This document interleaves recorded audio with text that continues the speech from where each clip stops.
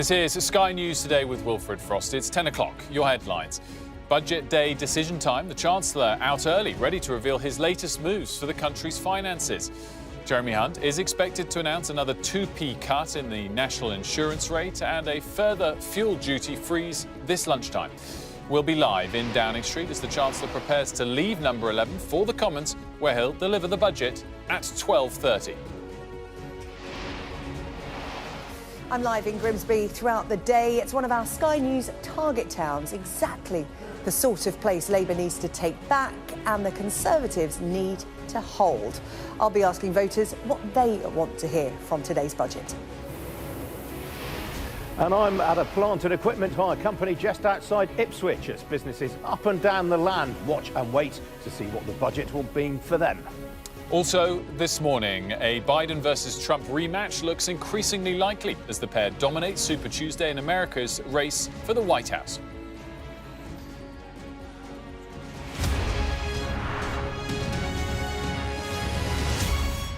A very good morning to you. The Chancellor is preparing to announce his budget this lunchtime in a crucial attempt to win over voters ahead of this year's general election. Jeremy Hunt will address the Commons at 12:30 this afternoon to reveal a series of measures that he hopes will shape the future of the UK economy. So let's take a quick look at what we already understand is likely to come. Well, for workers, it's expected to be a significant day with a cut in national insurance expected to be announced by a further 2 pence in the pound, on top of the previous reduction the Chancellor made last autumn. It means 27 million working people will see a saving of, on average, £450 per year. We also understand that fuel duty will remain unchanged when a 5p a litre fuel duty reduction, due to expire at the end of this month, is extended for another year. Well, let's now discuss all of this with Sam Coates, who's able to join us, our Deputy Political Editor. Sam, first question to you is how certain we are that this 2p national insurance cut will come, and whether it is as true as everyone's suggesting that politically that doesn't give the Tories much of a dividend compared to the alternative of a bit of a cut in income tax rates.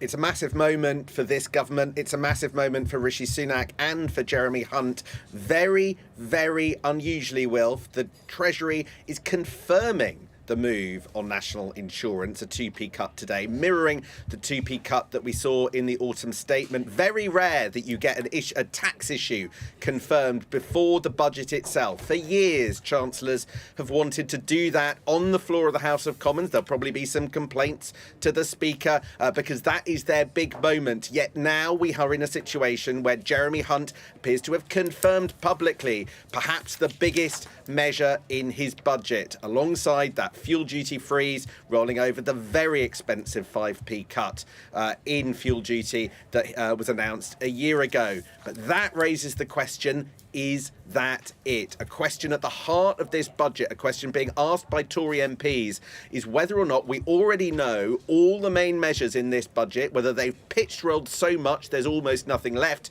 or whether there's a rabbit, a secret, something new that we don't know about. After weeks of the Treasury saying that there's no money left, might they have found more? Might they have cut future public services budgets even more?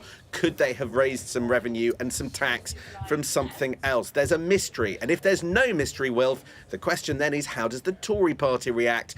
One MP who's Conservative said to me, if that is it, Rishi Sunak could be in trouble.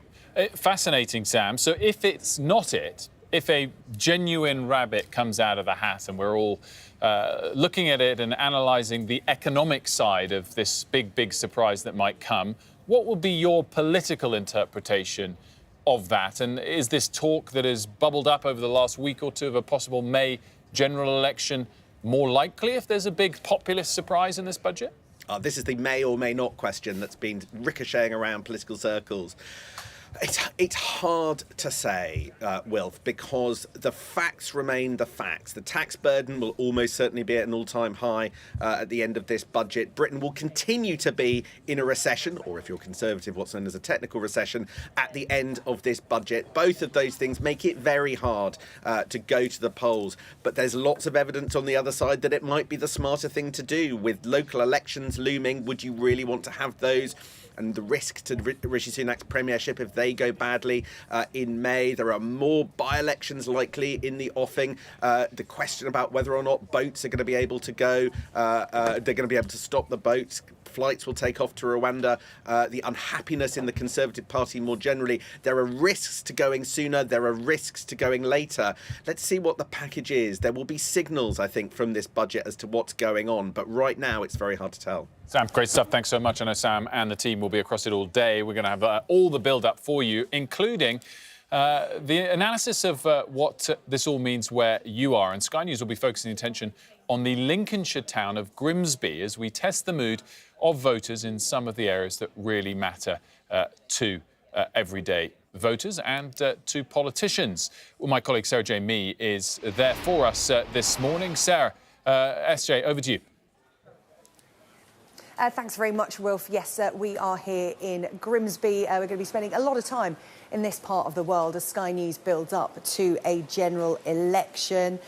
This is very much Sky News' target town, one of them. We are covering the Great Grimsby and Cleethorpes constituency in the build-up to the general election. Historically, Grimsby is a Labour town, the party holding on to the seat here all the way from 1935 to 2019. And we know what happened in 2019. Boris Johnson had that huge win for the Conservatives. This part of the world very much swept up in that. It's exactly the type of place that Labour need to take back if they want to get into power, and the kind of place that the Conservatives need to hang on to. I'm going to be here all day. I was here all day yesterday, talking to people around the town about what they want from not just the budget today, but what they want from politicians in the build-up to the general election. It really does feel like a big year. We're going to speak to those people throughout the day. I've got one of them with me now, Pamela Hodge, who is the CEO of the community hub Rock Foundation, alongside our political correspondent, Gurpreet Narwan. Good to see you both. Pamela, I'll come to you first. Talk to us about the Rock Foundation and what you do as part of the community here. Right, well, the Rock Foundation, our main charity is working with adults with learning disabilities, and we have about 90 of those during the course of the week, which we provide supported housing for them. We also have a food bank, and we also provide day service as well as for our learning disabilities, but we also have a food bank which we're feeding 700 people a week. It's more than just a food bank. We provide benefit advice, we do slow cooking courses, we do hairdressing for them, which we cut their hair, just to give them that bit of dignity as well, that's so much is needed.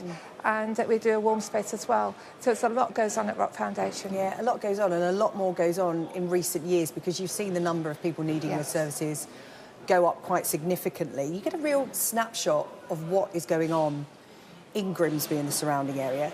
Who needs help at the moment?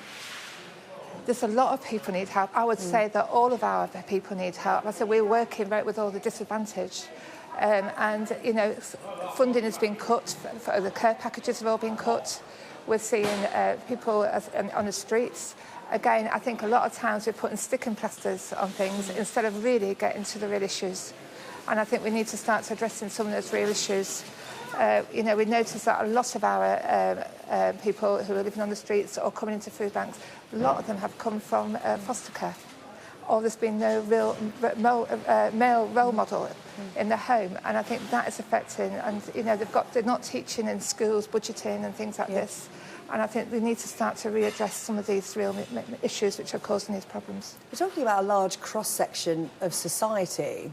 What does budget day mean to them? What can happen in the budget that will affect their lives? National insurance cut? It's not going to help them. It's not going to help them. Nothing in there? No, nothing's going to help them. But let's get to those real issues. Until we get those real issues sorted, how can we move on? All we're doing is putting sticking plasters on. Yeah. Gurpreet, let's talk about the budget today, because as Pamela's outlined there, for so many people in this country, Grimsby and Cleethorpes being a snapshot that we're focusing on here on Sky News, budget day actually isn't going to help them a lot. But looking forward to lunchtime, 12:30, when the Chancellor stands up, what is the country going to get? So you said that a 2p cut in national insurance isn't going to help, but we're going to hear a lot from the Chancellor about tax cuts. A 2p cut in national insurance, he's going to say, look, combined with the 2p cut that we saw back in November, that's worth about £450 or £900 to the average household every year. But the context of this is a massively tax-raising government. These tax cuts have been sandwiched with loads of tax rises, and that's because of those frozen tax thresholds that we were talking about. More people are being dragged into paying higher rates of income tax. So I think a lot of people may not feel meaningfully better off when, although they're getting another 2p cut in national insurance, they've had to face so many tax rises in the form of fiscal drag. Then the other part of this, which is going to get really interesting and controversial, is how he funds those tax cuts, because he's got these self-imposed fiscal rules, which means debt needs to be falling as a proportion of GDP in 5 years' time. Now, against that, he's got some headroom, maybe between 13 and 20 billion pounds. And it doesn't, in historic terms, it's not a huge amount to play with, especially when he's looking to drag the Conservatives, or to grow the Conservatives' performance in the polls, which is so dire at the moment. And it looks like some of the pain may be felt on public services. We're going to hear the Chancellor say that public services, spending on public services is still growing. Initially it was 1%. We might now hear something like 0.75%. But when we talk about funding for public services, it's really important to differentiate between the types of public services. So spending overall may be growing, but it's protected budgets, things like the NHS, education, defence, that gobble up the bulk of that. And then other budgets, so local government, central government grants for local councils, often face the brunt of that, things like prisons and courts. And as you mentioned, they're the services that people here really want. And it's also shown in the polls, people across the country don't want more cuts to public services to pay for tax cuts. But we've got a government at the moment that's lagging in the polls, and they're looking for kind of any avenue that they might have to improve their ratings, and it looks like tax cuts is going to be the way they do it. Yeah, I mean, Pamela, this is being billed as, you know, tax cuts to win over the electorate for the Conservatives. As you said, the people you serve, it's not really going to make much of a difference for them. It's also being billed as tax cuts versus spending on public services, and Gurpreet put that into context for us. But you're filling in the gap because, you know, those public services are not getting what they need. You know, the government may say they are being funded, there's more investment going in, but from your direct experience, it is not enough. And just give us an idea of the impact it's having on people's lives. I say it isn't enough. It is having a huge impact on people's lives. I say this budget isn't going to help any of ours. But also, as a charity, the impact it's having on us.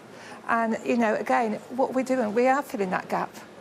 You know, they rely very much on us. What would happen if we wasn't there? And I think this country as a whole is relying so much now on charities. And if it wasn't for charities stepping up and doing what we do, where would this country be? I was talking to Kevin from your food bank last night, actually, in Cleethorpes, and he was saying, you know, it's all very well and good a charity, a food bank being there, but if people can't afford to support that food bank, because, you know, people are being squeezed, whatever section of his society in, there's a lot.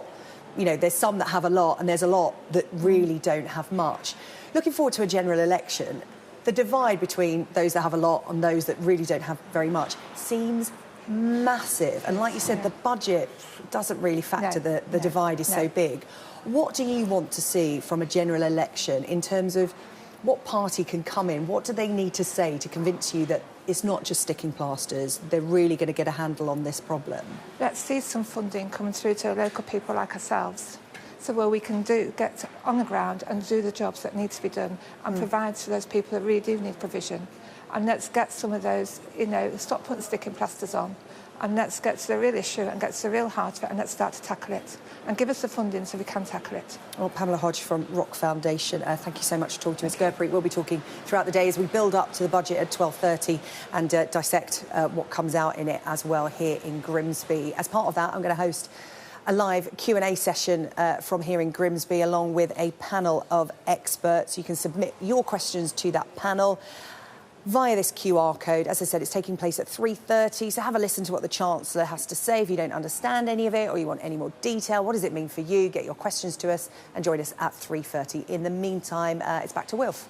Eshe, great stuff. Thanks so much for that. And, of course, we'll be covering the Chancellor's state budget in all sorts of angles, and in particular, the business angle as well. Let's bring in our business presenter, Ian King, for a take on that. And Ian, tell us where you are today. Hello, Wilf. Yes, I'm at a business called True 7, which is in Suffolk. I'm kind of equidistant between Ipswich and Woodbridge, for viewers who know that part of the world. And this is a family-run plant and equipment hire business. It dates back to 1965, so more than 50 years old, when an entrepreneur called Percy Nichols went into plant hire. He passed the business down to his son, Guy. he sold up in 2015 and then got a bit bored sitting around at home and decided to start it all up again. Obviously, he had various non-compete clauses, which meant that there were certain things that he couldn't do. But essentially, this business has been built from scratch in less than a decade. It was basically just a yard in what was a quarry just outside Ipswich.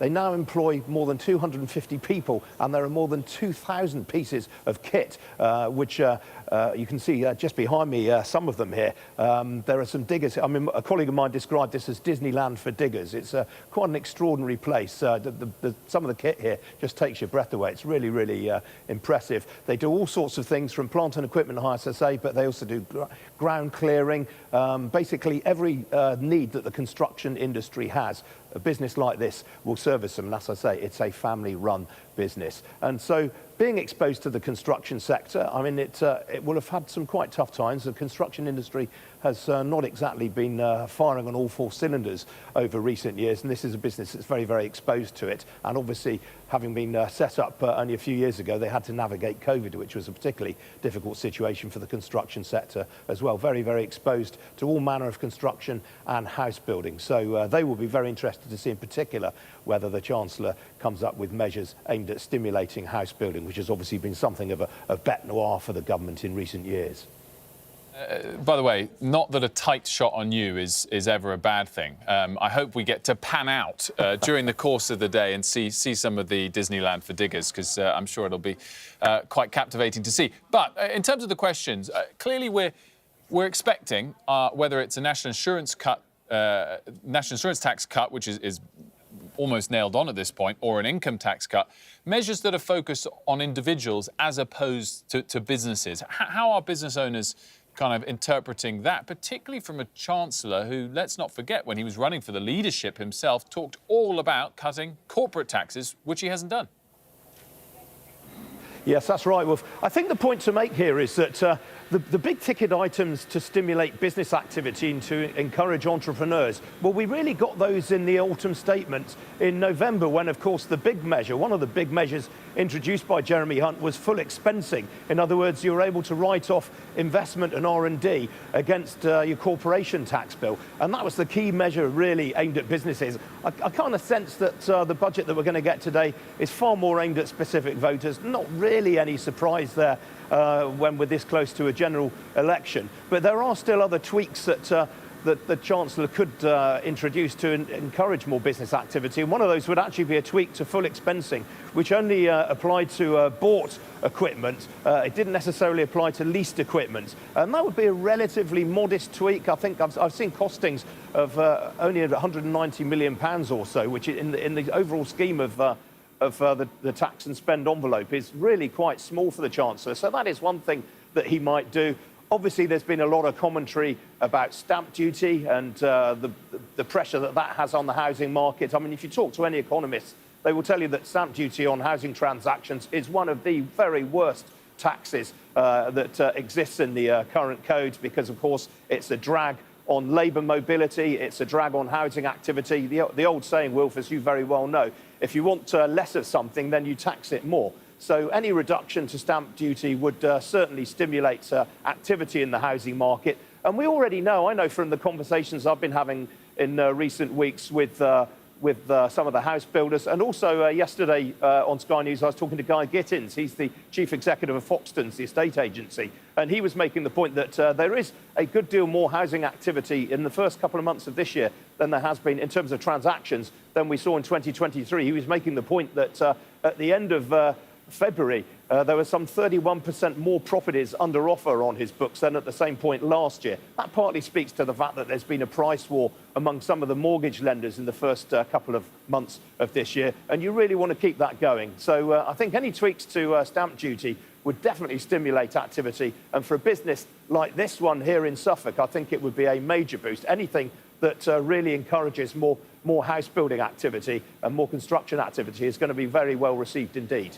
Well, on the topic, Ian, of construction activity, as we say thank you and goodbye for now, I'm told we do have a live shot of the Disney for diggers outside, the diggers that will want to see construction activity pick up, and Ian will be there throughout the day with reaction, business's take on whatever is announced at 12:30 for us. And the full coverage of the budget begins here on Sky News at the top of the hour from 11 a.m.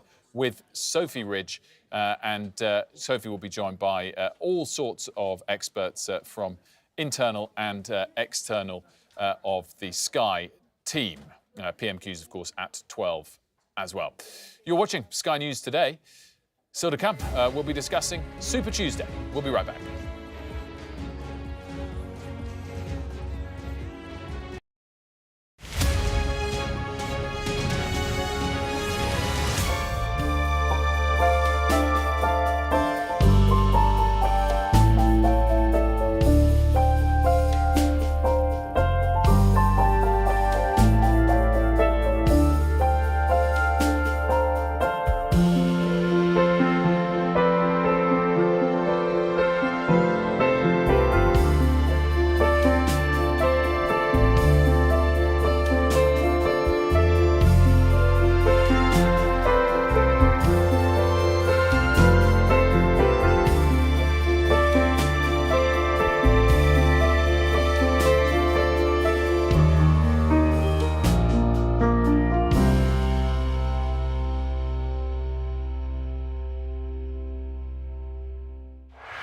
I'm Greg Milam and I'm Sky's chief North of England correspondent. I've reported from around the world and around the UK. I'm Mark Stone, I'm Sky's US correspondent based here in Washington, DC. And beyond the United States, from across the world, I report on the biggest stories. I'm Stuart Ramsey and I'm Sky's chief correspondent. I'm David Blevins and I'm Sky's senior Ireland correspondent. I remember some of the worst of the violence here. I'm Alex Crawford and I'm Sky's special correspondent based in Istanbul.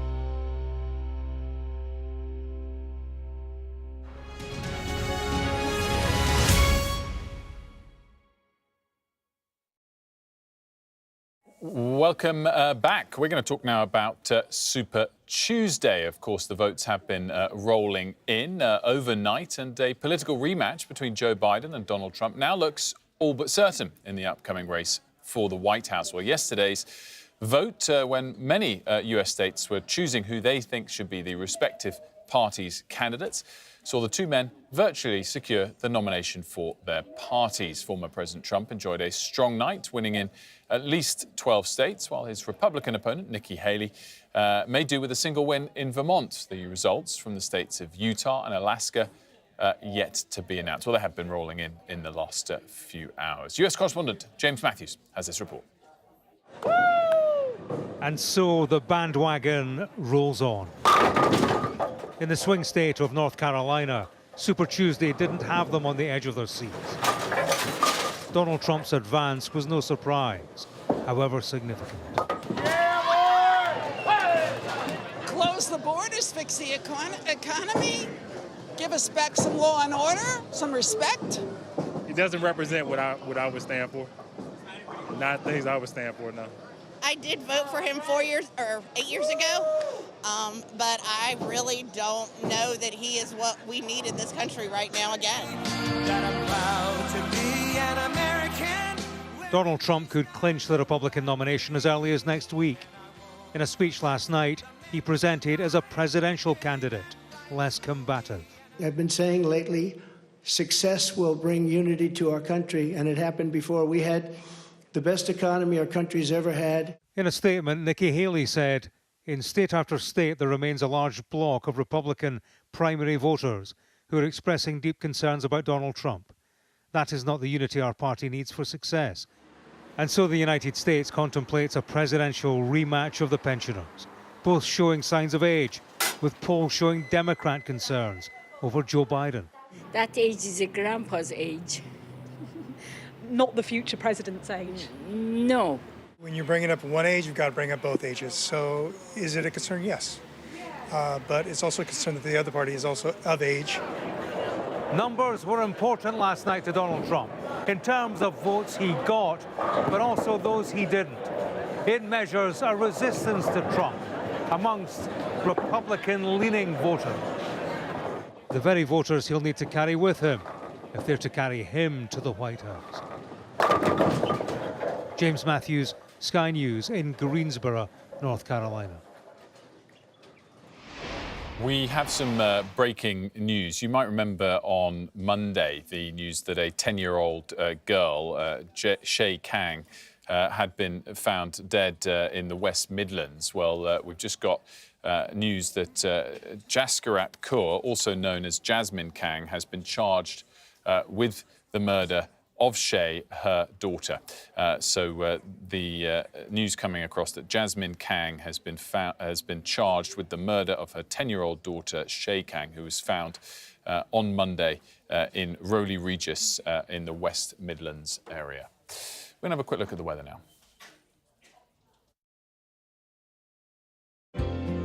Warm memories wherever you go. The weather, sponsored by Qatar Airways. Well, the weather comes to a bit of a standstill through the middle of the week, with high pressure over Scandinavia preventing Atlantic rain from making much progress. Eastern parts of the country will be mostly cloudy throughout the day, with the cloud thick enough to give some patchy rain and drizzle. Earlier fog over central, southern and southeastern England will be slow to clear in places, but once it lifts, there should be some bright or sunny spells.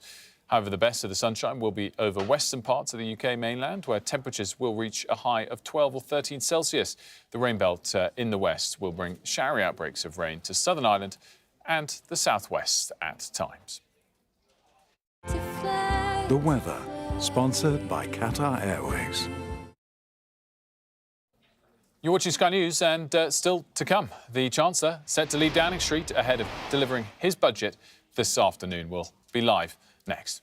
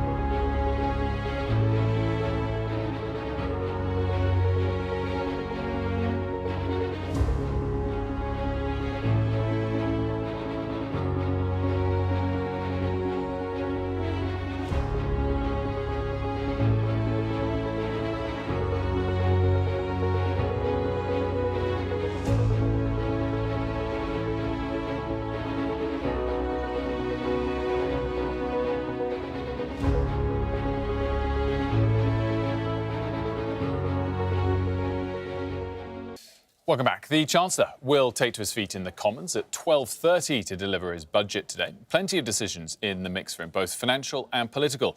Our economics and data editor, Ed Conway, has been looking at the numbers for us.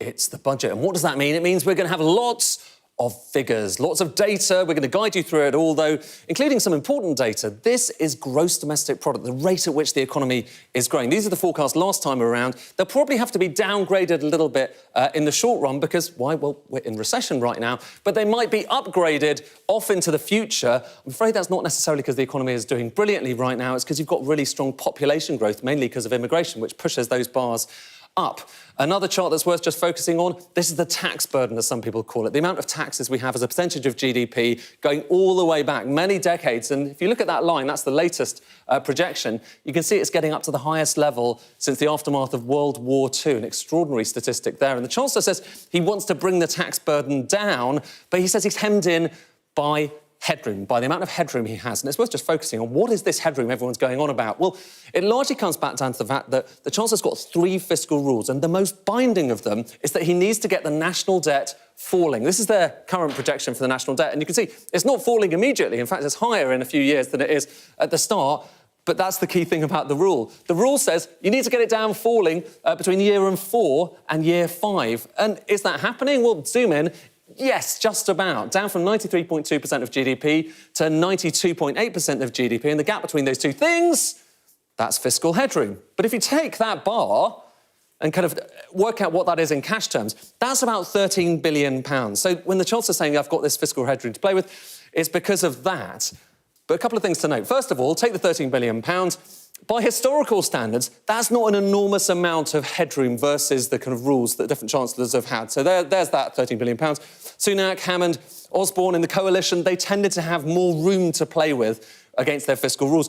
But secondly, and broader point here, why is there so much focus on essentially what are forecasts? We're basing a lot of government policy on these lines here. This is the OBR forecasts over the years of national debt, and you can see they forecasts change a lot. They change an awful lot because, of course, the future is unpredictable. And if you look at the gap between the forecasts and what's actually happened, so take this, for instance, that average gap, the 5-year forecast horizon gap, going back the last few years, it's £415 billion. It's a staggering amount, raising the question, why are we basing so much decisions on investment, decisions on spending, decisions on tax on all of this?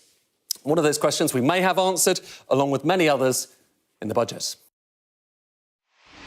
Conway, then, we're looking forward to his analysis for us throughout the day here on Sky News. But next, I'm joined by Simon French, Chief Economist at Panmure Gordon.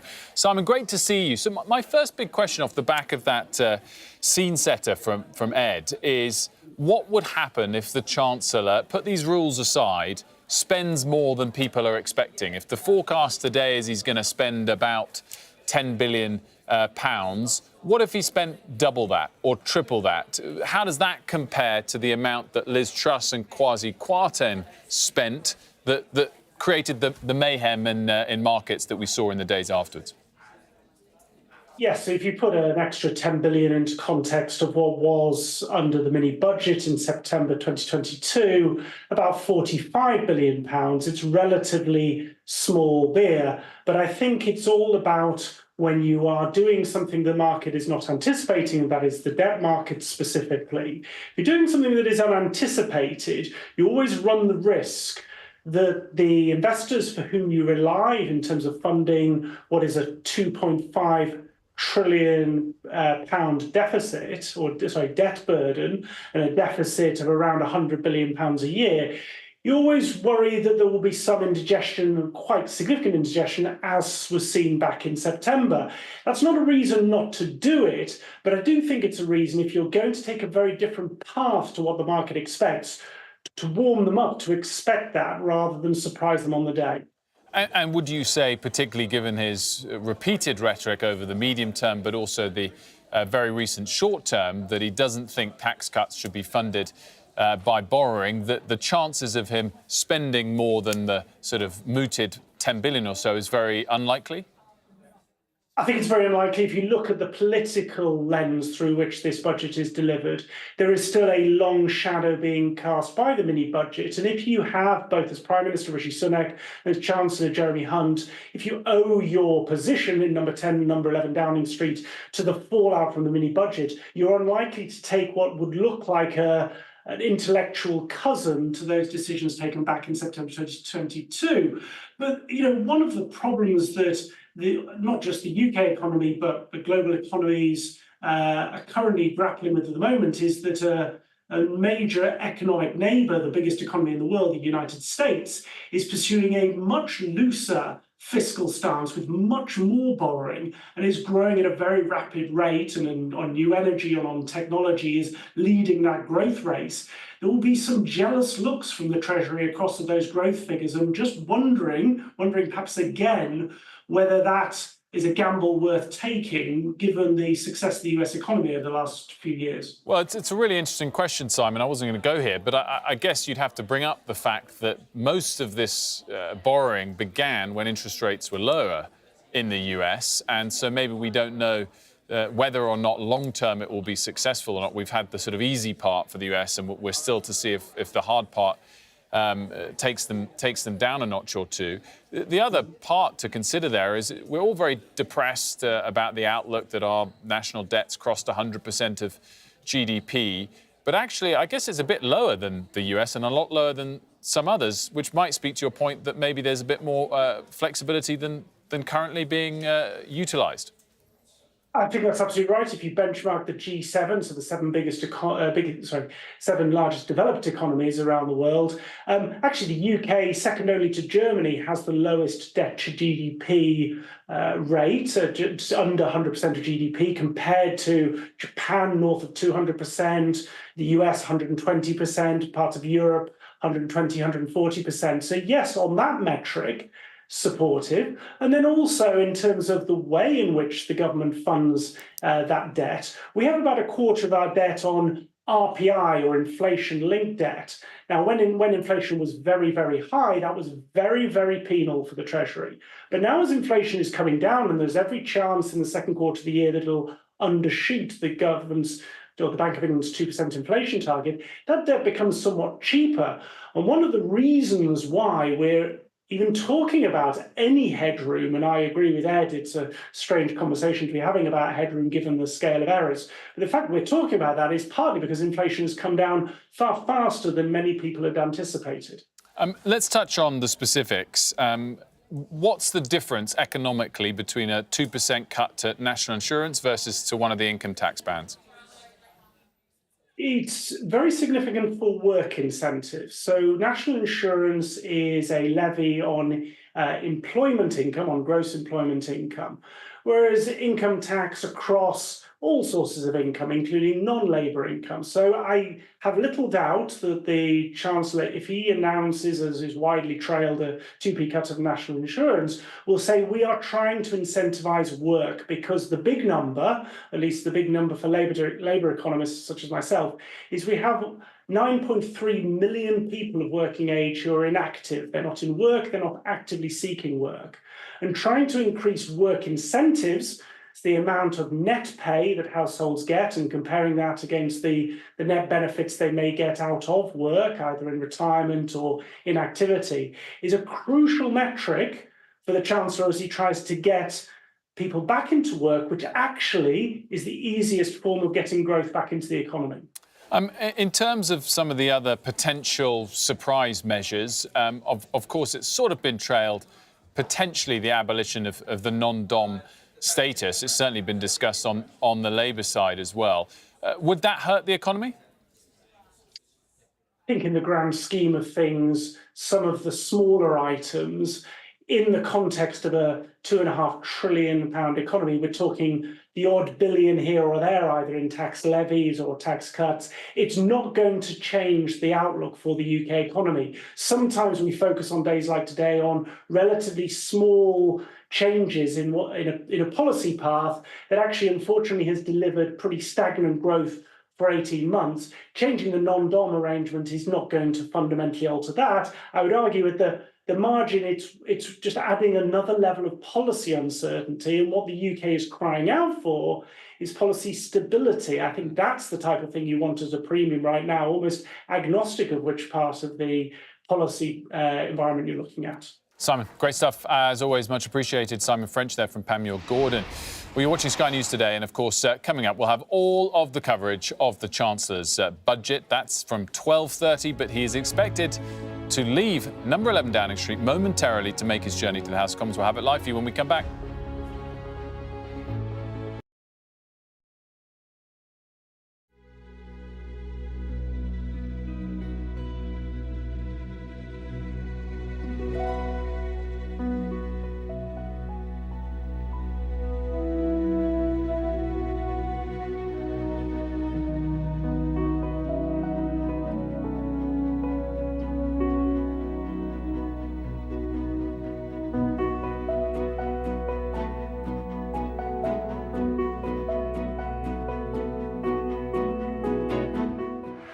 Play Sky News.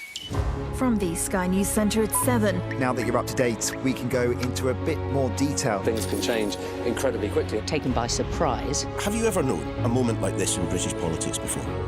Yes. Cheers. We'll start with breaking news. Let's get the latest on the ground. So, by the end, we'll hopefully all understand what's going on in the world just that little better.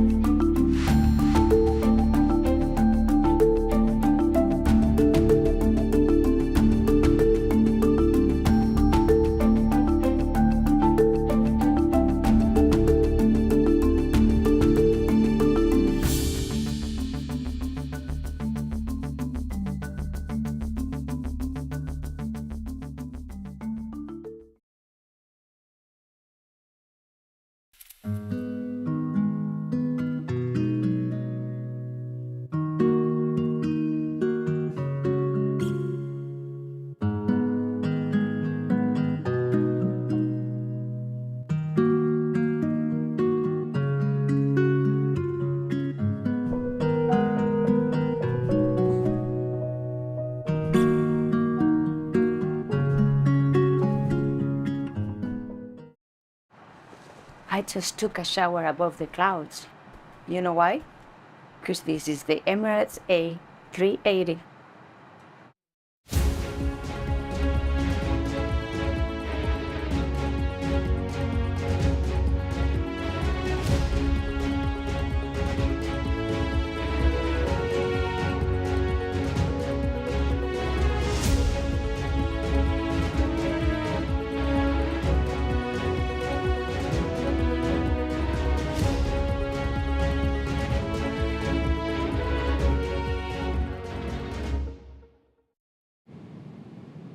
Fly Emirates, fly better.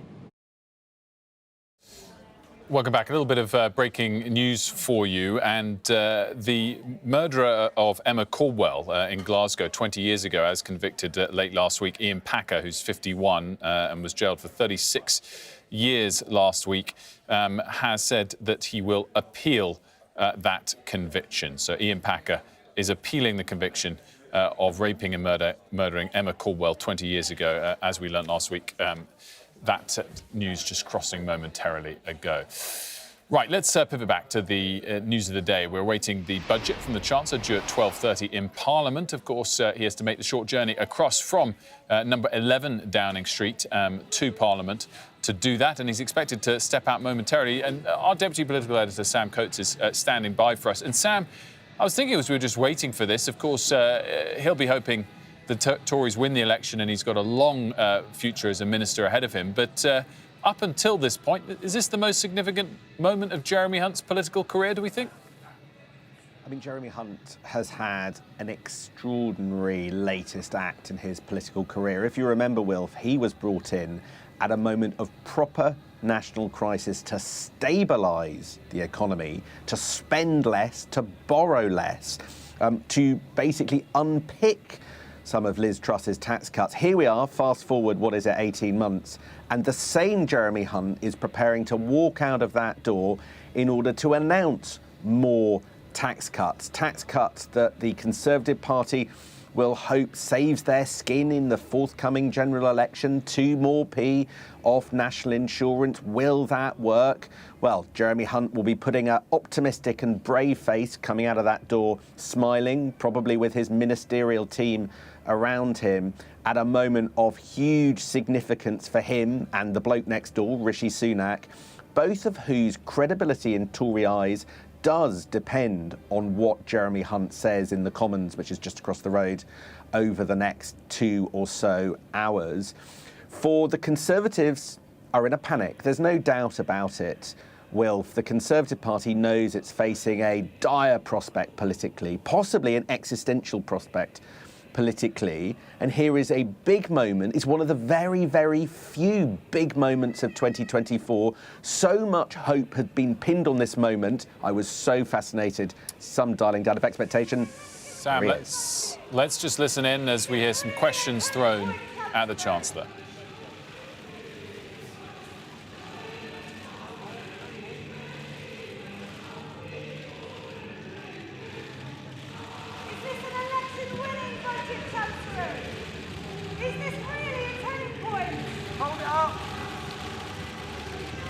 Straight on, please. Straight on, please, sir. Hold it up. Hold it up. Hold it up. Hold it on, sir.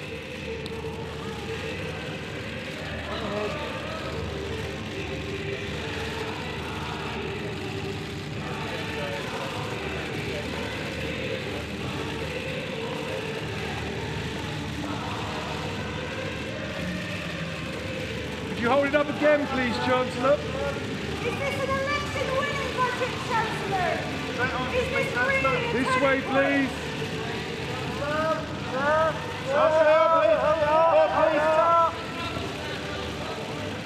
That's not all. I'm here. Straight on, please, sir. Hold it up, sir. Higher. No, pass down there. The Chancellor obviously will soon make his journey to Parliament. At the moment, he's wanting to go back inside and the door's not opening for him. We wanted to hear, Sam, there any of the questions thrown at him by journalists to see if he gave us any reaction. I think the loudest we could hear was the photographers wanting him to hold the case up so they could get their photograph. But you did hear one question shouted out, is this an election-winning budget? And Sam, how hard is it for the answer to that to be yes? It's very hard, Will. Look, what you saw there was the Treasury 9, the team of the Chancellor. You're seeing Nora Trott on the left, Nigel Huddleston on the right, the Chancellor Bim Afalami on the right. Gareth Davis is there, his Minister in the Lords, Baroness Vere, Charlotte Vere, also in that lineup. And there he is holding up the briefcase, the red box that contains the budget that needs to turn around Tory fortunes if they are to have any hope of not just winning the election, that feels so far off at this point, but clawing back potential losses. And so much hope on the Tory circles rests on the man in the centre of your screen's shoulders. He's a sort of extraordinary figure to be here. The Conservative Party have gone through so many revolutions, so many shifts ideologically in the 14 years in power, yet Jeremy Hunt, that man standing there, was there at the beginning of the journey. He was alongside David Cameron back in 2010. He is a moderniser, a one-nation politician. Perhaps you might think slightly out of kilter with the modern Conservative Party, the latest iteration of conservatism. So what will this budget look like? A man about to declare tax cuts for all working people with a 2p cut off national insurance, rolling over a very expensive fuel duty cut But the question as he walks back into number 11 is, will that be enough? Is there a missing piece of this budget, or is the missing piece of this budget the politics? Well, I want to bring in now Mohammed El-Arian, the President of Queen's College, Cambridge, and Chief Economic Advisor to Allianz. And Mohammed, I guess very clear there from Sam's analysis, there is a huge political aspect to this budget, more than perhaps his past statements or budgets where he might have had a bigger eye, a keener eye on the economics and the market impact. How has he balanced those competing incentives so far? And do you think this budget, he might focus much more on what delivers for him politically? I think the answer is yes. He will focus more on what delivers for him politically. And the problem he has is, how does he meet three objectives? One is the very short political objective, and we have an election coming out. Two, what is economically desirable. And three, what is widely popular in the street. And I think that if you look at what's come out, it is more aimed at what is politically attractive than what is economically desirable. And I suspect that a lot of people are going to be dissatisfied for the simple reason that he has limited headroom. He has about 13 billion pounds that he can play with, but people feel overtaxed and people are dissatisfied at the public services they're receiving. So it's a very difficult situation that he finds himself in. So Mohammed, it's interesting if you look at some of the commentary from the IMF a few months ago, or others saying that economically it might not be the most sensible thing at the moment to spend what headroom exists on tax cuts.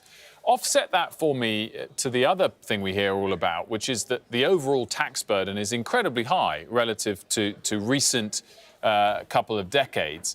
And I guess then many would say, well, we can't always say now's not the right time to reset that elevated tax burden. So what are the pressures there?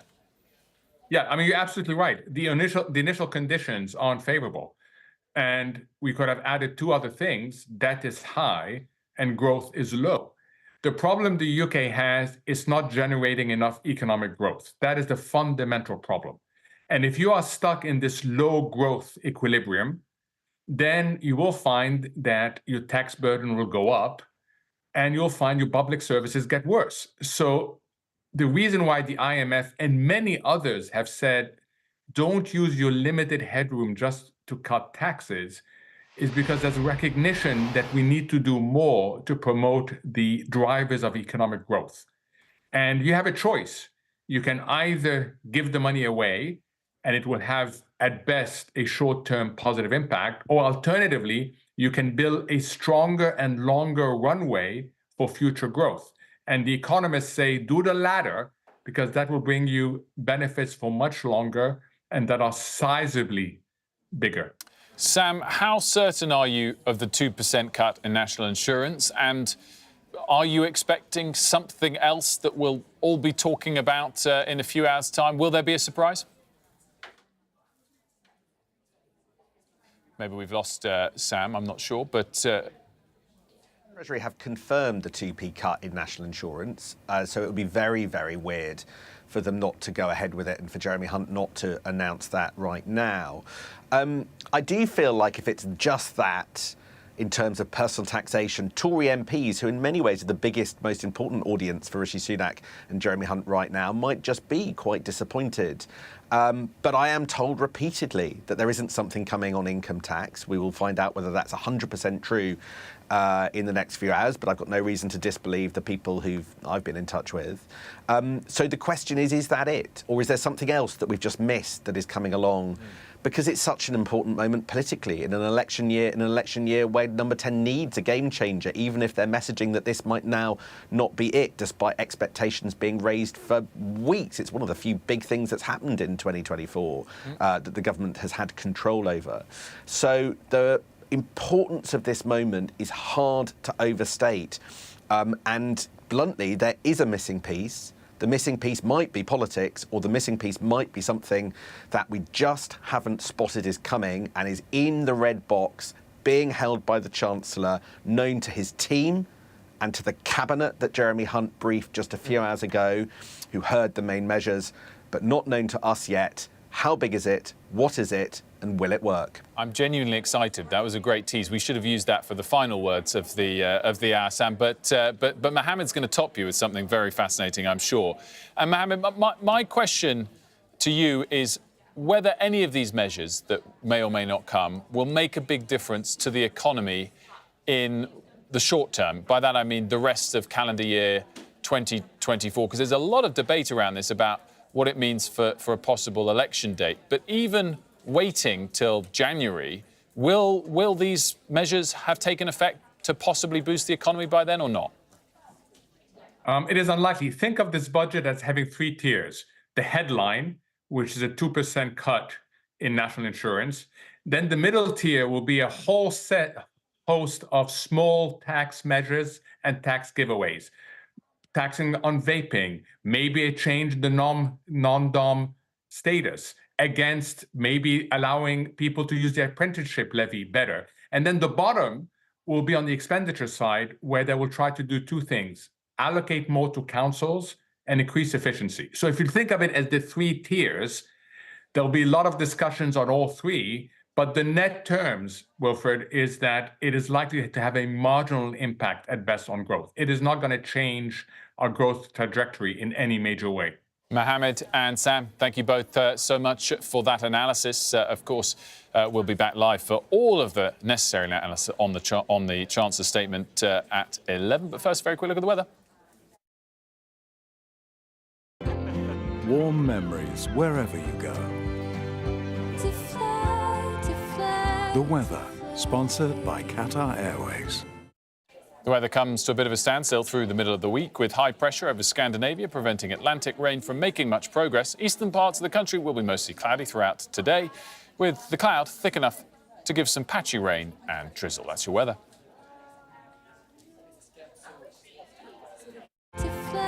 The weather, sponsored by Qatar Airways. You're watching Sky News. Do stay with us. Coming up after this short break, Sophy Ridge will bring you our special budget programme with all of the build-up and then analysis of the Chancellor's budget in the Commons at 12:30.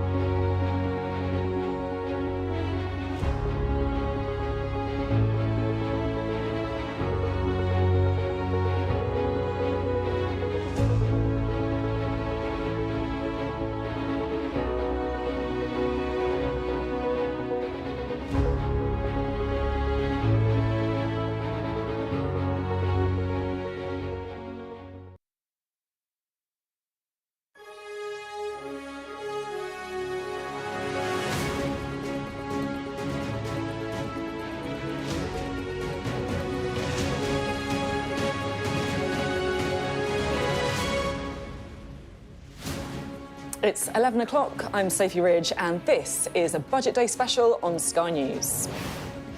Red Box ready, the Chancellor prepares to outline his tax and spending plans, but will you be better or worse off? Raring to go, Jeremy Hunt's expected to announce another 2p national insurance cut when he gets to his feet at lunchtime. Finishing touches, a fuel duty freeze is also among the likely giveaways in the last full budget before a general election. I'm Sarah J. Mee in Grimsby today, a town that Labour need to take back and the Tories need to hang on to at the next general election. I'm going to be asking people here what issues really matter to them. I'm Ian King in Ipswich at a plant hire company. Its business is up and down the land. Wait to see what impact the budget will have on them. And I'll be joined by our political editor, Beth Rigby, and our economics and data editor, Ed Conway, with their expert analysis and advice on what it all means for you. And we're also live in Downing Street and at Westminster throughout the day with all of the main developments.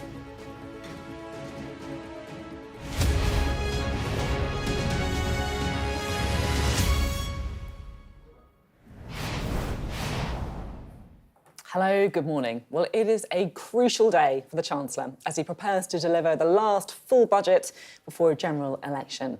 And it could be Jeremy Hunt's last chance to convince the public that this is the government to trust with our finances. Now, we know there is a further 2p cut in national insurance coming, but in the absence of any other sweeteners to voters, the Conservatives could find it harder still to start closing the gap to Labour in the polls. And Mr Hunt has already suggested there's not much headroom for any further giveaways. Well, here in the studio throughout the course of the day with lots of analysis, we have our very own political editor, Beth Rigby. Beth, it's great to see you. And we're going to spend so much of the day talking about what this is going to mean for the fortunes of the Conservatives. But I guess what people want to know is what are they going to feel after the budget, do you think? Well, look, what we do know is that they are going to get, 27 million workers are going to get another cut to national insurance. A 2 percentage point cut amounts for an average worker to 450 quid back in their pocket. And it comes, Sophie, and we covered this, didn't we, in the autumn statement, it comes after that January cut of 2 percentage points. So that's £900 back for workers. We're also expecting another freeze in alcohol duty. They did that in the autumn statement, extending that. And, of course, the cut in fuel duty, they do it every year now, so that's kind of given.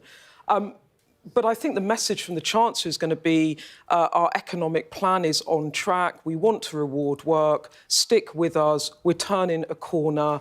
Life is going to get better for you under the Conservatives. I think there's a few things to say about that. The first is, despite efforts from government sources to really bat this away, there is still a live discussion about whether he goes further.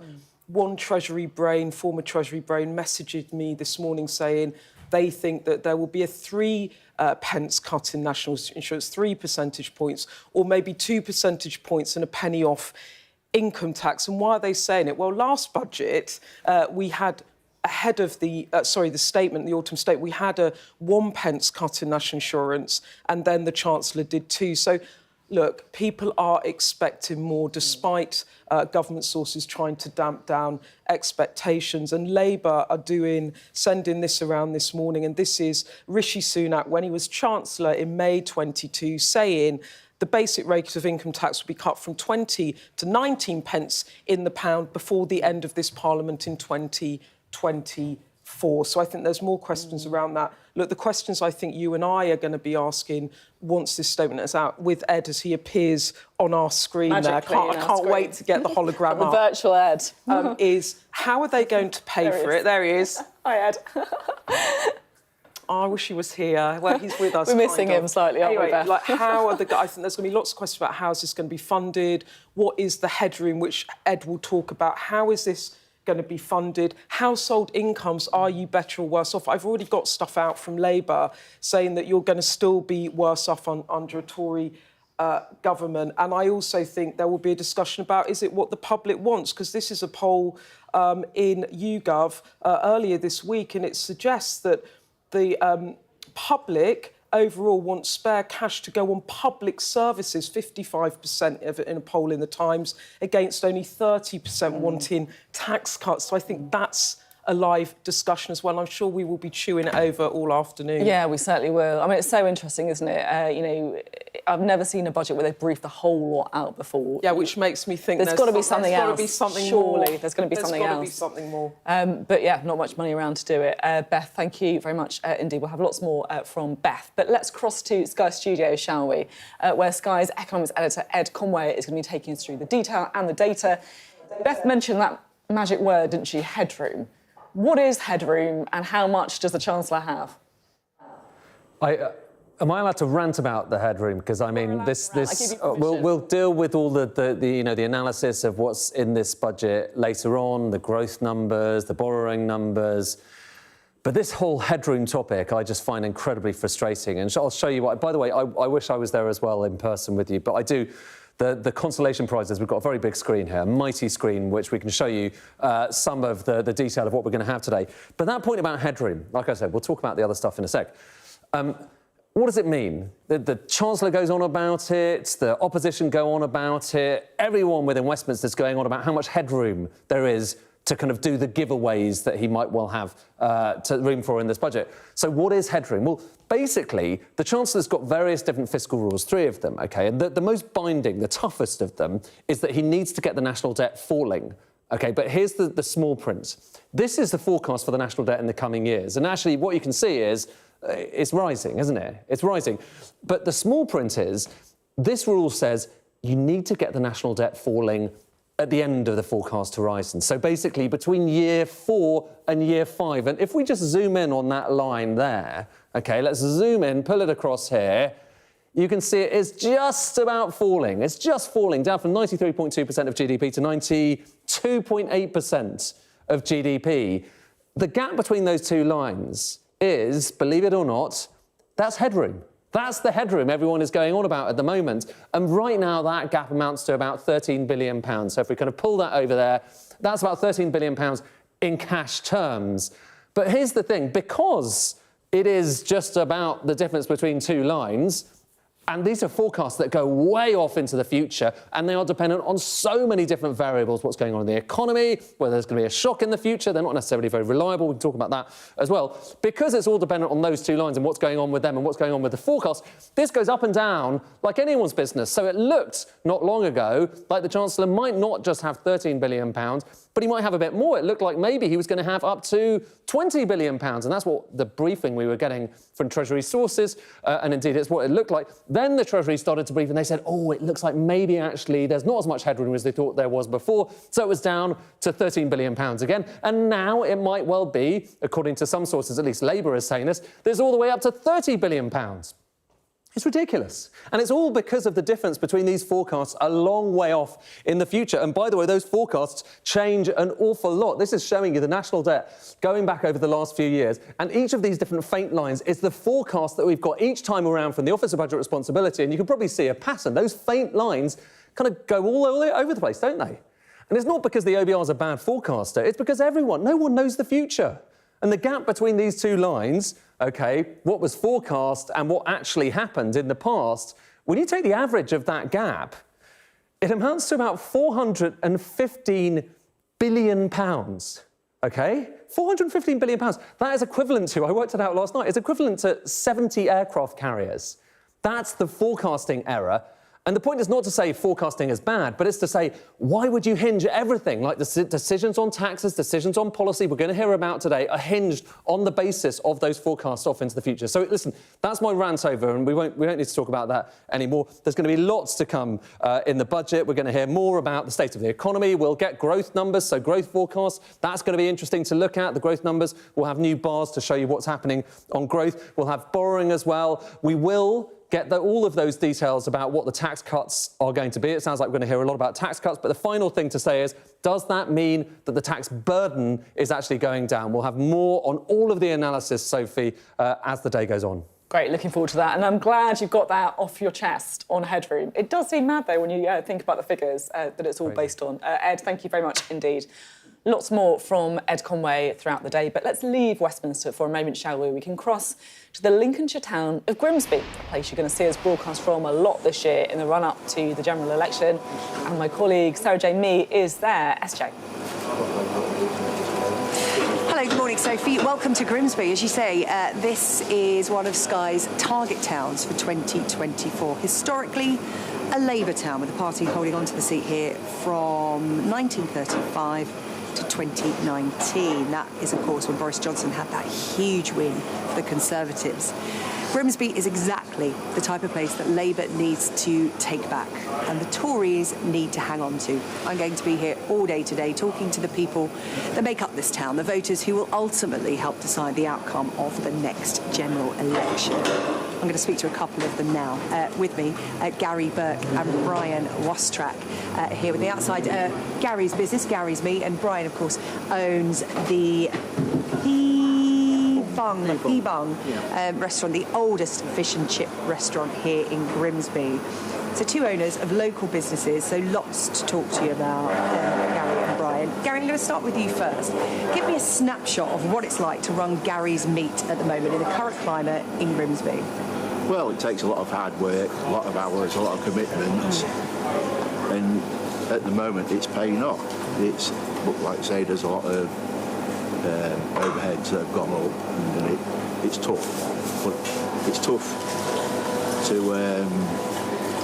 make it all work. You know, you have to put a lot of hours in. Yeah. You're operating on fine margins, aren't you? Yes, yeah, very. Squeezed at every which way. So you were talking to me earlier about, you know, the cost of the produce we see behind us, the energy bills, less money in people's pocket. The energy bills, it went up £500 in a quarter, and I had to find that. I didn't put prices up, I found it, you know. So it takes a lot of work to buying right and all that. Yeah. And Brian, you're running a restaurant, Hebung, that's been going since the 1800s. 1883. What's it like in 2024? Talk to me about the challenges you're facing.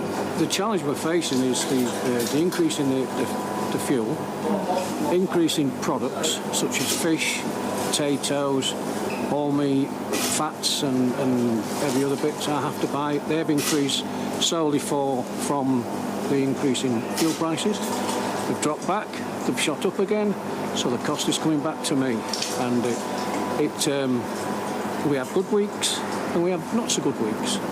Whereas we always had good weeks prior to it all. My fuel costs have gone more than doubled. And it's a worry in the fact that I was earning a reasonably good living because I'm putting the effort in, the staff and the team are putting the effort in to make the business workable, doable, and it does. But now I'm just earning a living. And you know, at the end of the day, I run a business not for charity. I run a business because I want to have a really nice life. But that life's been taken away from me. But we're still here. We'll always be here. Whether I will be, I don't know. The chip shop will always be here. It stood the test of time. But it's the things that are going up that I have to off-cost, unfortunately, and I try to keep it to a minimum to my customers. And that's a snapshot of what's going on for small businesses here in Grimsby, but this is something that is echoing around the UK at the moment. Yeah. It is budget day. What's in it for you? Not a lot, really, I don't think, to be honest. National insurance, fuel, there's not a lot there to make me smile at the moment. Me neither. I was looking for something that's going to help the small business out, which it hasn't. There's hundreds and hundreds of thousands of businesses like myself and Gary's that would like to see something that's... The wages are going up from £10.43 to £11.44. We've got to find that, our 5 staff. My prices will have to go up again. This is the 4th time in a year. What would you like to see? What I would like to see would be you don't know it all yet. No, you don't know it all yet. But we just know this. It'll never happen because it'll be too much for the government to take on board. Is a reduction in VAT, because that's a killer for small businesses and hospitality. A reduction in the gas and electricity, bringing it down, you know, getting in touch with Ofcom and saying, whoa, we're taking some of that money off you because you're making multi-billions a year that you've never had before, and you don't know what to do with it. So let's plow it back into the system. I was interested, we were talking about that earlier, weren't we, Gary, before we went on air? You know, energy prices, we're told, are coming down. They're due to come down in April, in fact, by a significant amount, we're told. The amount it's coming down to is still not sustainable for many households, many businesses. Yeah, like I say, they put the prices up and they bring them back down, and you think you're getting a bargain sort of thing with all sorts, but that's going to be the new norm. When it comes down, it's still a lot more than it was. You know, Can I ask how you voted at the last general election? I didn't. You didn't? No. I voted, it was Reform, it was called the Brexit Party. It was, we had a local man here, I voted for him, and I actually did some canvassing for him. Because Grimsby turned blue, been Labour for as long as people around here can remember. Why did it turn blue? Why did it go to the Conservatives? What did the people of Grimsby want at that time? They wanted what they voted for, and that was Brexit. They wanted to see a reduction in immigration. They wanted to see the country come back to us again and not be ruled by the bureaucrats in Europe and stand on our own. And that's why they voted. That's why Conservatives, their pledge, Boris Johnson, pledged that this is what he was going to do, and he didn't. He hasn't done. Yeah, I was going to say, how's that gone in terms of where Grimsby is in the build-up to this next general election? We don't know when it is. It could be May, it could be the autumn. We haven't got the specific date yet, but people's minds are focused on that. How is Grimsby feeling this time out? I mean, Gary, you're here day in, day out talking to people. What's the general consensus? Go back to type? Or yeah, probably go. Return to Labour? It will do, won't it? It will do, I mean. For sure. And why is that? Is that because the feeling that the votes were lent to Conservatives for Brexit? Yeah, that's what they wanted. They wanted Brexit, so they went with the Conservatives. Certainly with Grimsby being, you know, a stronghold for Labour, most of it's 80 years or so. And we lent it to the Conservatives on the promise that they would deliver on what their manifesto was going to be, and it got weaker and weaker and less. They may well argue, you know, in that time we've had, you know, the cost of living, a war in Ukraine, we've also had the pandemic. Just finally, in terms of looking at this election, is it going to be voted for on local issues or international issues? Because you mentioned Brexit at the last election. You know, we're talking about wars that are happening now, but do you think people are actually looking at the UK now and going, we're going to vote on personal issues to us, stuff that's affecting our local community, things like the cost of living? Yeah. I think it'll be both. Yeah. But majority, it will be about being let down. Let's bet the devil you know than the devil you don't know. Labour, you know, I have no... what's the word? I don't know what he stands for, Keir Starmer, and you know, he doesn't come out as a strong leader. But who else? I mean, I will be voting for Reform. I won't be voting for anybody. I don't trust any of them, to be honest. If you don't vote, you can't have a say. Well, no. Well, we'll continue this debate off air, and we're going to be back in Grimsby and Cleethorpes throughout the year to build up to that general election. So we will talk again. Brian and Gary, thank you so much for your time. I'm going to host a live question and answer session from Grimsby later on this afternoon. I'm going to be joined by a panel of experts answering your questions. There's a QR code on your screen right now. Use that to submit your questions. Have a listen to what the Chancellor unveils later on this afternoon and get your questions into us. That's at 3:30. I'll see you then. Thanks very much, Sarah Jane. Well, this is the door that we are keeping an eye on right now, because we're expecting the Prime Minister, Rishi Sunak, to open that door and make his way over to the Houses of Parliament, where he's going to do Prime Minister's questions as usual. Unusually for PMQs, which is normally, you know, the kind of big box of, oh, hang on, here we go, the door is opening. Is it going to be him? It's not. Oh, what a disappointment. We're going to... I thought that was going to be the moment there, but we'll bring you the moment as soon as it does happen. He's going to make his way over to Westminster for PMQs, and then, of course, the Chancellor is going to stand up afterwards for the big moment of the day, the budget. And I do just want to bring you a little bit of breaking news while I do have you from the States, because we are hearing that Nikki Haley, who was running for the Republican nomination, has withdrawn from the race. She had a bad night on Super Tuesday. It looks almost a formality that Donald Trump was going to win the Republican nomination and go head-to-head with Joe Biden. Again, a rerun of last time. Nikki Haley, the former South Carolina governor, withdrawing from the race. Right, let's return to our budget coverage, shall we? Because businesses across the UK will be keenly awaiting the Chancellor's announcements, with many hoping anticipated tax cuts will extend to corporation tax, as well as other means of support too. Well, we can go live now to a plant hire company in Ipswich, and Sky's business presenter Ian King is there. Ian, you always have the best budget locations. Thanks, Sophie. Yes, I'm here at True 7 Group, which is kind of equidistant between Ipswich and Woodbridge, for those people who know this part of the world. True 7 Group is a family-owned business. It was launched by an entrepreneur called Percy Nichols, or the forerunner to it was, back in 1965. So it's coming up for its 60th birthday. Percy Nichols handed the business on to his son, Guy, who remains the chief executive to this day. And he is now has his son, Jake, working as a managing director as well. And the business was really founded from scratch. Guy Nichols sold the original business back in 2015, but after a few weeks of retirement, found that he was rather bored with that and decided that he wanted to go back into business again. So he had a non-compete clause, but essentially started up on from scratch. This site here was basically essentially a yard that he bought, and he's built a brand new business from scratch, True 7. The name comes from Tippers Are Us and Trucks Are Us, which was the original lines of business that this company operated in. But essentially it does all manner of things. It's involved in plant hire rental, equipment hire rental, but it also provides demolition services of its own, groundworks, recycling of aggregates, you name it, it does it. It's accordingly a business with a lot of exposure to the economy, all parts of the economy, whether that is construction, house building, or repair and maintenance works. There are some 250 people employed by this family-owned business, and there are 2,000 pieces of equipment here that are both rented out on a fairly regular basis, and in some cases sold. They also sell direct to the public as well.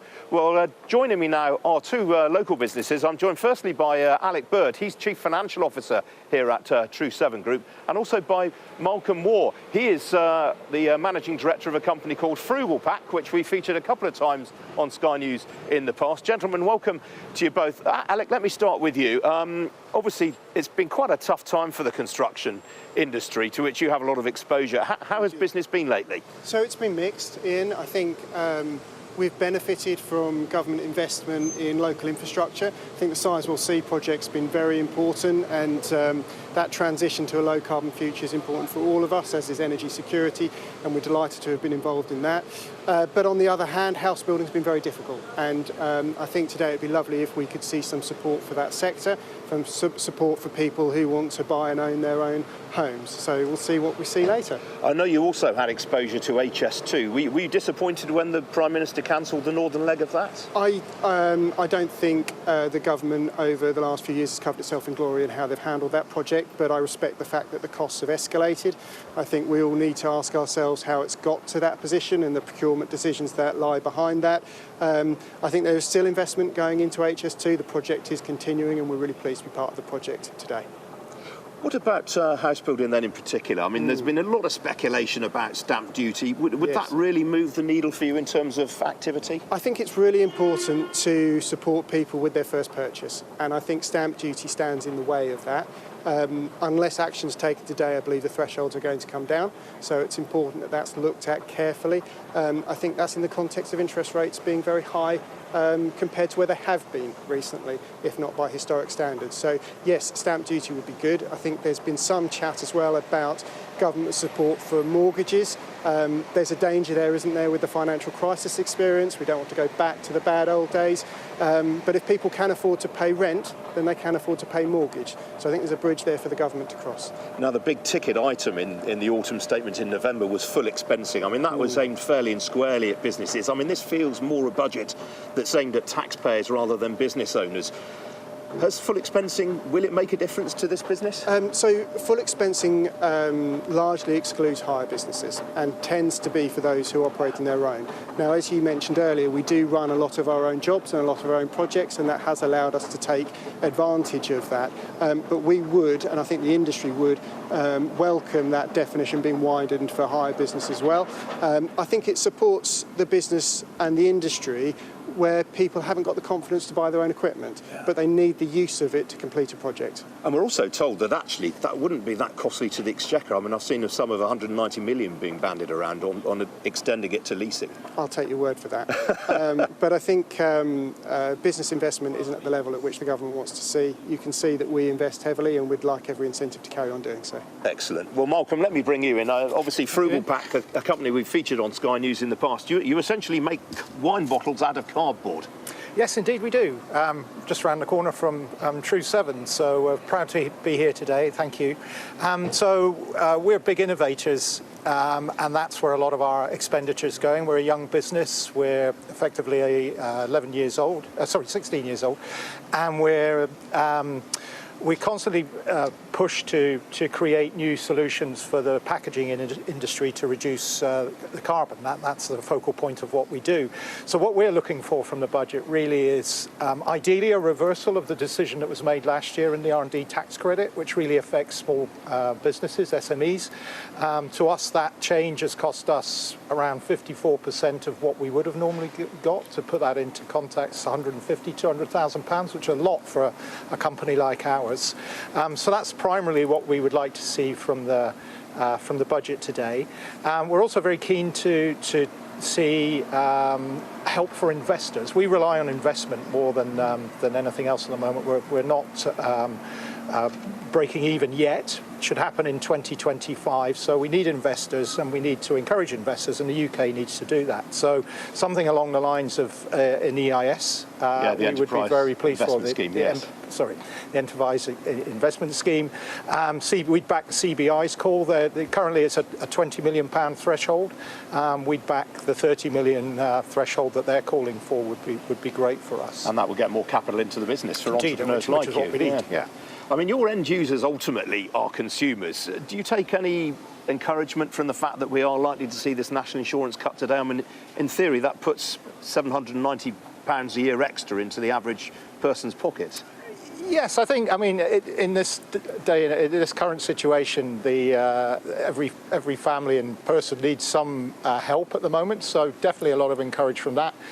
We're a little bit concerned just around the offset into services from councils and so on. You saw what Birmingham were doing yesterday, and that's quite a cut for that particular part of the world. Ipswich, I guess, is in a similar position. So it's good. But I think there's other things that we could be doing. So, Malcolm, I've got to cut you off here because we're going to show the viewers some live pictures now of the Chancellor, Jeremy Hunt, and Rishi Sunak. It's Prime Minister Rishi Sunak. It's coming out of number 10 right now. Have a look at the pictures.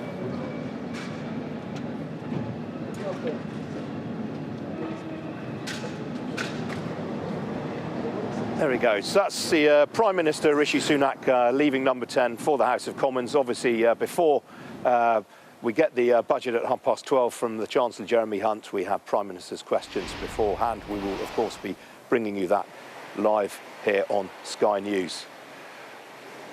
Malcolm, I rudely interrupted you there. I mean, the other point to make is not only are you exposed to consumer sentiment, but obviously you're selling directly to the supermarkets, and physical retailers are having one hell of a time up against online competition. Yes, I mean, that's something else we'd really look for in the budget is three areas around rates, I have to say. So for us personally, we'd like to see something progressive for young companies. So we're not unhappy about paying rates, but we'd like to see it progressive against how the company prospers. Clearly, really bricks and mortar retail, that's where we tend to be selling most of our products, so support for there. We've got Aldi launching the frugal bottle in the next couple of weeks, the second major retailer in the UK. That's going to be very significant for us. And for them to continue with their bricks and mortar stores, for people to come and buy the product, I think is important. And we would like to see the offset of a rate reduction for them coming back from online trading. And then finally, pubs and the hospitality, really, for us. I mean, the hospitality industry is having a tough time. There should be a rate holiday. Would be useful for that industry, and I think if you look at the fabric of the UK, the pubs was a very important social area for us, and we need to see it back. Yeah. Malcolm, Alec, thanks very much for now. We'll get your reaction to what we hear from the Chancellor later on. But now, over to Sarah Jane Mee in Grimsby. SJ, over to you. Thanks very much, Ian. You're watching Sky News. Coming up, I'm going to be live here in Grimsby to see what people want from today's budget. That's on the way.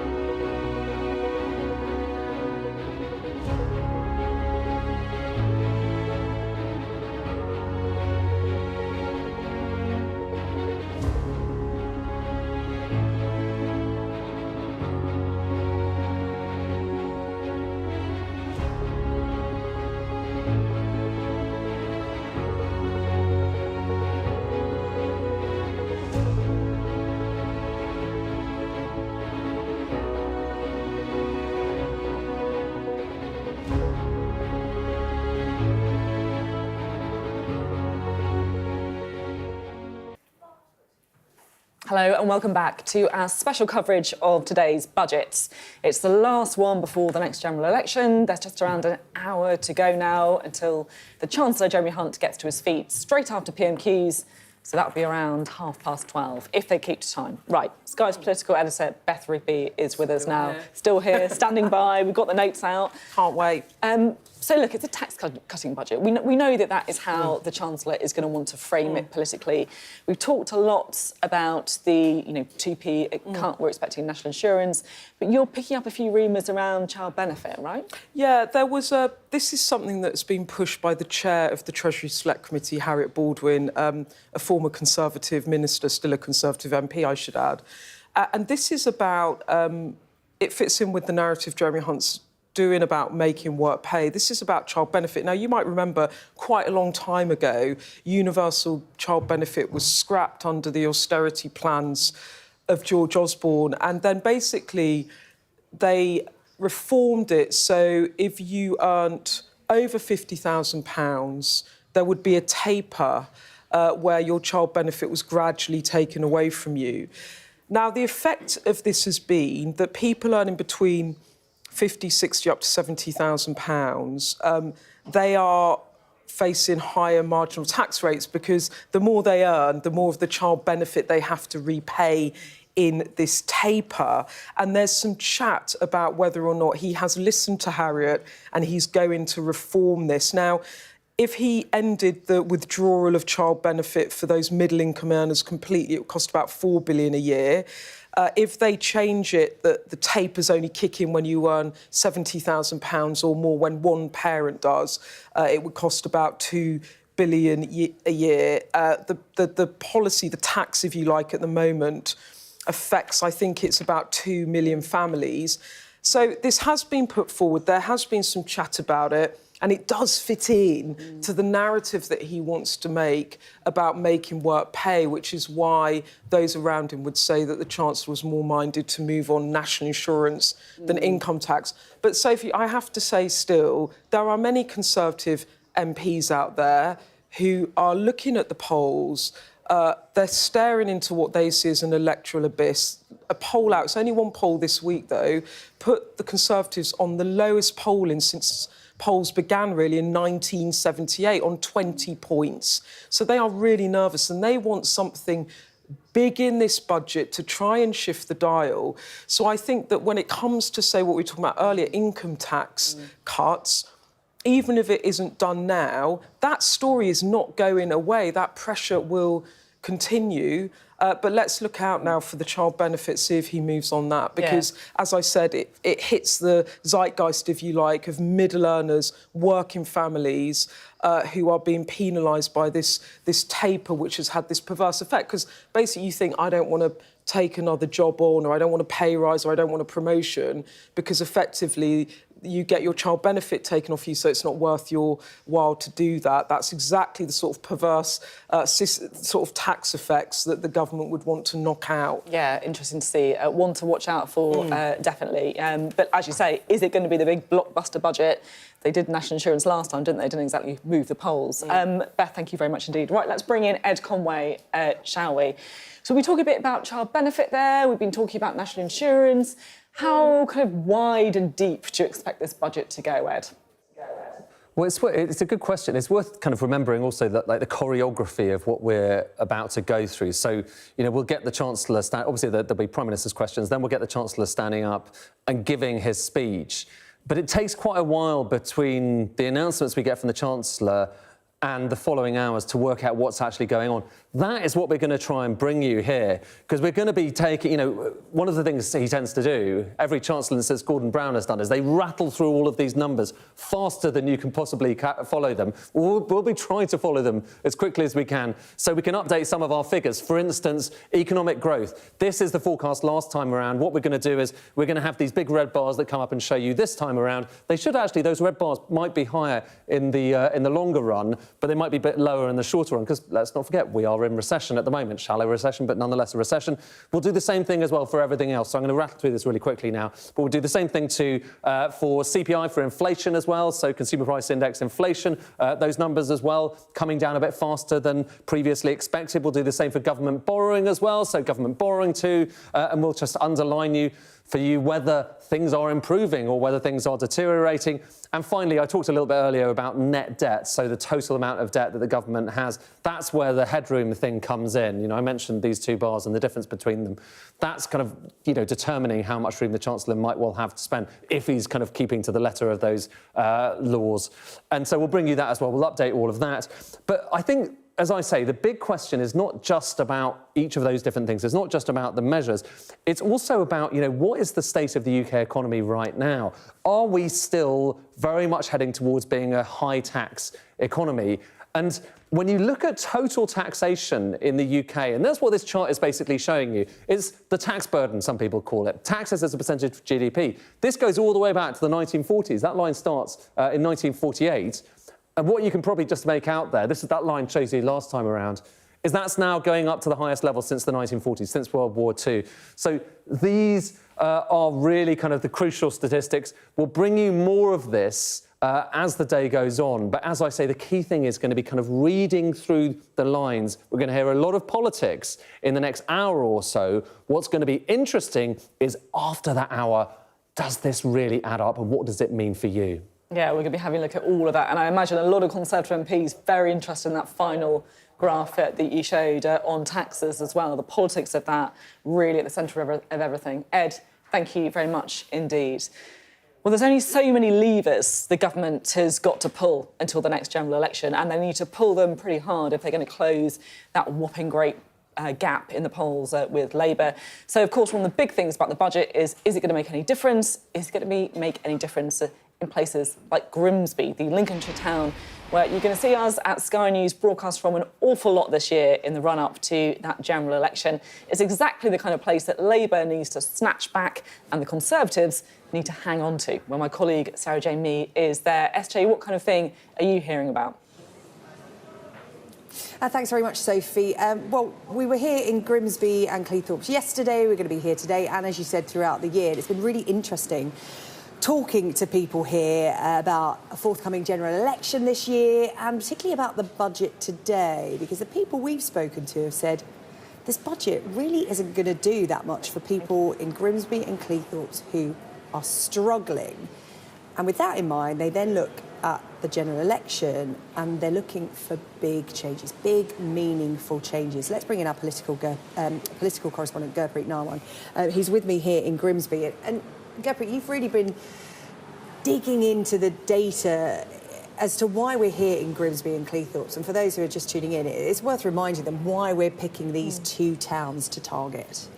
So Grimsby and Cleethorpes is a really interesting battleground in the upcoming general election. The Conservatives obviously want to hold on to it, but Labour need about an 11-point swing in order to wrestle back these two towns. Now, these two towns have been merged into one constituency this time round. But if we look at the last election in 2019, well, actually their voting history has been quite different. In Grimsby, it's been a Labour stronghold for many years.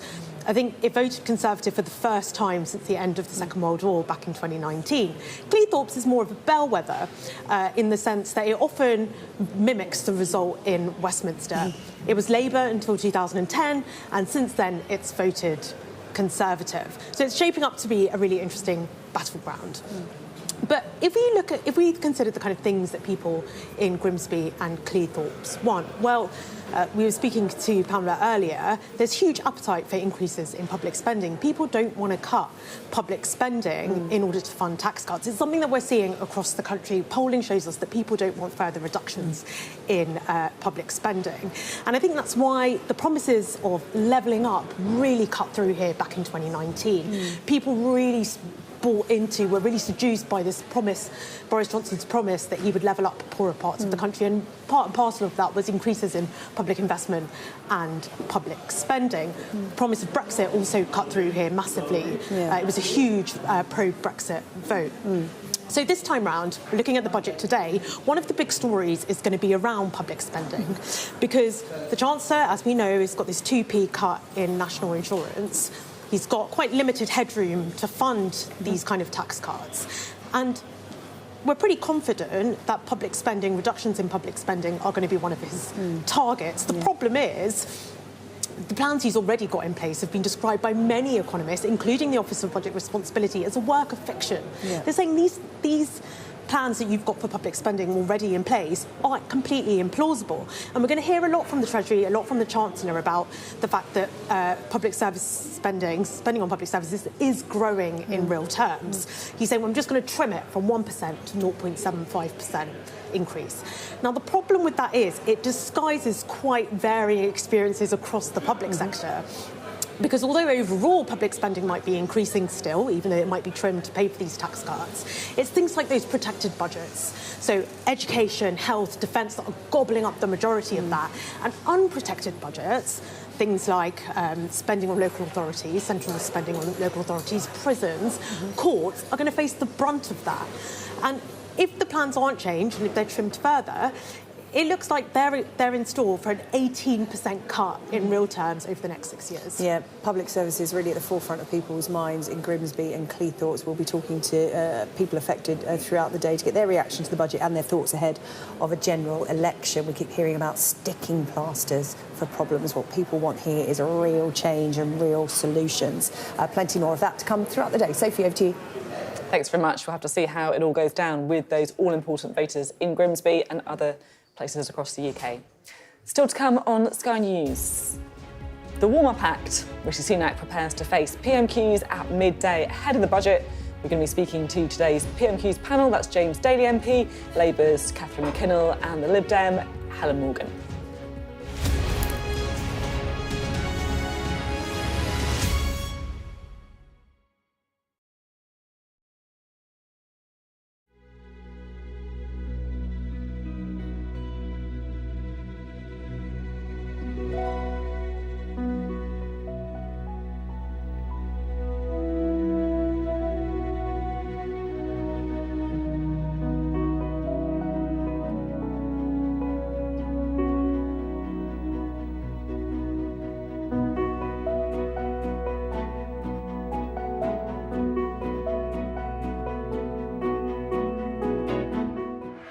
Play Sky News. From the Sky News Centre at 7. Now that you're up to date, we can go into a bit more detail. Things can change incredibly quickly. Taken by surprise. Have you ever known a moment like this in British politics before? Yes. Cheers. We'll start with breaking news. Let's get the latest on the ground. So, by the end, we'll hopefully all understand what's going on in the world just that little better.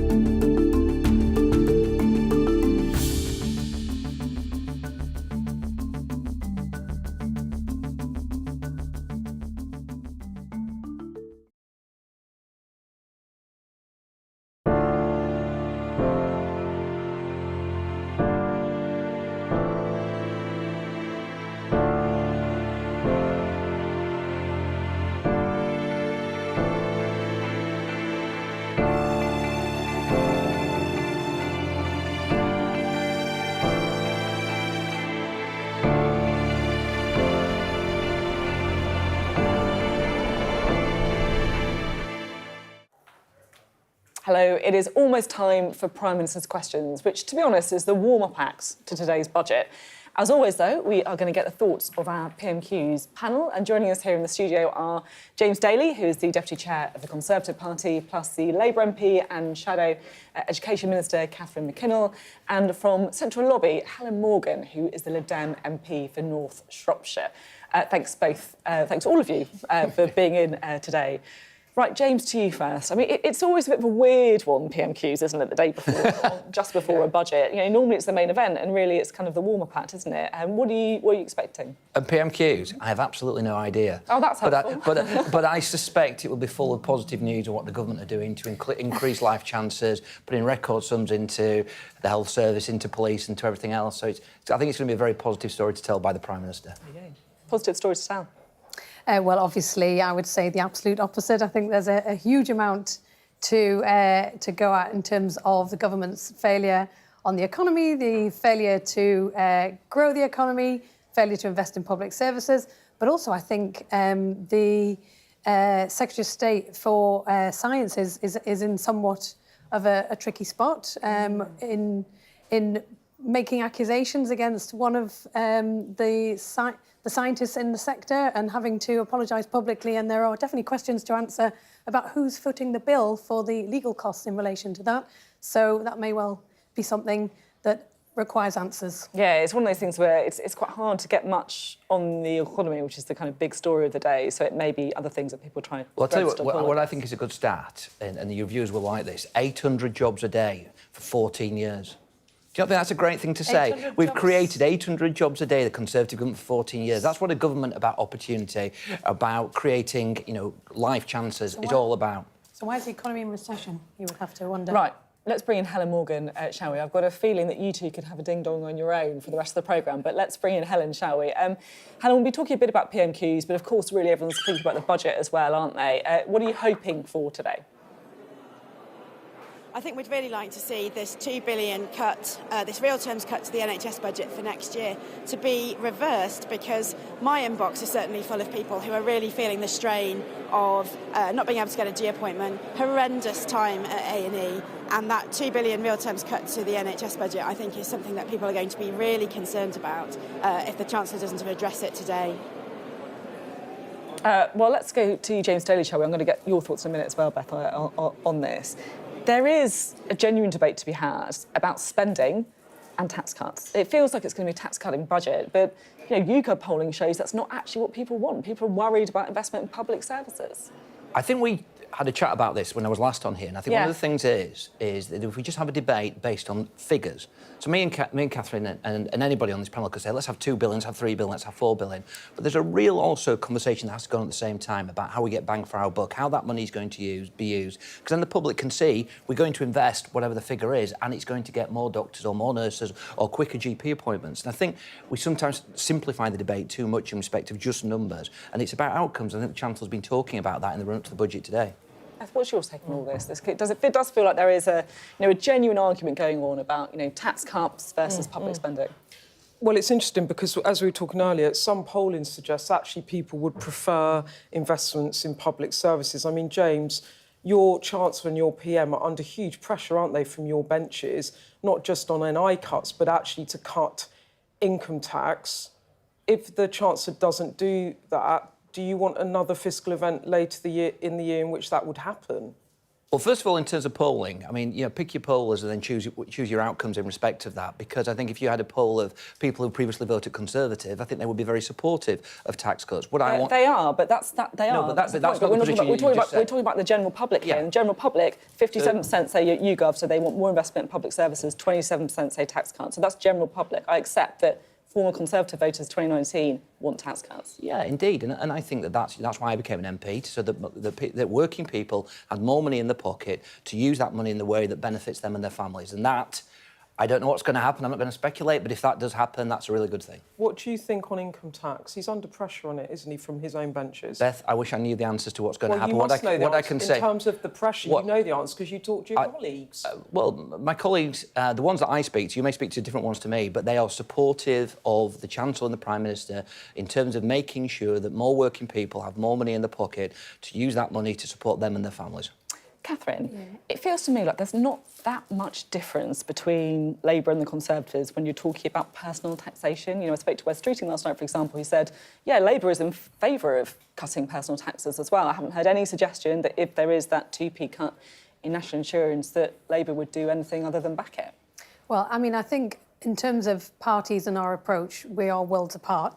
I think one thing that's really worrying about this entire conversation around the budget is that it is, it's some kind of terrible trade-off, and nobody's actually talking about growing the economy, which is really what we need to focus on doing if we are going to have the public services that we want to rely on without people paying more and more and more for less, which I know it is how people feel. But also it feels like just an exercise in party management for the Conservative Party, staring at an election which we all want to happen and we don't know when it's coming, and trying to keep the backbenchers, various warring factions in train, and to try and come up with some magic rabbit out of a hat that might pick them up in the polls ahead of the election. And that is just the wrong priority. We should be looking outwards and upwards at how we make lives better for the people in this country and really take the country forward and start growing it rather than fighting amongst ourselves in Westminster, which is what is happening under this government. We just need a general election. I know we've got a budget today, but what we really need is a general election. Didn't hear the disagreement with the 2p national insurance in the answer, though. I'm keen to bring in Helen as well, unless there's anything you want to come back on there. No. Helen, where are you? There we are. Helen Morgan. Sorry, I know it's difficult for you, I'm sure. You're probably kind of shouting at the screen saying, I want to get involved in this conversation. What's your view on tax cuts? Is now the right time to cut taxes?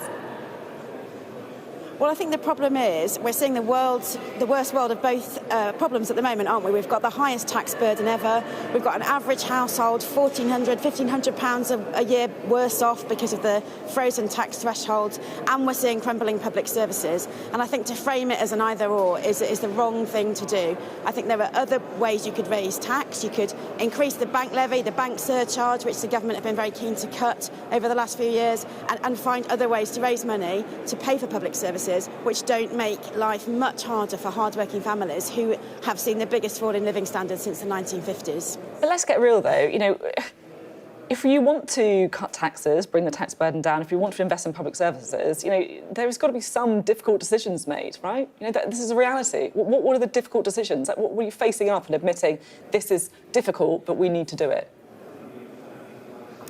Well, it is difficult, but as I say, I think we've seen tax cuts go to the wrong places over the last few years with the tax cuts for bankers, while personal taxes have been increased over the last few years. And we've seen the windfall tax, which could have been done better. We could have closed that investment loophole that's lots of windfall tax hasn't been collected. And there's £36 billion a year of tax that goes uncollected. So investing in HMRC and bringing that tax in could be some of the ways in which you would address this problem with public services without putting the burden on hardworking families. OK, there you go. Thank you very much indeed. Beth, what are you expecting to see then? In PMQs, one thing I think might come up is, and it ties into Labour's commitment to trying to reduce violence against women and girls. We had the Sarah Everard report last week, and to shamelessly plug our new podcast, Electoral Dysfunction, with me, Ruth Davison and Jess Phillips. Jess Phillips, who we know campaigns so strongly about this, in our podcast talked about the way in which the Home Secretary did not say on the back of the Angelini report, which looked at what had happened in the case of Sarah Everard's murder and what needed to change in policing. She said there are a number of recommendations that the government have not said that they will implement. Labour quickly, then via Yvette Cooper, said that they would implement some of the recommendations. And I think that given that Keir Starmer wants to make this an election pledge, making our streets safer with a focus on violence against women and girls, I think that might come up at PMQs. What do you think, James? If it does, I think that's a very worthy topic. I've been on the Home Affairs and Justice Select Committee now for the best part of 4 years. I've been saying these things for 4 years. There are massive issues with how the police treat victims and people who are coming in and reporting the most horrific offences. Probably so that we need more debate on this issue rather than less. Probably one of the things we could get some agreements on around the panel, certainly. Thanks both very much. Thank you very much to Helen as well, over in Central Lobby. You're watching a Sky News Budget Special. Coming up, we are going to be taking you live to the House of Commons for Prime Minister's Questions. One member has highlighted a real problem.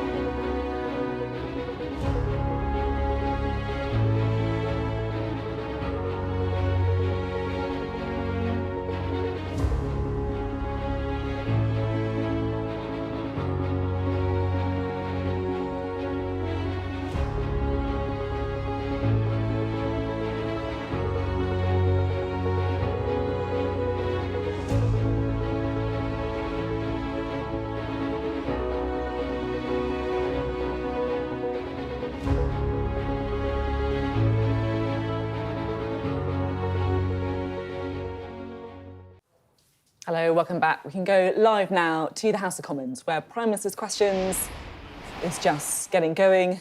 It's the warm-up act, really, today, ahead of the budget, but we are expecting to hear from Rishi Sunak, the Prime Minister, taking questions, as usual, from the rest of the House of Commons. It's always a bit of a weird one, isn't it, Beth, when you're just waiting for the budget? It's like the warm-up act. It is. And then the Leader of the Opposition also has to avoid economy, really, because he's got to do that after the budget. So I think that maybe violence against women and girls, it's something I think Keir Starmer has committed, if they win the next election, to reduce it by, I think it was 40%. You remember that Boris Johnson actually tried to do a lot of work on this as well, to try and increase the rates of prosecutions for rape cases, but, you know, it's still so much work to do in that area.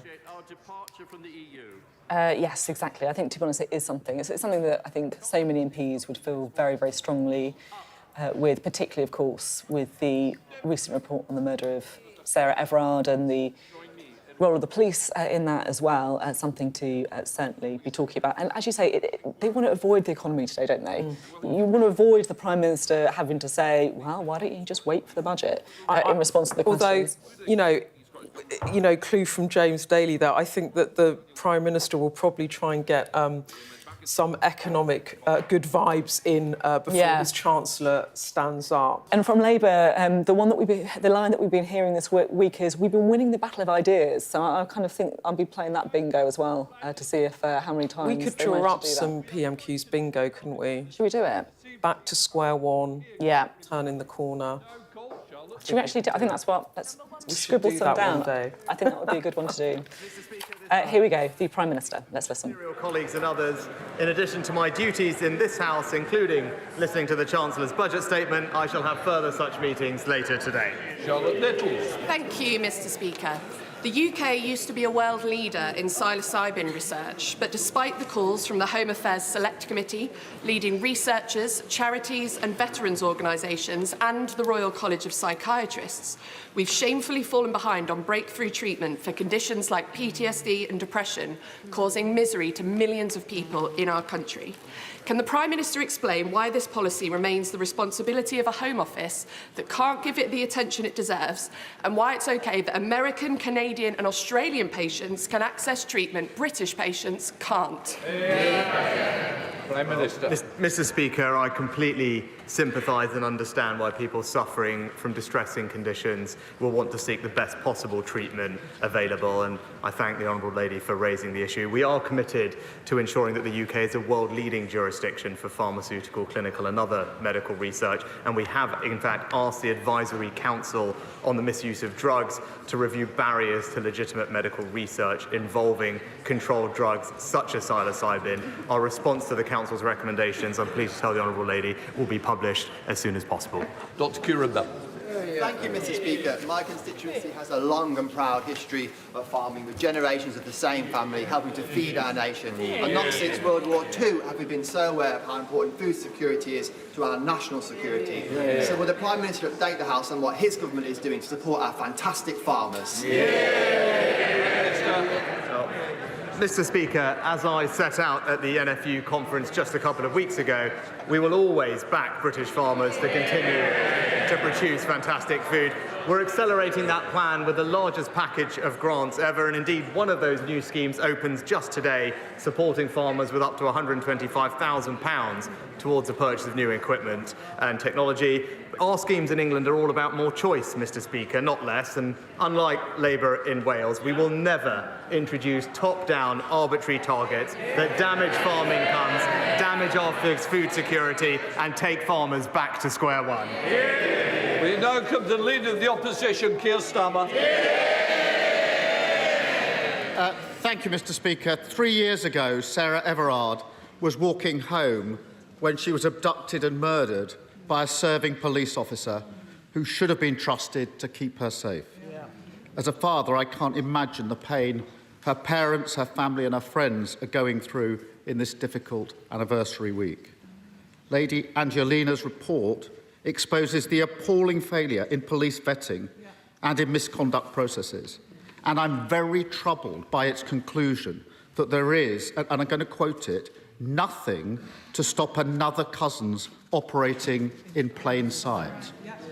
How can that be the case 3 years on from this horrendous crime?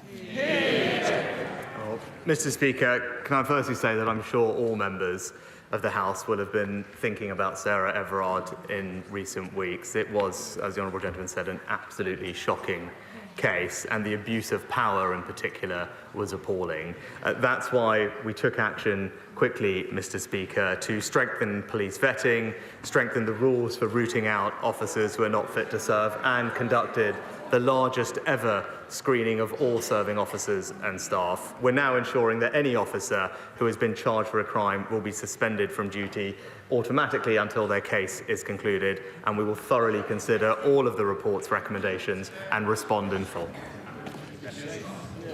The Prime Minister mentions vetting, and I just want to press on that because serious failures in police vetting were raised in independent reports as long ago as 2012, 2019, 2022 and 2023. And that's why Labour's been arguing for mandatory national vetting standards, which would stop anybody with a history of domestic abuse or sexual offending being allowed to join the police in the first place. Why are mandatory national vetting standards not already in place? Well, Mr. Speaker, it is vital for public confidence that those that are not fit to wear the badge are rooted out of the police and not able to join in the first place. That's why the College of Policing has updated its existing statutory code on vetting, and that happened quickly. And in addition, the Policing Inspectorate, Mr. Speaker, carried out a rapid inspection of all forces' progress against the previous findings. And in addition to that, an entire check against the National Police Database was carried out for all serving officers and staff. Mr. Speaker, I'm obviously very familiar with codes in criminal justice systems, but this is too serious for that. There's a world of difference between a code and binding mandatory standards, which don't have legal effect, and that should trouble members across the House. Yeah. Cousin's history of sexual offending stretched back many years. On 4 occasions, despite allegations of indecent exposure, he wasn't sacked. We know indecent exposure is a gateway to more horrific crimes, as was tragically shown to be the case not only in Sarah Everard's case, but also Libby Squire. But it's not treated with the seriousness required. The Angelina report recommends reviewing all indecent exposure allegations against serving officers in order to identify, investigate and remove those officers from service. Now, given the obvious urgency of this recommendation, can the Prime Minister give a categorical assurance that it will be implemented immediately? Mr. Speaker, as the Home Secretary addressed this specifically when he made his statement, indecent exposure, just like any other kind of sexually motivated crime, is abhorrent. And we expect police chiefs to take it extremely seriously.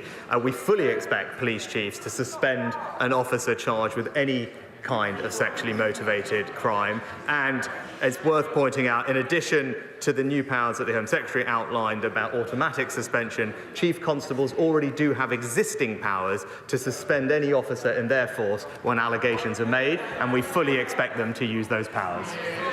It's all fine, is it? It's all okay? Well, I do think the recommendation I referred to should be implemented urgently, and I ask the Prime Minister to look again at that, because every day that goes past when it isn't implemented carries risk for victims in these cases. Sarah Everard's murder should, of course, been a watershed moment on policing reform, on the criminal justice system, on violence against women and girls. But the sad reality is that victims of rape who have the courage and bravery to come forward have just a 2.4% chance of their perpetrators being caught and charged within the year. How does the Prime Minister expect women to have confidence in the criminal justice system when almost all rapists don't see the inside of a courtroom? Mr. Speaker, we've As we acknowledged a couple of years ago, of course we need to do more to improve rape outcomes in the criminal justice system. And the plan, the Rape Action Review Plan, is showing considerable progress, Mr. Speaker. We've already increased the average sentences for rape by a third since Labour were last in office, Mr. Speaker. By the way, using a power that the Labour Party voted against in this House. And thanks to our action plan, we've seen police referrals double, charges double, and last year there was a 50% increase in rape convictions, and now rapists will serve every single day of their sentence behind bars. And the honourable gentleman did raise his time at the Crown Prosecution Service, but he hasn't acknowledged that under his tenure, rape convictions actually dropped.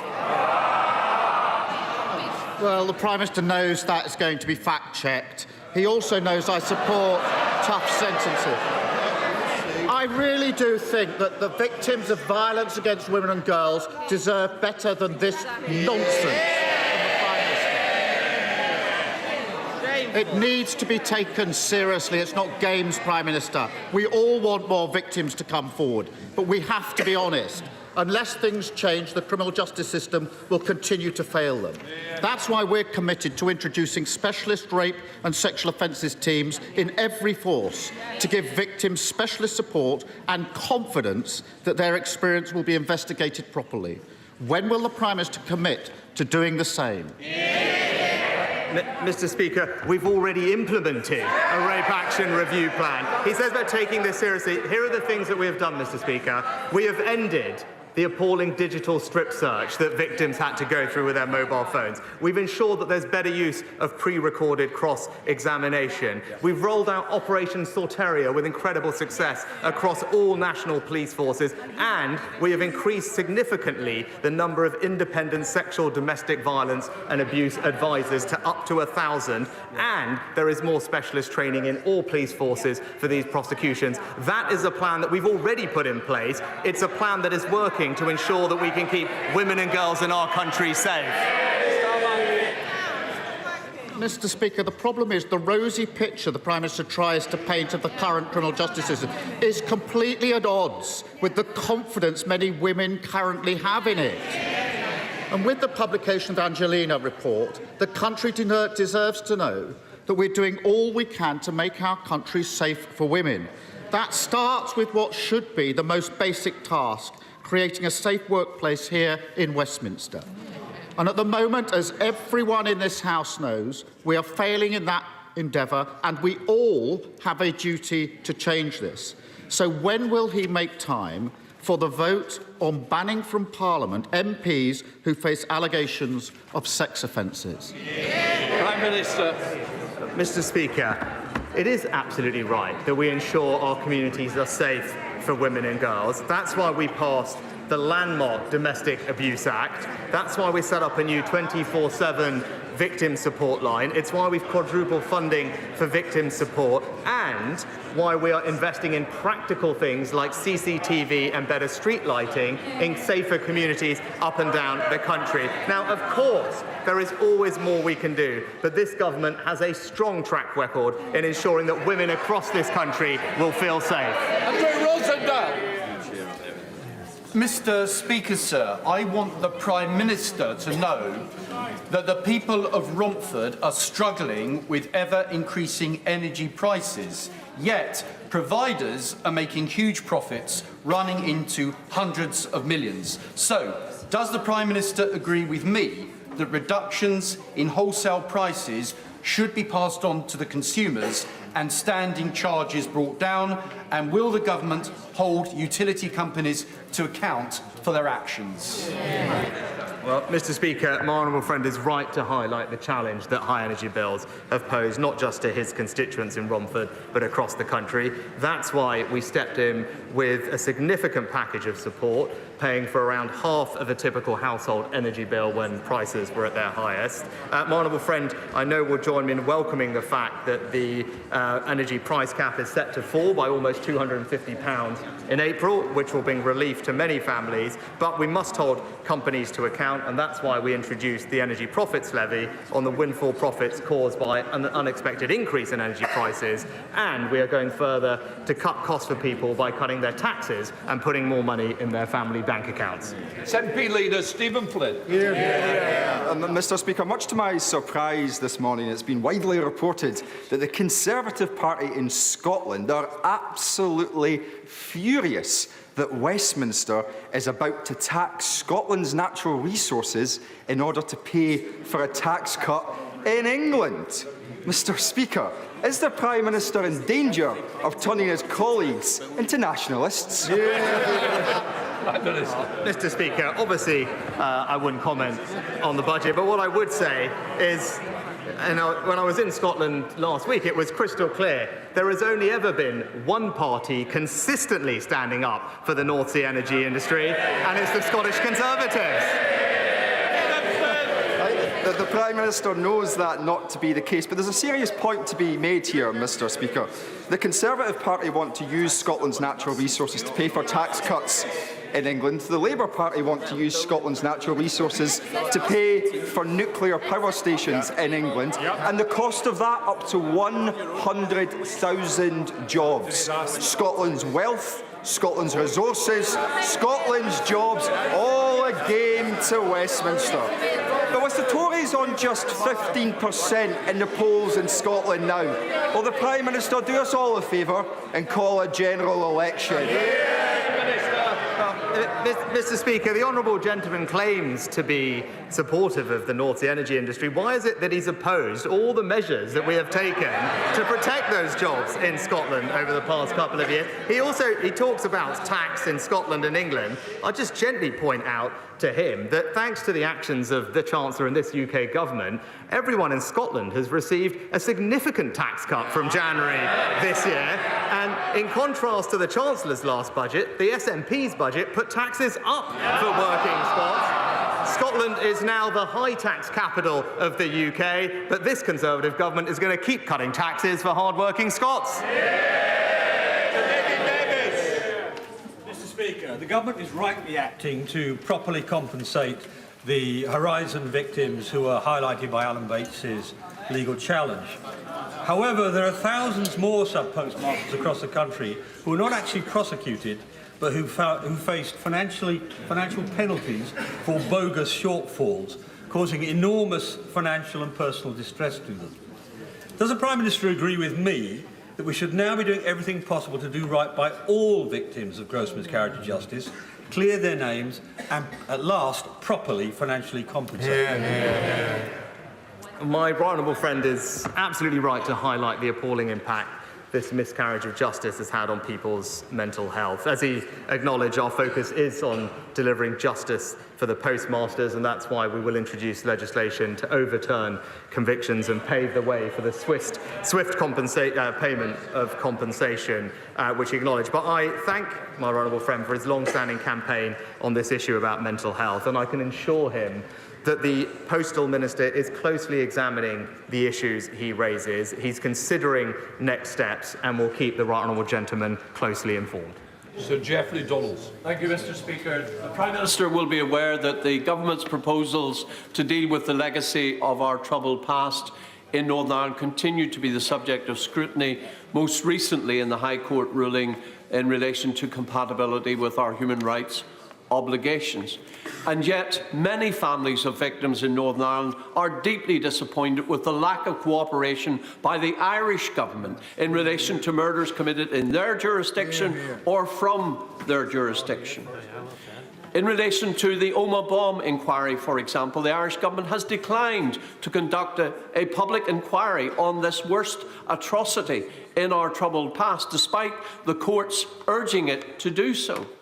Will the Prime Minister continue to press the Irish government on the need for them to make available facilities to enable the families of innocent victims, including in Omagh, to pursue justice for their loved ones? Can I thank my honourable friend for his question on this important topic, which I know will be of great interest, not just to his constituents, but many others across Northern Ireland. The government has set forward its plans to deal with the legacy of the past and will continue to engage with everyone in Northern Ireland, whatever their views, to set out the best way forward, but I can confirm to him that the Secretary of State for Northern Ireland has raised these specific issues directly with the Irish government and will continue to do so. And I also spoke to the Taoiseach myself about this very matter.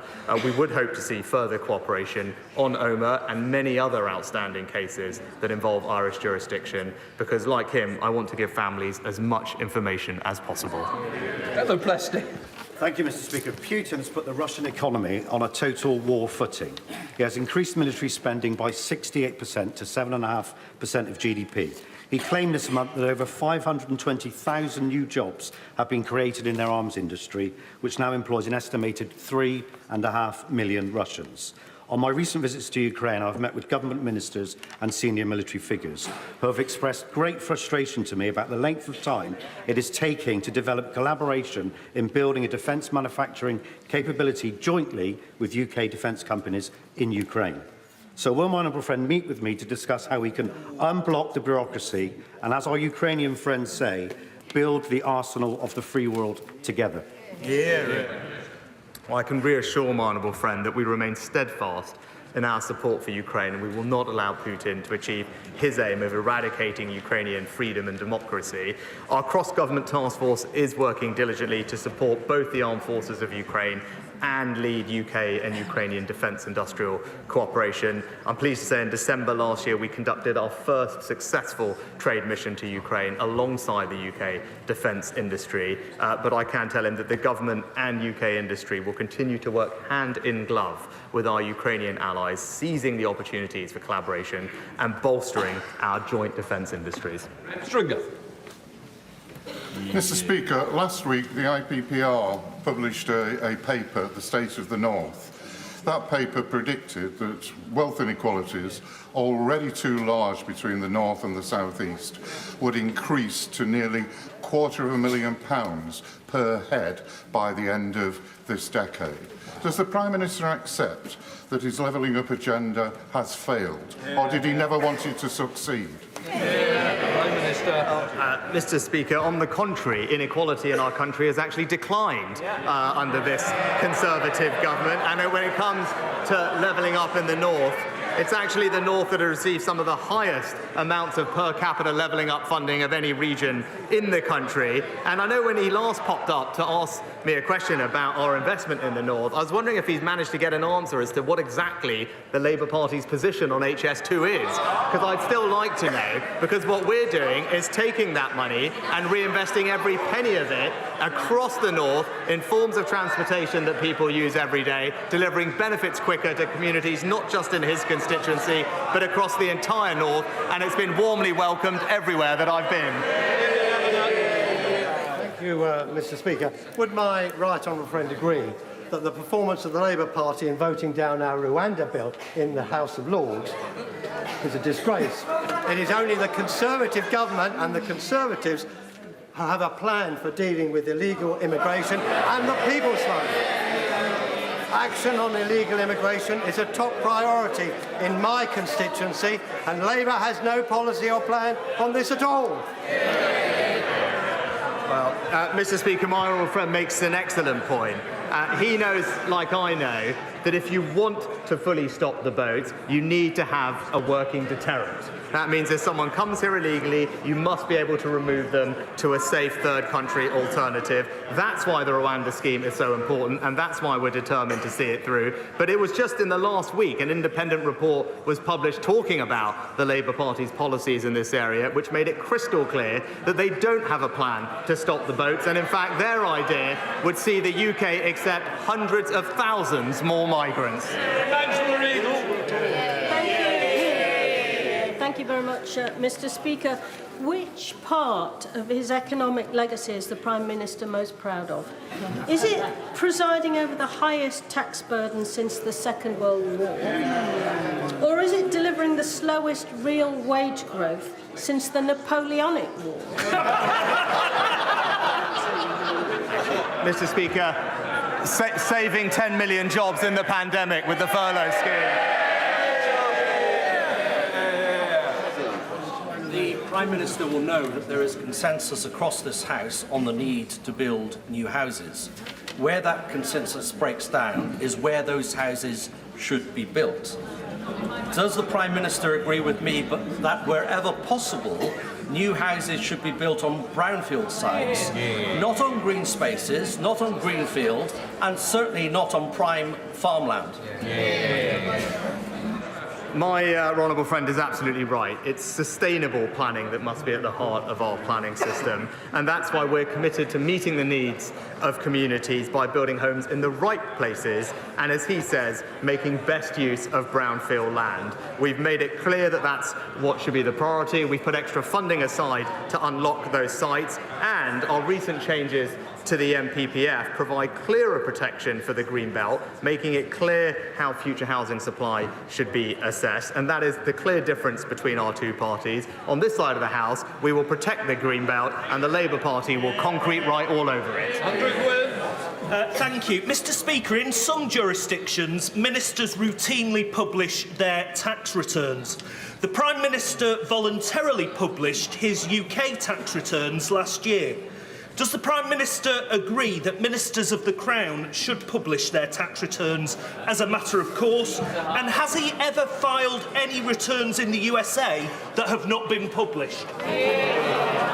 Mr. Speaker, I don't think that would be proportionate or appropriate. And what I've done is...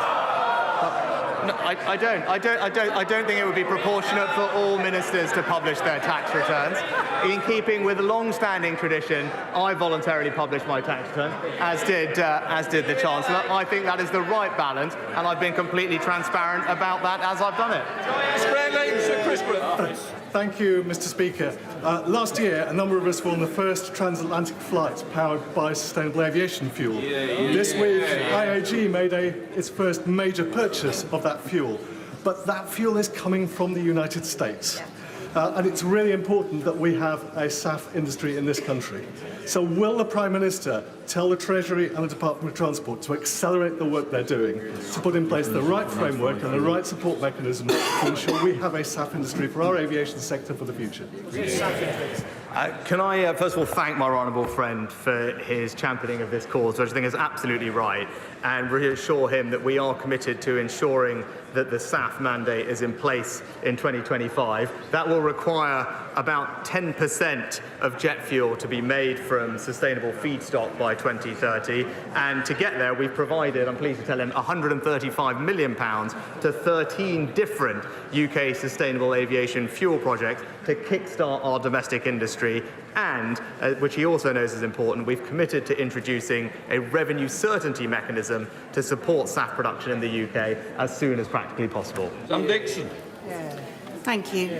Chester's 2,000-year-old Roman walls are an important historic monument of world renown.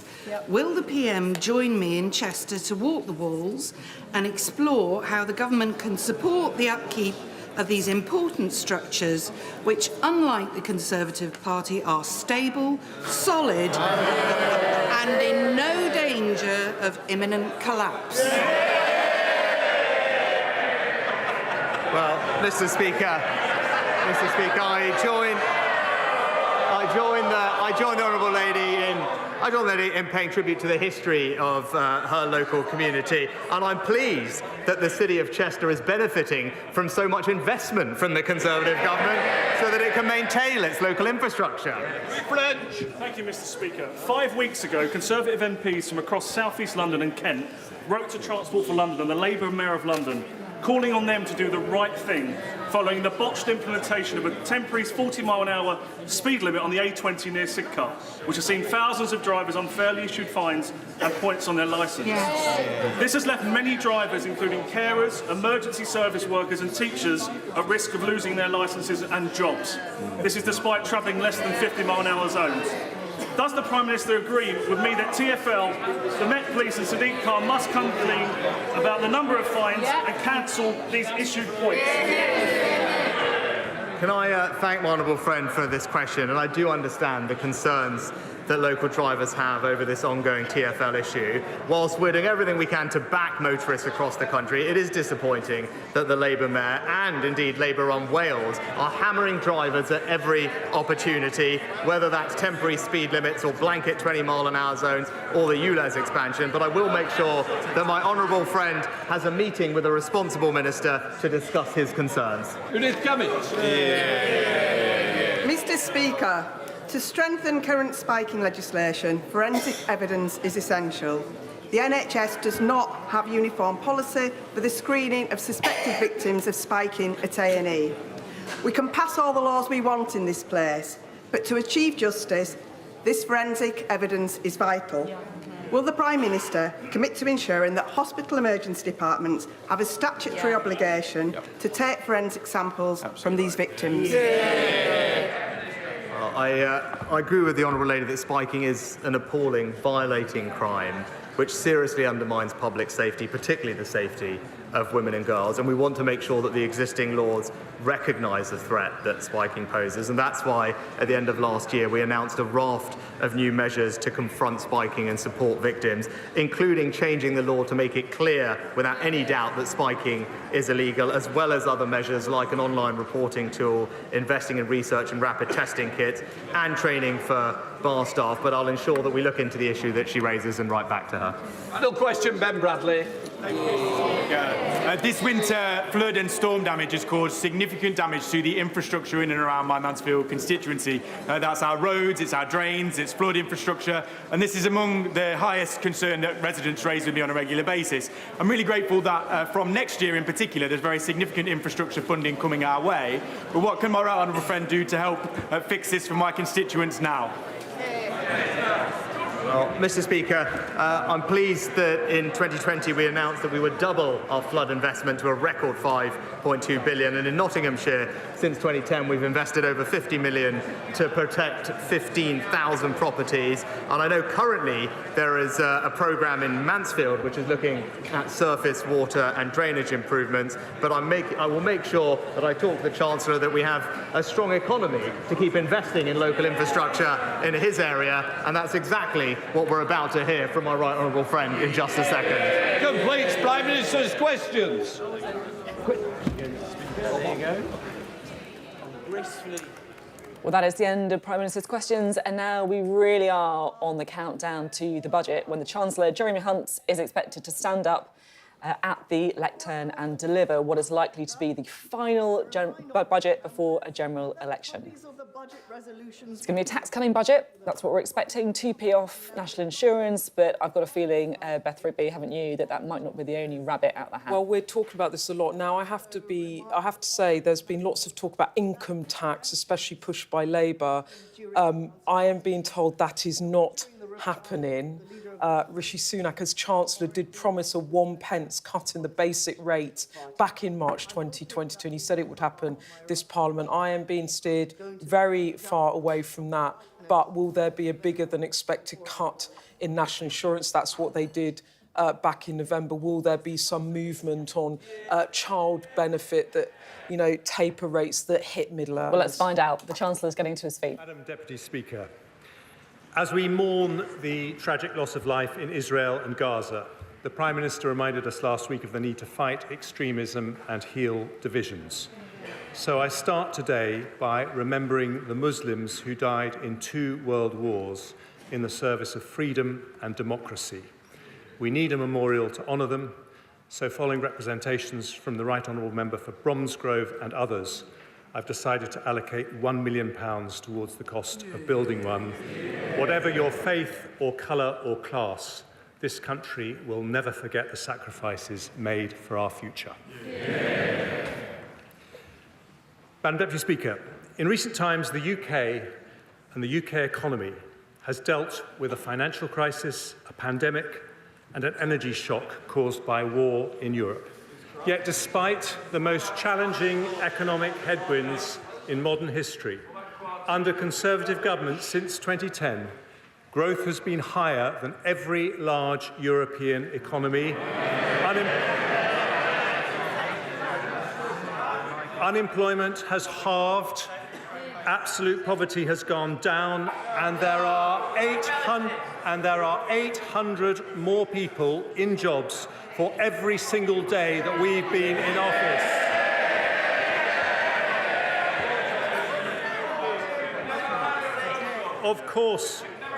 Of course, interest rates remain high as we bring down inflation. But because of the progress we've made, because we are delivering the Prime Minister's economic priorities, we can now help families not just with temporary cost of living support, but with permanent cuts in taxation. We do this to give much needed help in challenging times, but also because Conservatives know lower taxes mean higher growth. And higher growth means more opportunity, more prosperity, and more funding for our precious public services. But if we want that growth, the Chancellor has hardly said anything.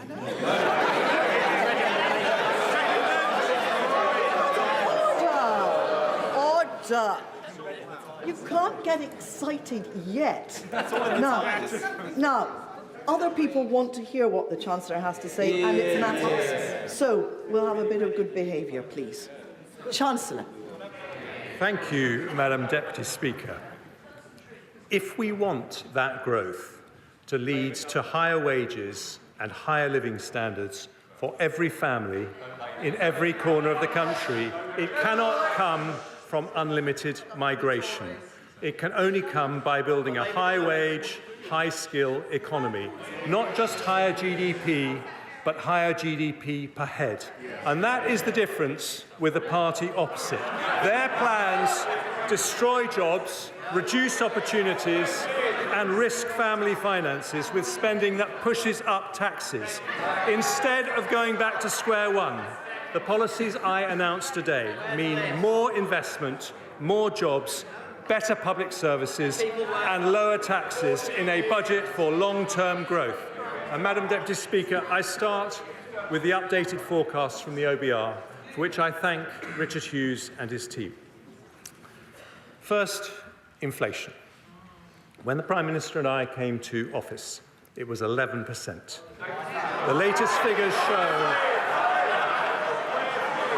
I know the party opposite struck... No, this is not amusing anymore. We need to hear what the Chancellor has to say. I can tell who's making the noise, and you simply won't get a chance to speak later. So that's the end of it. Chancellor. Thank you, Madam Deputy Speaker. When the Prime Minister and I came to office, inflation was 11%, but the latest figures show it is now 4%, more than meeting our pledge to halve it last year. And today's forecasts from the OBR show it falling below the 2% target in just a few months' time, nearly a whole year earlier than forecast in the autumn statement. That didn't happen by accident.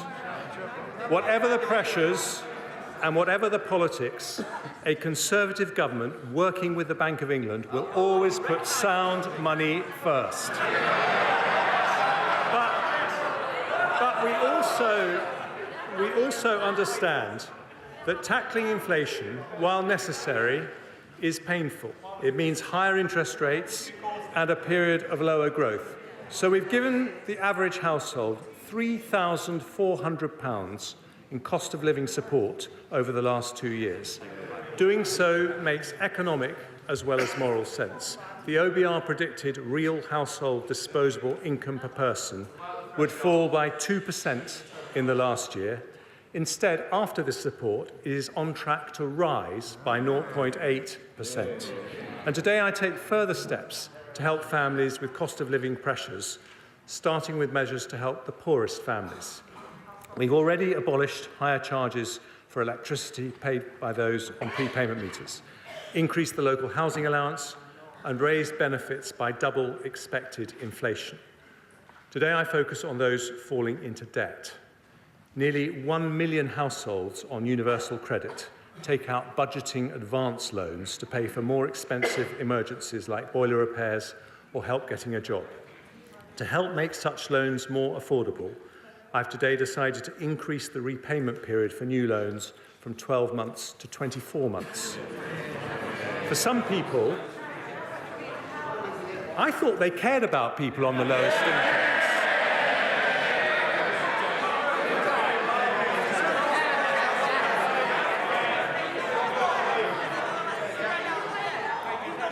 But trust the Labour Party not to want to hear about debt.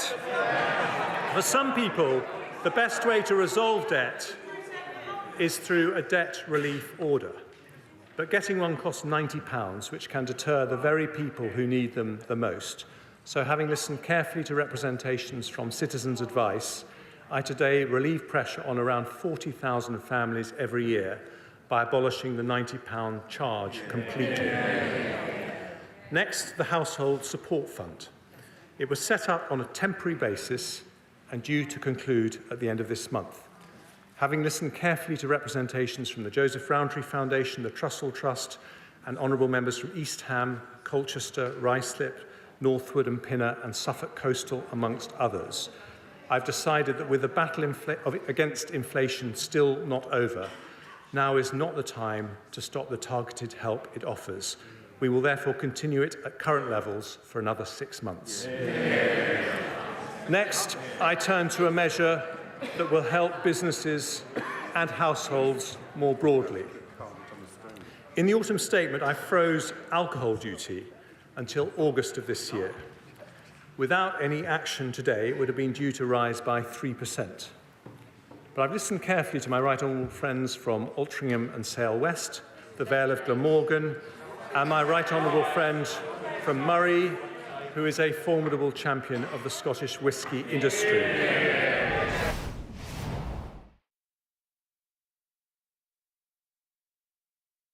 Supporter of the wonderful, who pointed out the pressures of the industry.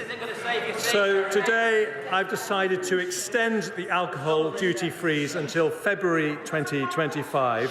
This benefits 38,000 pubs across the UK, and on top of the £13,000 saving a typical pub will get from the 75% business rates discount I announced in the autumn.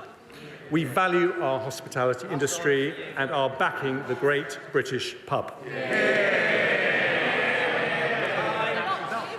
Another cost that families and businesses worry about is fuel. Now, the Shadow Chancellor complained about the freeze on fuel duty, and Labour has opposed it at every opportunity. The Labour Mayor of London wants to punish motorists even more with his ULEZ plans, but lots of families and sole traders depend on their car. If I did nothing, fuel duty would increase by 13% this month. So instead, I've listened to my right honourable friends for Stoke-on-Trent North, Dudley North, Witham and others, as well as the Sun newspaper's Keep It Down campaign. I have, as a result, decided to maintain the 5p cut and freeze fuel duty for another 12 months. This will save the average car driver £50 next year and bring total savings since the 5p cut was introduced to around £250. Taken together with the alcohol duty freeze, this decision also reduces headline inflation by 0.2 percentage points in 24-5, allowing us to make faster progress towards the Bank of England's 2% target. Madam Deputy Speaker, there can be no solid growth without solid finances. An economy based on sound money does not pass its bills to the next generation. When it comes to borrowing, some believe there is a trade-off between compassion and fiscal responsibility. They are wrong. It is only because we responsibly reduce the deficit by 80% between 2010 and 2019 that we could provide £370 billion to help businesses and families in the pandemic. The party opposite opposed our plans to reduce the deficit every single step of the way. But in fairness, they were consistent. The Lib Dems supported controlling spending in coalition, but now say they would prop up a party that will turn on the spending taps. It's the difference between no plan and no principles. And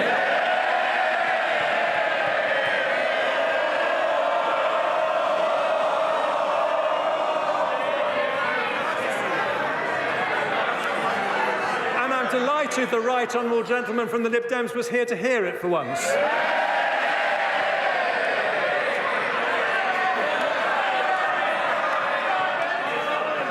Today, we say something different. There is nothing compassionate about running out of money. With the pandemic behind us, we must once again be responsible and build up our resilience to future shocks. That means bringing down borrowing so we can start to reduce our debt. And today's figures confirm that is happening. Ahead of my first autumn statement in 22, the OBR forecast headline debt would rise to above 100% of GDP. Today, they will say it will fall in every year to just 94% by 28-29. Underlying debt, which excludes Bank of England debt, will be 91.7% in 24-5, according to the OBR, then 92.8%, 93.2%, 93.2%, before falling to 92.9% in 28-29, with final year headroom against debt falling of £8.9 billion.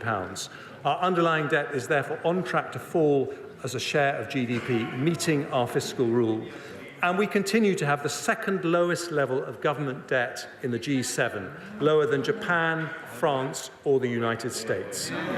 We also meet our second fiscal rule for public sector borrowing to be below 3% of GDP 3 years early. Borrowing falls from 4.2% of GDP in 23-4 to 3.1%, 2.7%, 2.3%, 1.6% and 1.2% in 2028-29. By the end of the forecast, borrowing is at its lowest level of GDP since 2001. None of that, of course, would be possible if Labour implemented their pledge to decarbonise the grid 5 years early by 2030. By their own calculations, that costs £28 billion a year to do. But last month, after flip-flopping for months, they said they're not going to spend the £28 billion after all, but somehow they'll meet their pledge. Somehow, Madam Deputy Speaker, can only mean one thing: tax rises on working families. Same old Labour. Today, in contrast, a Conservative government brings down taxes with borrowing broadly unchanged.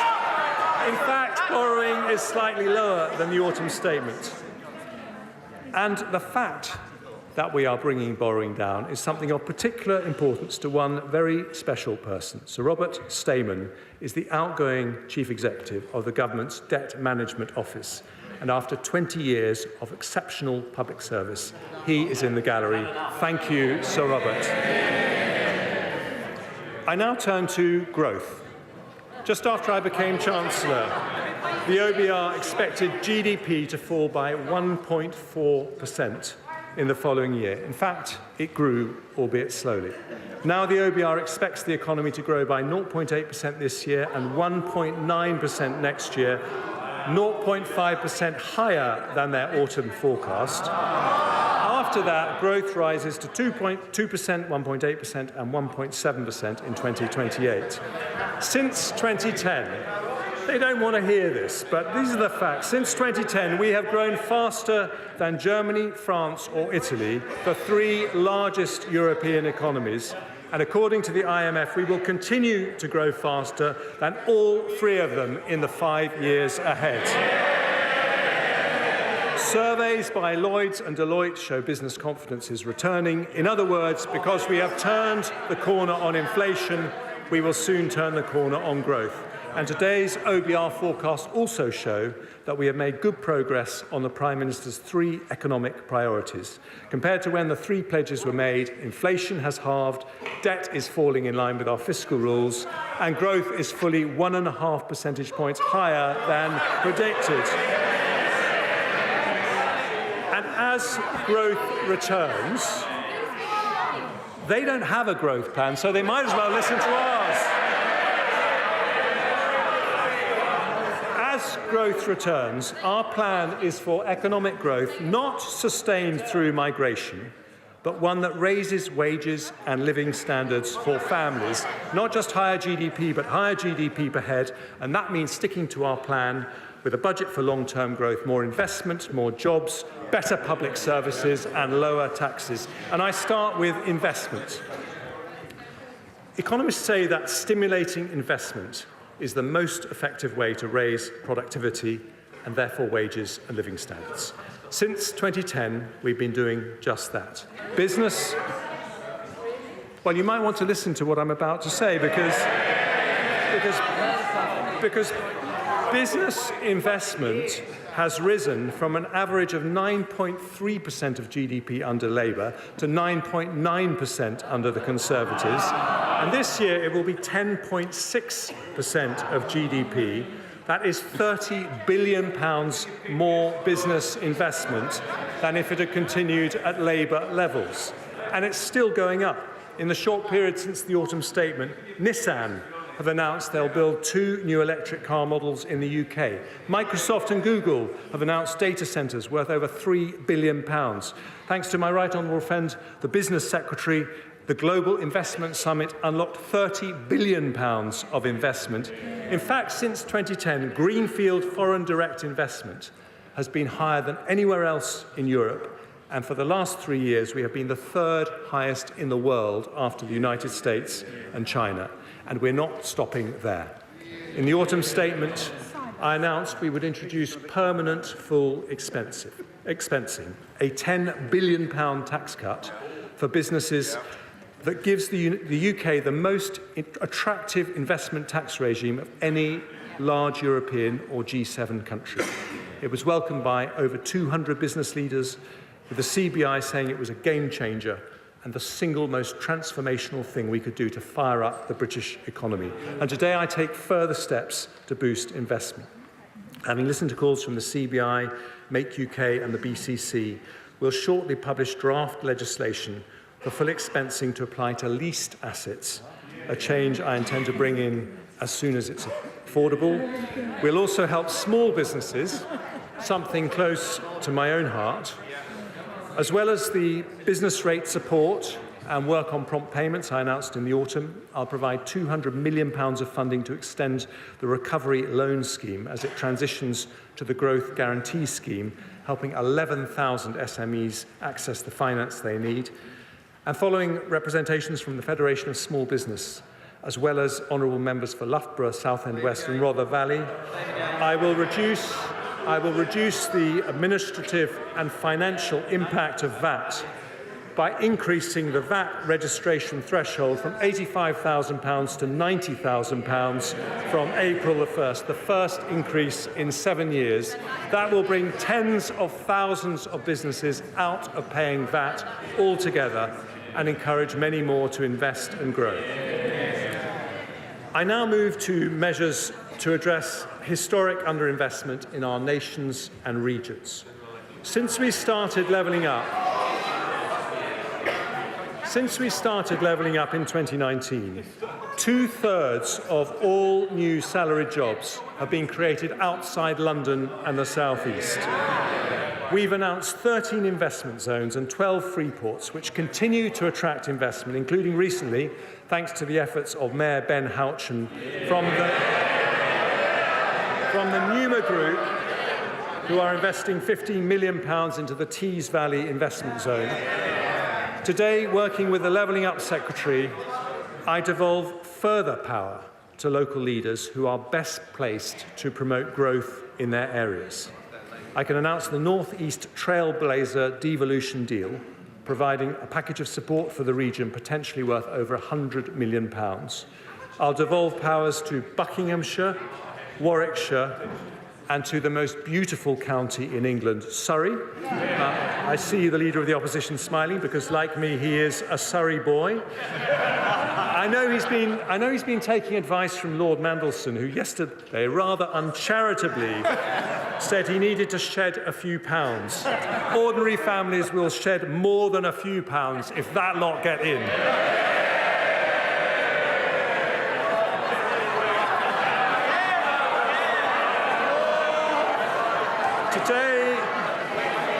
Today, if he wants to join me on my marathon training, he's most welcome as well.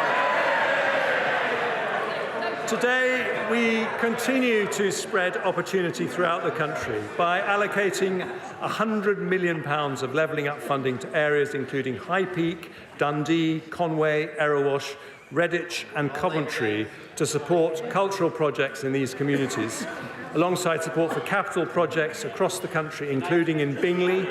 We are expanding the long-term plan for towns to 20 new places, including Darlington, home of the Treasury's fantastic Darlington Economic Campus, Coleraine, Peterhead, Runcorn, Harlow, Eastbourne, Arbroath and Rhyl, providing each with £20 million of funding to invest in community regeneration over the next decade. We'll provide £15 million in new funding to the West Midlands Combined Authority to support culture, heritage and investment projects on the recommendation of our go-getting Mayor Andy Street. And we'll allocate £5 million to renovate hundreds of local village halls across England so they can remain at the heart of their communities. And because this is a Conservative and Unionist government, we'll also set aside funding to support the Saxavord Spaceport in Shetland, an agri-food launchpad in mid-Wales, and funding to support Northern Ireland's businesses to expand global trade and investment opportunities.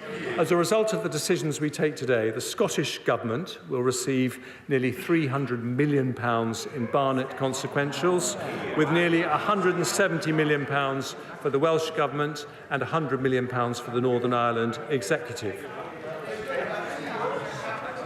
I do appreciate that a tax-cutting budget is very uncomfortable for the biggest tax risers in the United Kingdom. We also want to level up opportunity across the generations, including building more houses for young people, and we're on track to deliver over 1 million homes in this Parliament.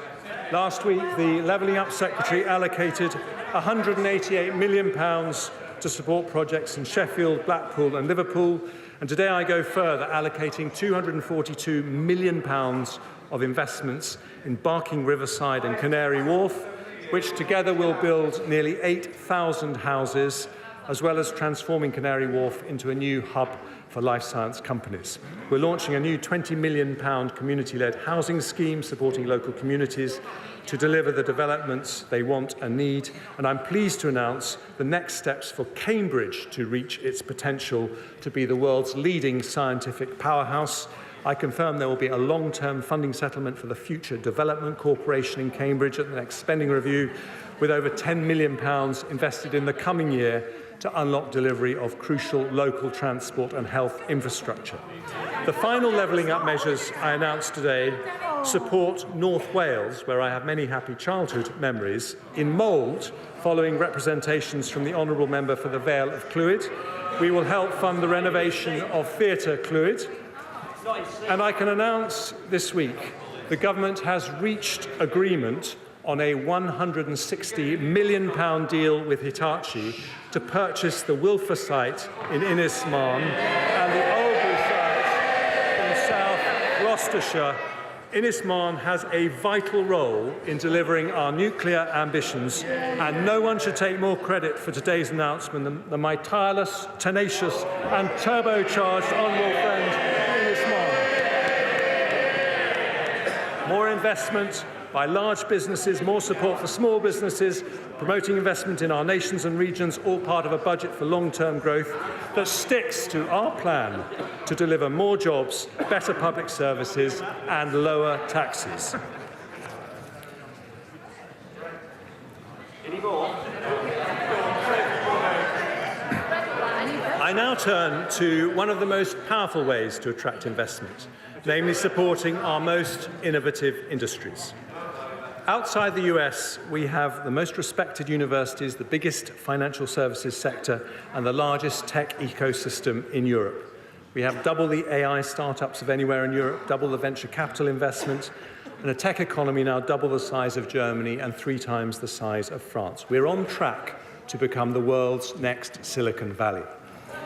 In today's budget for long-term growth, I take further steps to attract investment into our technology-related industries. I want our brilliant tech entrepreneurs not just to start here, but to stay here, including when the time comes for a stock market listing. So we'll build on the Edinburgh and Mansion House reforms to unlock more pension fund capital. We'll give new powers to the Pensions Regulator and Financial Conduct Authority to ensure better value from defined contribution schemes by judging performance on overall returns, not cost. We'll make sure there are vehicles to make it easier for pension funds to invest in UK growth opportunities. So I'm today publishing the names of the winners of the LIFTS competition. But I remain concerned that other markets, such as Australia, generate better returns for pension savers with more effective investment strategies and more investment in high-quality domestic growth stocks. So I will introduce new requirements for DC and local government pension funds to disclose publicly their level of international and UK equity investment, and I'll then consider what further action should be taken if we're not on a positive trajectory towards international best practice. I also want to create opportunities for a new generation of retail investors to engage with public markets. So we'll proceed with the retail sale for part of the government's remaining NatWest shares this summer, at the earliest opportunity, subject to supportive market conditions and value for money. We'll continue to explore how savers could be allowed to take their pension pots with them when they change job. We'll make it easier for people to save for the long term with a new British savings bond delivered through National Savings and Investment, offering savers a guaranteed rate fixed for 3 years. And today, following calls from over 200 representatives of the city and our high-growth sectors, I will reform the ISA system to encourage more people to invest in UK assets.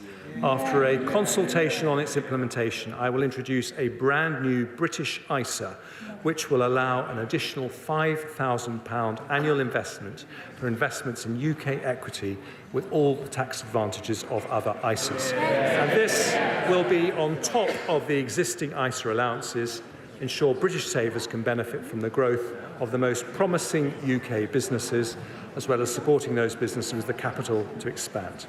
And I turn now to our other growth industries, starting with clean energy. We want nuclear to provide up to a quarter of our electricity by 2050. And as part of that, I want the UK to lead the global race in developing cutting-edge nuclear technologies. I can therefore announce that Great British Nuclear will begin the next phase of the small modular reactor selection process, with companies now having until June to submit their initial tender responses. Our brilliant Energy Security and Net Zero Secretary will also allocate up to £120 million more to the Green Industries Growth Accelerator to build supply chains for new technology ranging from offshore wind to carbon capture and storage. By January of next year, as promised in the autumn statement, we'll have a new faster connections process to the grid up and running. In advanced manufacturing, we've announced a further £270 million of investment into innovative new automotive and aerospace R&D projects, building the UK's capabilities in zero-emission vehicle and clean aviation technologies. And I now turn to our creative industries.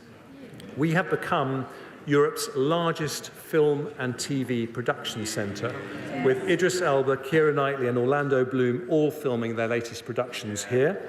Studio space in the UK has doubled in the last 3 years, and at the current rate of expansion, next year we will be second only to Hollywood globally.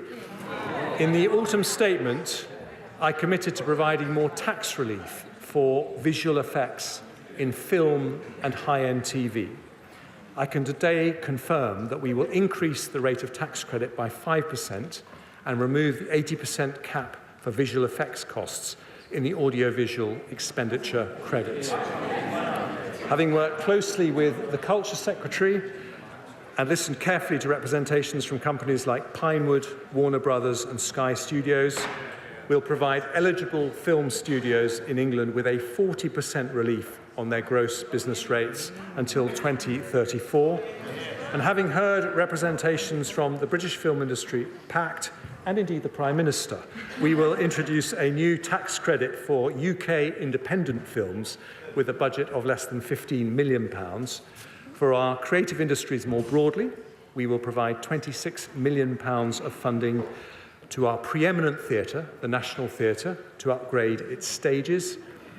And today I particularly want to recognise the contribution of our creative industries and the tourism that comes from orchestras, museums, galleries and theatres. In the pandemic, we introduced higher 45% and 50% levels of tax relief, which were due to end in March 25. They have been a lifeline for performing arts across the country. Today, in recognition of their vital importance to our national life, I can announce I am making those tax reliefs permanent at 45% for touring and orchestral productions and 40% for non-touring productions. Lord Lloyd Webber says this will be a once-in-a-generation transformational change that will ensure Britain remains the global capital of creativity. I suspect the new theatre reliefs may be of particular interest to the Shadow Chancellor, who seems to fancy her thespian skills when it comes to acting like a Tory. The trouble is, we all know how her show ends. Higher taxes, like every Labour government in history.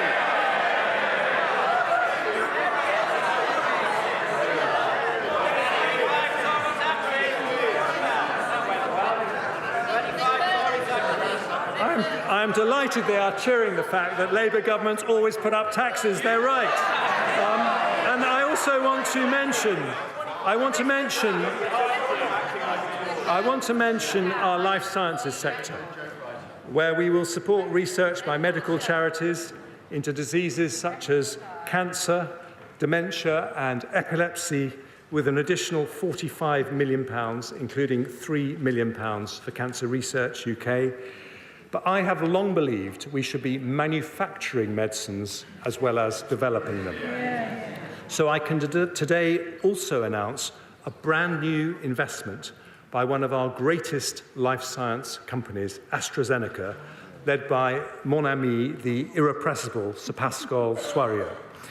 AstraZeneca made their COVID vaccine available to developing countries at cost, as a result saving over 6 million lives.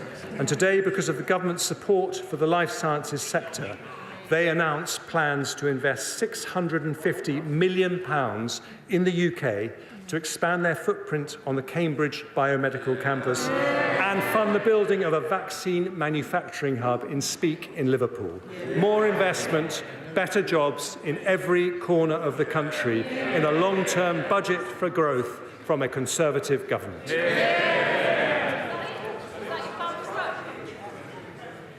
One of the biggest barriers to investment is businesses not being able to hire the staff they need.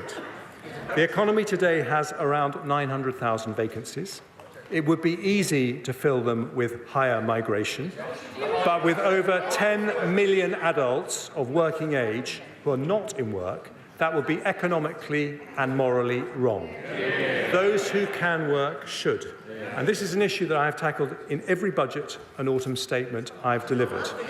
A year ago, I abolished the pensions lifetime allowance, which pushed doctors and others to take early retirement. Ask any doctor what they think about Labour's plans to bring it back, and they will say, don't go back to square one. In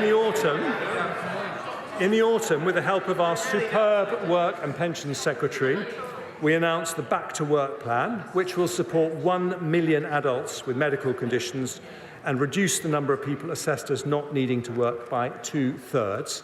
A year ago, I also announced the biggest ever expansion of childcare, extending the 30-hour free childcare offer. Just listen. Extending the 30-hour free childcare offer to all children of working parents from 9 months. We've not had a childcare plan from Labour, so you might want to listen to ours. Our plan will mean an extra 60,000 parents enter the workforce in the next 4 years, a tremendous achievement for the Education Secretary, who I think is doing an effing good job. And today, following representations from many people, including the CBI, I announced measures to support the childcare sector make the new investments it now needs to. So I am guaranteeing the rates that will be paid to childcare providers to deliver our landmark offer for children over 9 months old for the next 2 years. That is more people in work, more jobs, sticking to our plan in a long-term budget for growth. And I now turn to public services.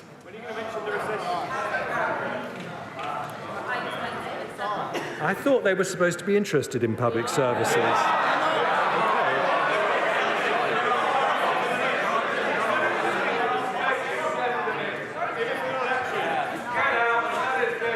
I can wait.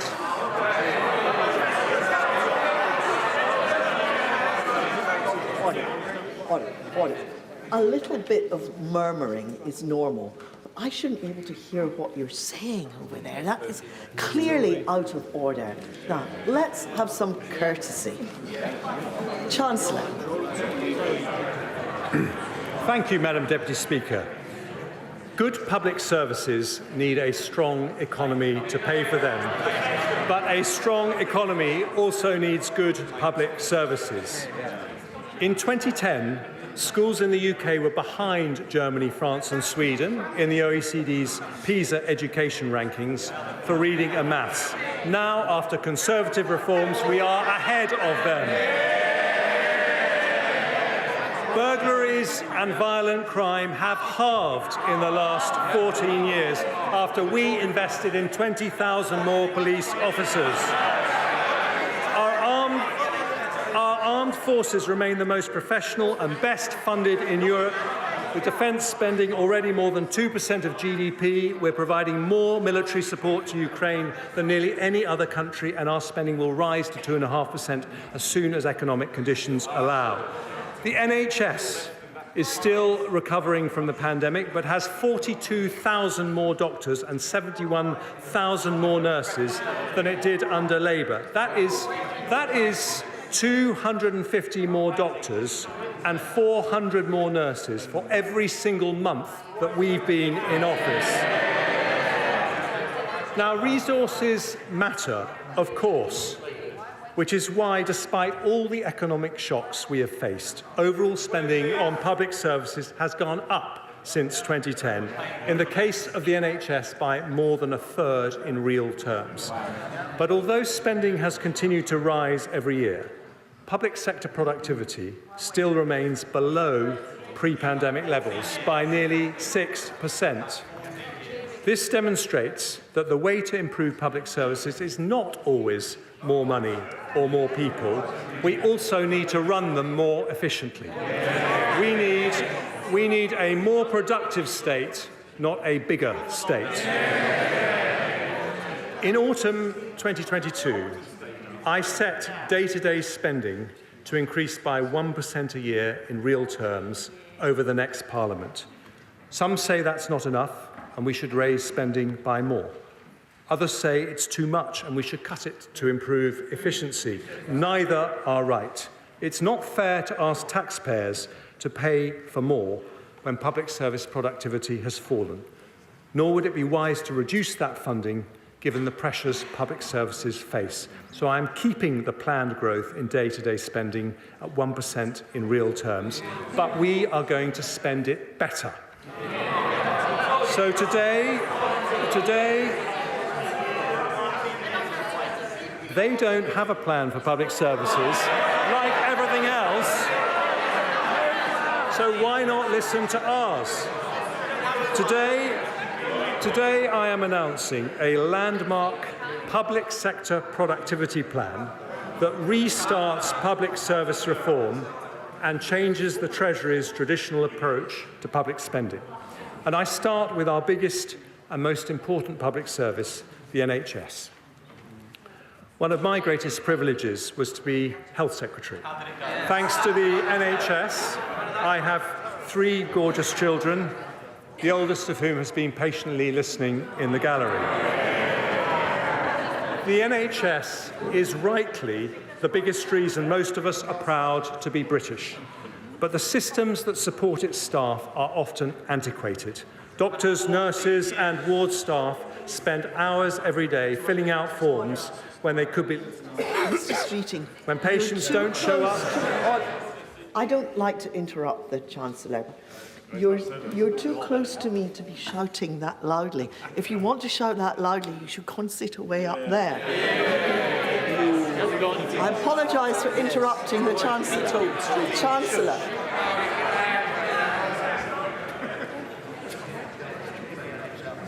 When patients don't show up, or one member of a team is ill, operating theatres are left empty despite long waiting lists. Now, when we published the NHS long-term workforce plan, I asked the NHS to put together a plan to transform its efficiency and productivity. I wanted better care for patients, more job satisfaction for staff, and better value for taxpayers. Making changes on the scale we need is not cheap. The investment needed to modernise NHS IT systems so they're as good as the best in the world costs £3.4 billion. But it helps unlock £35 billion of savings, 10 times that amount. So in today's budget for long-term growth, I have decided to fund the NHS productivity plan in full.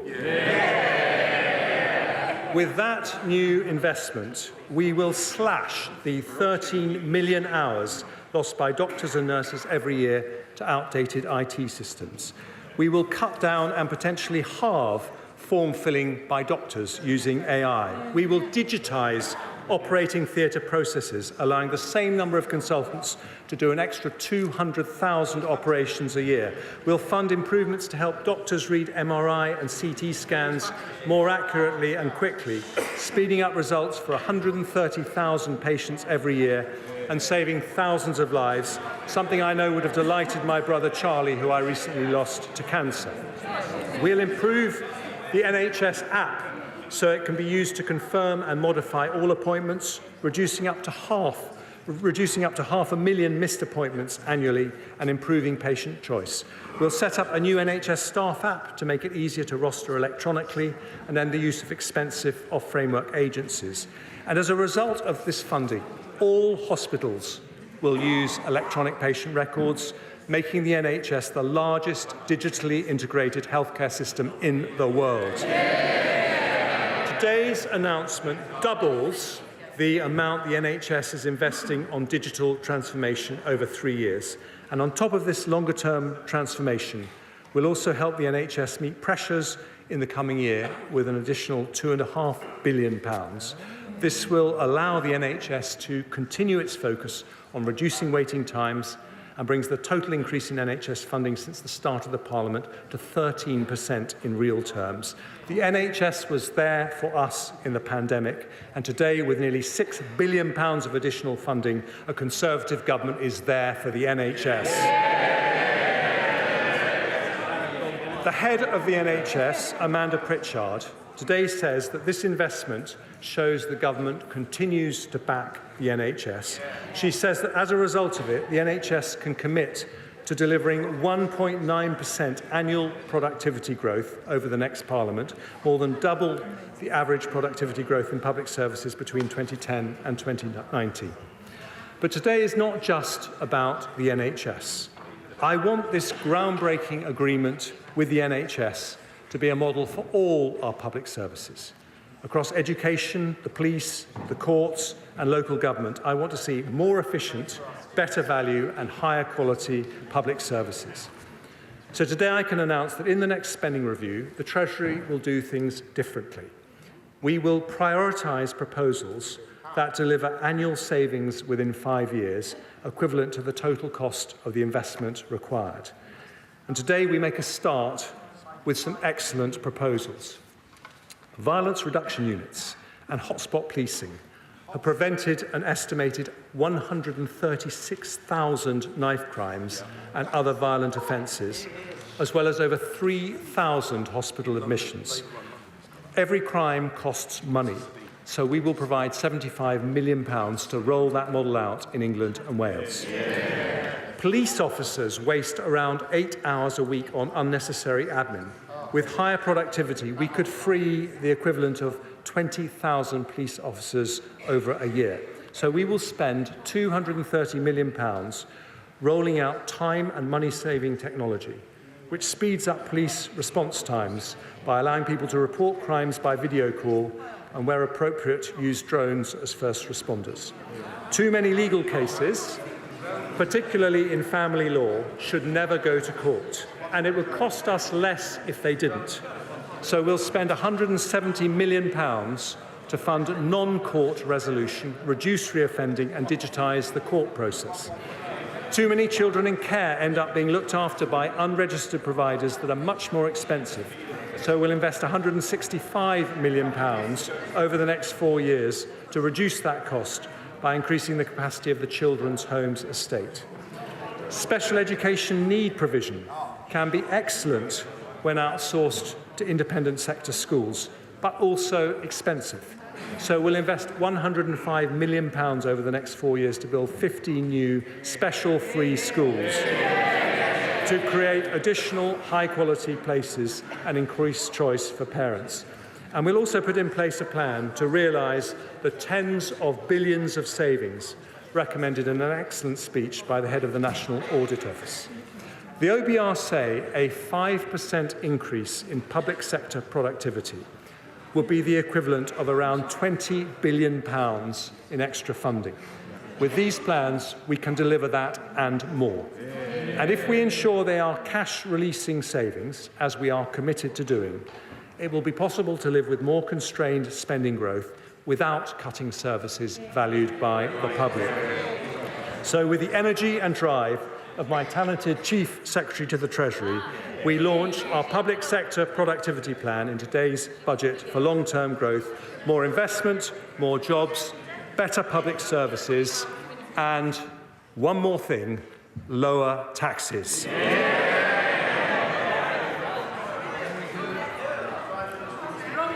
Keeping taxes down matters to Conservatives in a way it never can for Labour. We believe that in a free society, the money you earn doesn't belong to the government, it belongs to you.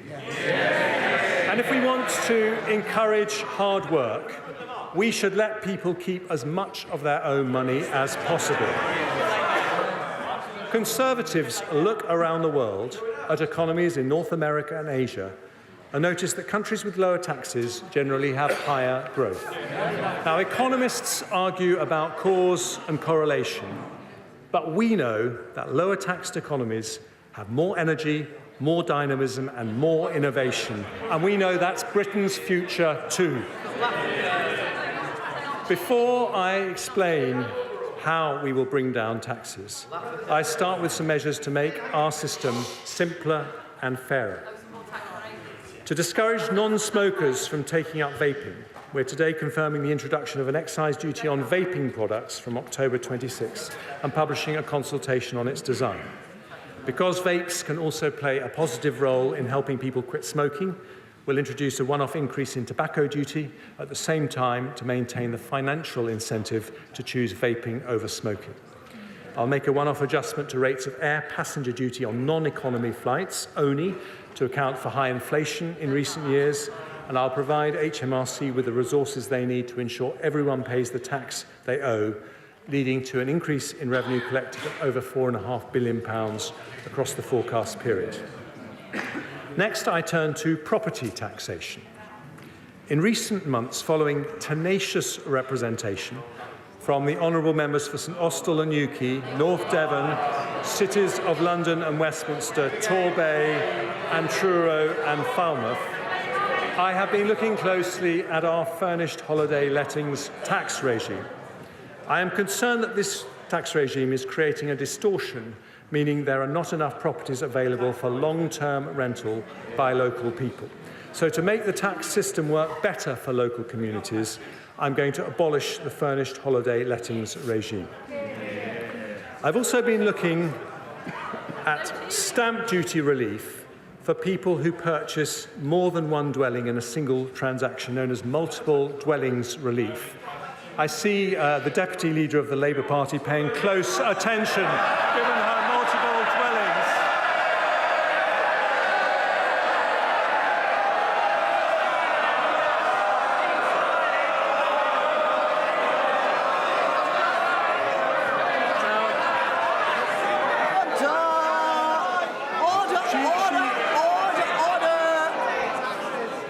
Order. Too much excitement. We haven't actually heard, because we can't hear what the Chancellor is trying to say. Okay, and I can hear who is shouting there. You won't get to speak later. Chancellor. I'm sorry to disappoint her, but multiple dwellings relief was not actually designed for her, but intended to...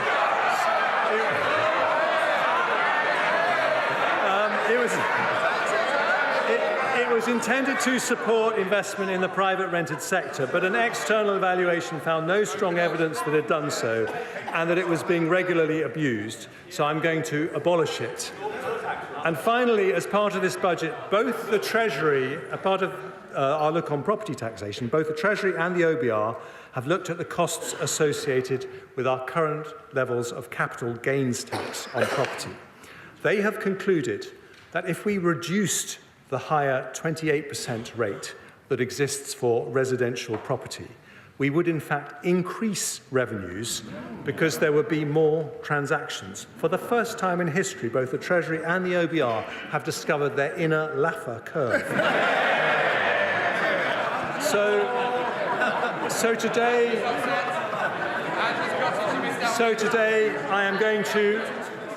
I'm going to reduce the higher rate of property capital gains tax from 28% to 24%. That really is for you, Angela.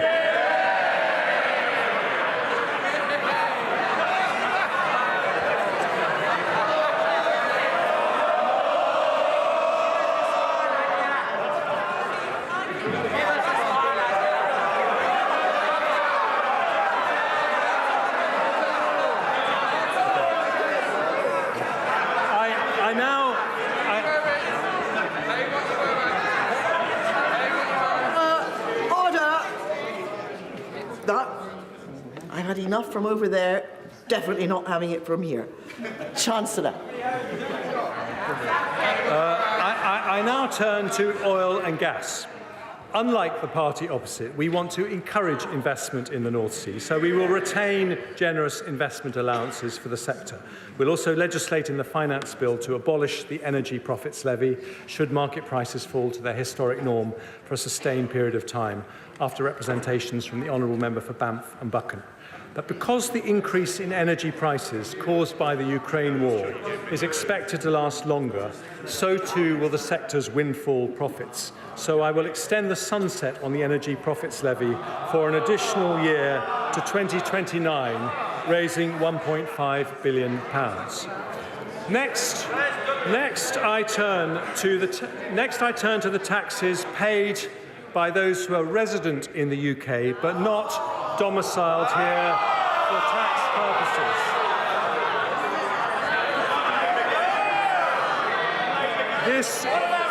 This is a category of people known as non-doms.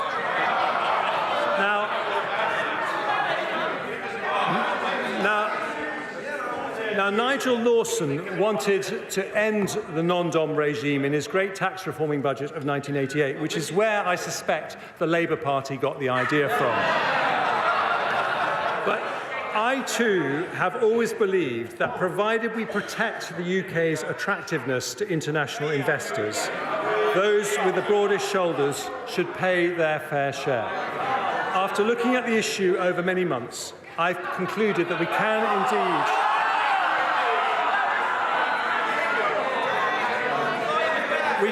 indeed introduce a system which is both fairer and remains competitive with other countries. So the government will abolish the current tax system for non-doms, get rid of the outdated concept of domicile,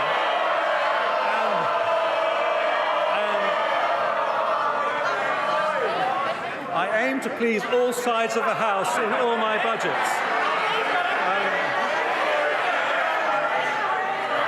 And we will replace... Order. This is impossible. Right? Can you just...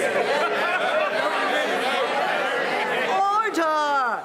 Could you please shout more quietly? Chancellor. Thank you, Madam Deputy Speaker. We will replace the non-dom regime with a modern, simpler and fairer residency-based system. From April 25, new arrivals to the UK will not be required to pay any tax on foreign income and gains for their first 4 years of UK residency, a more generous regime than at present and one of the most attractive offers in Europe.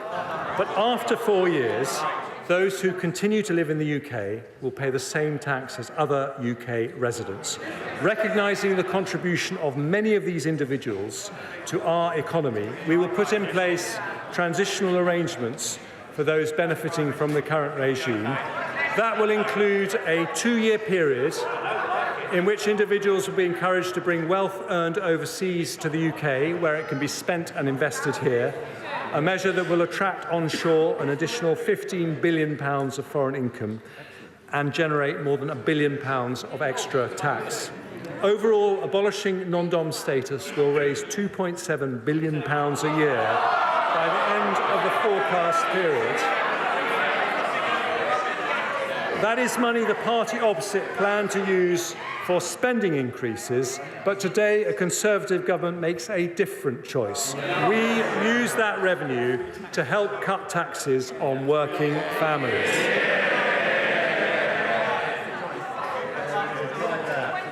And many of those families, Madam Deputy Speaker, depend on child benefit. But the way we treat child benefit in the tax system is confusing and unfair. It's a lifeline for many parents because it helps with the additional costs associated with having children. And when it works, it's good for children, good for parents, and good for the economy because it helps people into work. But we currently withdraw child benefit when one parent earns over £50,000 a year. That means two parents earning £49,000 a year receive the benefit in full, but a household earning a lot less than that does not, if just one parent earns over £50,000. Today, I set out plans to end that unfairness. Doing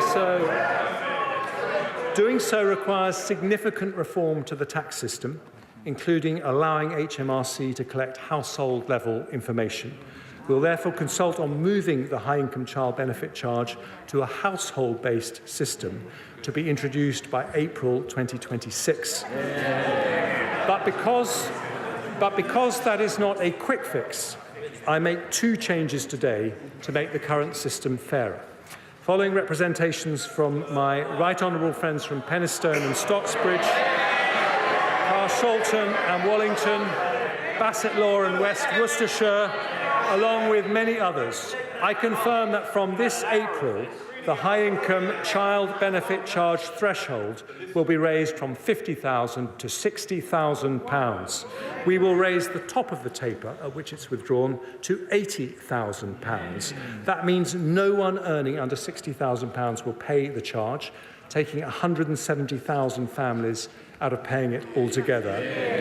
And because of the higher taper and threshold, nearly 500,000 families with children will save an average of £1,300 next year. According to the OBR, this change will see an increase in hours amongst those already working to the equivalent of 10,000 more people entering the workforce. More investment, more jobs, better public service and lower tax. Madam Deputy Speaker, there is one further set of changes I want to make today. The way we tax people's income is particularly unfair.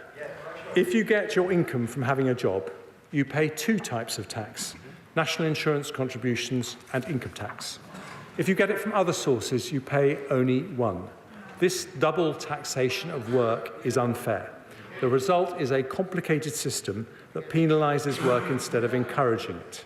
If we are to build a high-wage, high-skill economy not dependent on migration, If we want to encourage people not in work to come back to work, we need a simpler, fairer tax system that makes work pay. That is why I cut national insurance contributions in the autumn.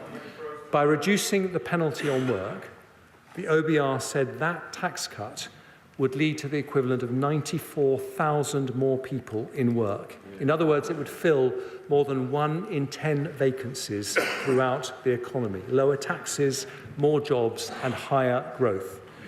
Today, because of the progress we have made bringing down inflation, because of the additional investment that is flowing into the economy, because we have a plan for better and more efficient public services, and because we have asked those with the broadest shoulders to pay a bit more. Order. Mr. Perkins.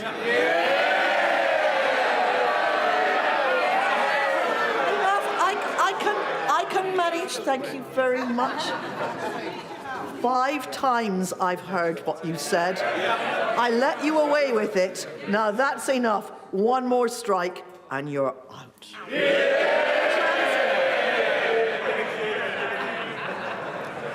Madam Deputy Speaker, I do know how hard it is for them to listen to arguments for lower taxes. But that is the difference. Because we have asked those with the broadest shoulders to pay a bit more, today I go further. From April the 6th, employee national insurance will be cut by another 2p from 10% to 8%. And self-employed national insurance will be cut from 8% to 6%. It means an additional £450 a year for the average employee, or £350 for someone self-employed. When combined with the autumn reductions, it means 27 million employees will get an average tax cut of £900 a year.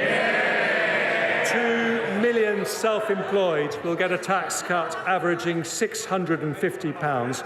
Changes that make our system simpler and fairer, and changes that grow our economy by rewarding work. The OBR say, when combined with the autumn reduction, our national insurance cuts will mean the equivalent of 200,000 more people in work, filling 1 in 5 vacancies, adding 0.4% to GDP and 0.4% to GDP per head. This is the second fiscal event where we've reduced employee and self-employed national insurance. We've cut it by 1/3 in 6 months, without increasing borrowing and without cutting spending on public services. That means the average earner in the UK now has the lowest effective personal tax rate since 1975. Their effective taxes are now lower than in America, France, Germany, or any G7 country, because Conservatives believe that making work pay is of the most fundamental importance. Because we believe that the double taxation of work is unfair, our long-term ambition is to end this unfairness when it is responsible, when it can be achieved without increasing borrowing, when it can be delivered without compromising high-quality public services. We will continue to cut national insurance as we have done today, so we truly make work pay. Madam Deputy Speaker, we stick to our plan with a budget for long-term growth. It delivers more investment, more jobs, better public services and lower taxes. But dynamism in an economy doesn't come from ministers in Whitehall. It comes from the grit and determination of people who take risks, work hard and innovate.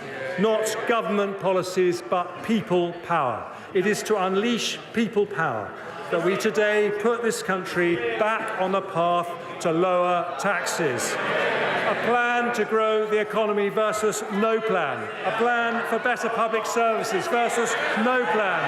A plan to make work pay versus no plan. Growth up, jobs up, taxes down. I commend this statement to the House.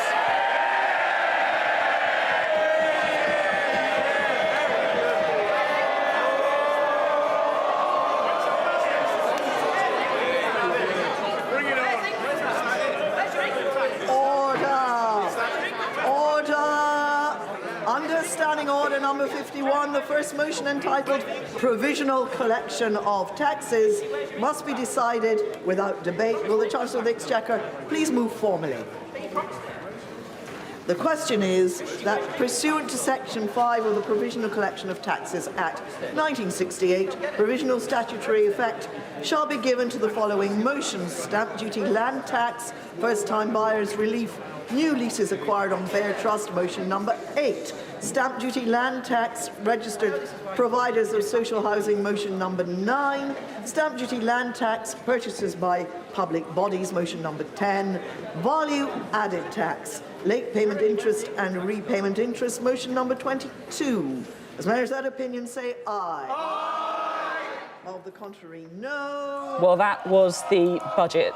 The headline announcement, the one that was already briefed out, employee national insurance being cut by 2p down to 8%. Self-employed national insurance also going down by 2p. That was what we knew about. There were some other measures as well. The abolition of the non-dom tax status, the money raised through that was going to be spent in trying to make sure that the marginal tax rate paid by those in receipt of child benefit, around £50,000 a year earnings, would be ironed out, so a bit more money for working parents there as well.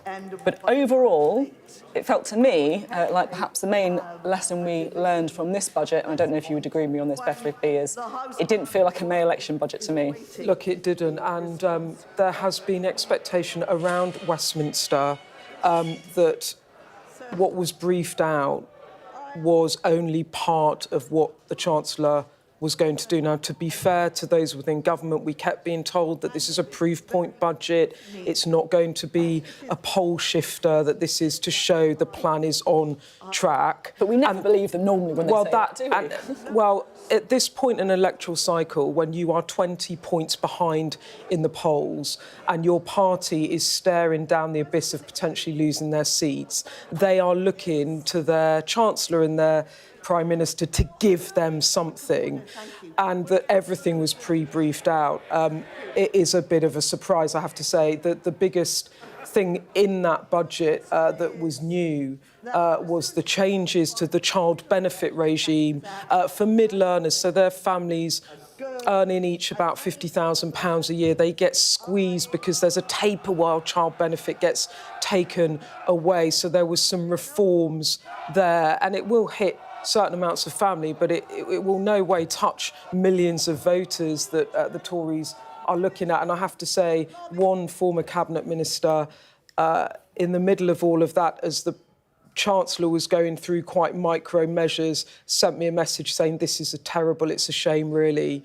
And I think what we're going to see now, the politics of this, is the fallout of a party who will now be clamouring for more. I think there was a hope from the benches that even if the Chancellor didn't announce income tax changes, that there would at least be some indication of that. But what he actually said was, I'm cutting national insurance and I will continue to do that when I can. I imagine that there will be despair on the Conservative benches because they need something, Sophie. They need something to sell to voters. Like you say, Beth, if I'm being honest, a budget without a rabbit, that is pretty unusual. And as you were saying, it's even more unusual at a time when you're in an election year, when people are even speculating about an election in a few months' time. Well, don't feel like that's going to happen now. And of course, you're 20 points in the poll, 20 points behind in the polls. You need to turn that round. Look, there were some measures in the budget that are going to benefit people, worth recapping. That cut to national insurance, so that's an additional £450 a year for the average employee. If you are one of those families that's hit by the high-income child benefit threshold, that is going to make a big, big difference to you, the measures announced there too. Plus, of course, measures like extending the fuel duty freeze and also, of course, extending the alcohol duty freeze as well. So lots of measures in the budget, but all of them, as Beth said, pretty much briefed out before. No great surprises that I think most people were probably anticipating to have. And it does feel, doesn't it, like, I guess, is that it? And it was what we were talking about earlier, Sophie, which when we were talking about May election, later election, Number 10 have been consistently briefing that it's going to come later in the year. And I think this is the pathway they're trying to set. So you do national insurance cuts in January, you do more national insurance and cuts in April, energy bills fall, then inflation gets to the Bank of England target and interest rates are cut, and that cuts people's mortgages. And then maybe you have a fiscal event at the back end of the year, and at that point maybe you cut national insurance further or you cut income tax further, and boom, you're into a general election. But there's some distance to travel between now and then, and in the meantime, the polls aren't shifting. If they're going anywhere, they're going the wrong way. And the national insurance cut was introduced in January, and it did nothing to shift the polls. And that's in the wrong direction. Exactly, that's why Conservative MPs were really looking for more. But look, we've got to see the books. We haven't seen the scorecard. That's where all of the giveaways and tax rises are costed, to kind of look under the bonnet of how the Chancellor has put together this budget. He has nicked the non-dom policy from Labour, so as Wes Streeton said to you yesterday, they've got to answer how they're going to fund some policies, and he has given some support to working families. I think he said there was 500,000 families, I think he said, were going to benefit by about £1,300 by those changes to the child benefit system. So we have to look at that too. So there are some winners, but the problem is politically, does it hit the sweet spot? It's that politics, isn't it? And there's so many different constituencies that they need to look at. They need to look at the voters, most importantly, but also those restless Conservative MPs who are looking for change. They're looking for something radical to happen, and it didn't feel like that happened today. I guess the issue that the Chancellor and the Prime Minister has is, if you stake your reputation on economic credibility, on being the people they can trust fiscally, then when the economies, I think, only grew by 0.1% in 2023, when the tax burden is so high, when, of course, the headroom is only £8.9 billion, which is pretty tight by any standards, then really what can you actually do? The public spending projections are already, many would say, completely unrealistic. Yeah, and that was the message coming from the Treasury, which is that the Chancellor, for 3 fiscal statements, has done what he thought was the right thing, and he has ignored that political pressure. But there was another Chancellor, which was the Prime Minister back in March 2022, who stood at the dispatch box as Chancellor under Boris Johnson and told the country, and perhaps most importantly, actually, his party, because maybe people weren't paying attention, that he was going to cut income tax from the base rate to 19p from 20 pence in 2024. And I'm telling you, and you know this, Sophie, a lot of MPs, a lot of Conservative MPs, they wanted to see that. They felt that that would galvanise a bit more support from them, and they're going to be sorely disappointed with that budget today, I imagine. It's going to be so interesting to see how the Conservative Party react. It's something that I'm really looking out for, to see how some of those rebels are going to react. Beth, thank you very much for the political analysis. Right, let's get some economic analysis, shall we, with Ed Conway, who is by his big screen. Ed, what did you make of that budget? Yeah, I mean, Beth was talking about the scorecard. So the scorecard is kind of where we get the rundown of all of the different numbers about how much these measures cost. I'm just looking at it here on my little screen as opposed to the big screen. And it's not that big.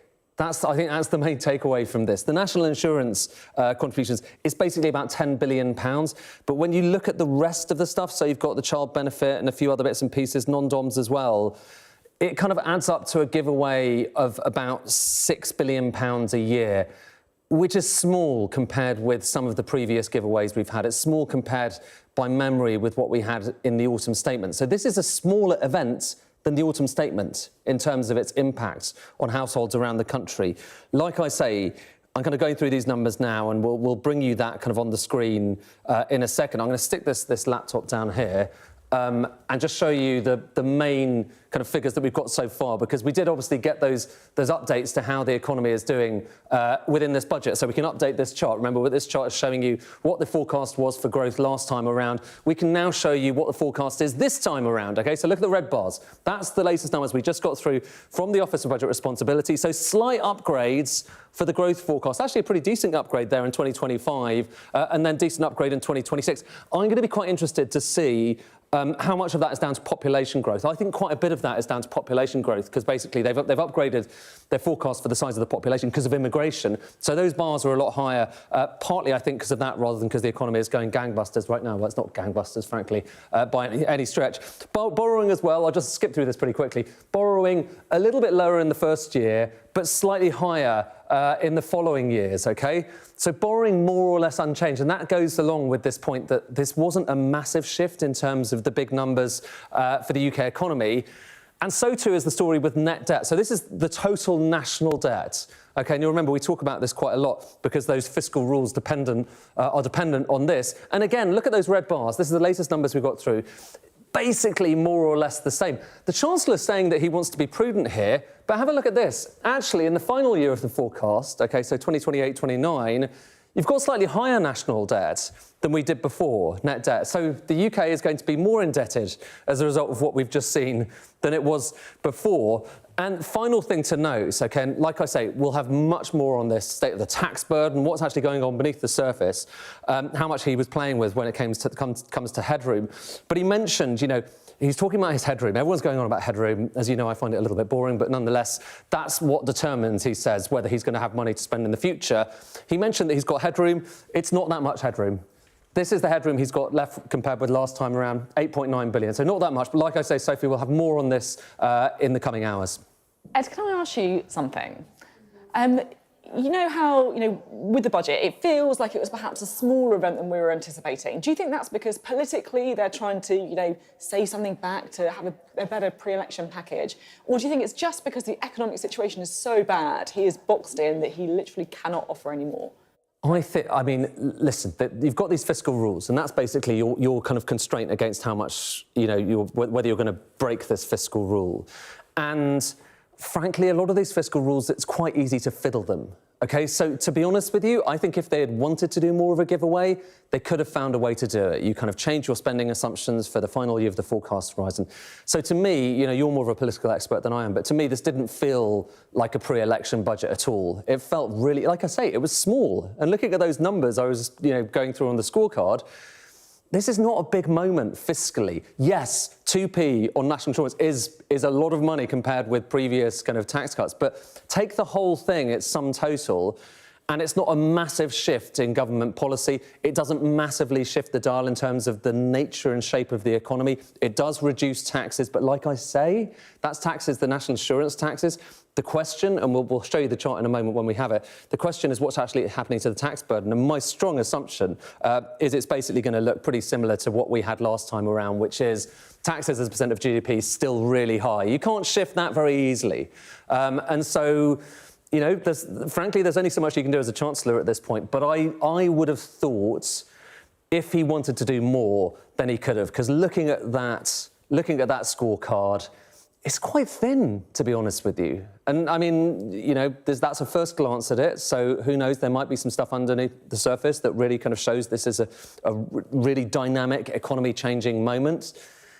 But, to be honest with you, looking at that doesn't look like it at the surface. So interesting. Ed, thank you very much indeed. Ed Conway there, crunching the numbers and putting them in the picture. I mean, it's so interesting, Beth, isn't it? Because Ed is saying there that, look, this is not a mega economic event. And it doesn't feel like it's going to be a mega political event to us either, does it? And I think that is a problem, yes, for the Chancellor, but also for the Prime Minister. Yeah, let's just, you know, I've got the scorecard, I'm going through the figures. There's lots of tinkering.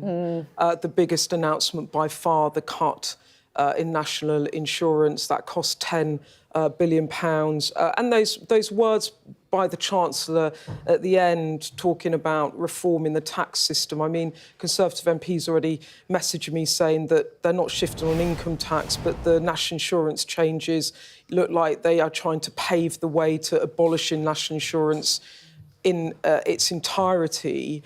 But this is not going to move the needle at a time when Conservative MPs really want it to. It feeds in to what we've been talking about, which is this proof point budget, where, as I said, I think there's a kind of pathway towards turning the corner, as people around the Prime Minister would put it.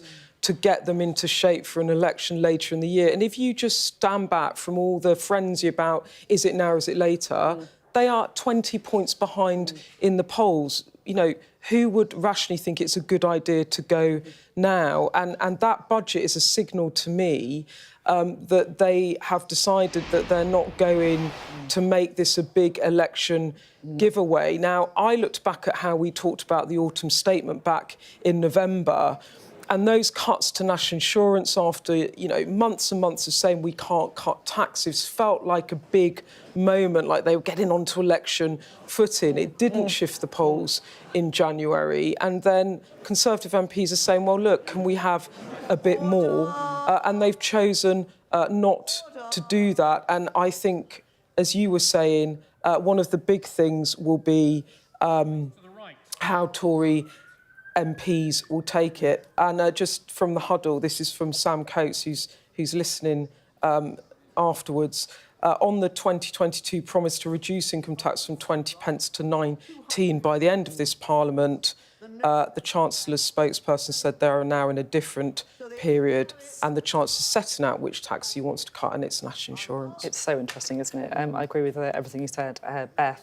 Now, if you're wondering why we haven't had a response from Labour, we're currently looking at pictures from the House of Commons. What's actually happened is we think that the SNP have forced a division, so an actual vote on the immediate tax changes. Normally that would just go through on the nod. That hasn't happened, and as a result, MPs effectively emptying out the chamber, going into the division lobbies, voting in the traditional way. So we're trying to stand that up with the SNP and the Speaker's office, but we think that is what's happening in the House of Commons now, and so we're effectively waiting to see what happens with that vote, and then, of course, hearing the traditional responses to the Chancellor's budget from Labour and then others as well.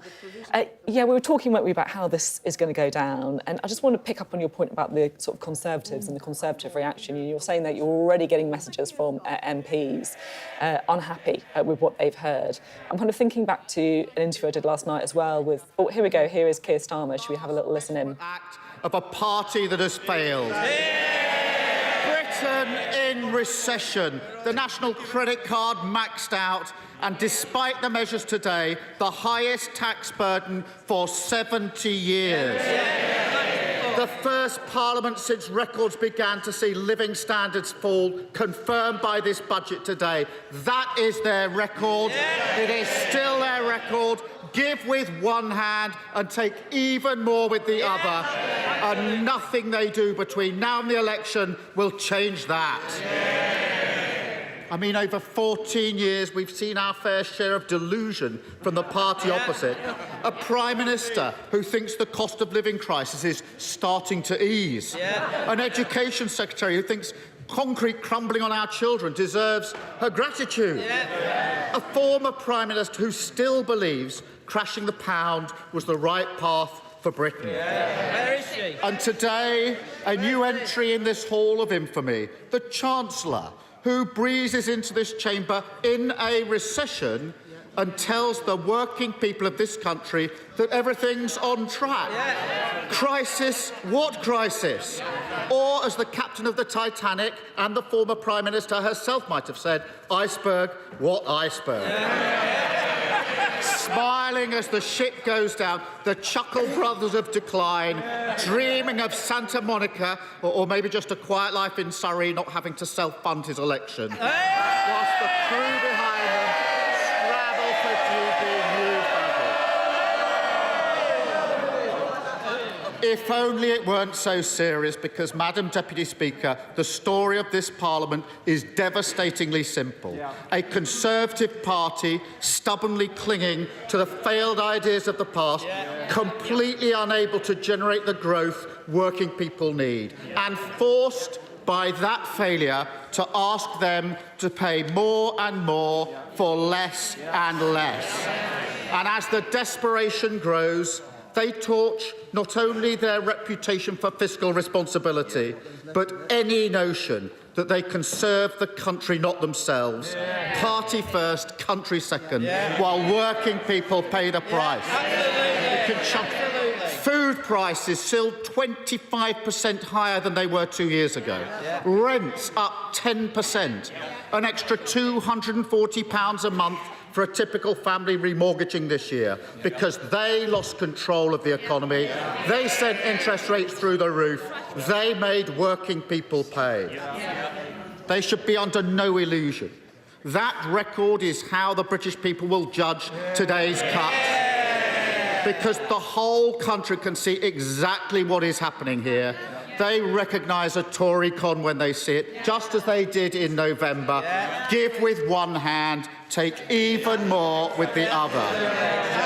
Madam Deputy Speaker, people have been living through this nonsense for 14 years. They know the thresholds are still frozen, dragging more and more people into higher taxes. They know that a Tory stealth tax is coming their way in the shape of their next council tax bill. The Levelling Up Secretary has told not just this House, but every house in the country he's coming for their council tax. Give with one hand, gove in the other. But most insultingly of all, the British people know the only cause that gets this lot out of bed is trying to save their own skin. Take the desperate move after years of resistance to finally accept Labour's argument on the non-dom tax regime. Has there ever been a more obvious example of a government that is totally bereft of ideas? And if they're sincere in support of this policy now, then the question they must answer today is, why did they not do it earlier? Why did they not stand up to their friends, their funders and their family? Because if they had followed Labour's example, 3.8 million extra operations would have taken place by now. 1.3 million emergency dental appointments, 3 breakfast clubs for nearly 4.5 million children. But if instead this is just another short-term, cynical political gimmick, then honestly, what is the point of them? What is the point of a party that is out of touch, out of ideas, and nearly out of road? And we saw it last year as well, when only Labour's policies on the cost of living made the difference. For those opposite, now a little downbeat about another intellectual triumph for social democracy. I say get used to it, because with this pair in charge, it won't be long before they ask you to defend the removal of private school tax relief as well. But, Madam Deputy Speaker, the harder they try with cynical games like this, the worse it will get for them, because the whole country can see exactly who they are, fighting for themselves, politics not governing, party first, country second.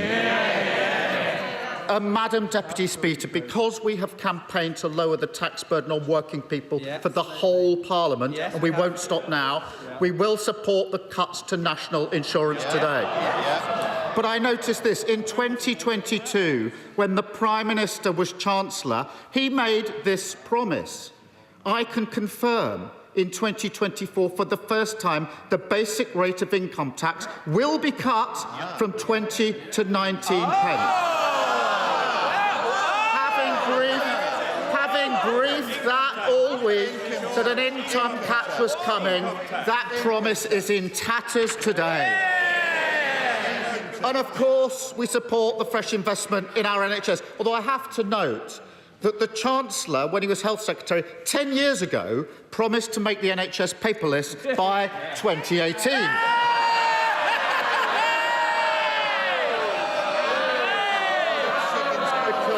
And I know the Prime Minister's fondness for Elon Musk extends to an enthusiastic embrace of his community notes on fact-checking. So I'll say this bit slowly. Labour supports the fuel duty freeze. That is our policy. And I look forward to the Prime Minister's acknowledgement of that in coming days. We do ask the Chancellor can set out how we will make sure that this policy gets passed on to hard-pressed families at the pump. Yet, Madam Deputy Speaker, for all the fanfare around the tax measures today, that straightforward story remains true. Taxes, a 70-year high. The British people paying more for less. An unprecedented hit to living standards of working people. The first time they've gone backwards over a parliament, and they were cheering that today. And the reason is equally simple. There is no plan for growth. How can there be? He can say long-term plan all he likes. We see there are... Well, Madam Deputy Speaker, last year he announced 110 growth measures. He said we've turned the corner. And where are we now? Britain in recession. An economy smaller than when the Prime Minister entered Downing Street. The textbook definition of decline, that is their record. I mean, after 14 years, who do they actually think feels better off? Productivity is flat. Mortgages through the roof. House building off a cliff. Worklessness rising and rising. Homelessness never higher. Crime virtually unpunished. Children who can't see a dentist. Sewage in our rivers. Billions and billions of taxpayers' money wasted. 7 billion by the Prime Minister on COVID fraud alone. 500 million on the Rwanda scheme that has achieved precisely nothing. I can keep going. A railway line that will never reach our great northern cities. In fact, it might not even reach central London. Billions upon billions for a white elephant without a trunk. While today we learn taxpayers are picking up the bill for the Science Minister's libel. And all the time, one thing that is growing, the waiting list in our NHS, now nearly 8 million. They've had 14 years. 14 years. Running out of road. Madam Deputy Speaker, this is what decline looks like. And the complacency they've shown today, it takes your breath away. Britain deserves better than this. Britain deserves a real plan for growth, an end to 14 years of stagnation, wealth creation across the whole of the country, higher living standards for working people. This is the mission we need. But yet again, what we got was the same tired old formula, the sticking plasters, the chopping and changing, the party first, country second politics, with no repudiation of the utterly discredited idea that economic growth is something the few gift to the many. But even then, Madam Deputy Speaker, I think his backbenchers are owed an explanation. Because when the Chancellor says Britain has grown more quickly than countries like Germany over the last 14 years, I'm sure they will be shocked to learn that this is a statistical sleight of hand. And when it comes to GDP per capita, in other words, the growth that makes the difference to the pockets of working people, their record is much worse. Indeed, in per capita terms, our economy has not grown since the first quarter of 2022, the longest period of stagnation Britain has seen since 1955. In fact, the Chancellor invited us to look at those figures. The OBR says GDP per capita will be 0.75% lower in 2028 than was they forecast in November of last year. That was the number he said we should watch. 0.75% lower in 2028. And they can call this a technical recession. But there's nothing technical about working people living in recession for every second the Prime Minister has been in power. This is a Rishi recession. And if the party opposite really wants to know what hides in the Chancellor's spreadsheets, then they will see that it's only the record levels of migration they have delivered which has prevented an even deeper decline. And that is the record they must stand on at the election. Because while on these benches we do not demean for a second the contribution migrants make to a thriving economy, it is high time the party opposite was honest with the British public about the role migration plays in their economic policy. Because right now, in terms of growth, that is all they have. There is nothing else. No plan to get Britain building again with a reformed planning system. No ambition to invest in clean British power for cheaper bills and energy security. No inclination to move away from insecure, low-paid jobs and strengthen employment rights so we can finally make work pay. Madam Deputy Speaker, where is the urgency on affordable housing? How can they look at Britain now and not see this as a massive priority? Never again will they be allowed to pose as the party of home ownership and aspiration.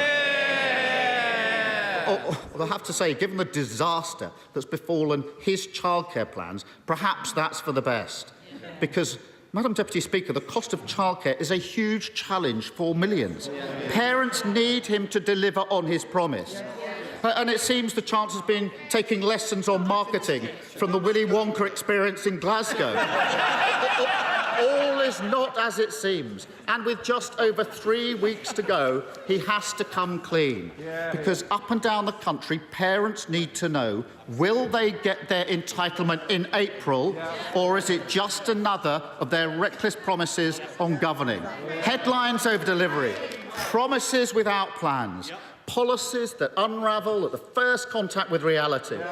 The lesson crystal clear that those who broke our economy cannot be trusted to repair it. The Tory credit rating is 0. It's time for change with Labour.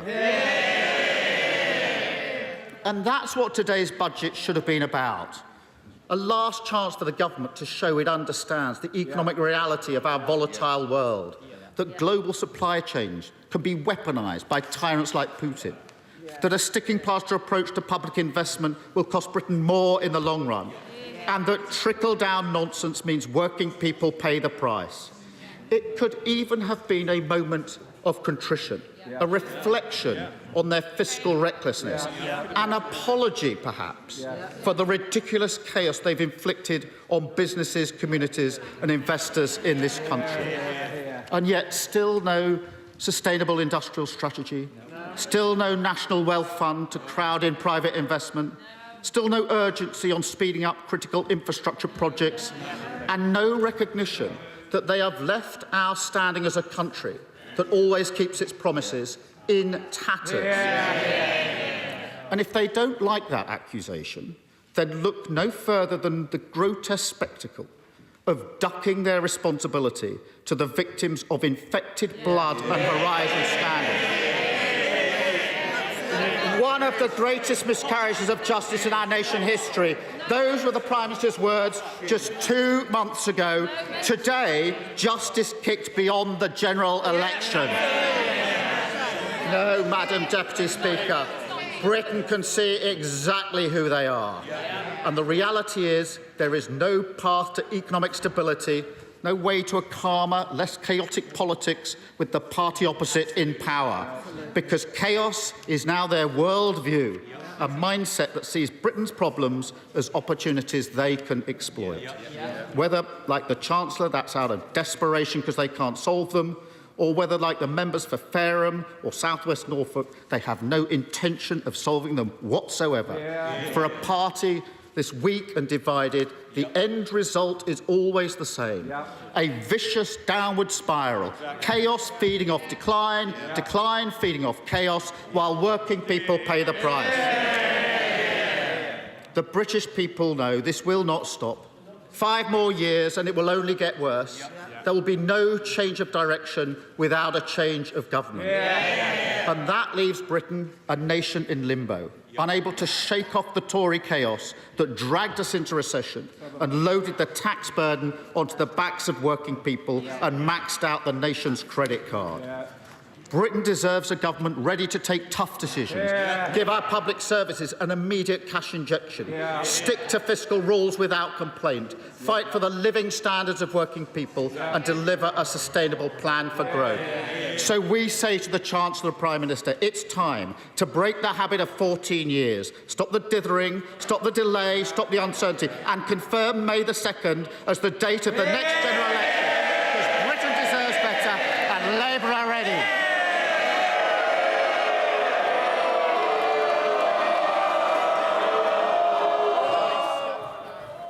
Well, there you have the leader of the opposition, Sir Keir Starmer, responding to the budget, calling, as you'd expect, for a May election. But that feels like further away than ever, because this was a much smaller economic and political event than we're often used to with budgets and also autumn statements. Perhaps surprising when you see how far the Conservatives are behind in the polls at a time when they need a defibrillator. It felt like with the budget today they got an aspirin.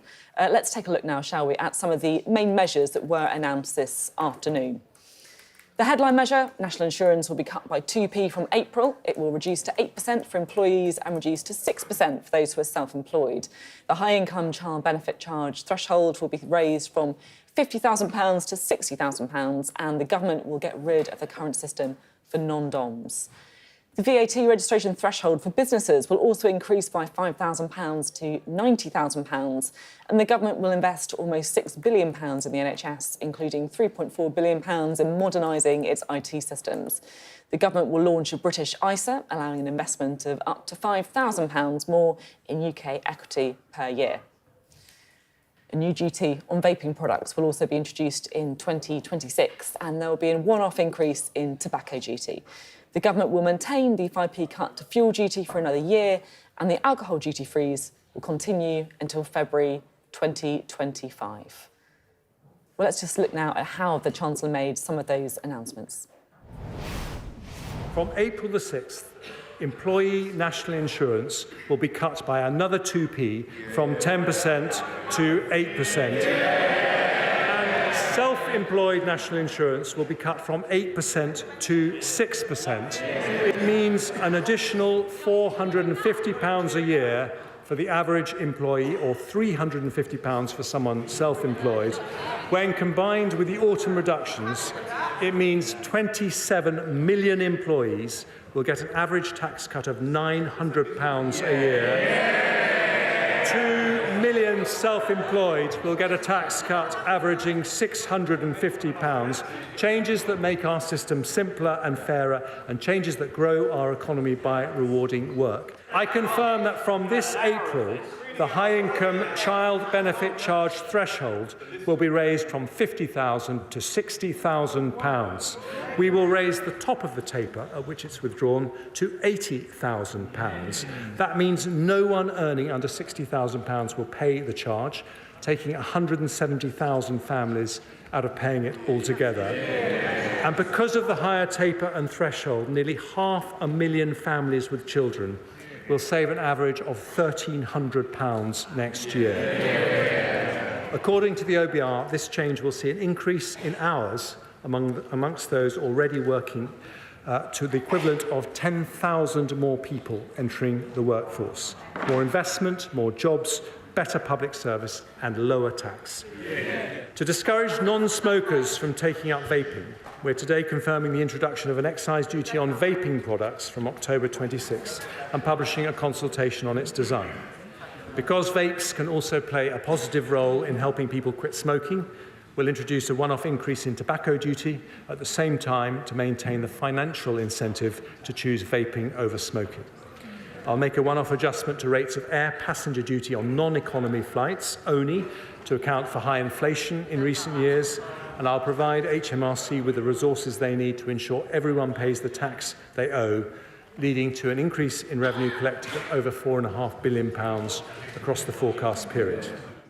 Dynamism in an economy doesn't come from ministers in Whitehall. It comes from the grit and determination of people who take risks, work hard and innovate.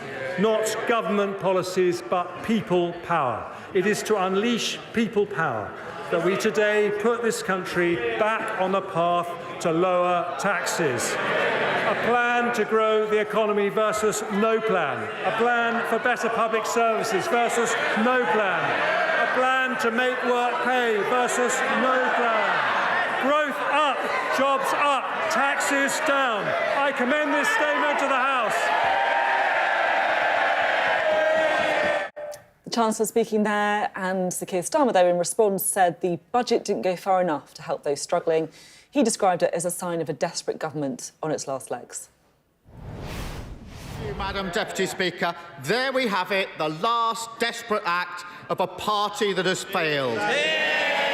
Britain in recession, the national credit card maxed out, and despite the measures today, the highest tax burden for 70 years.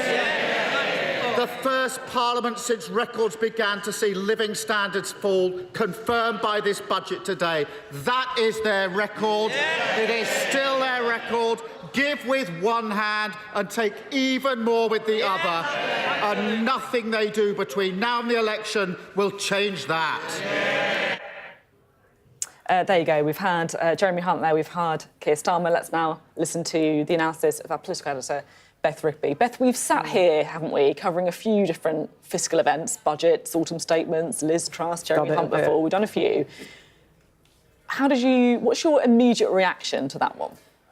Look, it is the last big pre-election budget, and that politically means something. It's a moment to talk to the country. It's a moment to actually change people's living standards. It's a huge opportunity, and I think there were big expectations, but I think what we thought might be a big statement of intent, to be blunt, was more a muted stutter, in that the tax change that was the 2 percentage points in national insurance, that cut, a cut that had also begun in November 2023, enforced in January 2024, didn't move the polls. That was pre-briefed out. And so, of course, around here, when MPs in particular are looking to something to sell on the doorstep, there's an expectation that in this pre-election budget there had to be more. That there was not a bigger political budget. And what does it point to? I think there's a couple of things there. As we've been talking about over the past couple of days, this was very much billed when I talked to people in government about a proof point budget, that it wasn't, to quote one person, it wasn't a poll game changer. It wasn't designed to be that, but rather it was designed to show the country at a turning point. You heard Jeremy Hunt's closing statements there. And to prove that Rishi Sunak and Jeremy Hunt's plans for the economy were on track. So it was another staging post, if you like, to their big election sale, which will be, I imagine, more tax cuts, and the economy is growing again, mortgage rates are coming down, energy bills are coming down. So I think it points to potentially another fiscal event. And I also think it now points to a Chancellor and a Prime Minister that are definitely looking at an election beyond the summer, because this is not a budget in which you give the big bang to voters and then whip them up into appreciating you and then go to the polls. It was so muted. The tax and spend changes were limited, no big rabbit out of the hat, and no move on income tax. And it is an issue because, not least, the Chancellor, who is now the Prime Minister, Rishi Sunak, promised the country and his party in March 2022 that he would cut the basic rate of income tax from 20 pence to 19 pence in 2024. Now the Chancellor's changed, the economic environment has changed, but there was an expectation that even if they didn't do it today, they would stage it as something to happen in the future. What's the Conservative reaction? We'll have to see the fallout. One former Cabinet Minister saying to me at the moment that they think MPs will toe the line just because they are so worried about the infighting that is affecting them when they're already 20 points behind in the polls, but it's not going to move the needle. Someone's saying to me, it's a shame, really, it was terrible. Oh, goodness, really, really holding back there. It feels, doesn't it, like, Beth, it's almost like, you've got the Chancellor on the one hand who wants to be remembered as the kind of responsible custodian of the economy, and then the Conservative MPs clamouring for tax cuts, and you've got something that, like you say, I just question the cut through. Yeah, just a couple more things to add, though. I mean, one thing that will be good for the Chancellor today is that we've talked a lot about real household disposable income in the past, about, he announces changes.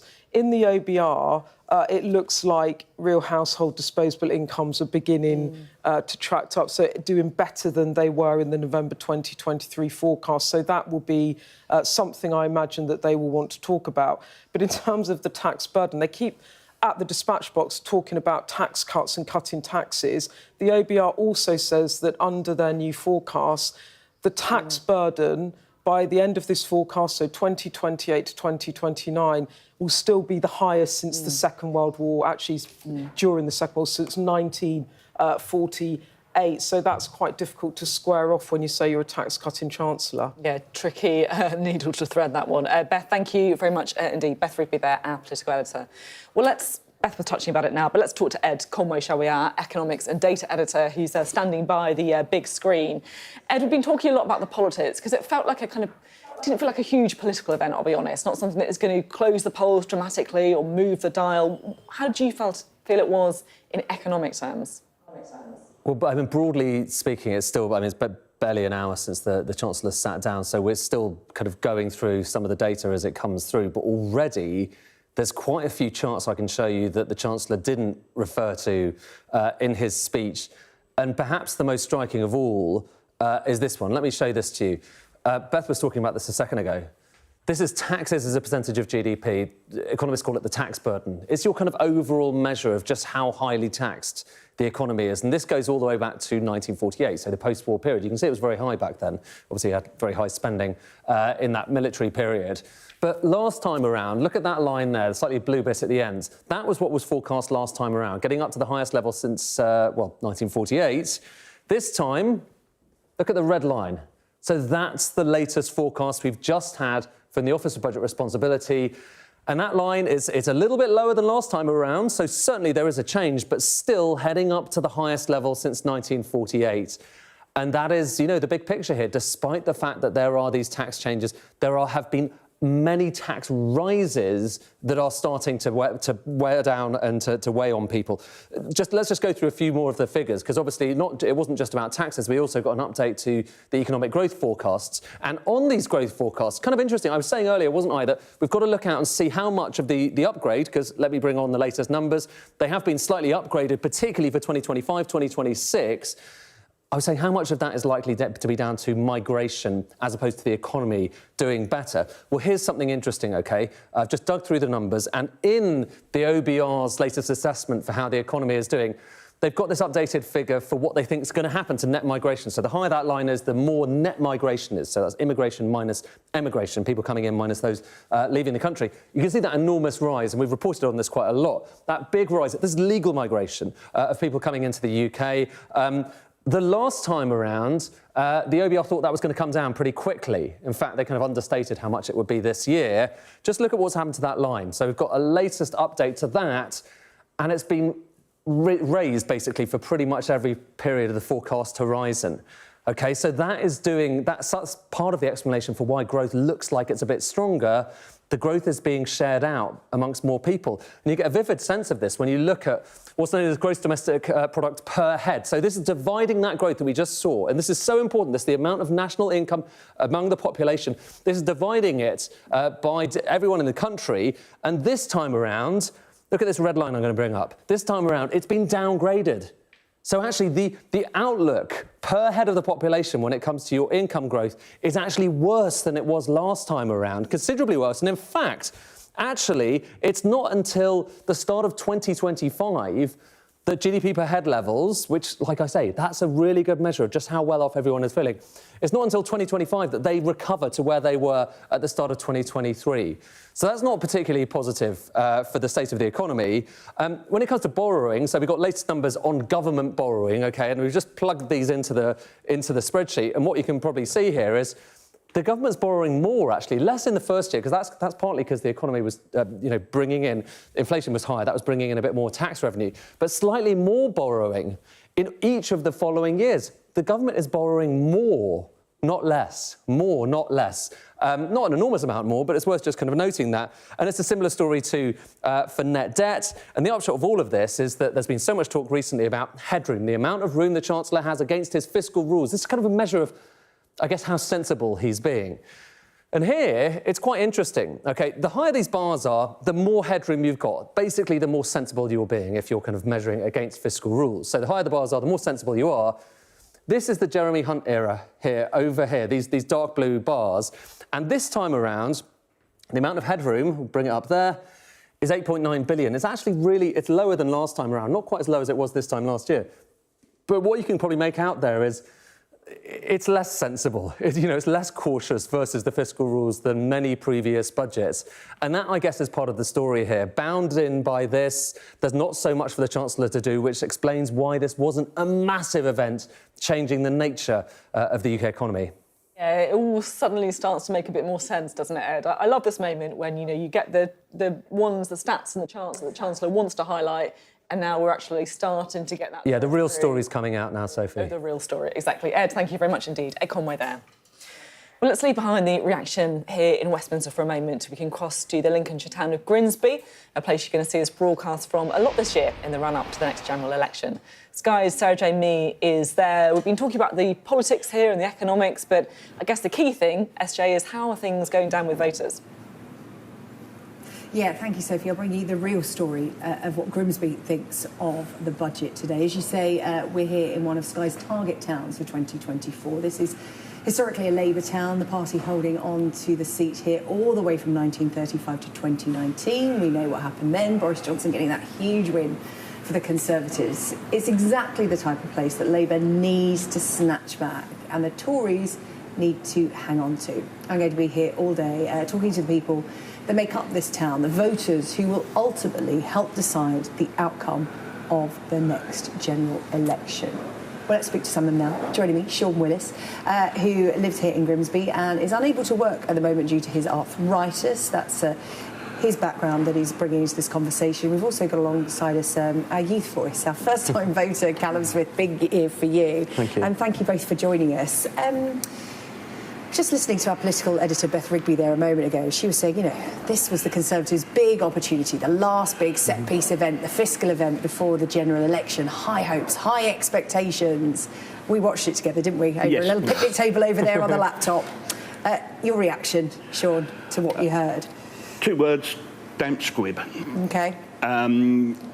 If you looked at Jeremy Hunt's speech, and you took out his electioneering and finger-pointing and blaming Labour for, everything, he could have delivered that speech probably in half the time. In terms of content, no rabbit out of the hat, no surprises. Anything in there that's going to affect your life? To me, it's not going to make a great deal of difference, and I don't think there's a lot in there that's going to get the people of Great Grimsby jumping up and down either. Yeah. Callum, what about you? Well, I definitely thought it was the last-ditch attempt from the Tories. Just the blame slinging straight across from it. It was just constant, wasn't it? There wasn't a minute where Jeremy Hunt wasn't trying to score points, and it almost just looked a bit pathetic. Does that frustrate you? Because you want to listen to that budget, and that is his chance to speak directly to you and tell him, tell you how he's going to make your life better. Definitely. You were interested in the NHS because I know you're looking at going to university to study to become a paramedic. So the NHS, it's sticking to the plan. There's no cut in spending. There's no increase in it either. It's the status quo. Which, when you dig down into the figures, as Ed Conway's been doing, our data and economics editor. Actually, in real terms, the NHS is probably going to be worse off in the next few years. What was your reaction to those plans when you heard them? I was a bit shocked that they're not going to increase any of that. I feel like the funding that they're offering is much welcome, but it's still overdue. It's an organisation that's really, really struggling, and 2.5 billion that's going to be allowed to spend whatever they want is not going to be enough. Sure, I mean, it's something that will speak to you because obviously you can't work at the moment because of your arthritis. And Jeremy Hunt said the NHS was here for us during the pandemic. The Conservatives are here for the NHS. He said public services spending remains the same across public services, not just the NHS. We've just got to spend it better. There's this public sector productivity plan. Is that how you feel about public services? They've got enough money, there's just not people spending it properly. I like the idea that they're going to be looking at ways to spend it better, increase morale. But how do you increase morale when you spent the last sort of 4 years effectively giving real-term cuts in pay to doctors and nurses? Is what they're proposing going to increase that morale? Is it going to make things better? Yet to be convinced, I'm afraid. Callum, one for you. I mean, you know, we both looked at each other already, talked about the freeze on alcohol duty. That's going to continue until next year, because we were looking at things in there for young people. There was that, and there was also some talk about helping young people get onto the property ladder. Does any of that resonate with you? I mean, they talk about making affordable housing more affordable, but how can you make something that's already extortionate more affordable? You can't drop it. There is no way to be able to do that. And without that big amount of money that you can get from your parents to be able to afford a house, it's not going to help at all to get you on the property ladder. Just final question, yes or no answer from both of you. From what you've heard today, does that move the dial any in the build-up to the general election as to who you're leaning towards? Has it shifted anything for you at all? Absolutely not. No? No, it hasn't moved anything. I mean, Labour had a chance to go and score points, but even with Keir Starmer's response, he said these things need to change, but didn't once say how he was going to do it. And for me, that would have really shifted things towards Labour's direction. OK, Callum and Sean, thank you. We will speak again.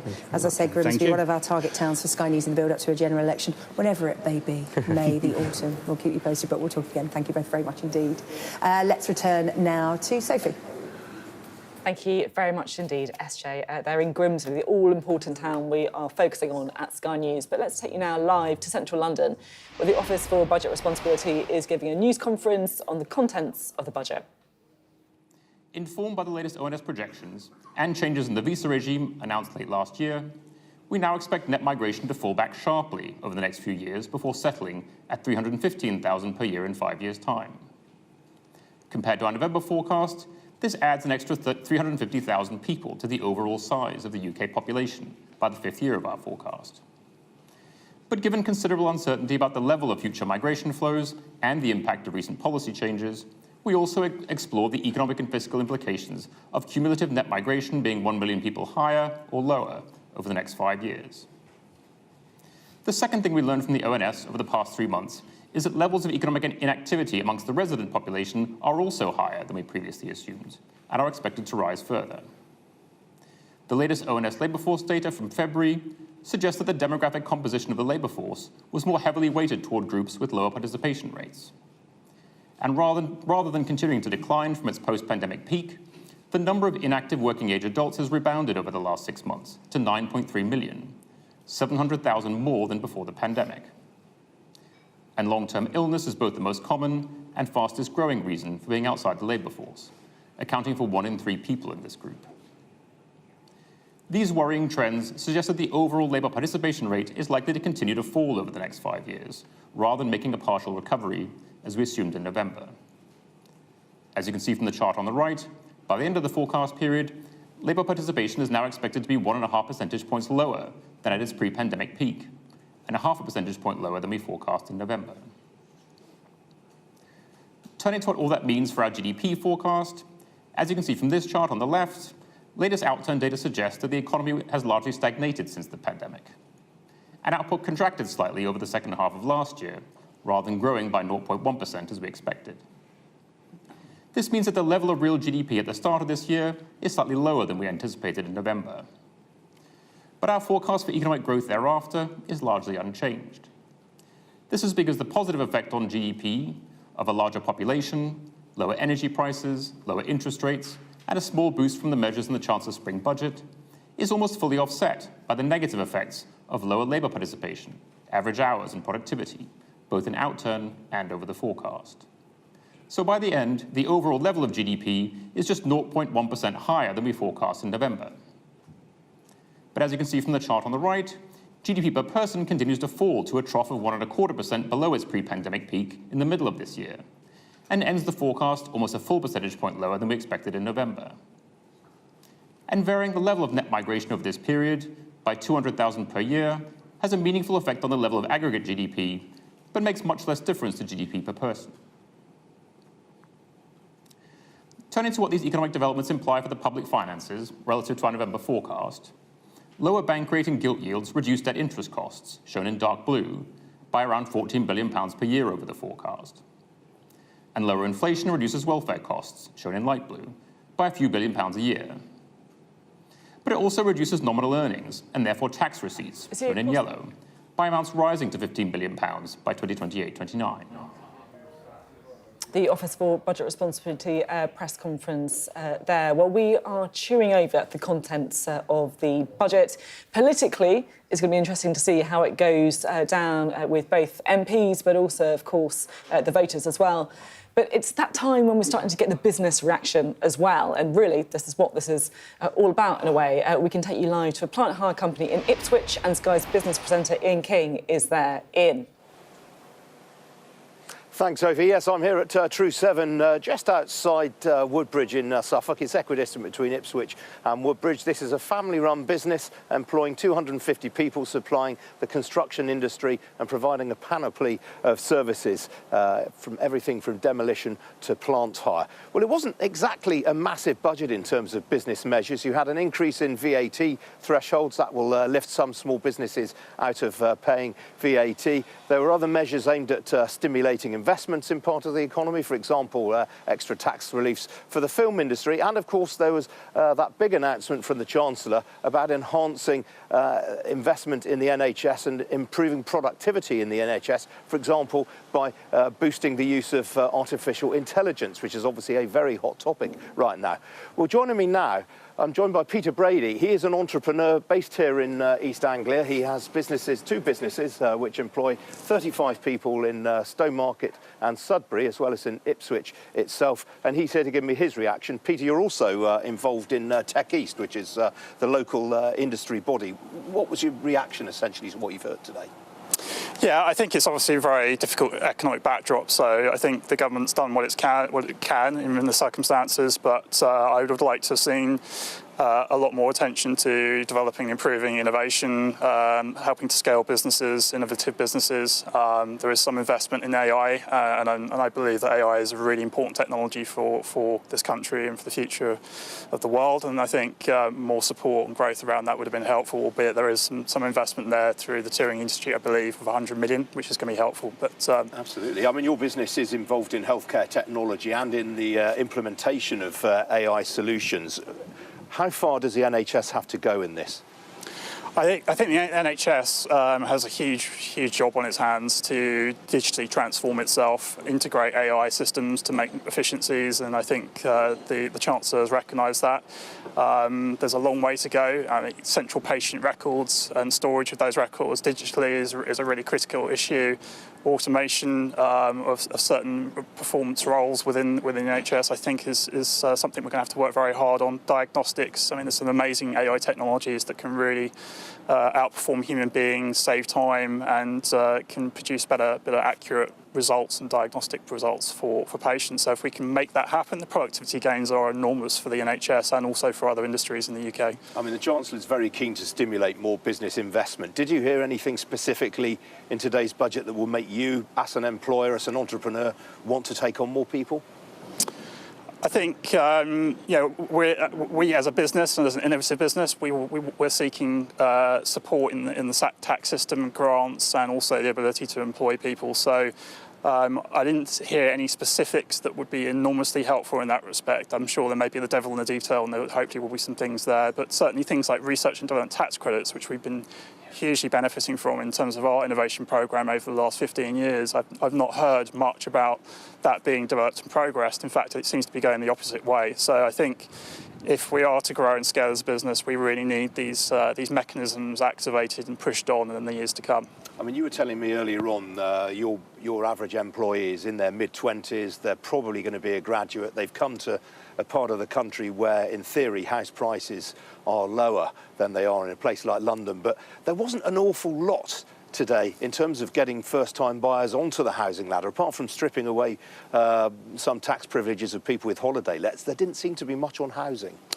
Yeah, I think my original background was actually in the property industry, so I think the difficulties of the planning system is a really fundamental difficulty of where we are in terms of not providing enough housing for the country. Increasing supply of housing, making it accessible and easier for people to get on the housing ladder is absolutely critical. And I think, again, maybe the devil's in the detail of the budget, but I really hope that is going to be addressed, or is being addressed now and in the future. Otherwise, we're just going to see it sort of develop into a very difficult situation for people trying to acquire their first houses and move on. Indeed, well, it is people like like Peter, who are trying to create jobs and create wealth in the economy. Peter, you're also telling me that you're trying to raise money from investors right now, so good luck with that. Sophie, this is an incredibly attractive part of the world here, as anyone who's visited knows, but it is also a thriving tech hub. It's exactly the kind of place that the Chancellor wants to stimulate activity. So you see a fairly sort of lukewarm response there from a business owner in the area as to what's been announced today. And I suspect we might get a bit more of that as the day goes on. In the meantime, back to you. Yeah, and that's something that is certainly going to be of interest to the Chancellor, how people like that are responding. Ian, thank you so much for talking to us today. Right, we're joined now by firstly our Deputy Political Editor, Sam Coates, and also Paul Johnson, who really is the person everyone wants to talk to on budget days, the Director at the Institute for Fiscal Studies. Great to have you both with us. And Paul, before I get to you, Sam, you've just hot-footed it over the road where the Chancellor's advisers have been responding to questions from journalists. Can you give us a bit of a flavour of how that was? It's a good way of gauging the mood, the questions, the answers, the sense of how sure they feel about what they're doing. And that was one of the trickier ones. I mean, the Chancellor's team were being thrown with questions about whether or not borrowing was going to go up as a result of this statement. It clearly is. There's a lot more borrowing this year, and then it averages out at about 8 billion over the period. You've got questions about whether or not Rishi Sunak broke his promise from 2022 to lower income tax at this point. They really struggled to explain what had changed. Obviously, what we got was a 2p cut in national insurance, which is a new plan, and eventually to abolish it. But then we asked, well, over what time frame? And they couldn't say. And if this was a pre-election budget, you would, which they say it's not, if it had been the last one before an election, then you really would have expected a bolder picture, a more short-footed response, and not quite so much of the sort of open-ended uncertainty that I thought we got. Just one more thing. I was speaking to a minister. They said Rachel Reeves could have given that budget speech. Well, that's a kind of political reaction, because it feels like politically it's landed. A lot of people have been like, well, is that it? Where's the rabbit? But Paul, I'm interested in, what if you look under the bonnet, what's the kind of economic reaction to it? What's your reaction to the budget? Is it a big event? Well, 2p off national insurance following 2p last time round. Put those together and that is a pretty substantial tax cut. And that's worth many hundreds of pounds, actually, per year to most people of working age in work. So I think that's worth saying. That is pretty substantial. But the room for manoeuvre the Chancellor had was very, very limited. I mean, remember, he was right up against his own fiscal targets last time. The economic forecast, the fiscal forecast, didn't really change this time. So he had very little room for manoeuvre. He's increased a few bits and pieces of taxes, non-doms, business class flights, vapes and so on. It's given him a bit of money to play with. But even with that, he's changed what was a tiny room for fiscal manoeuvre into an even tinier one in terms of meeting his slightly bizarre target in terms of debt coming down between 2028 and 2029. So he really was very... We complain about these fiscal rules. They don't make a lot of sense, but they do genuinely constrain the set of things that he can do. And actually, that's probably a good thing. Yeah, and particularly for a Chancellor who I guess he's thinking about his reputation as well, isn't he? He wants to obviously position himself as someone who's a sensible custodian of the public finances, if you like. I always feel with Jeremy Hunt. At the beginning of the budget, he said, look, all the economic indicators are moving in the right way, and that's why we can cut taxes for working people. Is that right? Well, I mean, they haven't been moving terribly happily for the last couple of years. I mean, national income per head has been falling now for 2 years, so this isn't just a small technical recession in a sense. In terms of per head, it's been going badly for a long time. Now, it is true that the OBR has slightly increased its growth forecast for the next year or two, and then gets us onto a sort of normal-ish kind of path at 1.5–2% growth. So there's something there, but again, that hasn't changed anything very significantly. And indeed, the fact that we're expecting inflation to be lower than was the case is actually bad for the public finances, because what matters for that is the cash size of the economy. So, for example, the income tax threshold and allowance freezes are less of a big tax rise than they were, because people's incomes aren't going to be going up quite so fast in cash terms. So I don't think you can look at the change in the economic forecast and say, hey, look, things have got better, I can give you a tax cut. I think what's happened is things have essentially stayed the same.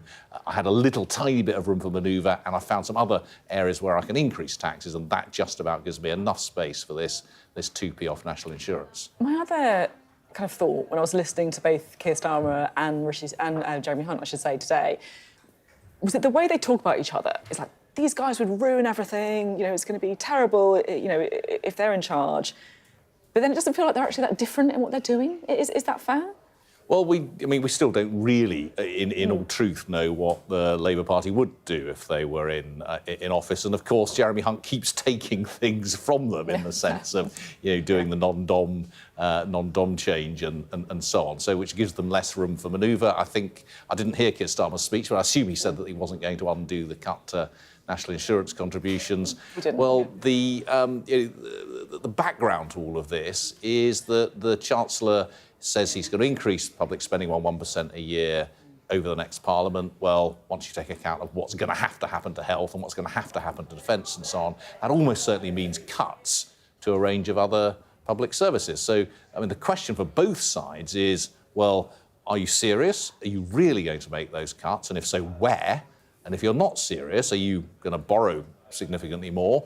Or what about the tax rises that are to come? And of course, that's something that neither of them on either front really want to talk about. And maybe that's why they sound rather similar, because neither of them want to talk either about where the spending cuts will actually happen, or, if they're not going to happen, what they might do in terms of increasing taxes. Yeah, this is the elephant in the room, isn't it? Those penciled-in spending cuts that many people think are, I guess, fantasy politics. Sam, what are your thoughts? Paul, I wanted to know this. One of the surprises of the budget was actually Jeremy Hunt put some money into health for reform. I think it's about £5-6 billion, claiming that that would generate greater savings in the medium term. Whilst we haven't seen the details of these plans, is the history of this that is likely to do what he says it is? Is that a way of cutting budgets for the long term? Well, he had two things for health, actually. One is he had a couple of £1 billion for next year as an increase in the proposed budget, just for sort of normal current spending. And that's just about enough to stop spending being cut, actually, relative to this year. So this is one of these kind of annual top-ups to the budget. And if he hadn't done that, then actually the health service would have had less next year than this. So that was just to stop things going down. Then a separate thing, he had a couple of billion for investment in IT, basically, to make things work. Now, he said that the aim is there to get it to world leading. I think getting it to barely adequate would be a good start, given how poor some of it is. And it's certainly the case that one of the reasons that the health service is struggling with its productivity at the moment is that capital spending was cut back through the 2010s. So we do need that investment. The challenge, as ever, particularly when you're trying to get IT to be good, is actually delivering it effectively. Speaking on public services a bit more widely, on the NHS and also just more generally as well, when I interview Conservative ministers, the thing they always say to me is, look, it's not all about the amount of money that goes in, it's about how we spend it, it's about reform, it's about being efficient. Do you think there is truth in that, or do you think that actually, I guess, there is a limit to how far that argument goes, and it is just about cold hard cash? Well, both statements are clearly true. It really does matter how efficiently you deliver things, and clearly, most public services could be done somewhat more efficiently, but that's very easy to say and very hard to deliver. And we know that some bits of the health service are more efficient than others, and some bits of the public sector are more efficient than others. If you get everything up to the most efficient, then that would get you a long way. But as I say, very easy to say, very hard actually to do. First of all, as we were just discussing, you need some cash to make that happen, particularly if you need the equipment.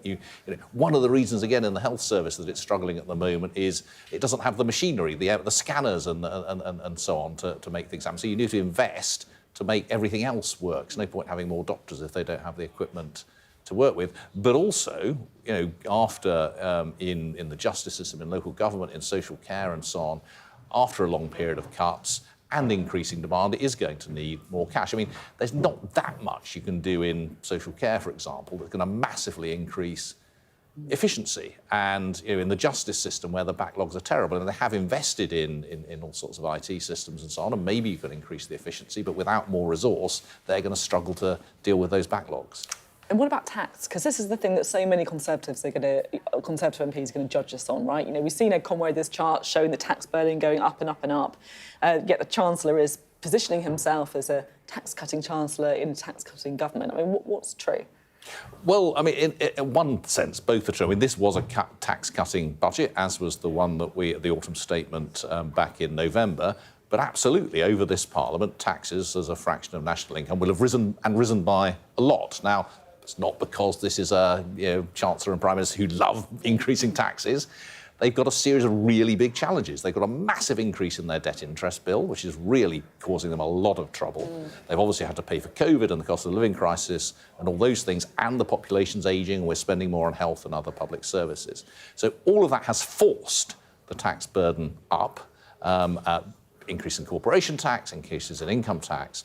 Now, what we've seen over the last couple of fiscal events is some, not trivial, I have to say, I mean, significant cuts in national insurance, particularly, offset this time by some other small tax increases elsewhere, which will put some cash in the pockets of people in work. But yeah, overall, this is a tax-rising Parliament, but a Chancellor who wants to start moving it in the other direction. Nobody I've spoken to thinks that this is a pre-election budget. It just didn't feel big enough, it didn't feel substantial enough. So that raises the question, could we all be back? If it's not quite a budget, another fiscal event, another statement. If there's another statement this year, could it actually be more difficult for the Chancellor? Could he have less money, fewer options? Well, one of the curious, shall we say, to be polite, aspects of the way the fiscal rules work is if we have another fiscal event, then the target rolls forward another year.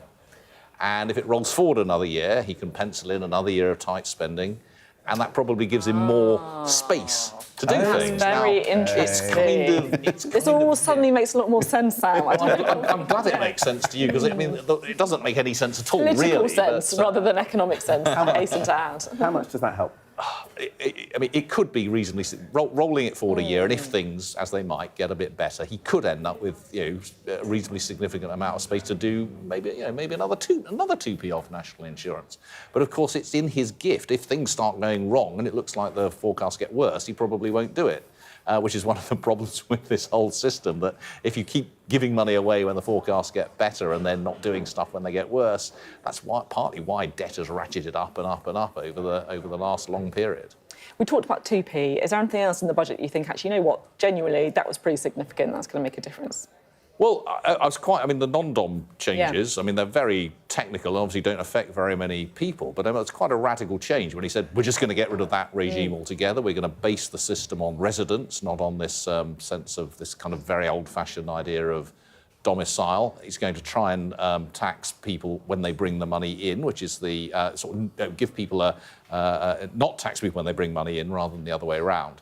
So that's quite a big change, and I do hope that the Treasury has thought about that very carefully, because it's a very difficult and very technical area, and these guys pay a lot of tax at the moment. I mean, the 30-odd thousand people who register as non-doms for special tax treatment pay an average of £170,000 in tax each. So that's because they're quite rich, but so there's money at risk there. So I thought that was quite a striking and actually in a kind of corner of the system, quite a radical change.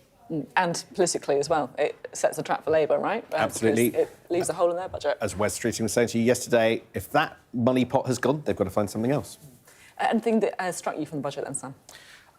Just the sense that it didn't deliver anything more than people were expecting. It's the first budget I've ever covered where we knew all the main measures more or less the night before. And that's going to leave Tory MPs going, well, that's not going to help with the 26-point poll deficit. So what is? It's interesting. When he sort of finished speaking, I genuinely thought, is that it? Not because of the content of the budget so much as I was just expecting something that we didn't know about already. It's political management, potentially, as well.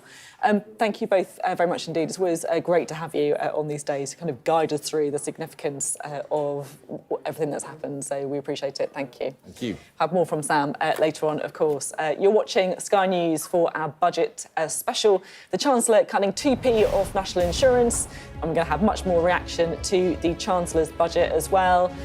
Also adopting, of course, Labour's plans to abolish the non-dom tax system. But how's it going to go down with Conservative MPs, but more importantly, the general public in this election year? We'll be discussing that.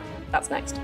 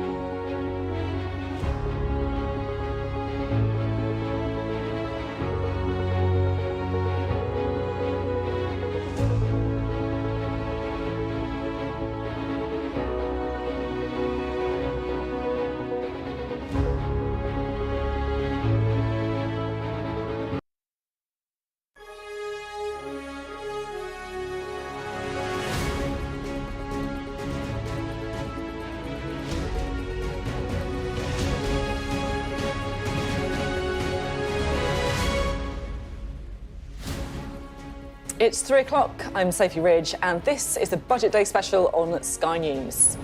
The Chancellor unveils tax cuts, help for families, and the abolition of the non-dom tax status as he vows to get the economy back on track. A plan to grow the economy versus no plan. A plan for better public services versus no plan. A plan to make work pay versus no plan. Growth up, jobs up, taxes down. Well, it could be Jeremy Hunt's last real chance to win voters over ahead of the election, but Labour say it's too little, too late. There we have it, the last desperate act of a party that has failed. Britain in recession. I'm Sarah J. Mee. In Grimsby, a town Labour need to take back and the Tories need to hang on to at the next general election. I'm going to be hosting a special Q&A session with a panel of experts at 3:30, answering your questions about today's budget. And I'm in Ipswich at a plant hire company to gauge the reaction of businesses to the budget. And away from the budget, Nikki Haley, Donald Trump's last remaining opponent for the Republican presidential nomination, pulls out of the race for the White House. Now, she's due to address supporters in South Carolina within the next few minutes.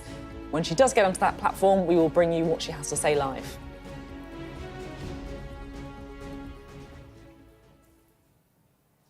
Hello, good afternoon. Well, the Chancellor has delivered this year's budget. Almost certainly the final fiscal event before the next election, unless something crops up between now and then. One of the government's last chances to get wavering voters back on board. Now, we already knew there would be another 2p in a pound cut to national insurance, but Jeremy Hunt also confirmed another much speculated move, adopting Labour's plans to abolish the non-dom tax system. There were some crowd pleasers as well when it comes to child benefit, savings and the cost of alcohol and fuel.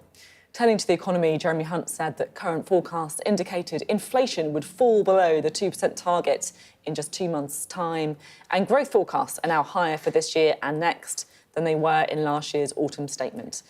Well, let's take a bit more of a detailed look, shall we, at some of the main measures announced this afternoon.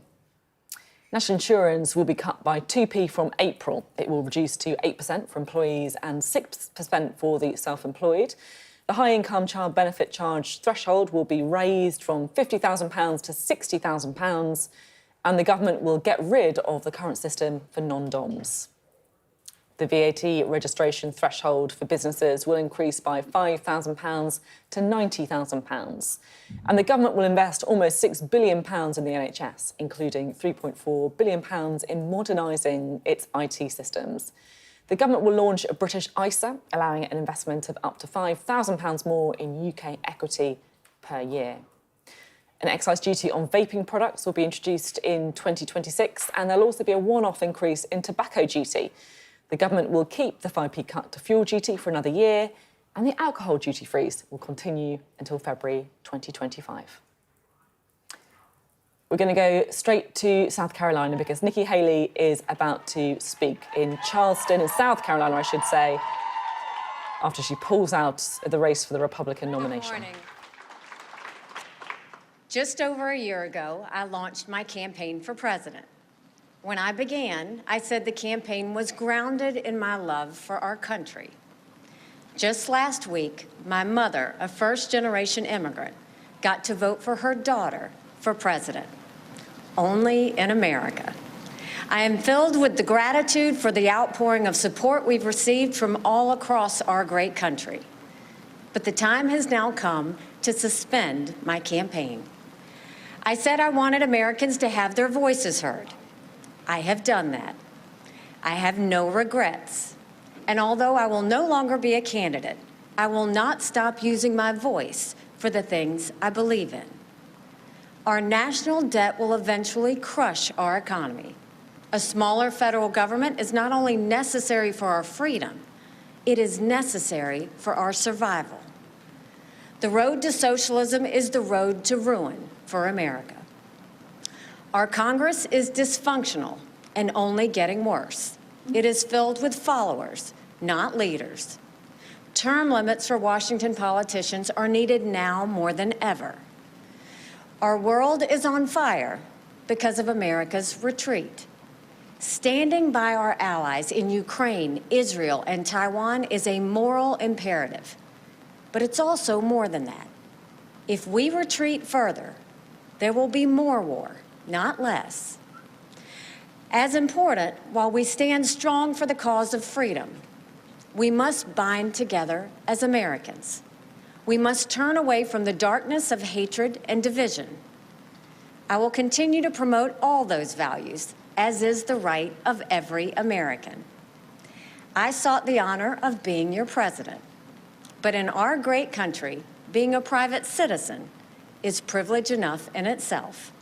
And that's a privilege I very much look forward to enjoying. In all likelihood, Donald Trump will be the Republican nominee when our party convention meets in July. I congratulate him and wish him well. I wish anyone well who would be America's president. Our country is too precious to let our differences divide us. I have always been a conservative Republican and always supported the Republican nominee. But on this question, as she did on so many others, Margaret Thatcher provided some good advice when she said, quote, "Never just follow the crowd. Always make up your own mind." It is now up to Donald Trump to earn the votes of those in our party and beyond it who did not support him. And I hope he does that. At its best, politics is about bringing people into your cause, not turning them away. And our conservative cause badly needs more people. This is now his time for choosing. I end my campaign with the same words I began it, from the book of Joshua. I direct them to all Americans, but especially to so many of the women and girls out there who put their faith in our campaign. Be strong and courageous. Do not be afraid. Do not be discouraged, for God will be with you wherever you go. In this campaign, I have seen our country's greatness. From the bottom of my heart, thank you, America. God bless you.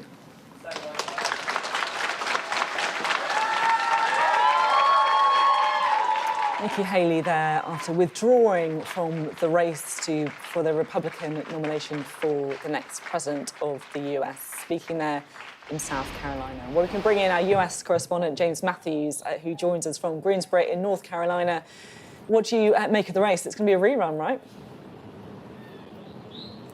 A rerun, yeah, the rerun that Americans don't want to see. That's what the polls tell us. Biden unpopular, Trump unpopular, a contest between two old-age pensioners, not the future as most Americans envisage it or would certainly like to see it. Interesting, Nikki Haley, you know, she ran a long campaign, not a successful campaign. It was inevitable that she was going to pull out. I think that was clear last night. Donald Trump was supercharged by the votes he got on Super Tuesday. Little alternative for Nikki Haley, even though she was backed still today by financial donors who saw weakness in Trump, who saw weakness in his immediate future with 4 criminal trials lying ahead and so on. That short speech was interesting for a number of reasons, principally for what she didn't say. There was no ringing endorsement of Donald Trump of the kind that he would have wanted to hear. I wish Donald Trump well, she said. It's likely that he will be the party nominee, but I would wish anybody well in that situation. And she invoked the spirit of Margaret Thatcher, didn't she? Never follow the crowd. Always make up your own mind, quoting Britain's former Prime Minister, essentially a message to Americans at large, but particularly within the Republican Party. Look, I'm not telling you who to vote for. Make up your own mind. And Republicans will. Republicans who backed Haley now have to make a choice about where they put their vote. The fracture lines in the Republican Party have been laid bare throughout this contest, and there is a substantial percentage that Nikki Haley carried behind her, Republican-leaning voters who turned away from Trump, and that is where the story goes now. Can Trump pull them back on board? With the words of Nikki Haley ringing in their ears, talking about unity, saying that we must turn away from darkness, from the darkness of hatred and division, a nod to the modern-day politics in the United States, modern-day politics that many would say Donald Trump has created. So some of what Donald Trump wanted to hear from Nikki Haley, by no means everything. Thank you very much indeed. James Matthews there on the rerun between Trump and Biden that he describes as a rerun between two pensioners that America doesn't want to see, according to the polls. Nikki Haley there speaking as she pulls out of the race for the presidency. Well, let's return now to the budget, because we brought you all the main measures at the top of the hour. We can listen now to what the Chancellor had to say at the end of his speech this lunchtime. Dynamism in an economy doesn't come from ministers in Whitehall. It comes from the grit and determination of people who take risks, work hard and innovate. Not government policies, but people power. It is to unleash people power that we today put this country back on the path to lower taxes. A plan to grow the economy versus no plan. A plan for better public services versus no plan. A plan to make work pay versus no plan. Growth up, jobs up, taxes down. I commend this statement to the House. The crescendo of the Chancellor's budget statement there. Sir Keir Starmer responded, saying the budget didn't go far enough to help those struggling and was a sign, in his words, of a desperate government on its last legs. Thank you, Madam Deputy Speaker. There we have it, the last desperate act of a party that has failed. Britain in recession, the national credit card maxed out, and despite the measures today, the highest tax burden for 70 years. The first Parliament since records began to see living standards fall, confirmed by this budget today. That is their record. It is still their record. Give with one hand and take even more with the other. And nothing they do between now and the election will change that. Well, there you have it. The ding-dong, if you like, between Keir Starmer and Jeremy Hunt today. We're joined now by our Deputy Political Editor, Sam Coates. Look, Sam, it's important to say, isn't it, that there wasn't much room for manoeuvre, given the economic indicators, given the fiscal rules, and 2p off national insurance is not to be sniffed at. That is a big tax cut for millions of people. But you were left feeling, was there going to be something more? Is this really enough to change the polls in an election year? That's right. I can see why people are puzzling over the reaction to this budget. It's presented as a tax-cutting budget, but the tax burden only down a fraction. Borrowing is up over the period. But the reaction that really matters in this election year is that of the voters. We've got a UK TV first for you, Sophie. Now, the Chancellor only sat down just over 90 minutes ago, but we've been running this voters panel that assesses the reaction of people that voted Tory in 2019, but many of them trying to work out what to do with their vote now. Many of them have abandoned the party. This is the group that matters at the election. We can now bring you what they think of what the Chancellor said.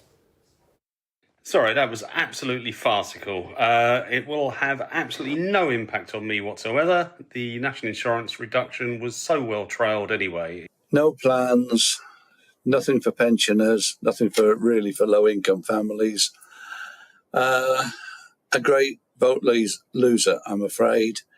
I cannot see this doing anything to persuade people to vote Conservative at a future election. This budget does not change my view towards the current Conservative government because it's just not bold enough. It tries to do something, but it's too prudent. No reason to vote Conservative still. Election, the budget hasn't helped that at all. Waste of time. Unhelpful. Time for them to go. Scathing. That's not the response they wanted. Right, you may have noticed that someone has magically appeared on the desk. The former Chancellor, Lord Hammond, joins us now. Well, you've got a bit of experience yourself in these kind of big fiscal events. How do you think that one went down? Well, I thought Jeremy presented the speech very well. I mean, let's be honest, he hasn't got the greatest set of fiscal circumstances to work with. And I thought he used the space that he had sensibly. And he's clearly signalling ambitions for further tax cuts. He's identified the crucial need to address productivity in both the public and the private sector, to to resolve this conundrum about do we have to pay sky-high taxes or do we have good public services? We want both, and the only way to do that is to address the productivity challenge. The problem, of course, is all of these things take time. They can't be done overnight. The economic circumstances look as though they are now getting better, with inflation coming down. We'll expect interest rates to come down, little bit better growth forecasts for the future. So I thought he set out a sensible plan, positioning himself as a sensible and measured Chancellor. I mean, he didn't, for example, slash future public spending forecast because he knows that's not deliverable. But there so are it's not further cuts you think are not deliverable. Well, I think it would be very, very challenging to actually cut the 1% real terms forecast. But he could have done that, and perhaps many politicians might have done that, but he chose not to. He chose to clearly send a signal that he wants to be responsible and sensible about this. The word you keep using is sensible. Yeah. And there'll be some Conservative MPs who'll be looking at the polls, where you're like 20 points behind, swathes of them due to lose their seat, and they're going to be thinking, sensible is not what we need right now. We need radical, we need exciting, we need bold. Yeah, but I'm afraid I have to remind them why we're 20 points behind, because we had a Chancellor and a Prime Minister who tried to be radical and bold in a budget, and that was the start, frankly, of the problems that my former colleagues are facing now. There is no way to pursue that route with success. We need to reassure the public that the Conservative Party is the party of sensible economic management and disciplined public finances. There is no other way. There is no route to success for the Conservative Party spouting the kind of things that we've heard from Labour parties in the past. You know, we should borrow more. No, we have to do it the right way. And I think what Jeremy Hunt set out today was exactly that message. There is a route for this country to get back to sustainable economic growth, which will finance both strong public services and gradually reducing tax burden. But it's a long, hard path. It's not an overnight silver bullet fix. And anybody who tells you otherwise, frankly, is playing games with you. That's interesting, because there are a few people saying otherwise, I'll be honest, in your benches, as you know. I'll bet there are. Yeah. Is then the next election basically lost? Well, the next election is going to be very challenging for a government that's been in office for 14 years. Of course it is. But we live in a very unpredictable world. There's a lot going on out there. And I think it would be a very bold person that said the outcome is already decided. A lot can happen between now and, well, you tell me, whenever the election. Well, I don't think it's May. That's my overwhelming. I don't think it's May. I can't see any reason to go in May when we know that over the next few months, inflation and interest rates are going to be falling. So people will not only start to feel the benefits of these modest but significant tax cuts that have been announced today, but also, more importantly for many people, start to see the benefits of mortgage interest rates coming down. Lord Hammond, the big thing, the mini surprise in some senses, because it was theoretical, the big thing in this budget was the promise that in the end the Tories want to abolish national insurance altogether. Is that the right idea? Did he say that, or did he just signal that he wanted it to come down a lot further? I thought it was get rid of it altogether. OK. I wouldn't be in favour of doing that because I think there's an important principle around national insurance, but I think it could be reduced very significantly further. So if they try and abolish it, that's wrong? And see, the point that Jeremy Hunt was making, and I think he's right, is that if we have limited scope to reduce taxes, we have to focus on reducing them in a way that will help the supply side of the economy. We've got a problem with 10 million working-age adults not in work and businesses, frankly, struggling to hire enough people to grow their businesses and deliver the demand that there is. So we have to persuade more people that they want to work. One of the ways of doing that will be to make their take-home pay for a given level of wages look more attractive. And I think he's on the right track here.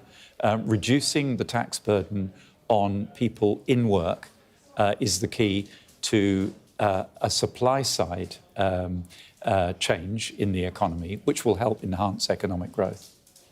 You, of course, have experience of this kind of thing, right? You know, looking at the fiscal rules, looking at the books, trying to work out how much wriggle room you've got. Are there any particular policies you think the Chancellor should have done today? No, I was glad to see that he signalled some things, for example, around the way the pension system works. Now, you could say to me, well, you didn't do that and you could have done, so it's a fair criticism. But I've increasingly come to feel that a system which gives very, very generous tax relief for pensions, which are then not invested, pension funds are not invested in the UK economy, is just wrong. People should be able to invest their savings wherever they want, but if they want generous tax reliefs, they have to accept that the way those pensions are invested has to benefit the UK economy. I interviewed Paul Scully this week, who was saying that the Conservatives need to reach out more widely to different groups of voters, like the young, for example. Do you think that perhaps we do have a system where, I guess, pensioners, the elderly, people who are more likely to vote, get a bit of an easier ride than the young? Is that fair? Well, I think we've... this government, over the last 14 years, has been exceptionally generous to pensioners with the triple lock. And many young voters do feel that their problems, having to deal with large legacies of student debt, largely not having access to the kind of generous pension that their parents might have had, and then the challenges of getting on the housing ladder, those three things make their lives much more difficult. And many of them do feel that policy needs to tilt a bit towards them. And that's what they heard from Jeremy Hunt today, that it's working age people that need to be encouraged and supported so that they can contribute to the economic growth that in the end supports not only them, but also helps pay for the health care of older people, for example. I've got to let you go, but give me a one-word answer to this question. When do you think the next election is going to be? October. There you go. Thank you very much indeed. Thank you. Lord Hammond, former Chancellor, thank you. Right, we've been talking to Sam, we're talking to Lord Hammond. We can now talk to Ed Conway for more of an in-depth look at what the budget really meant. It's that time now, isn't it, Ed, where things have been filtering through a little bit more. You've got the data, you've got the tables. What stood out to you? Yeah, we now have more sense of what this budget was really about because we've looked at some of the data, we've looked at the charts. The Chancellor says it's a tax-cutting budget. Was it? Well, have a look at this and you'll get a sense of the fact that that's actually not quite as simple a question to answer as you might have thought. This is the tax burden, the amount of tax we face across the economy, and this chart goes all the way back to the 1940s. Look, that's where the line was last time around, going up to the highest level since 1948. This time, have a look, we're going to bring on the latest line. Yeah, it's lower. OK, so yeah, it's a tax-cutting budget versus the tax plan last time around. However, the line's still going up. So we're still going up to having a higher tax economy than we have in many, many decades, going back to the Second World War. But a lot of people say that's just the nature of what's going on right now. Other people would say that means people are paying more taxes, which of course they are. In terms of economic growth, have a look at this. This is the growth forecasts. And obviously this is always a big focus here. How well is the economy doing? Well, we all know right now it's in recession at the moment. But there has been a bit of an upgrade here to some of these forecasts. So for this year, for next year, the year after, those bars, this is denoting how fast the economy is growing, those bars are higher.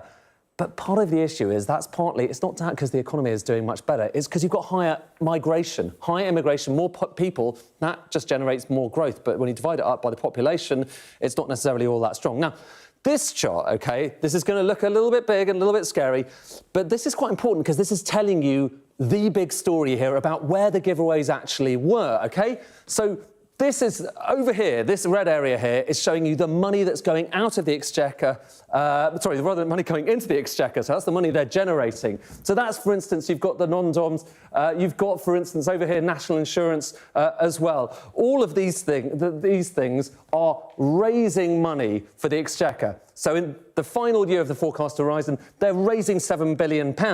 However, they're spending £13.2 billion on things like national insurance, on child benefit, on fuel duty. So that's the spending bit and the money going out, the tax cutting bit, that's the money coming in. And you can see, look, the money going out is bigger than the money coming in. So it's a bit of a giveaway, but it's not enormous. It's not quite as big as a lot of people might have thought it was going to be. And the vast majority of this story, it's that national insurance 2p cut that we knew about ages ago. Why is it much less ambitious than a lot of people thought? Well, it comes down to headroom. I know we've been talking a lot about headroom recently. How much room does the Chancellor have versus his fiscal rules to spend money? Before this budget, it looked like it was about £13 billion. Then, we know, behind the scenes, the OBR came in and they said, oh, the economy's not doing as well as we thought. In fact, weaker public finances. So actually, you've got a bit less money to play with, so less money to play with for the Chancellor. Then he did all of the stuff that he did today, and that brings the headroom, the remaining room he has to spend, if he's going to obey those fiscal rules, down to £8.9 billion. That's not much. It really isn't. By historical standards, it's one of the lowest amount of headroom that we've had in a long time, raising the question, if there is going to be a big autumn statement or whatever ahead of the next election, how much money does the Chancellor have to spend? And the answer is, if he's following these rules, not all that much. Oh, it's so interesting. Ed Conway, thank you very much indeed. Ed Conway there, crunching the numbers in our glass box over in West London with his big screens. Now, we can take you to somewhere much further away, to Ipswich, to find out more about what the budget means to industry. Our business presenter, Ian King, is there. He's at a plant hire company in the town. Ian, you always have the best budget locations. I'm loving the, high-vis jacket. And what's that behind you? Do you know, someone explained to me earlier on what it is. I can tell you it's AI-enabled, though, which is obviously the buzzword of the moment. That is a lot of the kit in here. There are 2,000 pieces of plant here at this site, Sophy, which is operated by a family-owned business called True 7. And like many businesses up and down the land, they'll have been watching interestedly to see what the Chancellor had to say. Got to be honest, it wasn't a massive budget for business. The big-ticket items for business really came in the autumn statement when, of course, the Chancellor introduced full expensing on business expense. That was a very, very big move indeed. And what he said today was that he was minded to extend that to leased and rented assets as well. And the Chief Financial Officer here punched the air at that point. Although it's worth pointing out, he said he's only going to do that when time permits. So not necessarily a big giveaway there. Other measures that are marginally positive for business, well, the national insurance cut should incentivise work more. So especially more will the increase in the child benefit thresholds. That is a real move aimed at reducing disincentives to work. And given the tightness of the labour market, there are some 900,000 vacancies in the economy right now. Well, that would be seen as a good thing. I think businesses will also be quite pleased at some of the incentives to invest in AI. We heard about that a little earlier as well. And of course, on the downside, you have this extension to the energy profits levy. That is not terribly good news for the energy industry, and I suspect a lot of Scottish Conservative MPs won't be too pleased with that either. Another really interesting and significant development was the announcement of the British ISA. Now, the Chancellor is going to allow people to save an extra £5,000 into their ISAs each year. That's on top of the existing £20,000 allowance that we have at current. But the assets will have to be British. Now, we don't know really the detail of that, what is going to constitute a British company. Would it, for example, be someone like BP, which is one of the biggest companies in the FTSE 100, or Shell, and again, another massive company, British company in the FTSE 100, but the vast majority of their earnings are made overseas, and that applies really to a lot of FTSE 100 companies. So is he talking about mid-cap stocks? Will you have to have a certain proportion of your turnover or your profits derived from the United Kingdom? We'll await to find out, but it's worth pointing out that's also a boost to savers, and it speaks really to the concern that the Chancellor has been expressing in recent months about the fact that the UK stock market is something of a laggard compared with its international peers. He wants to know why investment has dropped off. There was also, you'll have heard right at the start, he was talking about getting more details from pension funds in the public sector about the proportion of UK assets in which they're invested. And there's been a lot of research into this, Sophie. If you look at, for example, pension schemes in the United States or Australia, or even in continental Europe, they have a far bigger proportion of their assets invested in their domestic stock markets than we do in the UK. And the Chancellor is keen to address that. So that is one thing. The British ISA is another way of addressing that situation as well. Makes a lot of sense. Ian, thank you very much indeed. Ian King there at that plant factory in Ipswich. You're watching our Sky News budget special. Coming up. Thank you, Sophie. Well, after the break, I'm going to be joined by a panel of experts here in Grimsby to answer your questions about the budget and what impact it will have on your finances.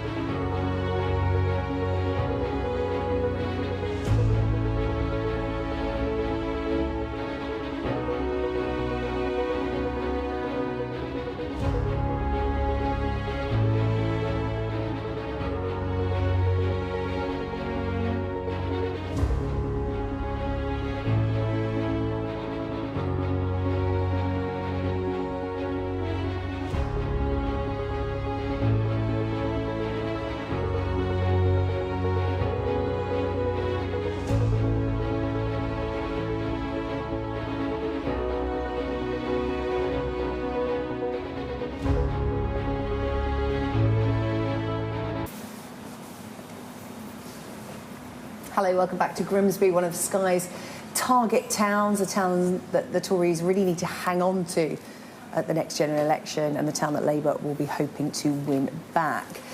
We're going to be spending a lot of time here on Sky News to find out what people really want from our politicians. And today we've been asking you to tell us what you think of today's budget announcements and what they mean for your finances. Plenty of you getting in touch with questions this afternoon, so thank you very much for that.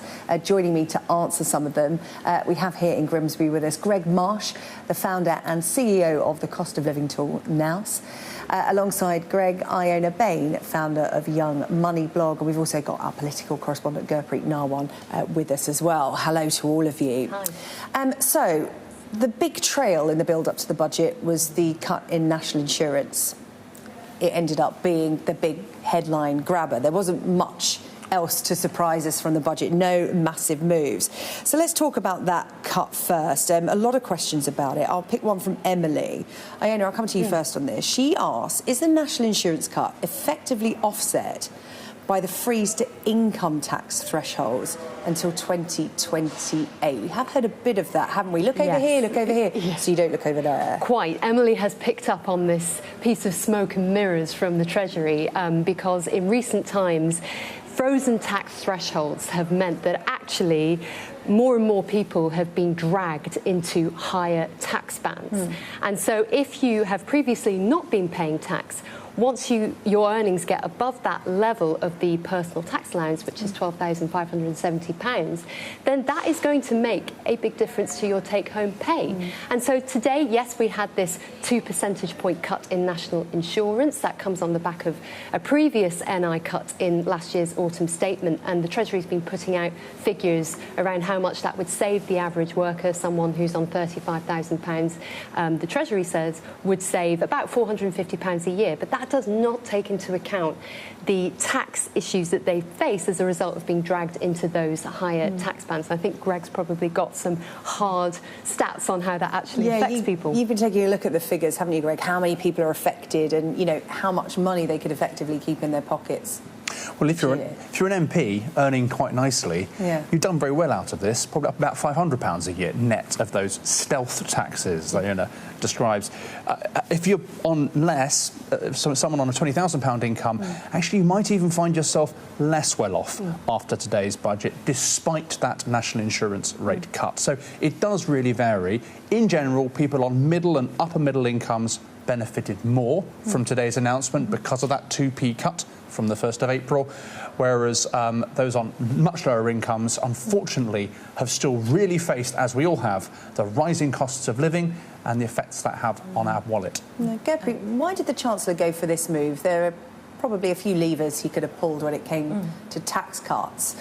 But given the parameters with which he was operating in for this budget, why did he go for this one, do we think? Well, because it's cheaper, firstly. It's the big one.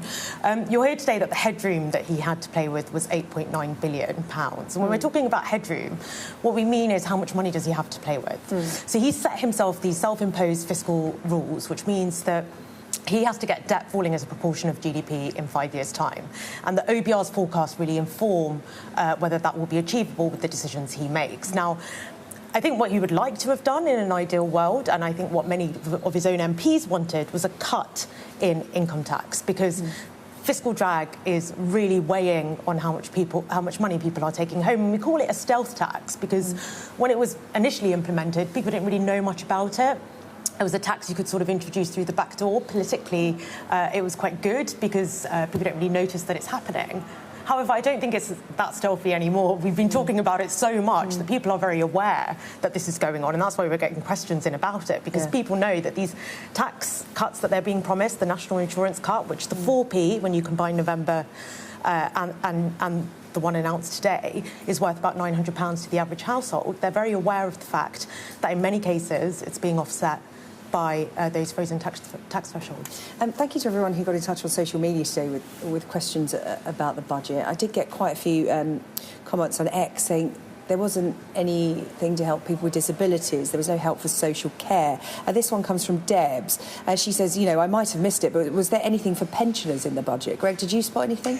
Nothing new, no. Of course, the triple lock continues to apply, so that means that if you are a pensioner earning a state pension, you will see your 8.5% increase as a function of the triple lock. But there's no big new announcements in today's budget for those on fixed incomes. This is from...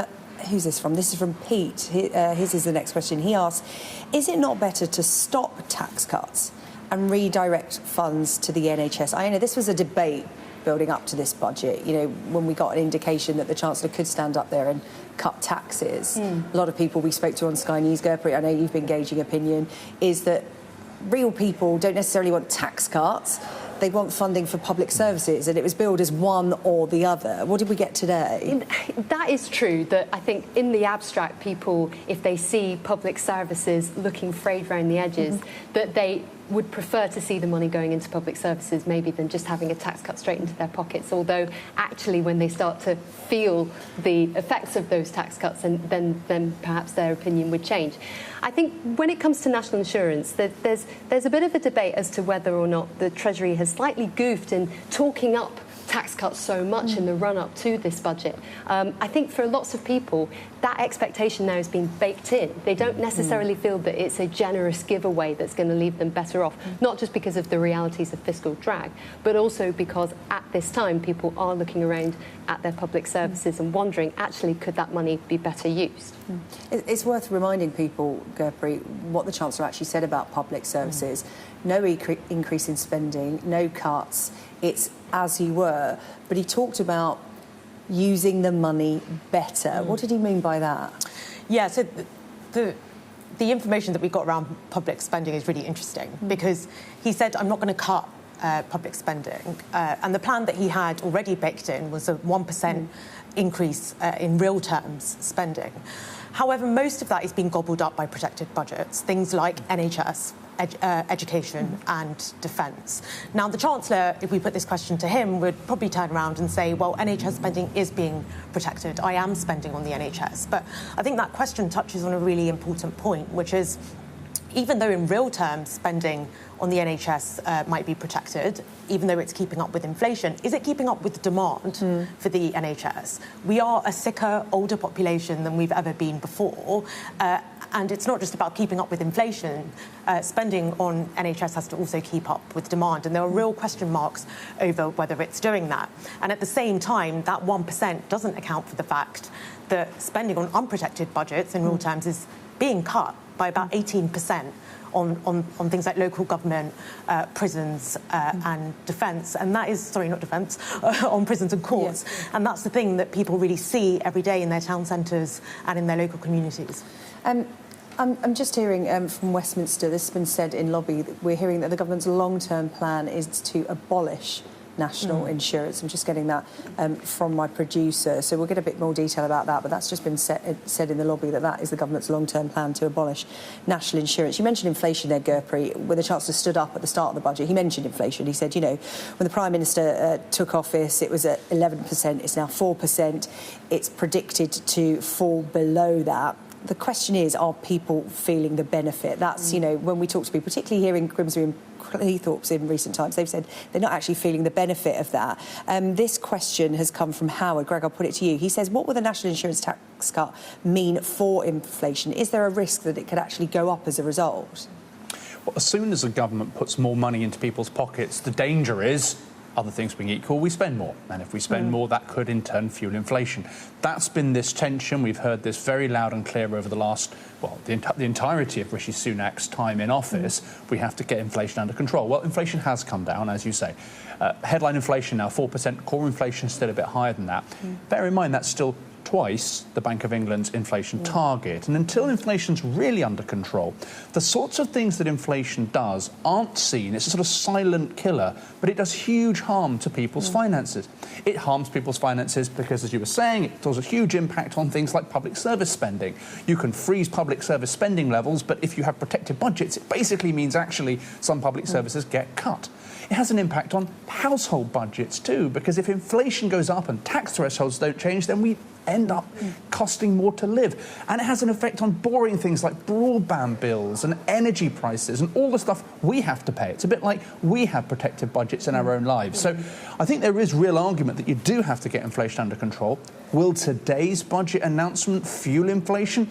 I doubt there's a big enough give back there really to cause a lot of inflation, but you can certainly see the constraints under which Jeremy Hunt was operating. And just on that point, I think what would have been more inflationary is an income tax cut. And one of the reasons I think Jeremy Hunt was more tempted by a national insurance cut, I mentioned earlier that it's cheaper, but it's also considered to be far less inflationary than an income tax cut, particularly as it's people on the lower incomes that are more likely to spend any tax cuts that they get. And in this case, national insurance isn't really paying them dividends. OK, plenty more questions. We're going to take a quick break and we'll be answering some of your questions about today's budget. After that, stay with us here on Sky News.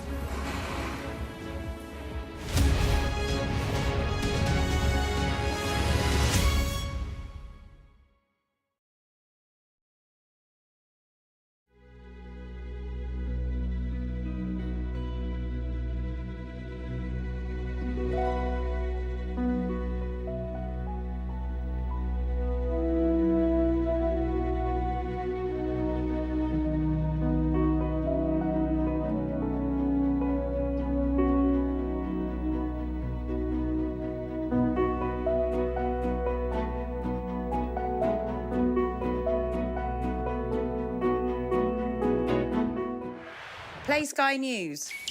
From the Sky News Centre at 7. Now that you're up to date, we can go into a bit more detail. Things can change incredibly quickly. Taken by surprise. Have you ever known a moment like this in British politics before? Yes. Cheers. We'll start with breaking news. Let's get the latest on the ground. So, by the end, we'll hopefully all understand what's going on in the world just that little better.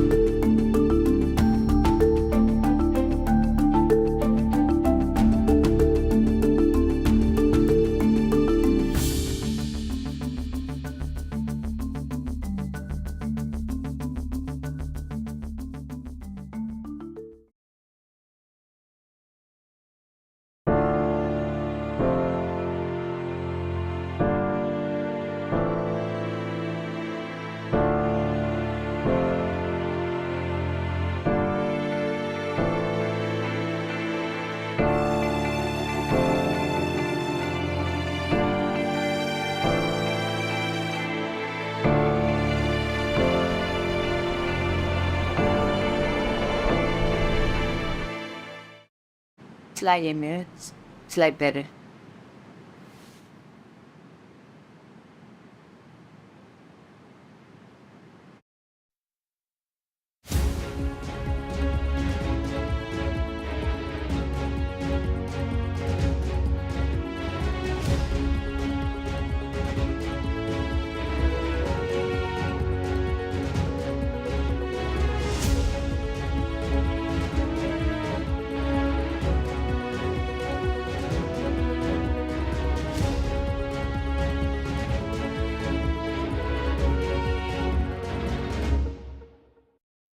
Fly Emirates, fly better.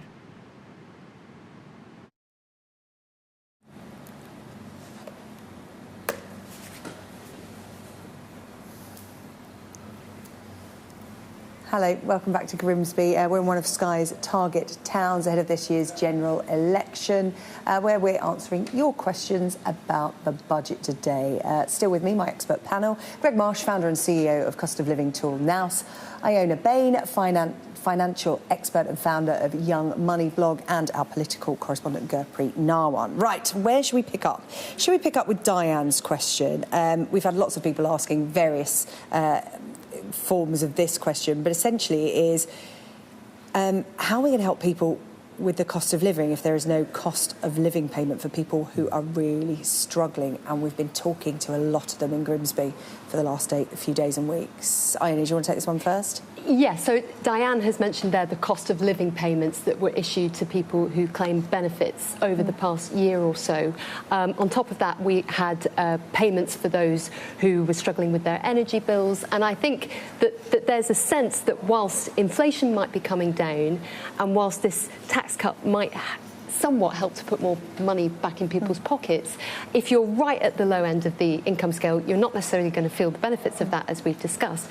And inflation, just because it's coming down, doesn't mean prices are coming down. It just means that prices are not rising as much as they have done. So if you look at the cumulative effect of inflation on people's budgets over the past year, you're looking at a huge difference in terms of what people are paying just for their basics compared to a couple of years ago. And it's going to take a long time, if ever, for us ever to get back to that point that we were at before. Yeah, Greg, what could have been done to help people with the cost of living? Because I was speaking to a butcher from here in the market saying that the cost of living is affecting, how much his customers spend. I was talking to people from the food bank across the road here who were saying that, they have people coming to them who aren't employed, but they also have working families coming to them who can't afford to put food on the table a number of nights of the week. And they're watching the budget today going, that is not going to help us at all. There was nothing in there for us. Well, we've talked about stealth taxes as being effectively having the effect that we're all paying more tax even without feeling like we're paying more tax. Don't forget, there's other things that have been going on by stealth as well. The cost of our household services have been increasing. Energy, although it's off its highs, is still far more expensive than it was 2.5 years ago, and it has been historically. So all of these things that we have to buy just to get through our week and get through our year aren't getting cheaper. They're not going to get cheaper. They're still very expensive. So most people in the UK, particularly, as you say, Iona, those on lower incomes, are poorer today than they were 2 years ago. Now, can the government fix that in a stroke? No, it can't. Even if it wanted to, that would be a profoundly inflationary measure, and that would be counterproductive. But the reality is, when people vote, they are going to vote with their wallets, and many people, particularly those on lower incomes, do feel practically as though they have a lot less spending money at the end of each month.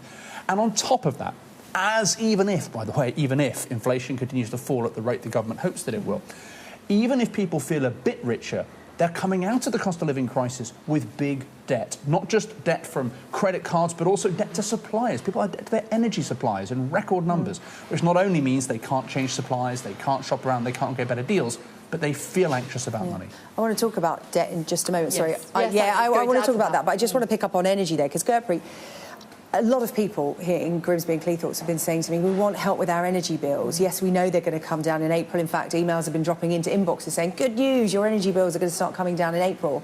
But they are still at unaffordable levels for people. People are talking about this is the new normal, that our energy bills are unaffordable. Is there anything that the Chancellor could have done on that, or is it out of his hands? Because that's the question I kept getting. Well, it's interesting because I think for Jeremy Hunt, all budgets are exercises in storytelling. He's telling a political story here. And the story of this government is, look, we inherited really high inflation, a cost of living crisis. We were bringing inflation down. That involves some short-term pain for the economy, but we're turning a corner. And this is now, we're entering an election year. The government wants to sell this idea that things are improving, that now we have space for some tax cuts. Isn't everything getting better? Inflation is due to come down to target the 2% target by the middle of the year, partly helped by the fact that some of that energy crisis has unwound quicker than we thought it might. But as you mentioned earlier, OK, we get inflation down to 2%. That doesn't mean prices are coming down. That just means they're growing less quickly than they were previously. So this new price level that we've all become accustomed to is already way higher than many people can afford. So there's this real disconnect between the story we're being told in Westminster and the reality on the ground for People's many people. experiences, they just don't match up. Iona, let's talk about debt, because there was an announcement to help people who have got into debt because of things like their energy bills. Yes, perhaps there was an acknowledgement within this budget that actually there still needs to be urgent crisis support, if you like, for those who have had to get into debt just to survive and get through the cost of living crisis. So we had this interesting announcement that fees on debt relief orders are going to be wiped out. So previously it would have cost you £90 to get a debt relief order, which doesn't sound like a lot, but of course when you are in problem debt, then that could actually be a barrier to getting that help. And at the same time, we've also seen a rise in individual voluntary arrangements. These are sold very heavily online by debt advisors that make money off selling these plans, which are not necessarily the best options for people who are in problem debt, and a lot of them would be much better off going for a debt relief order. So I think that was an interesting acknowledgement that this is a part of the debt solution market that needed to be addressed. And as well, we had the extension of the Household Support Fund. This is money that's allocated to local authorities to help people who are in the most urgent need. However, campaigners were saying that Household Support Fund needed to be extended for another 2 years. It's being extended for 6 months. You mentioned local authorities. This question from Jazzy, who's from Grimsby, says, here in Grimsby we have a lot of homelessness and unsightly areas in our town. What help was there in this budget for local councils? Greg, did you see any? Not a lot. I mean, the extension of the debt support scheme at least gives some support for those who, as you say, are in most urgent need. Councils don't have a lot of money either, and in real terms their spending is also capped. We will, don't forget, despite that, see a big increase in our council tax in April. We're all going to see an increase. I think this local area is about 5% and a bit for an average household. So for anyone living locally, maybe you'll get to see some of that money come back into public services, but not before it leaves your pocket. Yeah, I know, that's the thing, isn't it? People are looking at their local authorities that are, trimmed. There's no fat on the bones. Council tax is going up, and people are left feeling we're paying more for less, essentially. Well, there was quite a big elephant in the room for this budget, and that was social care. And I think we know why. Tackling that subject is extremely difficult, and governments that do try to do that tend to come unstuck. We saw what happened with Theresa May in the run-up to the 2017 election when she came up with that policy around capping social care costs. So when you look at just how much of a burden that is placing on local authorities, given that, as you were saying earlier, we are getting older, we're not necessarily living in great health, and yet local authorities are having to provide this adult social care, on fairly limited budgets, it's no surprise that when they can only raise council tax by 5%, unless they have a referendum and ask people, would you like your council tax to go up by more than that? Funnily enough, people are not really up for paying more tax than that. So it's put councils in a bind, and I didn't see anything today that addressed some of those fundamental issues. The Chancellor did start talking about devolution, didn't he, and giving some powers to different areas. What was behind that, Gurpreet? Would that feed into this at all? Because social care is a problem. Whoever wins the next general election has to tackle it. It can't be ignored any longer. Yeah, social care is a problem, and most local authorities, they're legally obliged to make sure that they provide those services for social care and for children's care. And so it means when your budget is really tight, all the other things start to suffer. And councils have been raising council tax by the maximum amount in most cases, in many cases to offset the fact that central government grants have been cut quite dramatically, and that goes back to what we were talking about when it comes to unprotected budgets. Things like prisons, courts and local authority central government grants have been cut quite dramatically, and that's why we get these kind of questions about, my local town centre doesn't look very nice, local council services are being cut. I mean, one thing we did get from the Chancellor was more pots of money, levelling up money. And there are a few million there, and he talks about cultural and heritage, and he talked about improving town centres and village halls. Now, we've already had, £10 billion earmarked for levelling up money in this from this government, or the Conservative government, across lots of different pots, and that money has started to be distributed. But some of that cash still hasn't been spent because local councils don't have the capacity to spend the money on these projects. In some cases, the money came very late. In other cases, they've been so hollowed out, they don't have the people who can actually implement the plans that they've These laid big plans, out. yeah. So it's not always, as the Chancellor says, about throwing money at the problem when kind of their core spending has been hollowed out so badly. We've just got a minute left. I know it's worth mentioning the change to child care benefits in terms of it's going from your personal income being rated on your personal income to collective household and family. That's going to make a huge difference, is it? Yes, although that's not going to come in straight away. The Chancellor talks about how there's going to have to be this transition period to allow those changes to take effect, because the tax system tends to be this great big lumbering system that doesn't exactly move in a quick, agile way. So I think in the meantime, the fact that child benefit threshold is going up from £50,000 to £60,000 is going to help some of those middle earner families who might have otherwise face that situation of having to pay more just because, you know, one person in the household was earning above that level. OK, good to end on a positive note. Iona, Greg and Gurpreet, thank you very much. Our budget special programme continues after the break with Sophy Ridge.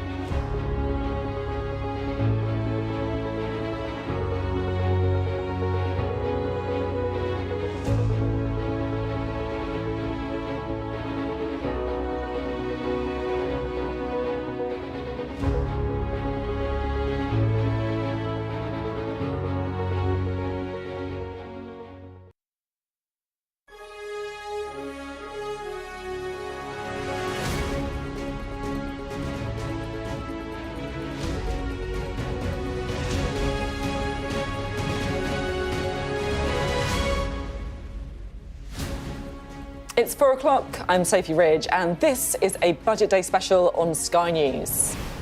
The Chancellor unveils tax cuts, help for families, and the abolition of the non-dom tax status as he vows to get the economy back on track. A plan to grow the economy versus no plan. A plan for better public services versus no plan. A plan to make work pay versus no plan. Growth up, jobs up, taxes down. It could be Jeremy Hunt's last real chance to win over voters ahead of the election, but Labour says it's too little, too late. There we have it, the last desperate act of a party that has failed. Britain in recession.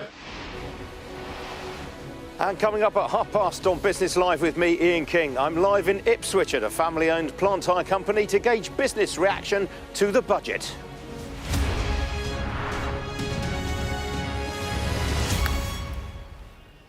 Good afternoon. The Chancellor has delivered this year's budget, one of the last remaining levers that the government can pull ahead of the next general election, one of their last chances to get wavering voters back on board. Now, we already knew there'd be another 2p in the pound cut to national insurance, but Jeremy Hunt also confirmed another much speculated move, adopting Labour's plans to abolish the non-dom tax system and some other measures he'll hope will be crowd pleasers.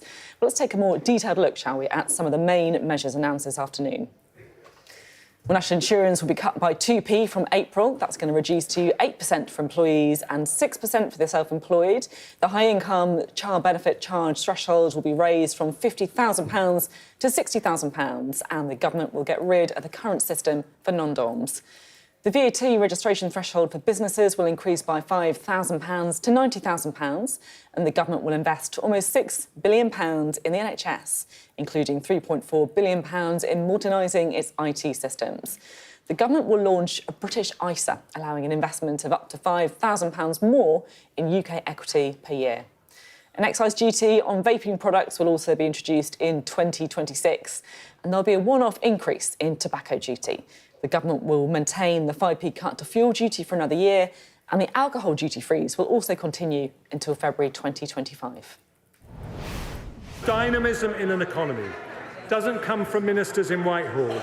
It comes from the grit and determination of people who take risks, work hard and innovate. Not government policies, but people power. It is to unleash people power that we today put this country back on the path to lower taxes. A plan to grow the economy versus no plan. A plan for better public services versus no plan. A plan to make work pay versus no plan. Growth up, jobs up, taxes down. I commend this statement to the House. Well, the Labour leader, Sir Keir Starmer, said the budget didn't go far enough to help those struggling and was a sign of a desperate government on its last legs. Madam Deputy Speaker, there we have it, the last desperate act of a party that has failed. Britain in recession, the national credit card maxed out, and despite the measures today, the highest tax burden for 70 years. The first Parliament since records began to see living standards fall, confirmed by this budget today. That is their record. It is still their record. Give with one hand and take even more with the other. And nothing they do between now and the election will change that.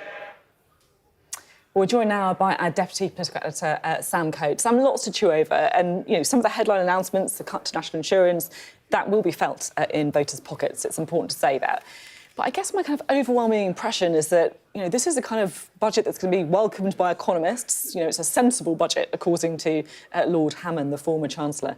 But it wasn't a very political budget, particularly from a party that's 20 points behind in the polls. It could have been given by Rachel Reeves, was the verdict of one Conservative minister who I spoke to after Jeremy Hunt sat down to deliver his budget. Look at the headlines. It's a tax-cutting budget, says Jeremy Hunt, but overall the tax burden is only down an absolute fraction because of other taxes that are rising. Borrowing is up. Even that headline is almost a rabbit out of the hat. The promise, really, in the Tory manifesto that they're going to try and abolish national insurance altogether over time. They're not putting a time frame on it, but that's the big pledge for the manifesto. Will it be noticed? Will it make a difference? We're going to have to see. But Sophie, we've got a UK TV first. Here at Sky News, we've been working with YouGov on the voters panel. These are the voters that matter. They're Conservative 2019 voters. They're looking where to put their vote right now. It's the group that Conservative headquarters and Labour HQ are looking at. How have they reacted? Sorry, that was absolutely farcical. It will have absolutely no impact on me whatsoever. The national insurance reduction was so well trailed anyway. No plans, nothing for pensioners, nothing for low-income families. A great vote loser, I'm afraid. I cannot see this doing anything to persuade people to vote Conservative at a future election. This budget does not change my view towards the current Conservative government because it's just not bold enough. It tries to do something, but it's too prudent. It's made me even less likely to vote Conservative after this budget. I mean, where's the real help for middle class, middle earners? Waste of time. Unhelpful.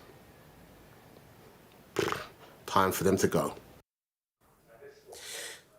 Since the Chancellor sat down 2.5 hours ago, Sophie, on our voters panel, we've had more than 50 respondents. We're going through each one now. For every 2 voter in our panel saying that they're going to stick with the Conservatives, 3 said it's more likely that they switch to Labour. Wow, that is really going to be concerning to a Conservative central office. It's also worth pointing out, isn't it, that, you know, tax cuts over spending is not that popular with the whole population, but they're kind of betting the bank, aren't they? They're betting the house on the fact that those voters that you're talking to, the former Conservative voters from 2019, prioritise tax cuts more. That's the other thing I want to unpick with you, right? What is going on with national insurance? Because, yes, we've had this headline, cut 2p in the pound off national insurance, but it felt from the speech that Chancellor gave that he wants to get rid of the whole thing entirely. Yes. Look, I think what we actually got, the most important thing that we didn't know about going into the budget, was a bit of the Tory manifesto. And that was a long-term ambition to get rid of what they're going to start calling the double tax on jobs, double tax on work, which is to basically get national insurance all the way down to zero. Incremental reductions so far in the autumn statement and today, but we now know the direction of travel. It's going to take a long time. When we spoke to the Treasury shortly after the Chancellor sat down, they couldn't put a time frame on it, but now we've learned what the Tories, Rishi Sunak's Tories, want to do with the tax system. They want to get rid of one bit of it altogether. Do you think this is more about merging national insurance? I mean, we don't know, this is speculation. Is it about merging income tax and national insurance, or is it about cutting tax by like that much? That's a lot. It's a lot, and I think there are questions, as the Treasury, as Mr Hunt himself said, about how you're going to pay for it. That's why it's going to take a long time. I think it's about long-term reform of the tax system. But in the end, in your pay packet, there are 2 different types of tax on the same thing. Actually, they think that should change. Really interesting. And as you say, perhaps, you know, we've been talking all day about the fact that we knew so much about the budget already, and it does feel that's a bit of a clue, doesn't it, about where the Chancellor and the Prime Minister indeed are intending to take us over the next year. Thank you very much, Sam Coates. Well, let's take an in-depth look now, shall we, at what it all means for the country's finances. Our economics and data editor, Ed Conway's been crunching the numbers. I think we can... Yeah, we now have more sense of what this budget was really about because we've looked at some of the data, we've looked at the charts. The Chancellor says it's a tax-cutting budget. Was it? Well, have a look at this and you'll get a sense of the fact that that's actually not quite as simple a question to answer as you might have thought. This is the tax burden, the amount of tax we face across the economy, and this chart goes all the way back to the 1940s. Look, that's where the line was last time around, going up to the highest level since 1948. This time, have a look, we're going to bring on the latest line. Yeah, it's lower. OK, so, yeah, it's a tax-cutting budget versus the tax plan last time around. However, the line's still going up. So we're still going up to having a higher tax economy than we have in many, many decades, going back to the Second World War. But a lot of people say that's just the nature of what's going on right now. Other people would say that means people are paying more taxes, which, of course, they are. In terms of economic growth, have a look at this. This is the growth forecasts. And obviously, this is always a big focus here. How well is the economy doing? Well, we all know right now it's in recession at the moment. But there has been a bit of an upgrade here to some of these forecasts. So for this year, for next year, the year after, those bars, this is denoting how fast the economy is growing, those bars are higher. But part of the issue is that's partly, it's not because the economy is doing much better, it's because you've got higher migration, higher immigration, more people, that just generates more growth. But when you divide it up by the population, it's not necessarily all that strong. Now, this chart, OK, this is going to look a little bit big and a little bit scary, but this is quite important because this is telling you the big story here about where the giveaways actually were, OK? So this is, over here, this red area here is showing you the money that's going out of the exchequer, rather the money going into the exchequer, so that's the money they're generating. So that's, for instance, you've got the non-DOMs, you've got, for instance, over here, national insurance as well. All of these things are raising money for the exchequer. So in the final year of the forecast horizon, they're raising £7 billion. However, they're spending £13.2 billion on things like national insurance, on child benefit, on fuel duty. So that's the spending bit and the money going out, the tax cutting bit, that's the money coming in. And you can see, look, the money going out is bigger than the money coming in, so it's a bit of a giveaway, but it's not enormous. It's not quite as big as a lot of people might have thought it was going to be. And the vast majority of this story, it's that national insurance 2p cut that we knew about ages ago. Why is it much less ambitious than a lot of people thought? Well, it comes down to headroom. I know we've been talking a lot about headroom recently. How much room does the Chancellor have versus his fiscal rules to spend money? Before this budget, it looked like it was about £13 billion. Then, we know, behind the scenes, the OBR came in and they said, oh, the economy's not doing as well as we thought. In fact, weaker public finances. So actually, you've got a bit less money to play with, so less money to play with for the Chancellor. Then he did all of the stuff that he did today, and that brings the headroom, the remaining room he has to spend, if he's going to obey those fiscal rules, down to £8.9 billion. That's not much. It really isn't. By historical standards, it's one of the lowest amount of headroom that we've had in a long time, raising the question, if there is going to be a big autumn statement or whatever ahead of the next election, how much money does the Chancellor have to spend? And the answer is, if he's following these rules, not all that much.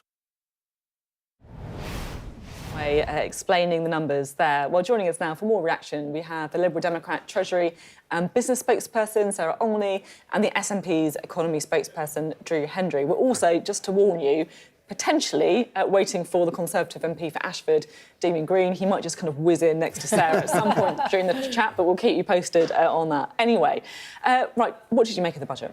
Well, it's grubby electioneering, basically. What the Chancellor's done today is, some smoke and mirrors. The national insurance cut will mainly affect those people earning over £50,000 because of the effect of what's called fiscal drag with the freeze on rates of income tax. So, it doesn't help anybody with the cost of living crisis to any real degree. And that's what people are struggling with just now. They're paying 25% and more than a couple of years ago for their groceries when they go shopping. They're paying higher rents and higher mortgages, punishing electricity bills. They're seeing the direct debits go up at the moment for these things. And that's what should have been tackled today. He's failed to do that. He's failed to tackle investment in the industry and nobody can tell me what the alternative industry is in terms of the just transition and the green revolution that we could be taking advantage of just now. He's failed to do that. It's just an attempt to win votes in a last-ditch attempt before there's an election. Now, Damien Green's not here, so I do need to put the government's response to what they would say to that is, I'm sure, well, it is going to help with the cost of living if you cut taxes for working people. Yes, the fiscal drag, I accept, does mean that the overall tax burden is very high. But at the same time, 450 quid for the average worker, that's not to be sniffed at, is it? Well, again, when you look at it, the average worker really isn't going to be that much better off. And if all those other prices... So would you reverse the national insurance cut? Well, look, any help that you can give to people is going to be something.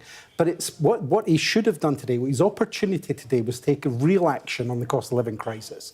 He's totally abdicated that responsibility. He's left the field on that. These prices that people are paying are real increases. The mortgage increases that they're paying, the higher electricity bills, more than wipe out any gains that they'll make from this NI cut. It's not good enough. What do you make of the budget then?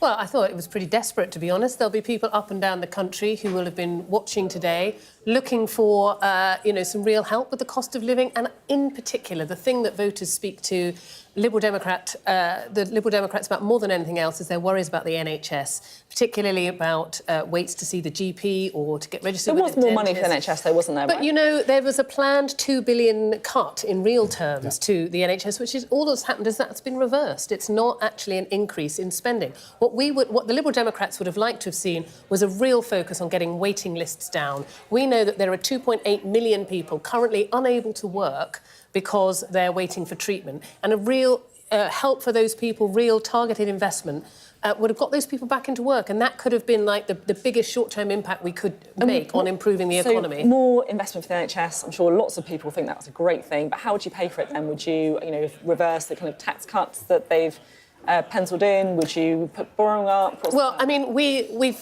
put forward a number of things over the last few years. One of the things that we're calling for is to reverse, for example, the cuts to the bank levy that they've made earlier in the Parliament. We'd like to see a proper windfall tax. We think that more investment in HMRC, we could be collecting much greater amounts of tax that currently go uncollected. Okay, really interesting. Great to get both of your... We'll come back to you. Okay. I've just got to take you to Jeremy Hunt, because we have been hearing a bit more from the Chancellor. Let's listen. This is a budget that will grow the economy by delivering better public services. Means people will have to wait less long to see a doctor, get their cancer scans back more quickly, and also brings down taxes, which will fire up the economy. It puts £900 in someone on the average wage if you combine it with the national insurance cuts in the autumn. And the choice when it comes to an election is between a party that believes the way we get the economy going is to bring taxes down, or the way that you get the economy going is to spend more. And Conservatives believe that lower tax economies are more dynamic, and that is the big choice that people will have this year. Well, that was the latest there from Chancellor Jeremy Hunt. We did promise you Damien Green, and I can say that he has joined us from Central Lobby, so let's get some thoughts from Damien Green, shall we? I'm interested to get your reaction to the budget. There's been, in my WhatsApps from Conservatives, a bit of consternation that not enough was done, still fiddling while Rome burns, according to Lord Frost. What do you think? No, I don't agree with that. I think this is a sensible, positive budget, and I think that the idea that you wanted fireworks and huge headlines tomorrow morning out of individual tax measures would be economically damaging. We all remember Kwasi Kwarteng's budget. That was exciting on the day. That didn't last very long. And also, as it happens, I think it would be politically wrong. I think people know when a budget is responsible or not. And this actually puts more money back into people's pockets, but is responsible and sensible. And I think, I know you've been talking about public services. I think the idea of getting to grips with productivity, particularly inside the NHS, is really important. The government over the past few years has poured money at the NHS, not least because of COVID, and what we've seen is productivity go down. So in the long run, if we want to get those waiting lists down and things like that, we've got to have productivity improvements in the public sector the same way we have in the private sector. The other thing I was keen to ask you about is, what's the long-term ambition with national insurance? Because it felt to me like the Chancellor was effectively saying, look, it's an unfair tax, it's taxing people twice who are working, you'd quite like to get rid of it eventually. Yeah, I think that's perfectly sensible. It's been a debate among tax nerds for decades that we set up something that we called national insurance, but it's not an insurance scheme. It's just another income tax, basically, only imposed on people who are in work. So it is effectively a tax on jobs. So the long-term ambition of getting rid of it and just having, as it were, honest income tax, which we all have to pay, seems to me perfectly sensible. And the fact that we've not just had the 2% cut today, but we had a 2% cut last autumn as well, shows that already that this Chancellor has cut a third of national insurance for employees, and that's a good direction of travel. Right, let's bring in Drew Hendry at this point, shall we? What do you make of Damien Green's point there, that, look, this was a sensible budget, given the fiscal restraints, given the state of the economy, it's not the time for an exciting budget? Well, the Chancellor said during the autumn statement that he was bringing an autumn statement for growth, and he's grown us into recession. He cut, and one of the lines that's very rarely reported there was a £19 billion cut to public services in real terms from his autumn statements. Today's budget, as I understand it, cuts another £20 billion. It's no wonder that English councils are going bust one after another. This is no way to invest in public services. If they really want productivity and better public services, if they want things to grow, we should be investing in these things just now. We should be investing in the NHS, making sure doctors and nurses get paid properly so they don't go on strike, like in Scotland where we haven't had a strike, investing in communities and helping people with the cost of living. What we've got today is a budget that helps very few people except for those that are better off. He could have, for example, even his nom-dom action is the lightest possible touch he could have taken them, given them a 4-year holiday to sort things out before he brings in any restrictions. He's abolished the status of nom-doms, hasn't he? Well, with a 4-year holiday attached to the beginning of it, I think most people will be pretty unimpressed with that. He could have taken far more radical action to do that. We need to support people in the same way that we have been doing in Scotland with things like the Scottish Child Payment. He could have rolled that out across the UK. He could have done real measures to help people. OK. What's your sort of debate on what's your view on this debate between is now the time for tax cuts or should we be investing more in public services? Well, I think, as I say, we would support anything that really helps people with the cost of living, but I think the real priority has to be to get the economy growing again. As Drew says, we're in a recession. What we really need to see is an increase in economic activity. We need to see people getting back to work, as I said earlier. And we can hear nothing from the government about what their actual plan is to do that. The Liberal Democrats would have an industrial strategy. We want to link up all the different little bits of money in all the different pots, very inefficiently distributed. We want a proper policy, really thinking about where are our growth sectors and what support do they need. These are the things that are missing from the government's plans. And we heard Jeremy Hunt today talk about efficiencies and everything else. It's very late in the Parliament to suddenly start talking about long-term plans. We know there's going to be a general election within the next 12 months. This is not the time to start talking about long-term plans. Well, let's put a bit this to Damien Green, shall we? We just heard there from Drew Henry and Sarah Olney that there needs to be more of a focus on growth. Would you agree with that? Yeah, well, everyone wants to focus on growth, and it's frankly extraordinary to hear people talking about jobs in a critical way about this government, which has created 800 jobs every day since 2010. So, the one thing that is completely unarguable is that unemployment is very low and needs to become lower. Quite a lot of the Chancellor's measures are about getting people of working age who are currently claiming benefits but not saying they're unemployed, getting them back into work. And of course, one of the things that makes that easier is precisely cutting national insurance rather than, say, income tax, because that is squarely aimed at both giving working people more of their own money to spend, which obviously helps with the cost of living, but also means it makes it more desirable for them to do more hours, which will help to grow the economy, to increase productivity and do all the things that we want to do. I think that when we're talking about growth figures, let's look at where we are in 6 months' time. I think the economy is at a turning point now, and we will see the benefits of the various measures, both in the autumn statement and in this budget, coming through for the rest of this year and beyond. OK, thank you very much indeed, Damien Green. Thanks also to Drew Henry and to Sarah Olney. Thank you. Well, that's reaction from 3 MPs, but around an hour ago, I also spoke to a former MP and former Chancellor, Lord Hammond, and asked him for his reaction to Jeremy Hunt's budget. I thought Jeremy presented the speech very well. I mean, let's be honest, he hasn't got the greatest set of fiscal circumstances to work with, and I thought he used the space that he had sensibly, and he's clearly signalling ambitions for further tax cuts. He's identified the crucial need to address productivity in both the public and the private sector to resolve this conundrum about do we have to pay sky-high taxes or do we have good public services. We want both, and the only way to do that is to address the productivity challenge. The problem, of course, is all of these things take time. They can't be done overnight. The economic circumstances look as though they are now getting better, with inflation coming down. We'll expect interest rates to come down, little bit better growth forecasts for the future. So I thought he set out a sensible plan, positioning himself as a sensible and measured Chancellor. I mean, he didn't, for example, slash future public spending forecast because he knows that's not deliverable. But there are... it's not... further cuts, you think, are not deliverable? Well, I think it would be very, very challenging to actually cut the 1% real terms forecast. But he could have done that, and perhaps many politicians might have done that, but he chose not to. He chose to clearly send a signal that he wants to be responsible and sensible about this.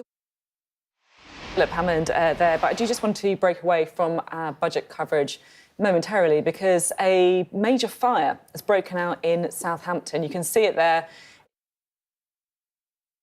Football ground, St Mary's Stadium, home to Southampton FC. You can see that major fire breaking out from industrial units near St Mary's Stadium. Southampton's football match has understandably been cancelled later. That was with Preston North End, cordon in place in the area from emergency services. And the English Football League saying it is monitoring the situation because the Saints are due to host Preston later today, but that, of course, called off. You're watching Sky News. Coming up, we're going to be going live to a plant hire company in Ipswich for Business Live with Ian King, for the business world's take on the budget.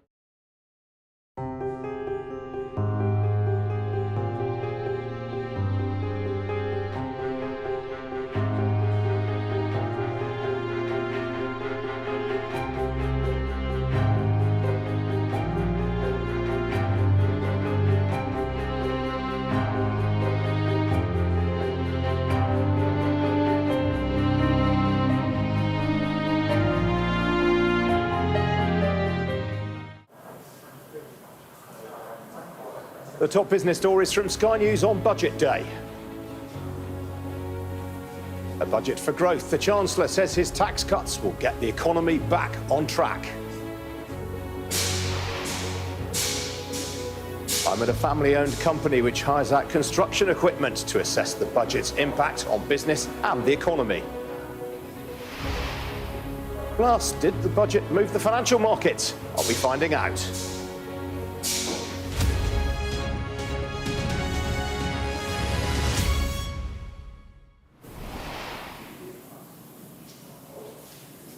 Good afternoon, this is Business Live with me, Ian King. We're live from Ipswich. The Chancellor called it a budget for long-term growth. Labour said the government was unable to generate the growth the country needs. There were no rabbits out of the hat. The 2p cuts to national insurance was widely trailed and follows a previous 2p cut announced in the autumn statement. On the economy, Jeremy Hunt said tax cuts were possible because of the progress made in bringing down inflation, with forecasts suggesting it will fall to the target level of 2% within months. The UK economy is expected to grow by 0.8% this year and by 1.9% in 2025. Well, let's have a look now at some of the main business measures announced this afternoon. Well, Jeremy Hunt has unveiled a cut to capital gains tax in a boost for landlords. The Chancellor said the higher rate of profit of capital gains tax would be reduced from 28% to 24%. He extended the oil and gas windfall tax for one more year, but he said that the energy profits levy would be abolished should market prices fall to their historic norm for a sustained period of time. And a new British ISA will allow £5,000 investments in UK firms on top of the existing £20,000 a year ISA allowance. Well, joining me now is Richard Hughes. He's chair of the Office for Budget Responsibility, whose forecasts, of course, underpin the Chancellor's thinking. Richard, good afternoon to you. You've been quite optimistic in terms that you've raised your forecast for this year, next year, and for 2026. What's informed those upgrades? So growth was disappointed last year. In the last 2 quarters of 2023, the economy stagnated and slightly contracted. We were expecting growth of last year, but we have revised up our forecast for growth going forward. That's on the back of falling interest rates as well as falling energy prices, which should support a stronger recovery in economic activity over the next few years. But over the long term, by the time we get to the 5th year of our forecast, actually our GDP forecast is largely unchanged from what you saw back in November. What I thought was particularly interesting, though, was that you seem way more optimistic now for next year in particular, 2025, than either the Bank of England or indeed consensus city forecasts. I think that's right. It's partly driven by the fact that the interest rates are expected to come down quite sharply over the rest of this year, if you look at market expectations. It's also driven by a big fall in energy prices in recent months, which means that people have got more spending power they can use to take out to the shops, and that supports a stronger recovery in economic activity over the next few years. Our forecast is a bit more optimistic than the consensus, significantly more optimistic than the Bank of England, but there are other forecasters who are even more optimistic than us. Obviously, the government has had very little headroom, to use the sort of the jargon that has become so widespread around these events. And that's dictated essentially by your forecasts for the net debt position way out in 2028 to 2029. How comfortable do you feel about that? Look, our only power is to actually produce forecasts of the economy and of the public finances. The Chancellor's in charge of £1 trillion worth of revenue and £1 trillion worth of public spending. All we do is forecast whether his policies for tax and spending put him on course to meet the objectives that he set for himself, which is to get debt to fall as a share of GDP in 5 years' time. So our only power is to do a forecast. What the Chancellor does with tax, what he does with spending, and actually what targets he sets for the public finances are all down to him. Exactly, but I guess my point is it really possible for anyone to know what the government's net debt position is going to be way out in 2028, 29? I mean, so many global events, as we've learned in recent years, can knock those forecasts even a little bit marginally off course. That's definitely right. And the £9 billion of headroom that the Chancellor sets aside against his target of getting debt falling in 5 years' time is a tiny fraction of the error, not just around our forecast, but around any forecast looking out that far. Shocks can happen. The economy can grow more slowly or faster than we expect. The interest rate outlook has changed dramatically over the last few years. And even since our last forecast in November, we've seen interest rates change by half, 0.75% of GDP. Even those kind of small changes can make big differences to the amount that governments need to borrow in 5 years' time and whether debt is rising or whether debt is falling. One thing that I thought was particularly interesting in your report, Richard, was that you said that labour market inactivity post-pandemic has been far more prolonged in the UK than previously anticipated. What kind of evidence has prompted you to say that? So we saw a big rise in inactivity in the aftermath of the pandemic, and then it started to turn around and improve over the months after that. More worryingly, in the last 6 months, we've seen inactivity start to rise again. It now stands at around 700,000 people out of work compared to where we were before the pandemic. And I guess most worrying is that the largest group and the fastest rising group within that is those who are inactive because of long-term sickness. And so the danger is that those people are out of work for long periods, possibly until they reach retirement age. And that's a big loss to the workforce and something which is one of the things which drags down on our growth compared to other factors which are pushing it up. Now, the Chancellor made a quite playful comment in his speech about the OBR having found its inner laugher, pointing out that this cut in CGT on household properties will stimulate more growth. If that's the case, then what could one say about an overall cut in the top levels of stamp duty? All right, so we're not allowed to forecast alternative policies. We only take the policies the government has given us. This cut to CGT, we do think actually brings forward lots of property transactions into our forecast period, generates lots of extra revenue from CGT as well as from stamp duty. That helps to boost the revenue over the next few years. It tails off to smaller numbers by the time we get to the 5th year of our forecast. But we do expect a big behavioural response to this tax change because it does reduce the cost of undertaking those property transactions. OK, Richard, enormously busy day for you today. We do appreciate you spending the time to chat to us. Thank you. Thank you. Well, we've been here at the home of True 7 Group all day. It's a family business just outside Ipswich, which deals with plant and vehicle hire, demolition, earthworks, concrete and recycled aggregates. This morning, I spoke to the group's Chief Financial Officer, Alec Bird, about what he wanted to hear from the Chancellor in his budget speech. And I'm very pleased to say Alec is back with me now. Alec, what do you make of it all? Well, I thought it was quite a mixed event, to be honest with you. I think there were some nice highlights in there, but some missed opportunities as well. You were very excited when we thought we were going to get an extension of full expensing to leased and rental equipment, and then it looked like it's not going to happen straight away. Yes, he did say when they could afford it, so we'll see when that is. As ever, the devil's in the detail.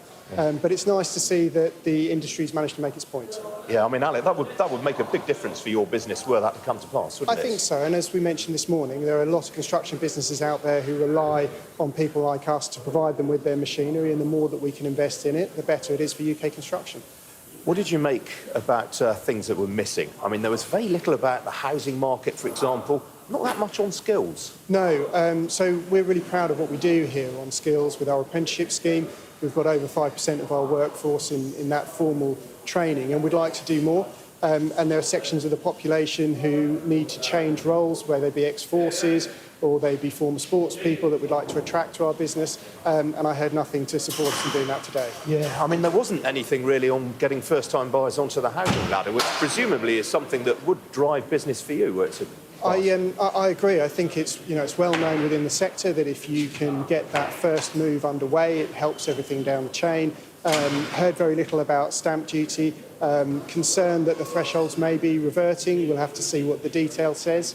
And again, no particular support for mortgages. So it feels as though that firepower's been used on the national insurance cut instead, which is good, puts money in people's pockets, but perhaps there could have been a bit more thought and care around the industry. Yeah, I mean, if one looks at the OBR growth forecast, I mean, I know you're an ex-banker, so you'll be into the weeds on this more than most. I mean, the OBR was relatively optimistic. I mean, it's upgraded its forecast primarily because of the interest rate outlook being somewhat less aggressive than it was, and also the inflation rate proving a little more benign as well. Yeah, which is welcome, isn't it? But unfortunately, I think all that headroom is so far out, it's difficult to know if we're talking about reality or fantasy. I think what it's done is it's helped the Chancellor today to give a little bit more away. Whether that's sustainable or not, we'll just have to wait and see. Yeah, one of the interesting moves around SMEs was that he's raised the VAT threshold, so that lifts some SMEs out of paying VAT, or charging VAT. Will that affect any of the businesses that you deal with? I think some of the local businesses, some of the smaller businesses, that will give them some modest help. I think the obvious point to make is that still tracks far behind where inflation has taken prices, so it's a real terms cut, actually, to the VAT threshold, and to be honest, it seems to me that it creates a headline, but it's minor tinkering. What about the freeze in fuel duty? I imagine you are a very, very heavy buyer. We are, yes.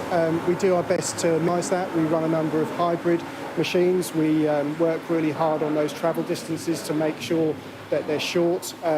We run Euro 6 engines and Tier 5 engines in our plant and our lorries to really make sure we're making the most of that fuel consumption.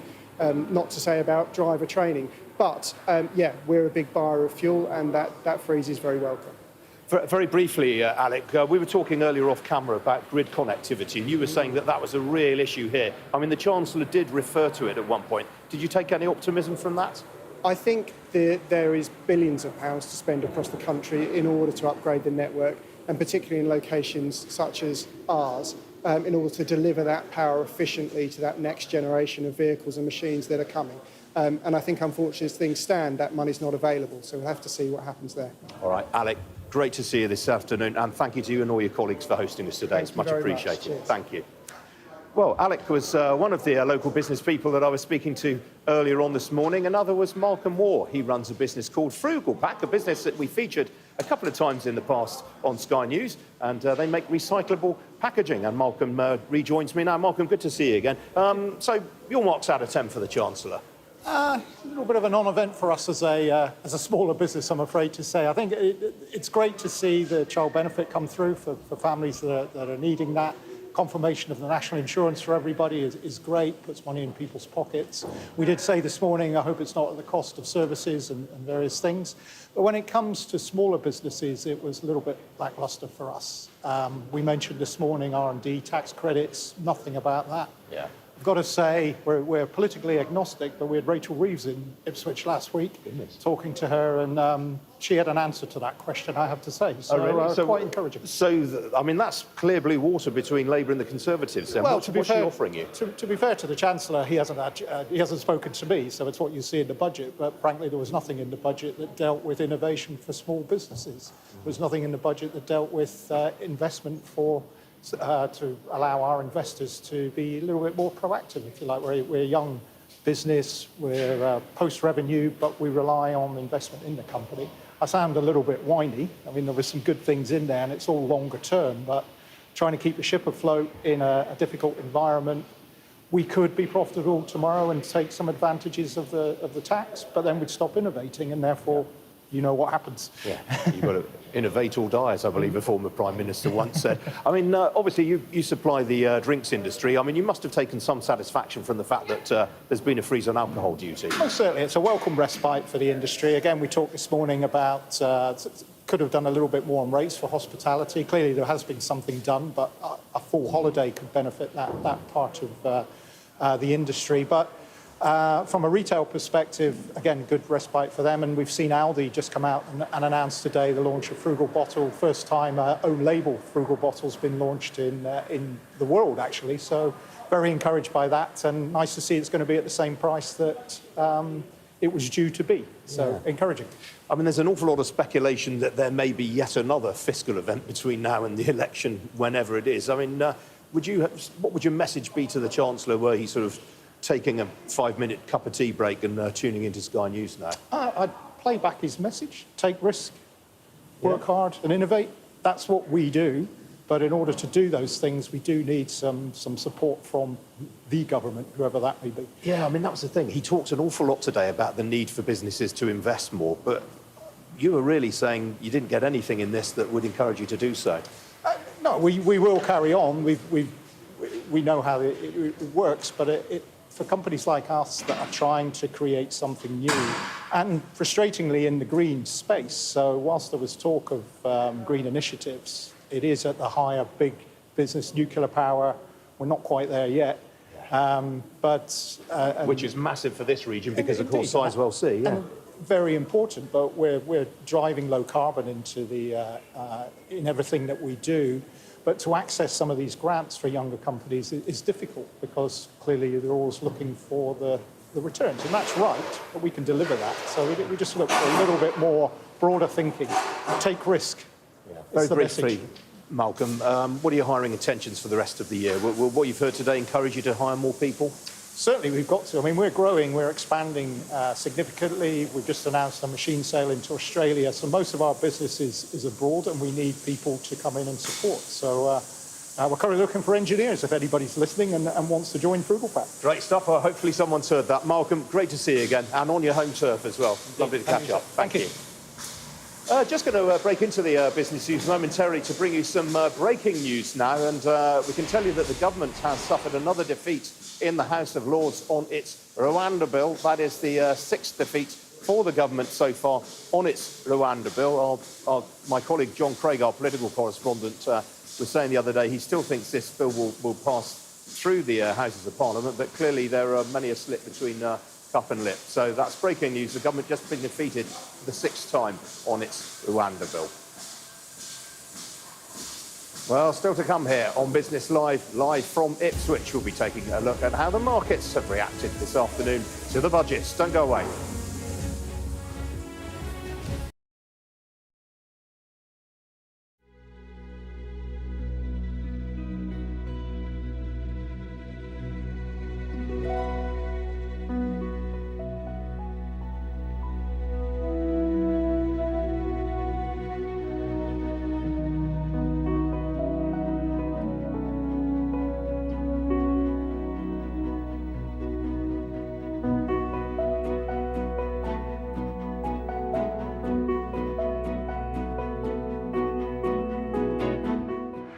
Play Sky News.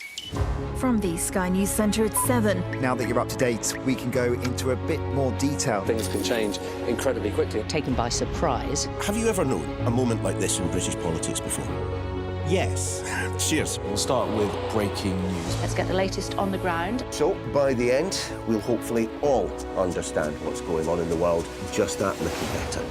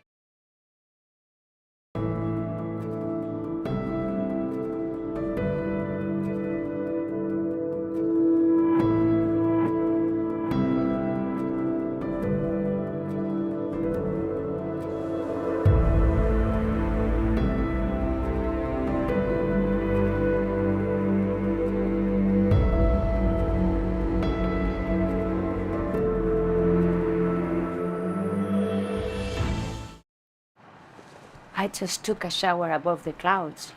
You know why? Because this is the Emirates A380.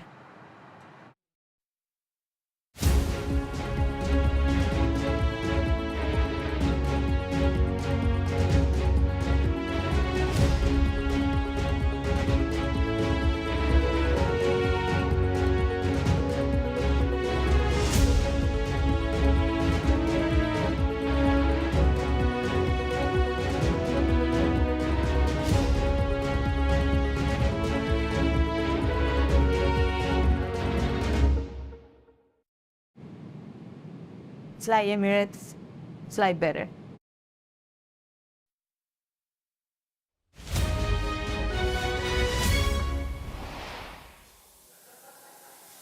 Well, let me tell you about the market reaction today to the budget. On the foreign exchange markets, well, it looks like it's a day of dollar weakness, to be honest, more than anything right now. Sterling up nearly 2/5 of 1% against the greenback. But as you can see at the bottom of the screen there, the euro is up 0.5% against the dollar. The sterling off just under 1/5 of 1% right now against the single currency. Well, over in Europe, mainland Europe today, this is how the markets have finished up. They're largely a positive session in continental Europe. All of the main equity indices in positive territory, led by the MIB in Milan.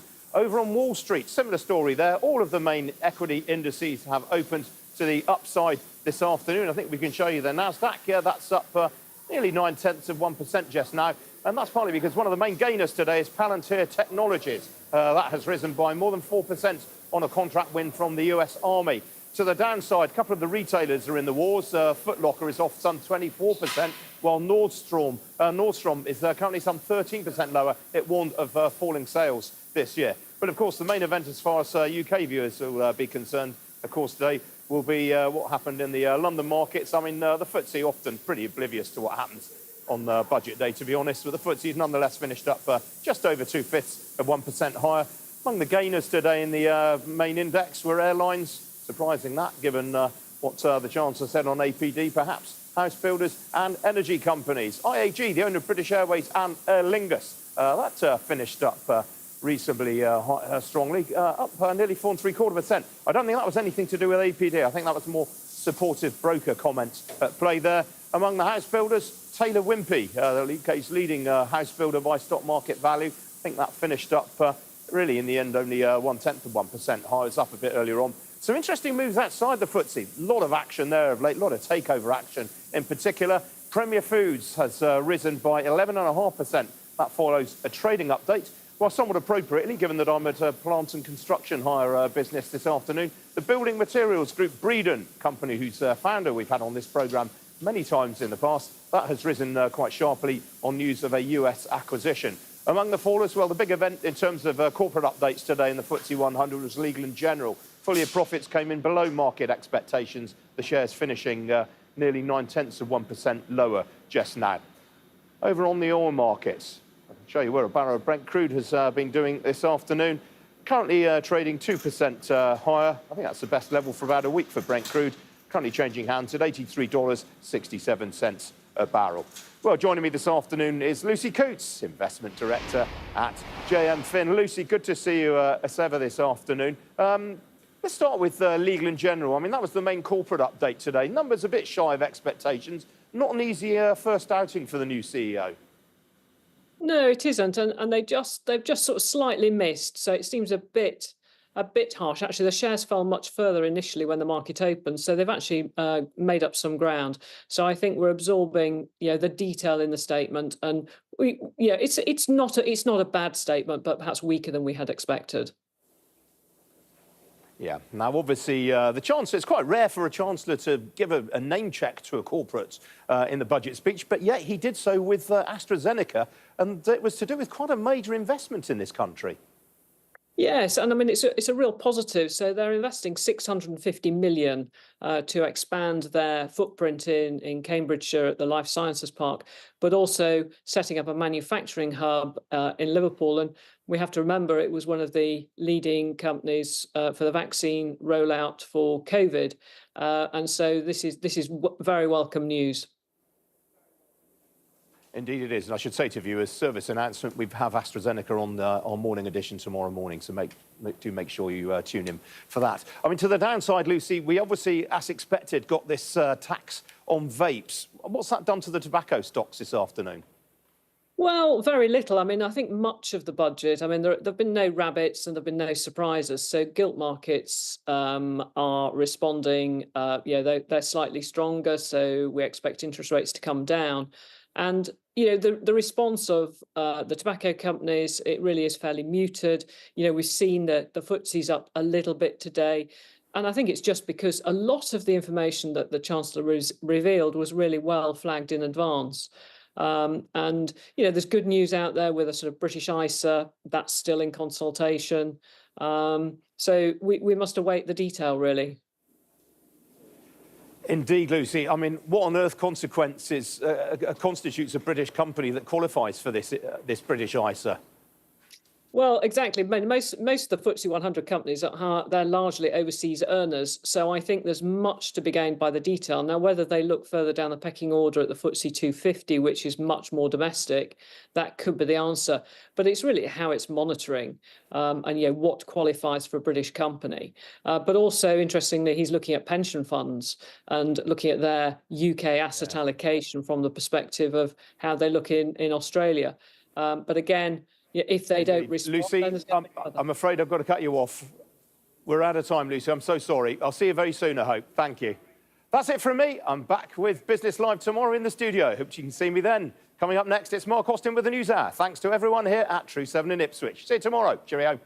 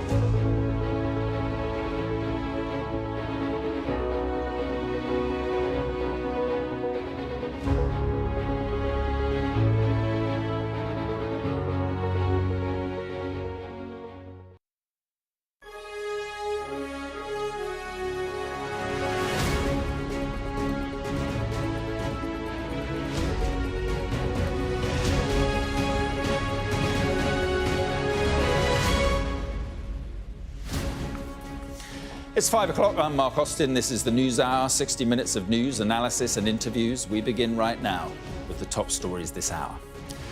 The Chancellor cuts national insurance and boosts help for families as he vows to get the economy back on track. A plan to grow the economy versus no plan. A plan for better public services versus no plan. A plan to make work pay versus no plan. Growth up, jobs up, taxes down. For Jeremy Hunt, it was the chance to win over voters ahead of the election. The opposition says it's too little, too late. There we have it, the last desperate act of a party that has failed. Britain in recession. Tonight on the News Hour, we'll analyse a big day in Westminster, what the budget means for you and for the timing of the next election. Also tonight, reports of deaths after a suspected Houthi rebel attack on a tanker off the coast of Yemen. Nikki Haley finally pulls out of the race for the White House, giving Donald Trump a clear run for the Republican nomination. And Southampton's game against Preston North End is postponed after a fire breaks out near St Mary's Stadium.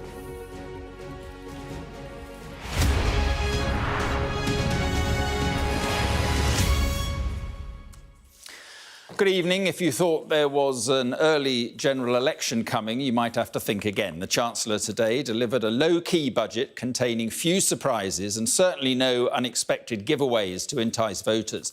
Confirmed was the trail 2p cut to national insurance, more help for working parents and the scrapping of tax breaks for non-DOMs. But there wasn't much to suggest that the Conservatives are planning to call an election by the end of this month. Let's take a look at the key measures. National insurance will be cut by 2 pence from April. It will reduce to 8% for employees and to 6% for those who are self-employed. The high income child benefit charge threshold will be raised from £50,000 to £60,000, and the government will get rid of the current system of non-DOMs. The VAT registration threshold for businesses will increase by £5,000 to £90,000. The government will invest almost £6 billion in the NHS, including £3.4 billion in modernising its IT systems. The government will launch a British ISA, allowing an investment of up to £5,000 more in UK equity per year. A new duty on vaping products will be introduced in 2026, and there will be a one-off increase in tobacco duty. The government will maintain the 5p cut to fuel duty for another year, and the alcohol duty freeze will continue until February 2025. The Chancellor told MPs his plans would stimulate growth and offer much-needed help in challenging times. Dynamism in an economy doesn't come from ministers in Whitehall.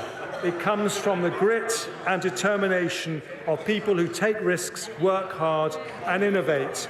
Not government policies, but people power. It is to unleash people power that we today put this country back on the path to lower taxes. A plan to grow the economy versus no plan. A plan for better public services versus no plan. A plan to make work pay versus no plan. Growth up, jobs up, taxes down. I commend this statement to the House.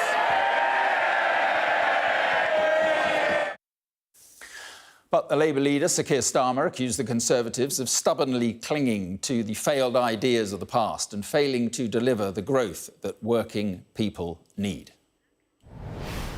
Thank you, Madam Deputy Speaker. There we have it, the last desperate act of a party that has failed. Britain in recession, the national credit card maxed out, and despite the measures today, the highest tax burden for 70 years. The first Parliament since records began to see living standards fall, confirmed by this budget today. That is their record. It is still their record. Give with one hand and take even more with the other. And nothing they do between now and the election will change that. Let's bring in our Deputy Political Editor, Sam Coates. Good evening, Sam. And, well, really, all quite low-key for a government bracing itself for an election.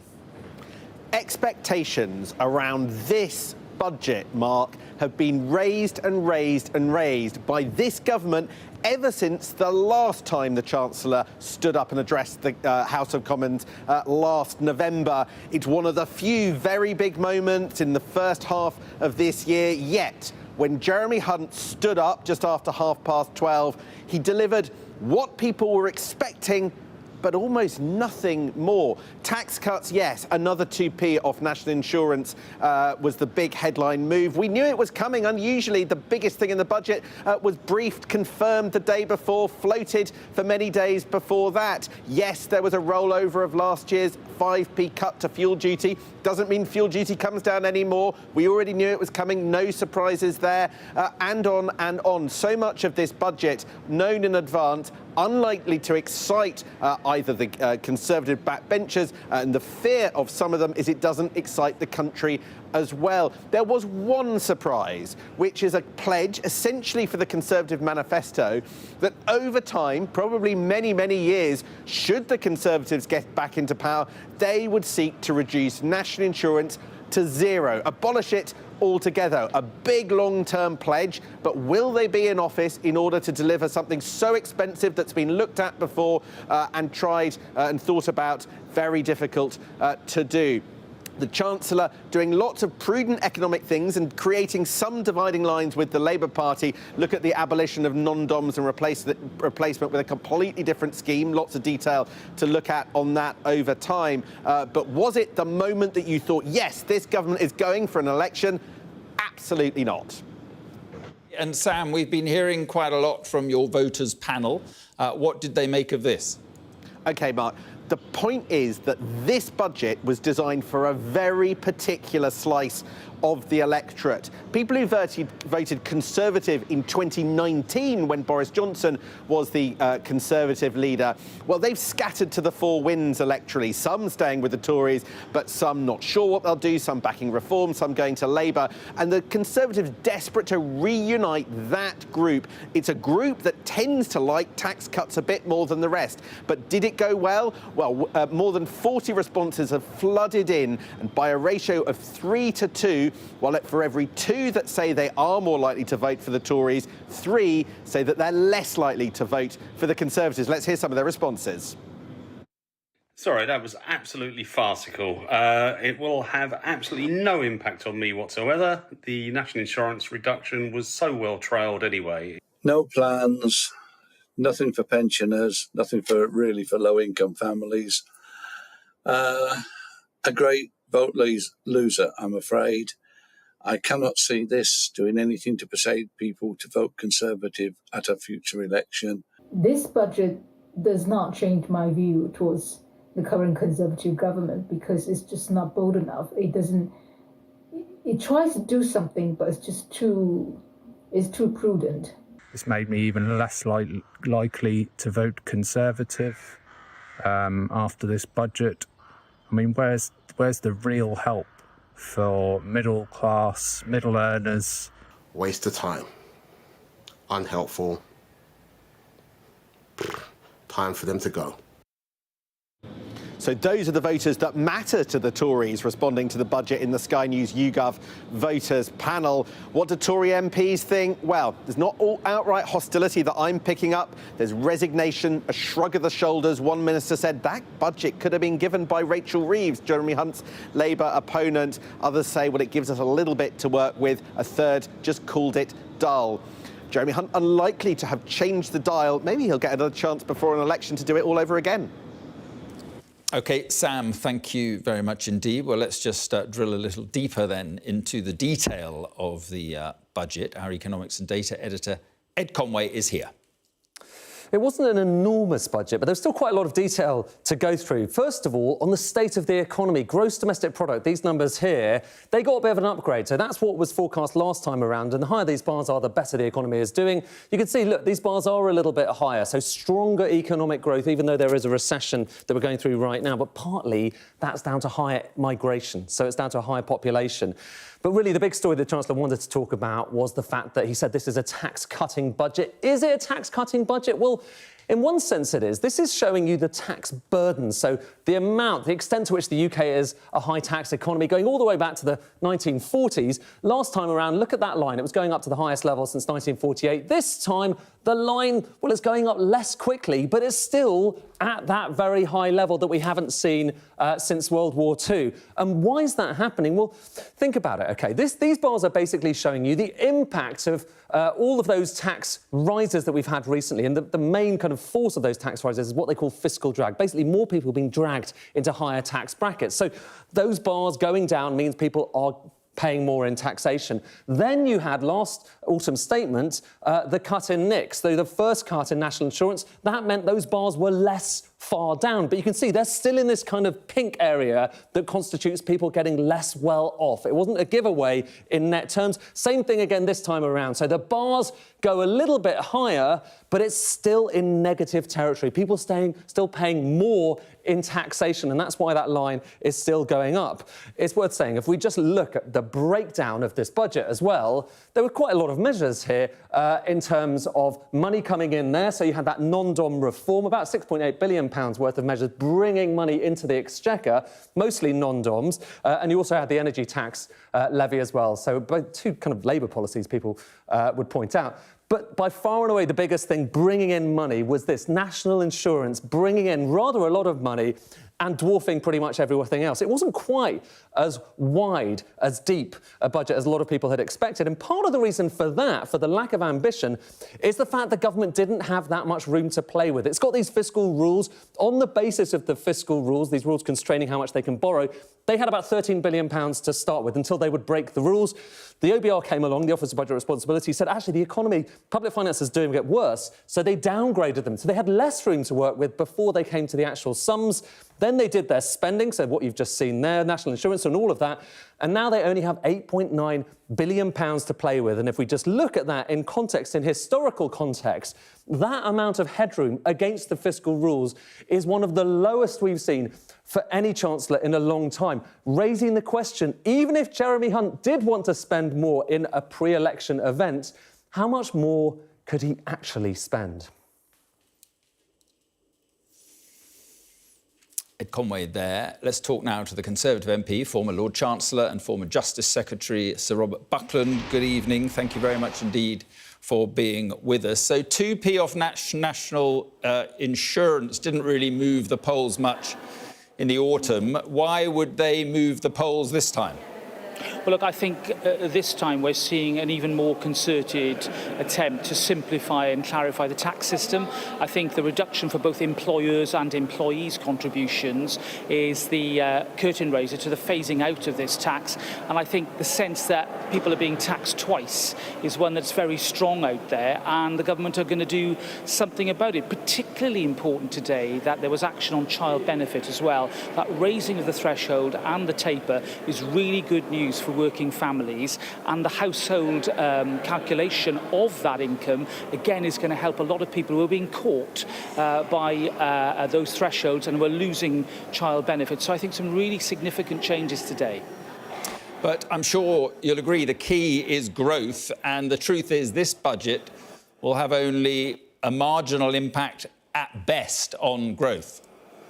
Well, look, I think that any impact positive on growth is a good thing. You know, we've seen budgets in the past that sometimes have had to really slash spending and raise the tax burden because of economic pressures. Now, we're still coming out of that COVID Ukraine period, but the government have made their calculations. OBR are happy, and we now have a situation where, rightly, the government is able to simplify the tax system, to be fairer to working families, and I think to encourage that sort of growth that will be very much the theme of 2024.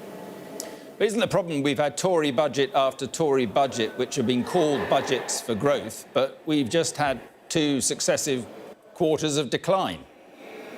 Well, look, I think we'll have to see where the ONS figures come out in the end on that last quarter.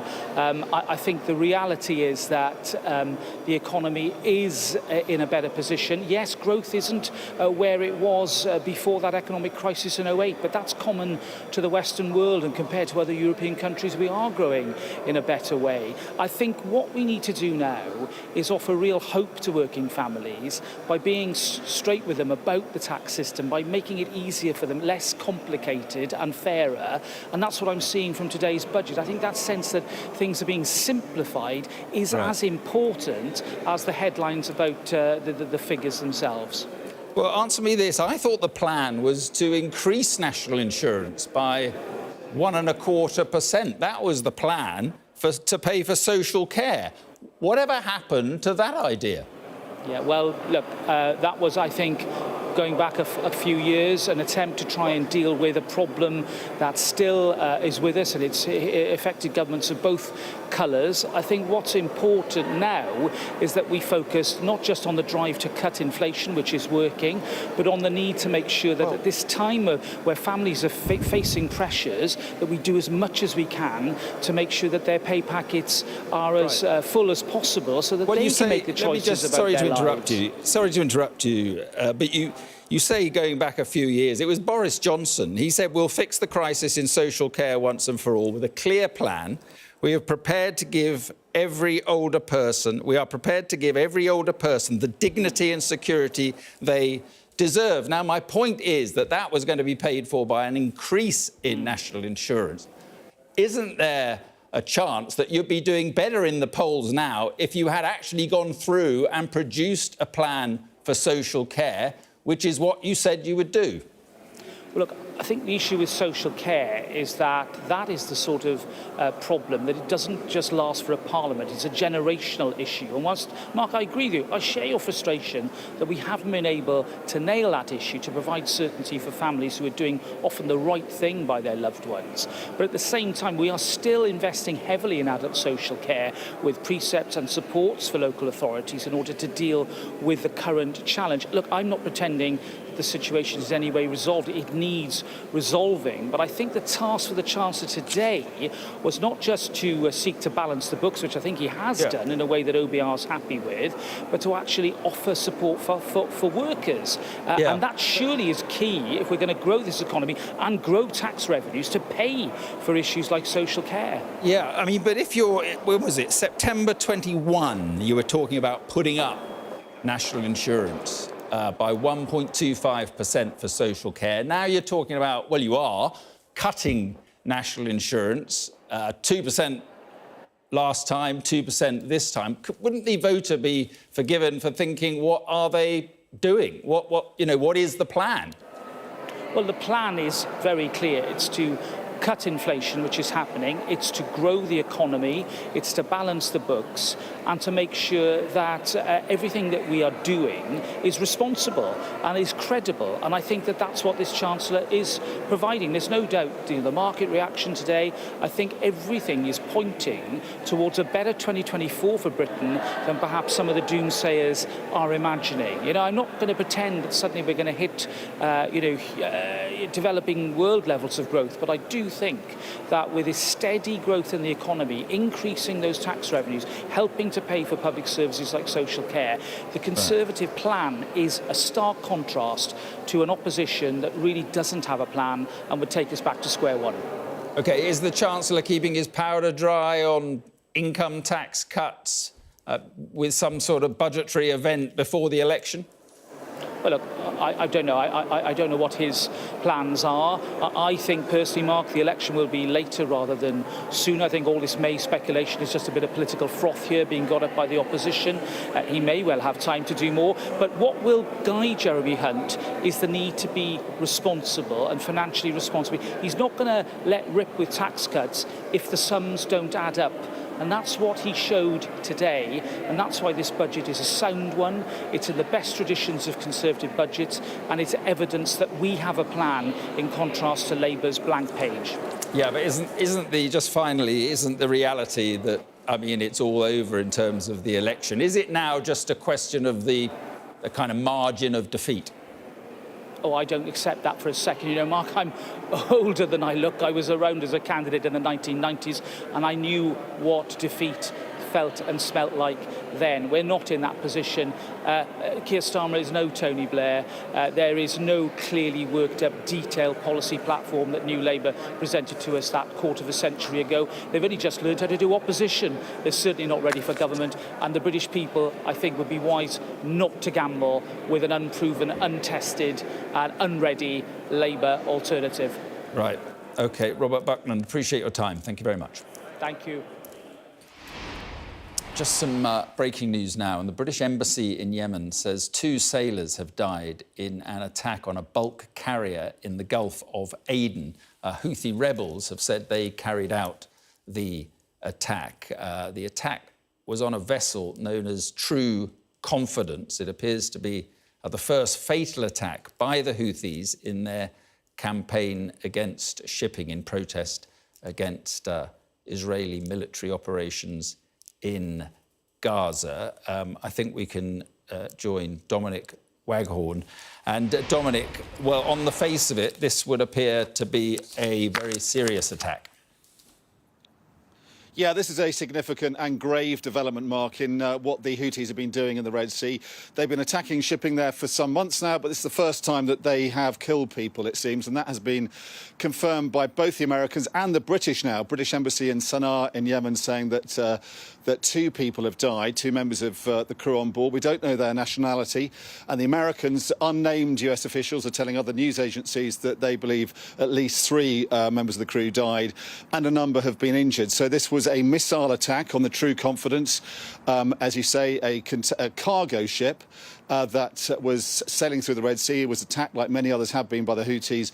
But this time, for the first time, we now have reports that people have died on board, and that crew forced to abandon ship after the missile attack. And the Americans say their Navy is in attendance trying to rescue the crew and stabilise the vessel. It's been a very busy day for the Houthis in the Red Sea. It's been a busy week for them because they also attacked an American destroyer today, the USS Carney, that had to fight off bomb-carrying drones and at least 1 anti-ship ballistic missile. Why the Houthis have now admitted and owned up to attacking the True Confidence, that the vessel where those crew members died, why they picked this ship isn't really clear, because it's Liberian-owned and it's registered in Barbados. So what the Liberians or the Barbadians have done to offend the Houthis isn't clear. There are reports that it was previously owned by an American company based in Los Angeles, so it could be old records or something that the Houthis have been sort of misidentified the ship and therefore attacked it. It's not clear, but the significance is that people have died on board after what has been a disastrous week for shipping in the Red Sea, because, of course, we had another attack on Monday, and, of course, on Saturday, the Ruby Mar, a cargo ship, sank with a cargo of fertiliser on board, which has done enormous environmental damage to the Red Sea as well. And the point here, of course, Mark, is that this follows weeks of airstrikes led by the Americans, but also British Air Force involved as well, which was designed to degrade and deter these attacks. And yet, frankly, the opposite is happening. They are escalating, and now for the first time, people have died because of these attacks on the Red Sea. Yeah, and we'll see what the response will be. Dominic, thank you very much indeed. You're watching the News Hour. Coming up, what the voters make of the Chancellor's budget announcements.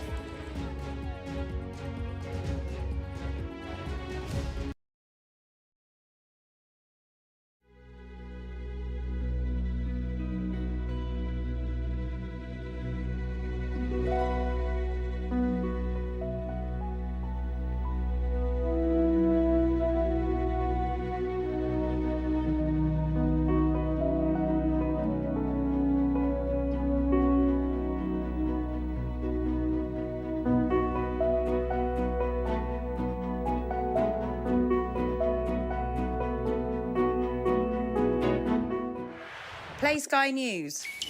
From the Sky News Centre at 7. Now that you're up to date, we can go into a bit more detail. Things can change incredibly quickly. Taken by surprise. Have you ever known a moment like this in British politics before? Yes. Cheers. We'll start with breaking news. Let's get the latest on the ground. So, by the end, we'll hopefully all understand what's going on in the world just that little better.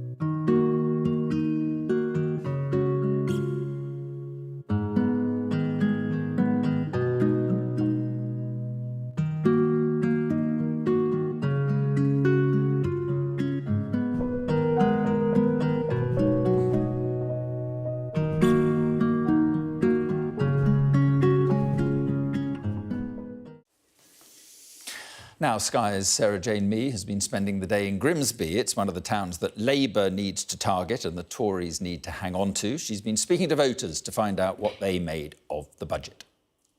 Just listening to our political editor, Beth Rigby, there a moment ago, she was saying, you know, this was the Conservatives' big opportunity, the last big set-piece event, the fiscal event before the general election. High hopes, high expectations. We watched it together, didn't we, over a little picnic table over there on the laptop. Your reaction, Sean, to what you heard? 2 words, damp squib. OK. If you looked at Jeremy Hunt's speech and you took out his electioneering and finger-pointing and blaming Labour for, you know, everything, he could have delivered that speech probably in half the time. In terms of content, no rabbit out of the hat, no surprises. Anything in there that's going to affect your life?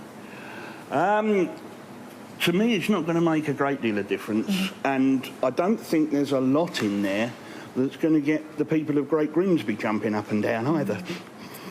Yeah. Callum, what about you? Well, I definitely thought it was the last-ditch attempt from the Tories.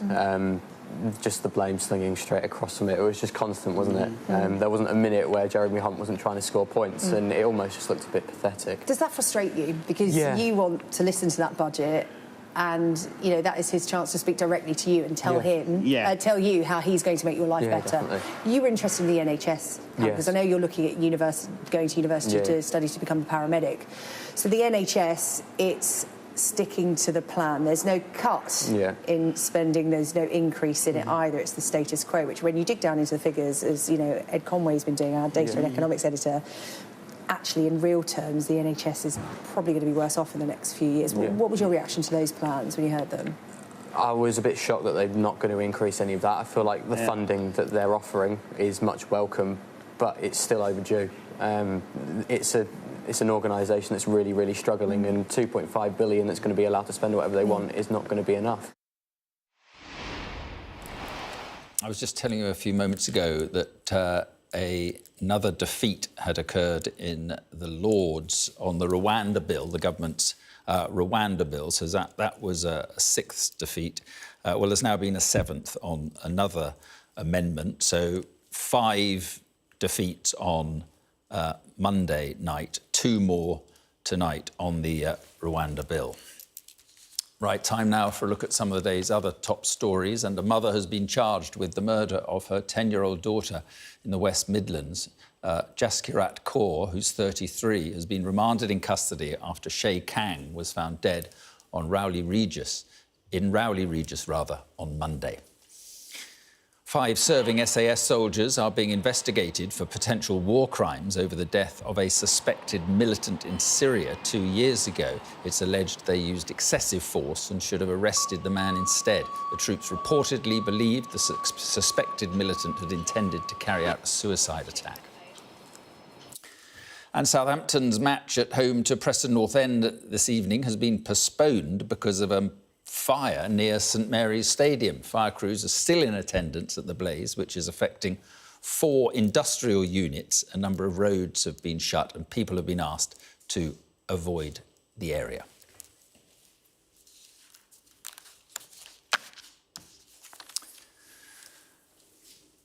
You're watching the News Hour. Coming up, our budget coverage continues with the Resolution Foundation next as they assess what's in it to improve living standards for those on low and middle incomes.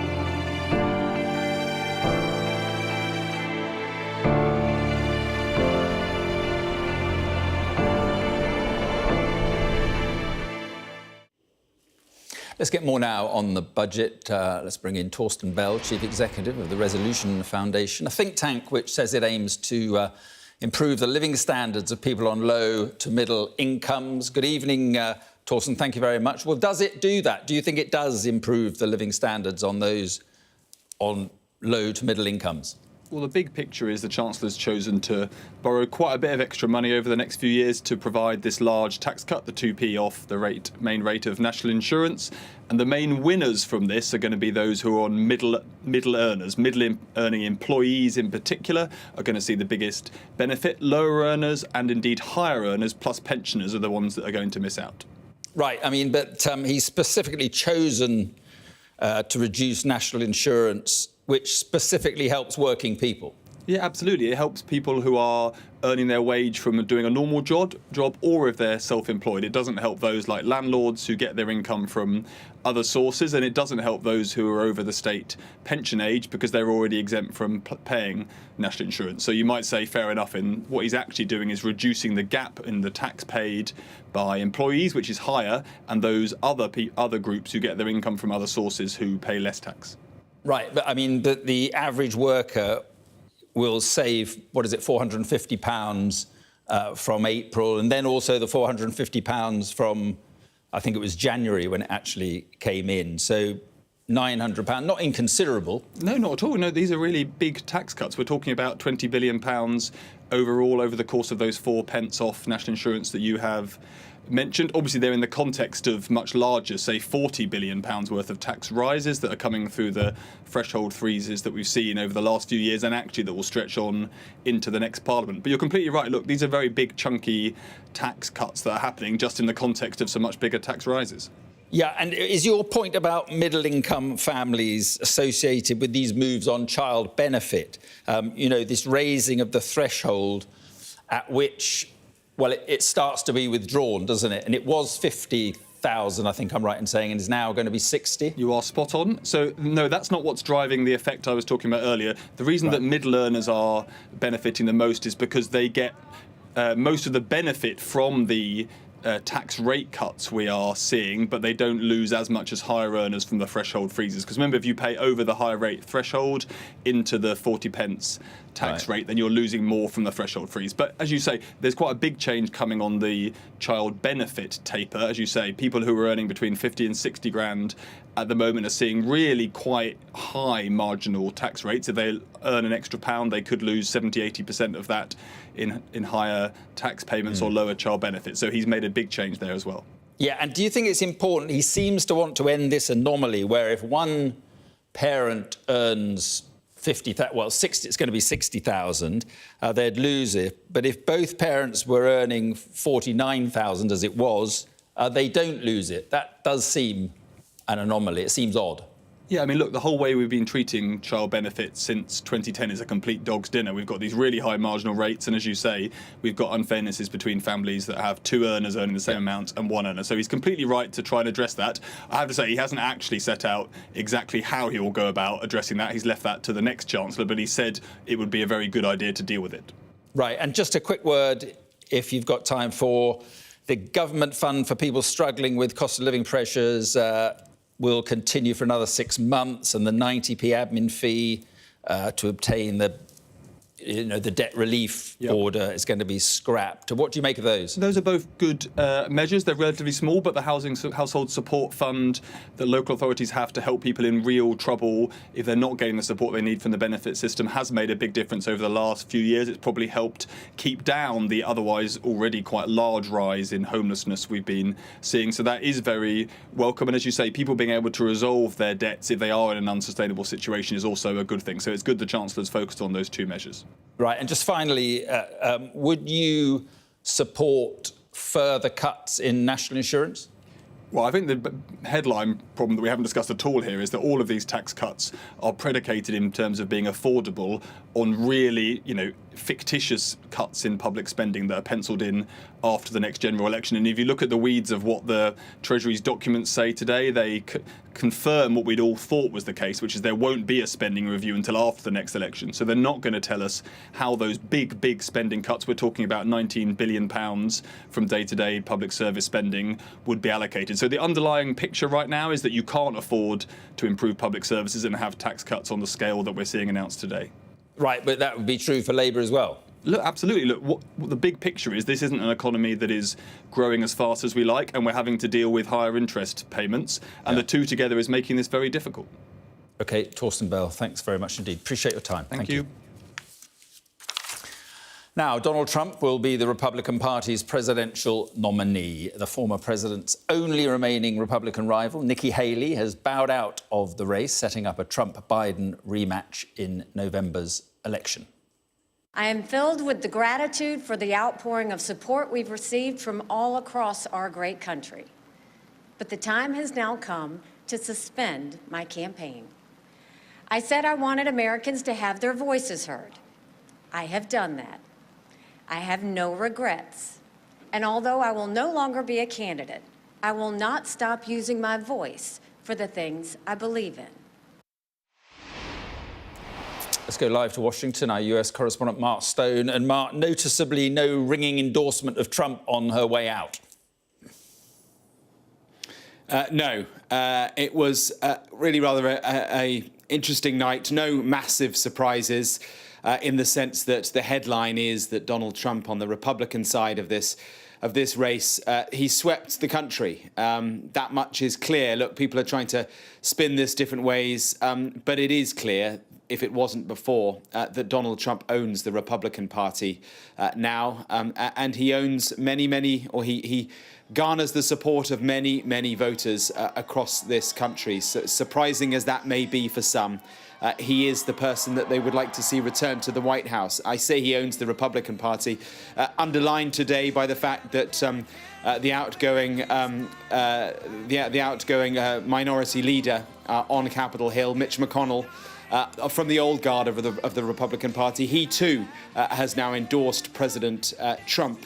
These two men did not see eye to eye on many issues, not least January the 6th, that moment in 2021 when Donald Trump, so many people believe because they heard him, seemed to encourage a riot and insurrection on Capitol Hill. Fast forward just a few years, and here we are. That man is now, the man surrounded by so much chaos, is now effectively the Republican Party nominee. I say effectively because he needs just a few more delegate numbers in order to be formally confirmed as the nominee. That will probably happen next week. And then in the summer, he will be properly crowned, as it were, at the Republican Party convention.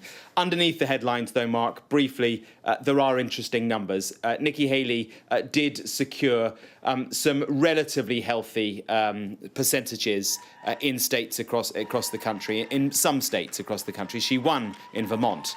In places like Virginia, in North Carolina, the percentage that she got, a minority, yes, Trump definitely won.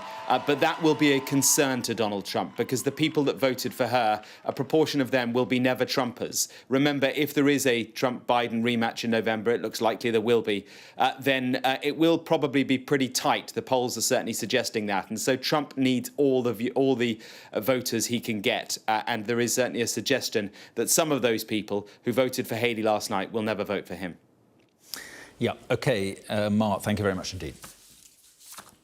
You're watching the News Hour. Coming up, Shadow Business Secretary Jonathan Reynolds joins me in a moment for the opposition's take on today's budget. And in sport, there is a major boost for Liverpool as Mohamed Salah returns to full training for them ahead of their pretty big game against Manchester City on Sunday.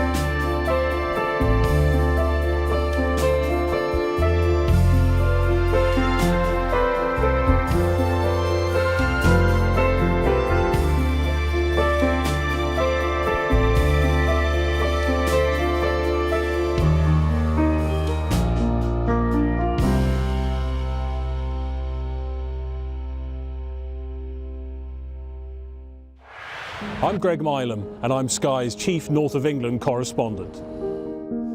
I've reported from around the world and around the UK. I'm Mark Stone, I'm Sky's US correspondent based here in Washington, D.C. And beyond the United States, from across the world, I report on the biggest stories. I'm Stuart Ramsey, and I'm Sky's Chief Correspondent. I'm David Blevins, and I'm Sky's Senior Ireland Correspondent. I remember some of the worst of the violence here. I'm Alex Crawford, and I'm Sky's Special Correspondent based in Istanbul.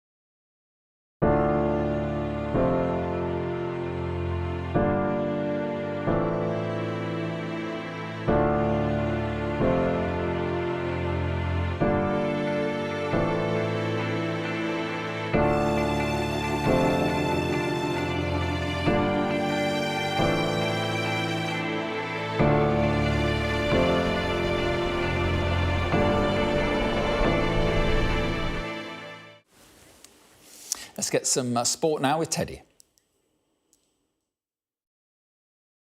This Sky News Sports Bulletin is brought to you by Vitality. Getting more people more active. Live life with Vitality.